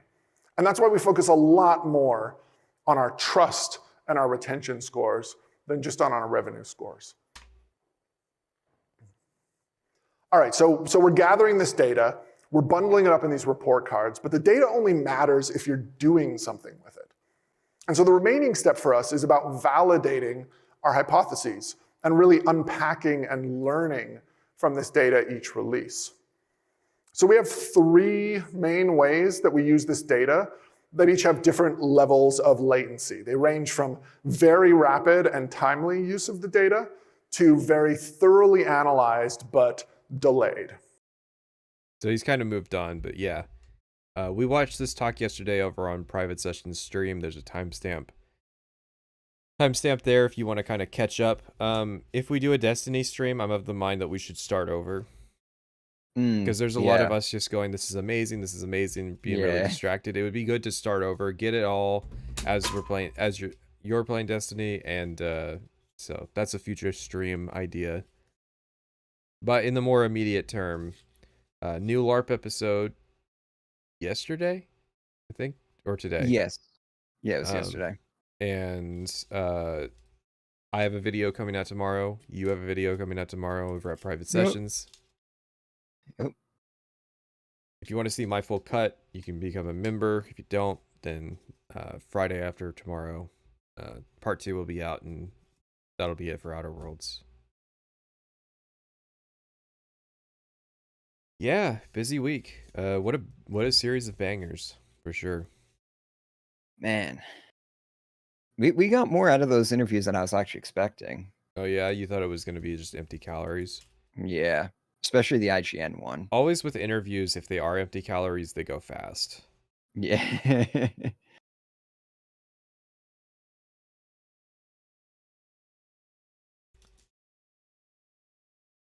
But yeah, I do think we set ourselves up for failure in the sense that we built an expectation that we're not going to keep. Yeah, this was all spur of the moment, very serendipitous. So I accidentally signed up for 3 streams, a podcast, and a video release. These things do happen. Well, because so what it was is we both ended up releasing videos on the same week, and it's a good idea to do a stream before a video release to prime your channel. So we basically locked ourselves in for doing 2 streams. Yeah, and then Indigo just was like, yeah, I like to do a stream on 4th of July. It's a tradition, and I know you guys are usually on deck, so you want to just come on and do a show. And it's like, hell yeah. So yeah, this was supposed to be my quiet week. It was for his birthday. Yeah.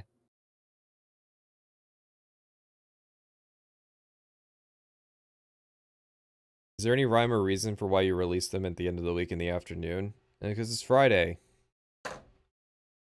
And so it takes off by the time the work week comes around. And people need something to listen to.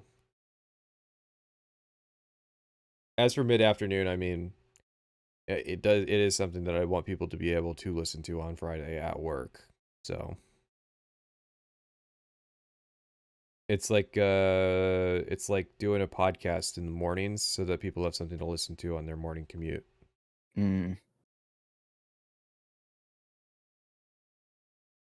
So yeah, the Todd Extravaganza. So all that was left was the Lex Friedman thing, right? Yes.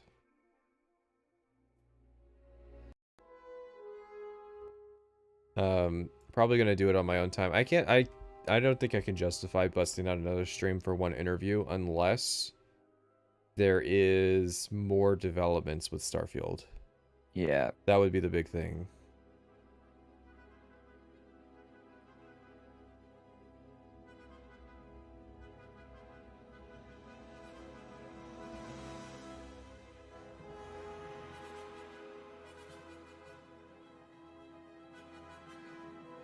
Alright, so we're going to get out of here. It was fun streaming this week.